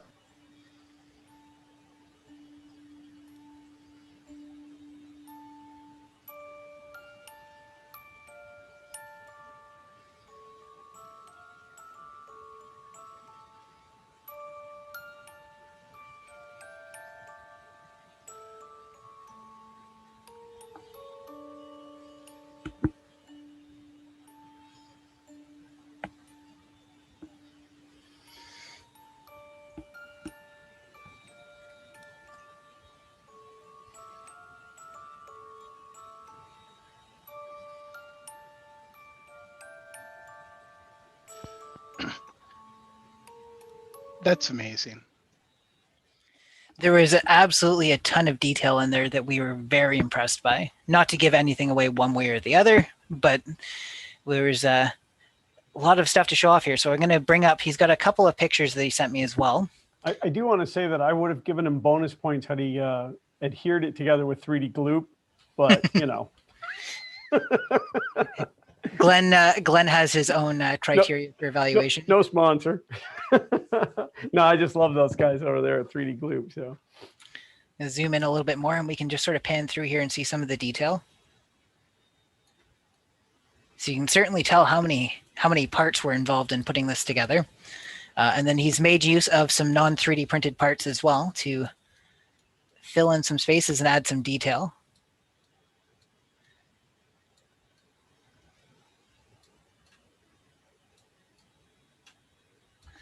And let me just see what I've got for notes. I'm going to get it wrong. So his name's Gabriel Miller. His Twitter handle, which he fired off, is at Klangiden, CLANGIDEN. So you can give him a follow if you want to keep an eye on his future projects. He sent over a couple more pictures, so we can cycle through those real quick. yeah, there's so many comments that I want to make, but I think that I'm going to hold them all until the end. This was definitely not an easy competition to vote through the entries on. No, it was definitely a struggle. There's definitely a lot of discussion. There's a lot of really, really nice work. Okay. Just panning through here so you can see all of the details involved.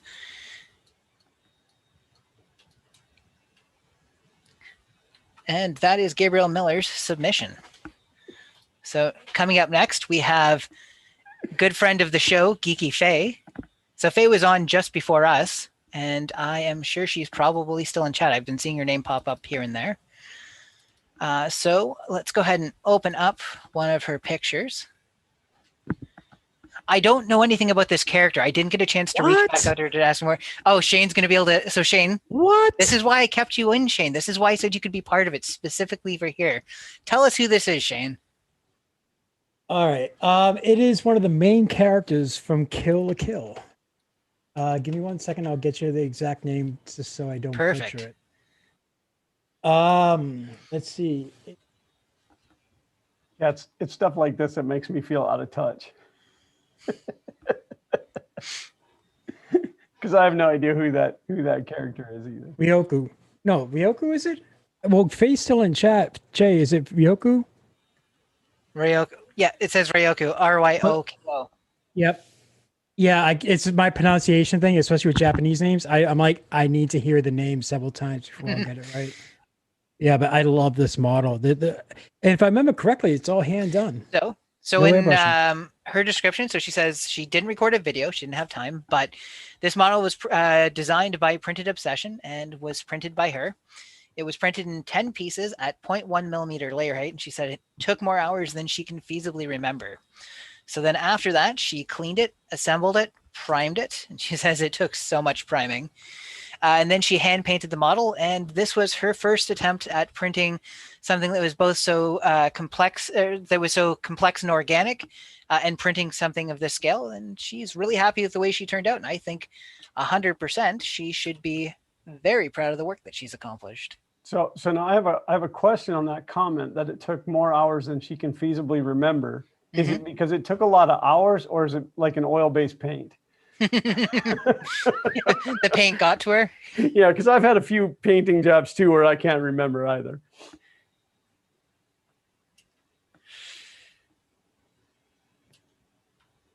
Some absolutely fantastic pictures of it here.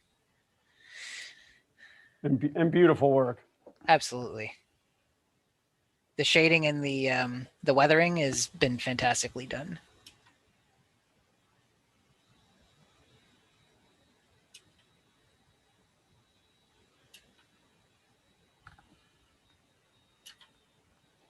I have no idea which photo is going to be the last one. It just took forever. So that is our entry from Faye at Geeky Faye, and you should definitely check her out on the Twitters and on the YouTubes. Coming up next, we have Jason Prius. I hope I'm pronouncing it correctly. Too late to do anything about it if I didn't. And he has a 3D printed vase that's a dual color vase. And I'm just going to see what he got for a description. So he says that he modeled this in OpenSCAD. It was printed on his rail core using a mosaic palette. The print time was just under 40 hours, and it was printed with black eSun filament and yellow color fab. So more of the detail, he's got a short video that he's included, and more of the detail in terms of how this print will be included with that. Let's go ahead and flip through the photos here. Now, see, I made this comment to James when we were looking at all of this, and I don't know if it was just coincidental or if it was just kind of like one of those, hey, let's lay down a little subliminal message, but I'm quite partial to this color combination. You don't say. This is the official Fun King vase now. And here's a little video.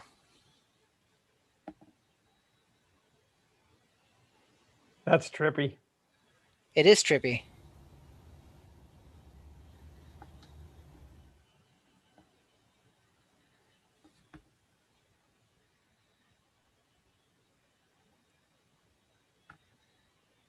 I'm curious to know, like, how durable it is. Me too. Because of the way that that's printed, I wonder if it's like, if it's structurally sound. It's a woven appearance, and I'm wondering how, like, I'd have to go back and take a look. My first question is it watertight? Which my mind says probably not, but it's because I'm so used to something that's actually woven, not being watertight because of the way woven material is versus 3D printed. So that's an awesome entry right off the printer from Jason Prius. So next we have an entry from Josh over at Made with Linux. So let's go ahead and open up the picture of it.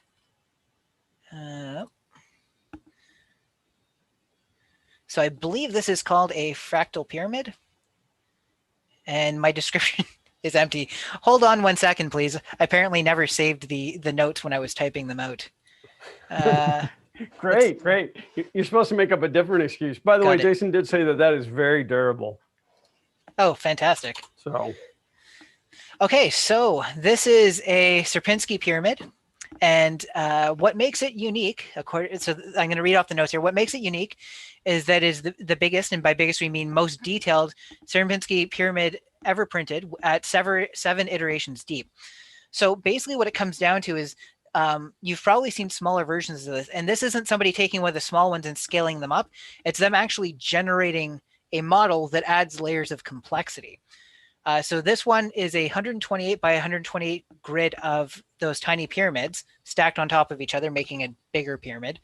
It took 99 hours and 24 minutes to print. I probably would have rounded that up to 100 hours just to say, but he's being honest. So, and 950 grams of material. The base is 280 millimeters by 280 millimeters. So that's with, he's at Made with Linux over on Twitter, and we'll go ahead and take a quick look through his photos. Yeah, my printers all suffered heart attacks just from looking at the images of that print. That's the thing. Like Glenn and I started going through it, and you start looking at how difficult it is to, I've printed the small version, which is like sort of one of these corner pieces. And the sounds that your printer makes while you're doing that, because it's constant extrusion, retraction, extrusion, retraction. Like if my job was that hard, I would quit. Let's see, photos. So there's the base of it. There's another angle of it. It's also a very clean print.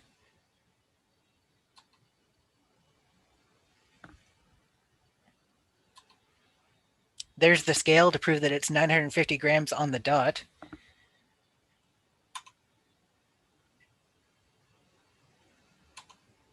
You got to make sure you start with a brand new roll of filament if you're going to print one of these. You can't so much have printed a benchy out of it, or you may not make it. So there's our entry from Josh at Made with Linux. The next one is from, so I'm pulling the name from the email address, which was Keithy White. I've seen Keithy White's in chat. So let's open up the notes here. It's our good buddy Bowser.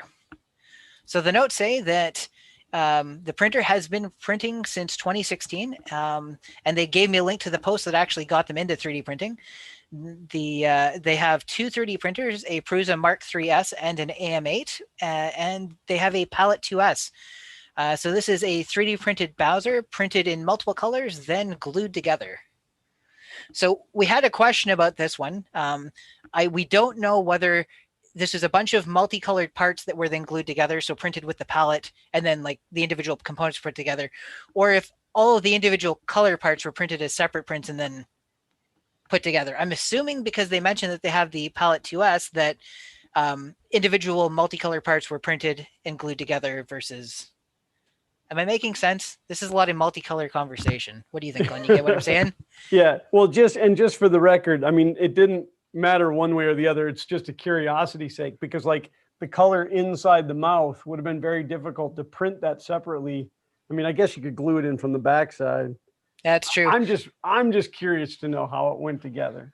Well, and I'm wondering too, like if we look here, there's a bit of a line here. So it's possible that like the mouth was separate parts as well. So I'm assuming it's the palette though. Like that's my question, but because of the way it was worded, I feel like we should ask for clarification. And we'll have it in about 45. It's true. They might just be hearing the first question now. So let's go ahead and flip through the photos. I think that is it. That's a good looking Bowser. My cat's name is Bowser, so extra points for that. Well, it's Kay's cat. He just sleeps on me because I'm warm. Our next entry is from Matthew Nicholas.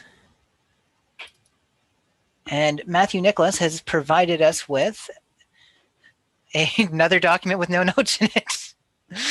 Okay, where are you? I'm looking for one called Notes. Here we go.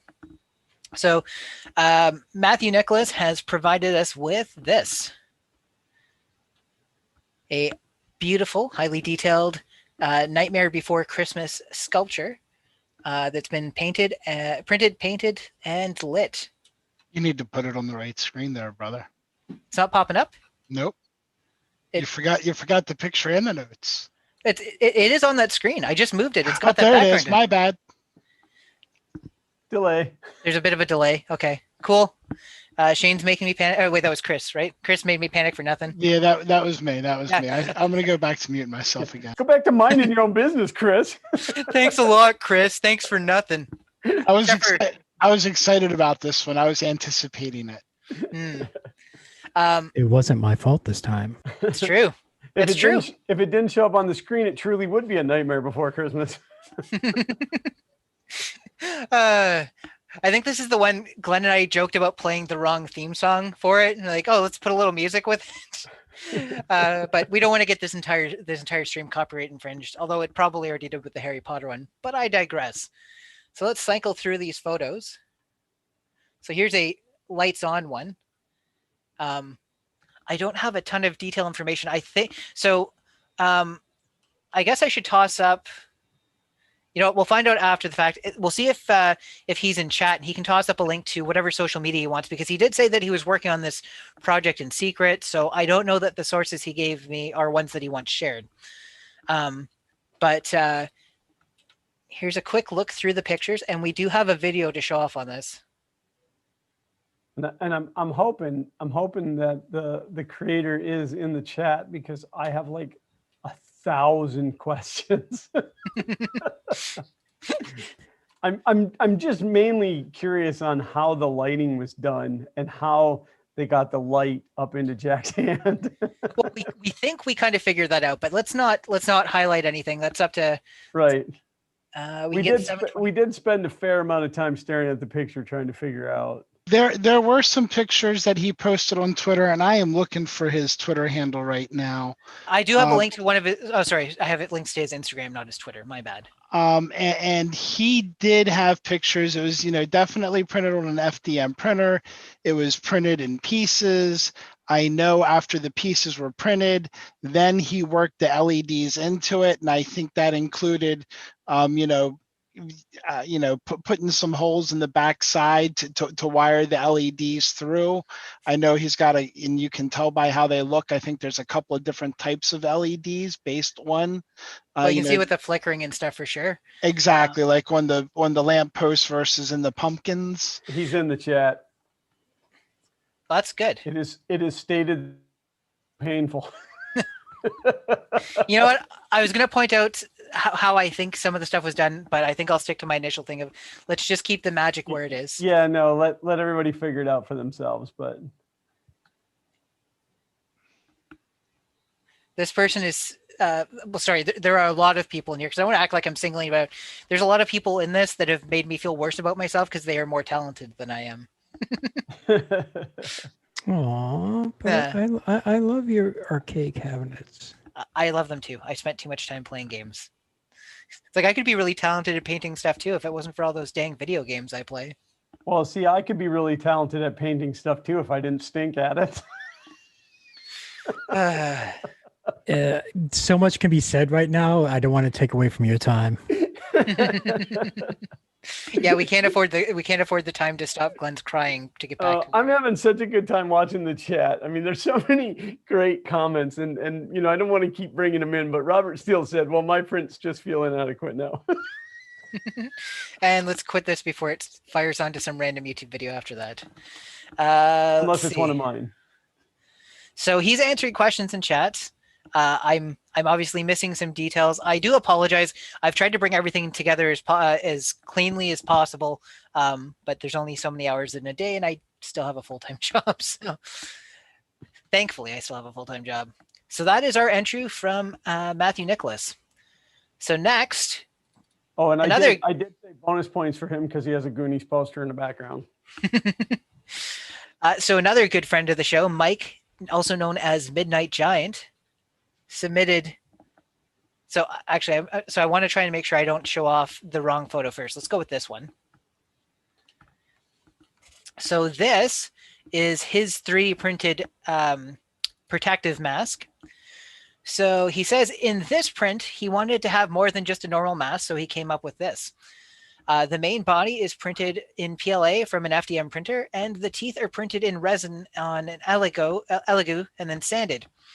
The main features were, so it looks like maybe text-to-speech was here, so I'm going to stumble over this a little bit, but the main features were painted and weathered, and the fangs were sanded and polished to have a clear look, and as you can see, they ended up coming out pretty clear.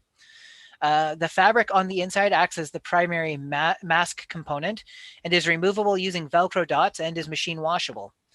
The elastic strap on the back is also adjustable with 3D printed clips, making it fit any size head, and it's got foam on the inside to make sure it fits snug against the face. As a bonus for people wearing glasses like me, it means that this seal is tight enough that you don't end up blowing steam up into your own glasses and having them fog up. So let's go ahead and flip through the photos here.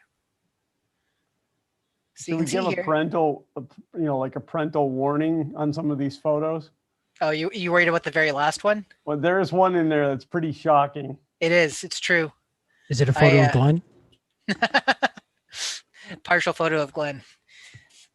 So you can see Mike's done a really good job with his weathering and stuff on the edges. Glenn and I were discussing, and it's not specifically about this project, but it's amazing how weathering could also be used as a tool to cover up imperfections and stuff in a print, right?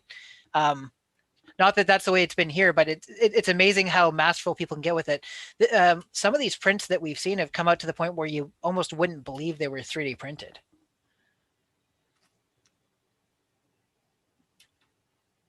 So there's the underneath of the mask. I guess I can zoom in on this. I'm being a terrible host.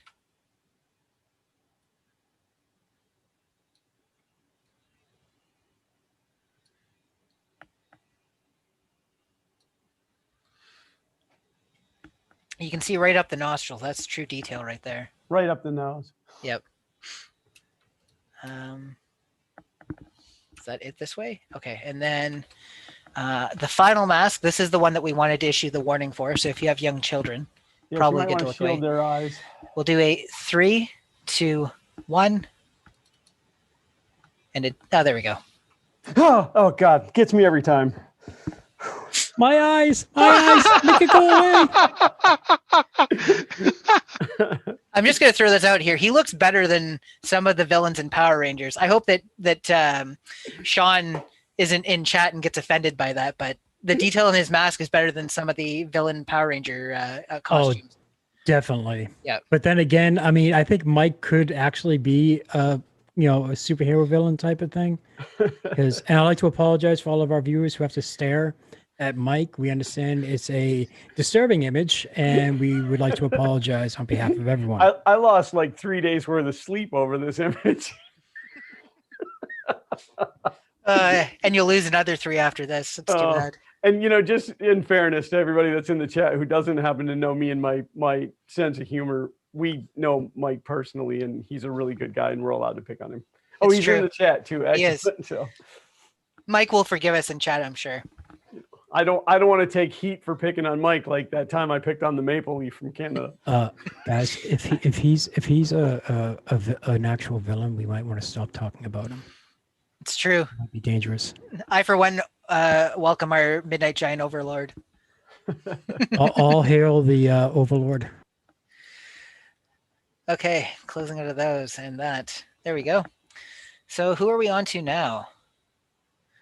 Next we have Wayne Severed. That's one I'm probably going to have screwed up the most. So let's go ahead and open one of his photos, and then I will read the description. It was asked in the chat if he's at the airport, and that's funny because I asked the exact same thing. I said to James, I'm like, is he at the airport? Well, it certainly looks like it, but I don't think anybody's at the airport these days. So the notes from Wayne say that he is known as Old Salty 3D. He says that he is submitting this print of a Kingfisher by Sid Naku, NAIQUE. It was printed using the MK3S, using the MMU2 unit, and it took about 6.5 days to print. And he says one of the interesting things about this print is how Sid designed it in such a way that transparent filaments were used for an outer layer, while a solid color filament underneath was used on the fish. And as a result, with the fish, the orange and blue show through the transparent perimeters. And then along the back, there is a white core with a transparent blue shell.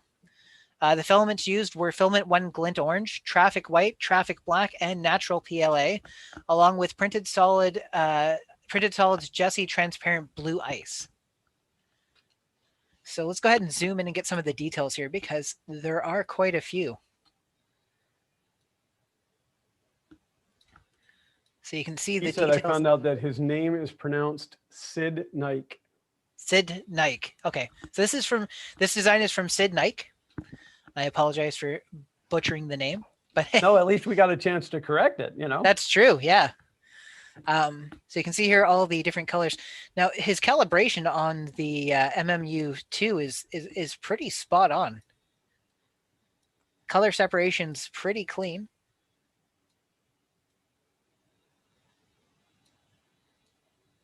See a slight line across here, so I would be curious if that's two different parts or if that's just a little hiccup, because you know, it's printing any multicolor thing. It's tricky to get everything absolutely flawless. Not to point out any flaws in somebody's print. It's just me asking if it's two separate parts or that's just a. Well, isn't that why we agreed to do this contest, was so that we could pick apart other people's prints? That is true. I got tired of picking apart my own prints. Zoom back out. Yeah, the color on this is absolutely magnificent. Yep. Oh, so see here where he's talking about. This is transparent. But then it's got sort of almost like, blue lines printed on the other side, and you can actually see them showing through the transparent section. Well, in the fish as well. There's the back of her. And I'm trying to get, there's the detail on the fish.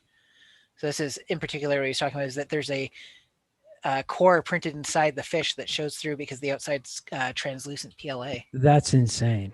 It is. That level of detail, that's insane.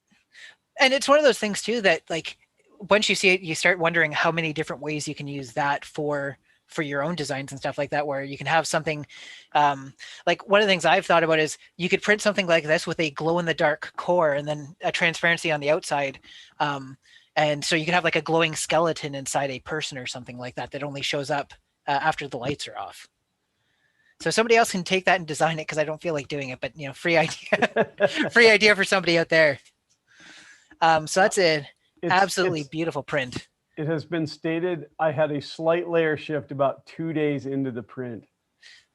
Okay, that hurts, huh?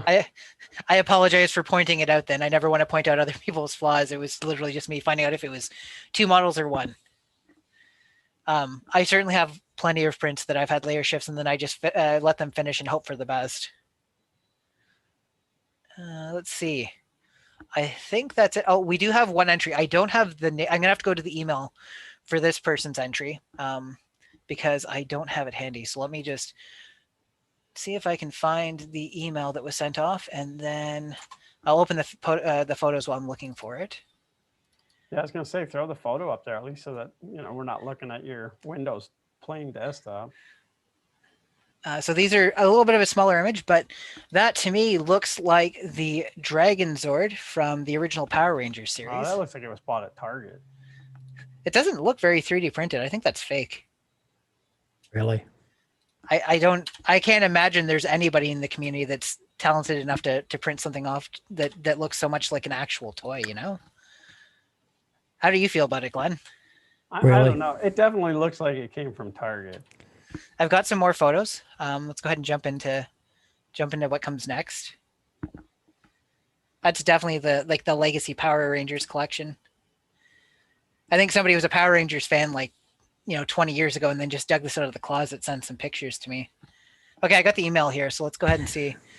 Hello, James. This is my submission for your contest, as I certainly did not send 2 entries, as that would be unfair, taking how incredibly awesome I am. So this is not the Dragon Megazord, but in fact the Dragon Lord created by Toy Maker 3D, and that's TOYMKR and then the number 3D at toymaker3d.com. It was upscaled 147%. It stands 18 inches tall, and from start of the toe to the end of the tail is 31 inches long. One full roll of eSun 3D filament silver plus one roll of Zero Gray and some Prusa Galaxy Black and some printed solid green and yellow, about a quarter of each roll, and a little bit of red. So there's no picture with a banana for scale.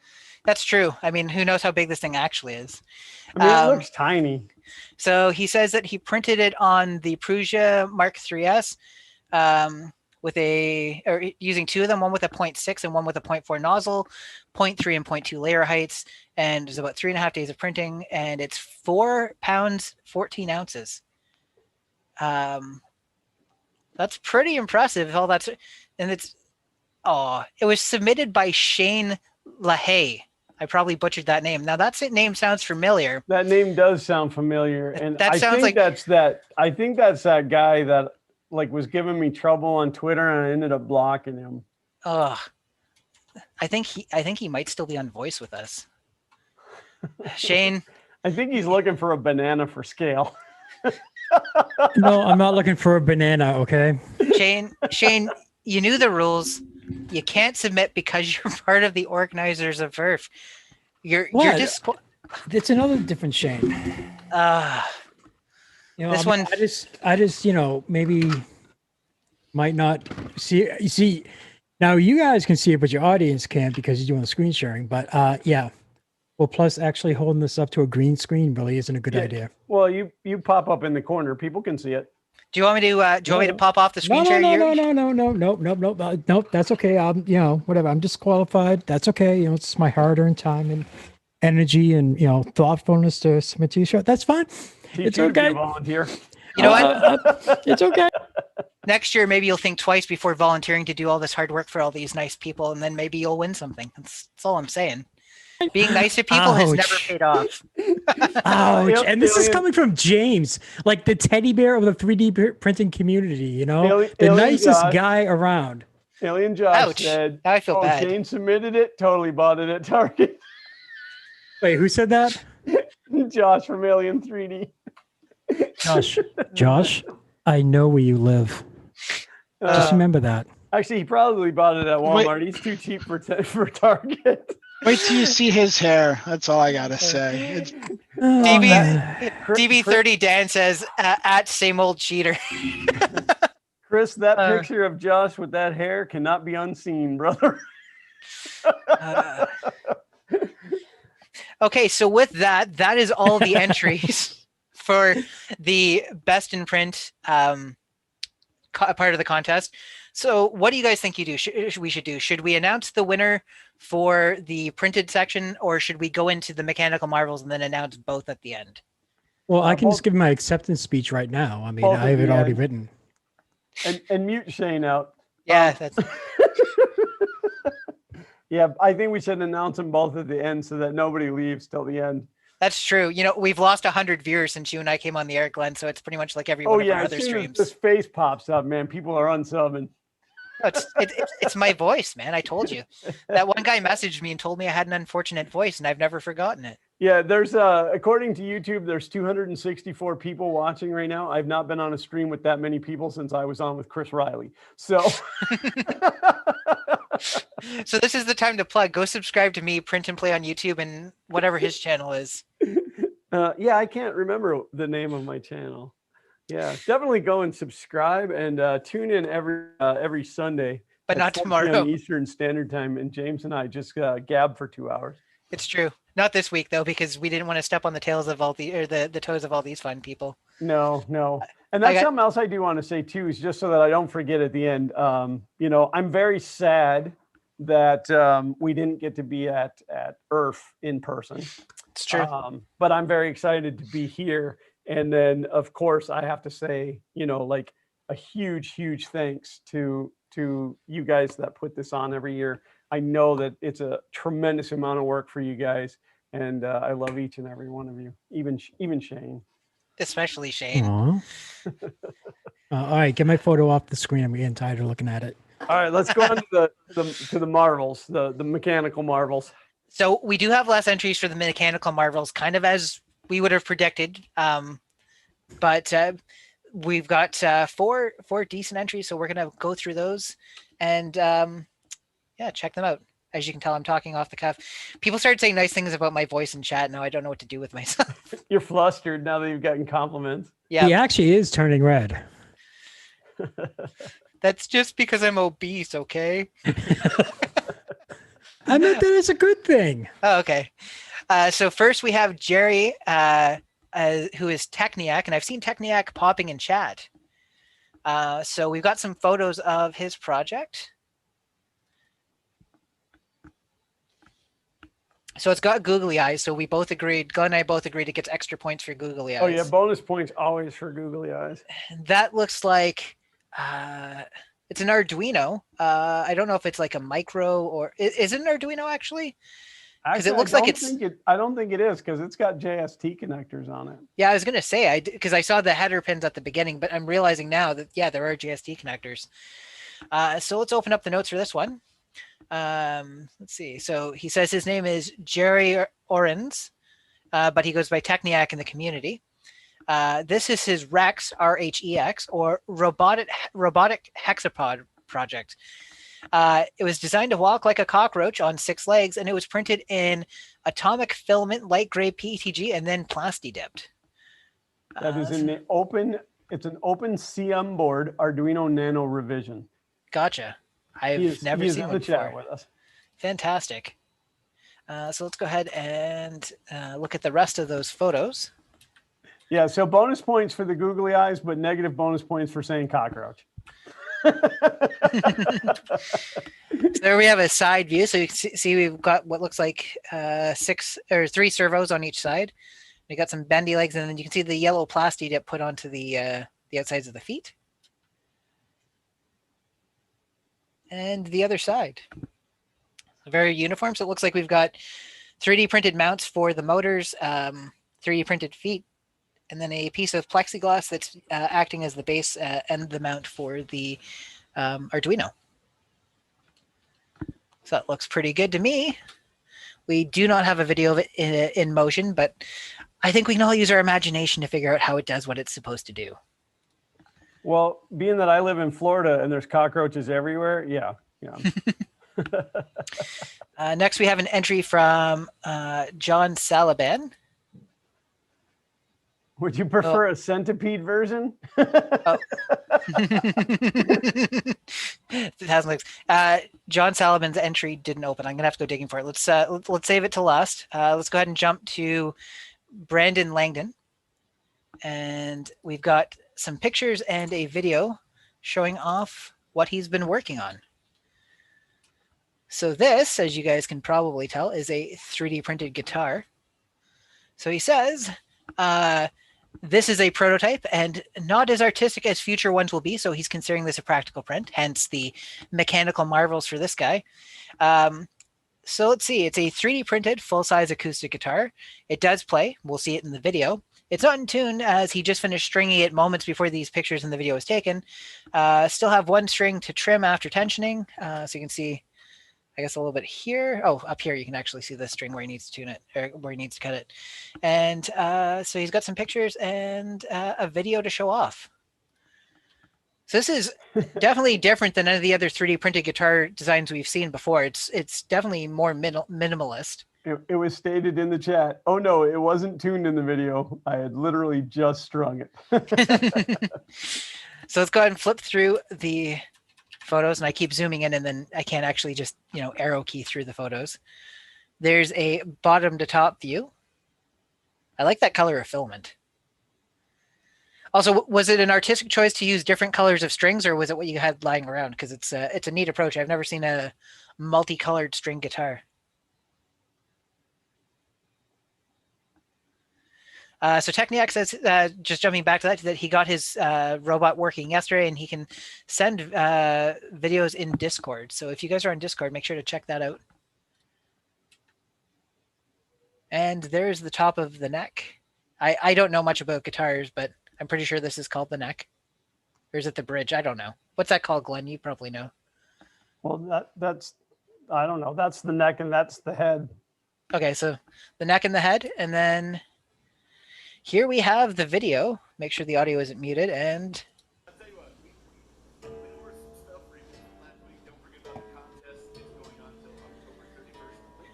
I can't wait for some company to claim copyright infringement for the random stringing of notes. Well, that should have already been for the Harry Potter reference. We're gonna have No 20 clips. different people fighting over the monetization of this, which, you know, And it's on the Verve channel too, so thank you very much. I mean, I guess blame everybody but me. Oh no, you're fine. We'll just blame Glenn. Oh, okay, that's fair. That's all right. Yeah. James has never seen a guitar, says Eddie Moser. I mean, I've seen a guitar, I just don't understand them. So let's see. I got these all ended up out of orders. I'm trying to figure out. Okay, I guess John Pickens is next. So John Pickens says, John Pickens here. I have entered in through the sorry, I didn't trim out the extra stuff that's notes for me. He has a 3D printed powered face mask that he's calling the Happy Face 3D. For those of you interested in it, I'm going to toss the Thingiverse number up here in chat. If I'd been better organized, I probably could have linked more things in chat. But here is a YouTube video that shows off and explains what his project is all about. So we'll go ahead and drag that over to here. Anytime now. And I think he's got some, I don't think he's got talking, but I think he's got some music.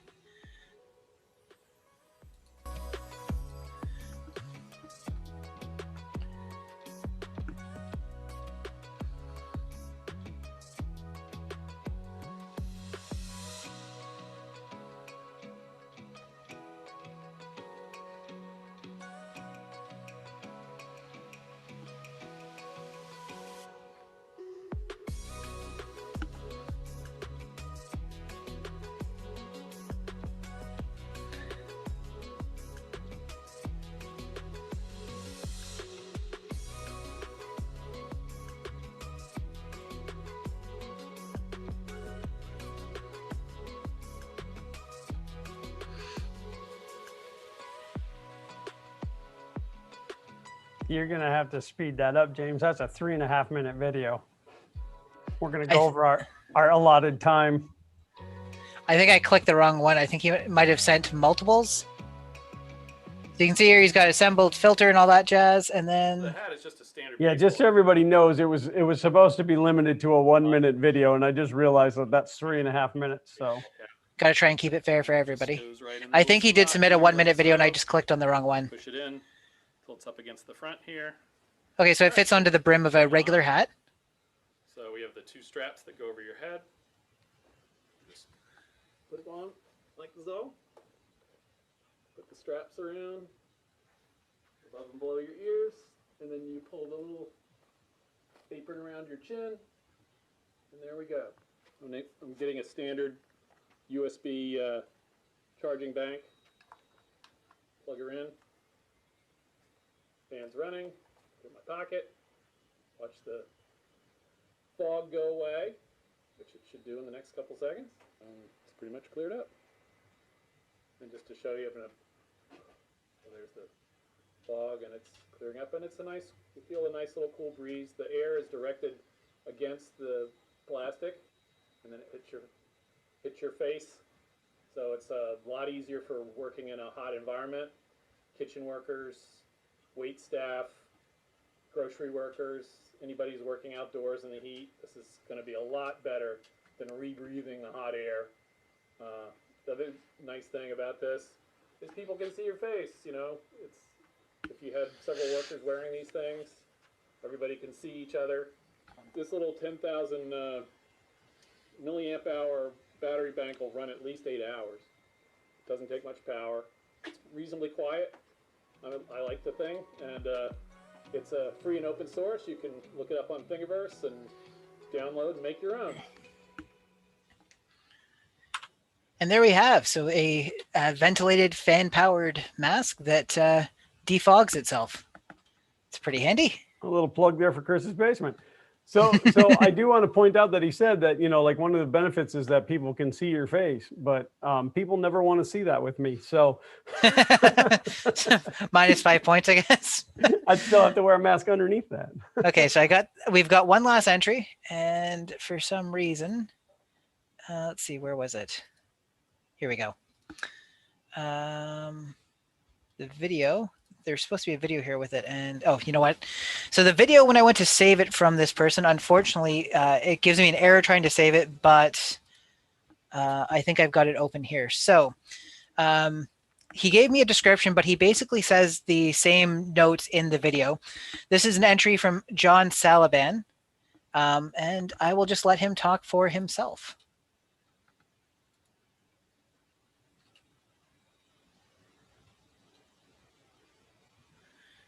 Hopefully.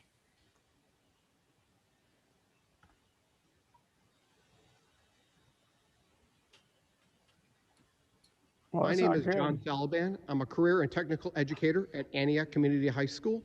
For the last couple of years, my students and I have been designing, printing, and putting together a 3D printed electric go-kart. So I have it up on this cart so you can see the underside of it. There's no metal or any other structure that holds it together. Okay, so let's have a closer look at this go-kart. The front wheels are 3D printed. They're 3D printed in two pieces and then bolted together.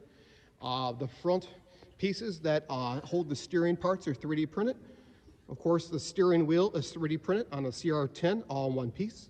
The seat was 3D printed out of multiple parts and then glued together. And then some pieces back here that were 3D printed that hold the axle bearings, and the motor mount itself is 3D printed. Very cool. The throttle is on the steering wheel. Here we go.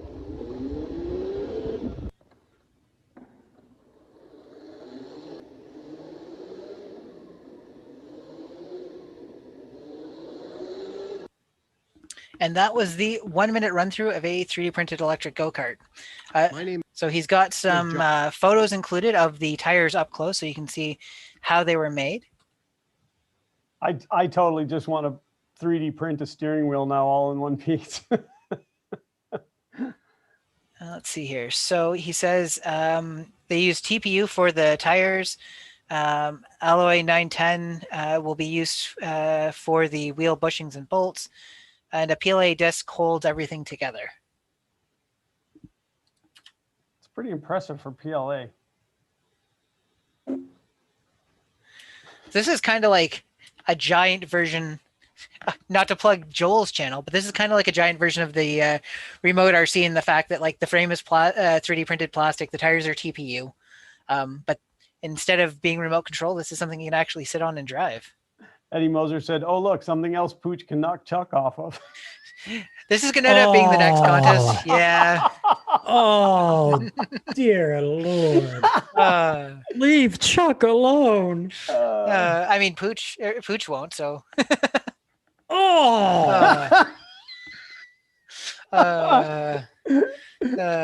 He should have seen it coming. I can't believe he fell for it. Chuck should have seen it coming too. You might want to call 911 for for Pooch. And that is it. That is all of the entries for the contest. So we've already deliberated. So full disclosure, we've been meeting. Glenn and I were meeting all week to try and narrow this down because it was unfortunately not very easy. There are so many different ways we could judge this and so many different criteria. It's potentially opened the door to another category or two for next year.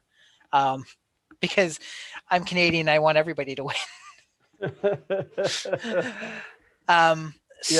It was definitely by far not an easy choice. And it's anytime that you judge something, you look at something, you're like, wow, that is really great. That's the winner. And then you see something else and you're like, oh, wait, no, that's really great. That's the winner. It was hard. It was a very, very hard decision to make. So it was. So I've got to try and figure out how to do this, because the other thing is now that actually I think I can move this over here. I just want to see because I want to open the pictures of the ones that won, but I don't want them to immediately pop up on the screen. So I'm just going to pick a photo at random, make sure it doesn't pop up on the main screen. It does. because I can't remember who made what now with the names. Okay, so do we want to do the best in print first? Best in print. So the winner of the best in print and the $200 gift card from Printed Solid is not Glenn. Oh. And not Shane, because I know he's going to say it next, is Matthew Nicholas with his 3D printed The Nightmare Before Christmas. I guess diorama would be the term for this type of print. I would agree with that. So for his Nightmare Before Christmas diorama. Congratulations. So Matthew, send me an email after the thing, the presentation, and we will get you connected to the right people, and we'll get that sent off to you. And again, that was a very, very hard decision. We went back and forth on multiple prints multiple times. We probably spent 2 hours in deliberation. It was to choose a winner. It was one of those situations where you start opening entries, and it's like everyone, you're like, this deserves, this deserves, this deserves. Yeah. It came down to a lot of like zooming in on stuff, and like, I don't even want to say nitpicking. It was just, it was a hard time. It was very, very tough. I mean, every entry was amazing, and it was the Goonies poster. It was the Goonies. that was the. It's true. Glenn was so like steadfast with it, you know. Big thank you to absolutely everybody that entered, though. We saw so many beautiful prints. I wish I had gotten to see them in person. I'm hoping next year we will get to see them in person. One way or the other, these contests are going to happen again next year. So you've now got basically like a full year worth of notice to bring your A game. Okay, so then for the Mechanical Marvel, the winner of the board from Duet, as well as the Raspberry Pi 4, is, all I have is to show this, I guess, is Joe Sullivan for his 3D printed go-kart. We were very impressed that all that stuff held together with somebody sitting on it. Really nice design. Fell right into the category for Mechanical Marvels, and yeah, that's pretty much it. Lots of innovation in there, absolutely, this year through the contest. Again, not easy, trying to figure out exactly how to judge it and on what criteria, but lots of great prints. So congratulations to you, John. Thank you for submitting. Yeah, and I hope the students learned a lot, because that's really the most important part. Like if you help your teacher design and 3D print a go-kart, the teacher keeps it and you get nothing. You get a grade. That's true. You get to I go hope that through was life knowing you helped build a 3D printed go-kart. It's a good 3D printed life lesson, I think. That's right. Or maybe we just sit there and have him compete against Joel next year. That would be interesting. Or challenge Joel to redesign his OpenRC so he can sit on it while driving it.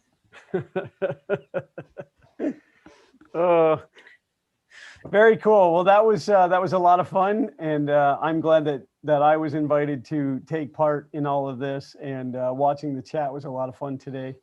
And again, I'm very sad that that ERF didn't take place in person, but I guess this is the next best thing. And now everybody's popping up down here. I can see people that I haven't seen in like forever. So that's pretty awesome. And so thank you guys, and thank you guys for doing this. Thank you guys for putting people this popping up is the equivalent of the Jaws movies at the Oscars. The next step, I'm 3D printing giant hooks off of a white knight and just pulling people across stage. Wow. I also want to take a second to thank all of the organizers at RERF. I organized this small contest, and it was still a lot to keep track of. So I can't imagine how you guys have been juggling all the moving parts to make this happen. We made Chris do it all. That's the best way to do it. Chris has Also, been. we haven't been juggling it.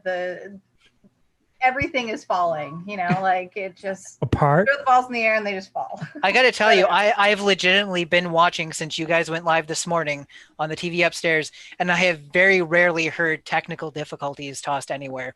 And my wife wanted me to give special credit to Shane that when things went wrong, he always took responsibility for it, even if it probably wasn't him. So. Oh no, it was definitely Shane's fault if it went wrong. Let's be completely honest about this.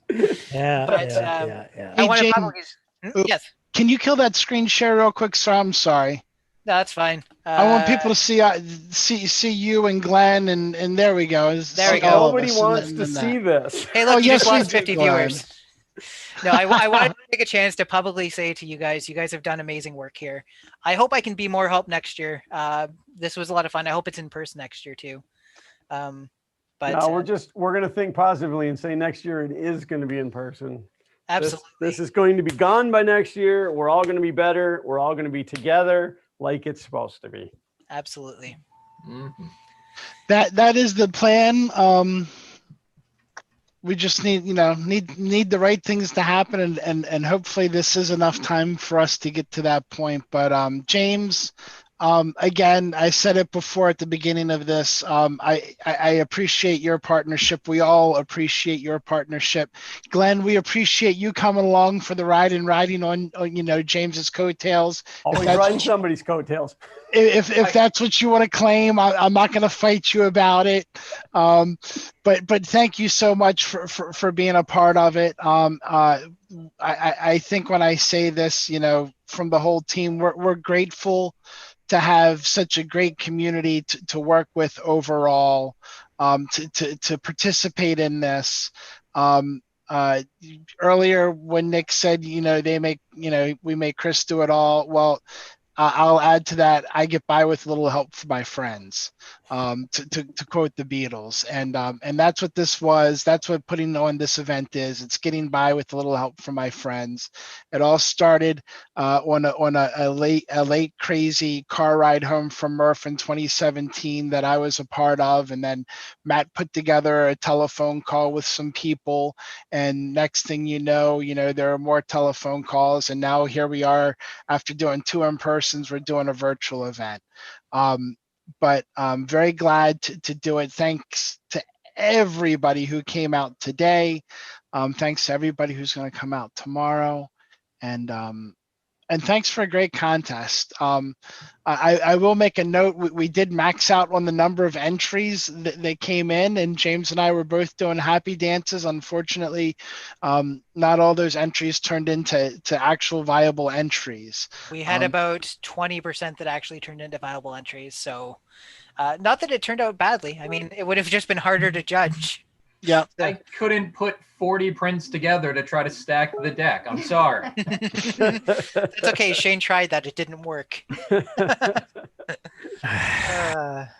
Hey, wow, Shane? that's a kick button? Hey, you know what, Shane? Let's acknowledge the fact that you printed one mighty looking Dragon Zord. That was fantastic. No, that's Right? fine. It's I just wanted to, to submit something. I wanted to be a part of something. I just wanted to submit a Benchy, but James told me I couldn't qualify. So Shane won the most disqualified entry prize, so that's good. The most ineligible entry goes to me, so I won something. You're a winner, buddy. A little bit earlier, James was trying to tell people not to be nice, and as Canadian, I think that went against everything ingrained in him, and now he's trying to make everybody win to make up for it.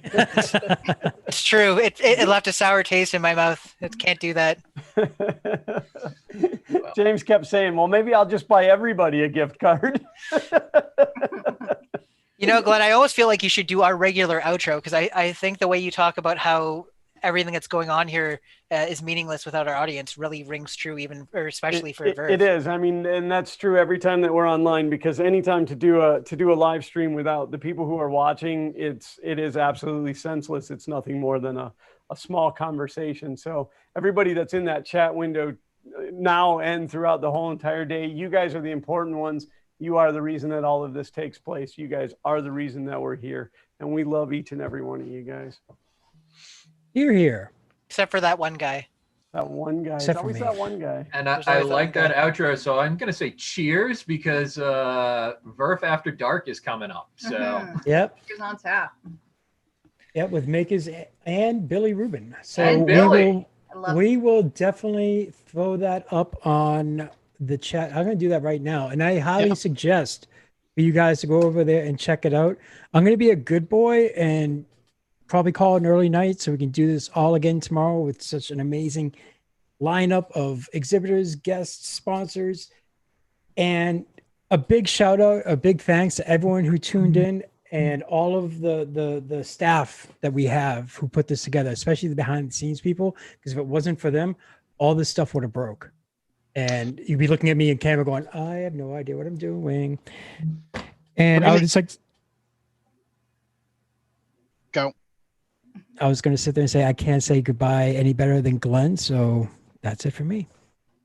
I do, because it was Glenn and we had to look at him when he said goodbye. We brought a puppy on screen, so that kind of offsets things. tomorrow morning. I can do my goodbye like this from now on, just to shield the people. Tomorrow morning, we'll get started again on the sponsor and exhibitor channel. Walter Gray of Country 3D will be doing some Sunday morning coffee talk with me and any of the other VERF team that wants to show up at that early hour. I know some people are looking forward to maybe sleeping in a little bit more, and I understand that too. Dan Burrows from Slice Engineering is going to kick off the build platform tomorrow. And we have another great day ahead. So everybody, thank you so much for coming out today. Looking forward to seeing you all tomorrow. And everybody have a good, safe night and have a safe drive home.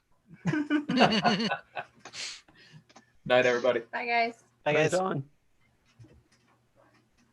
Button, where's that button?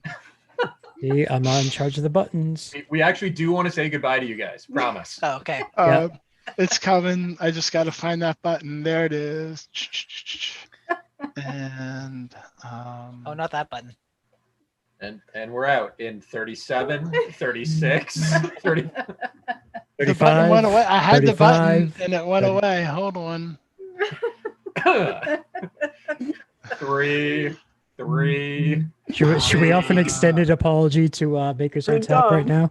The worst nightmare for the people who drop the ball. No, we're about to be. I'm one click away. I lost it in the myriad of windows, and we're done. Are you sure we're done? I hit end stream. End. I guess we'll know in about 40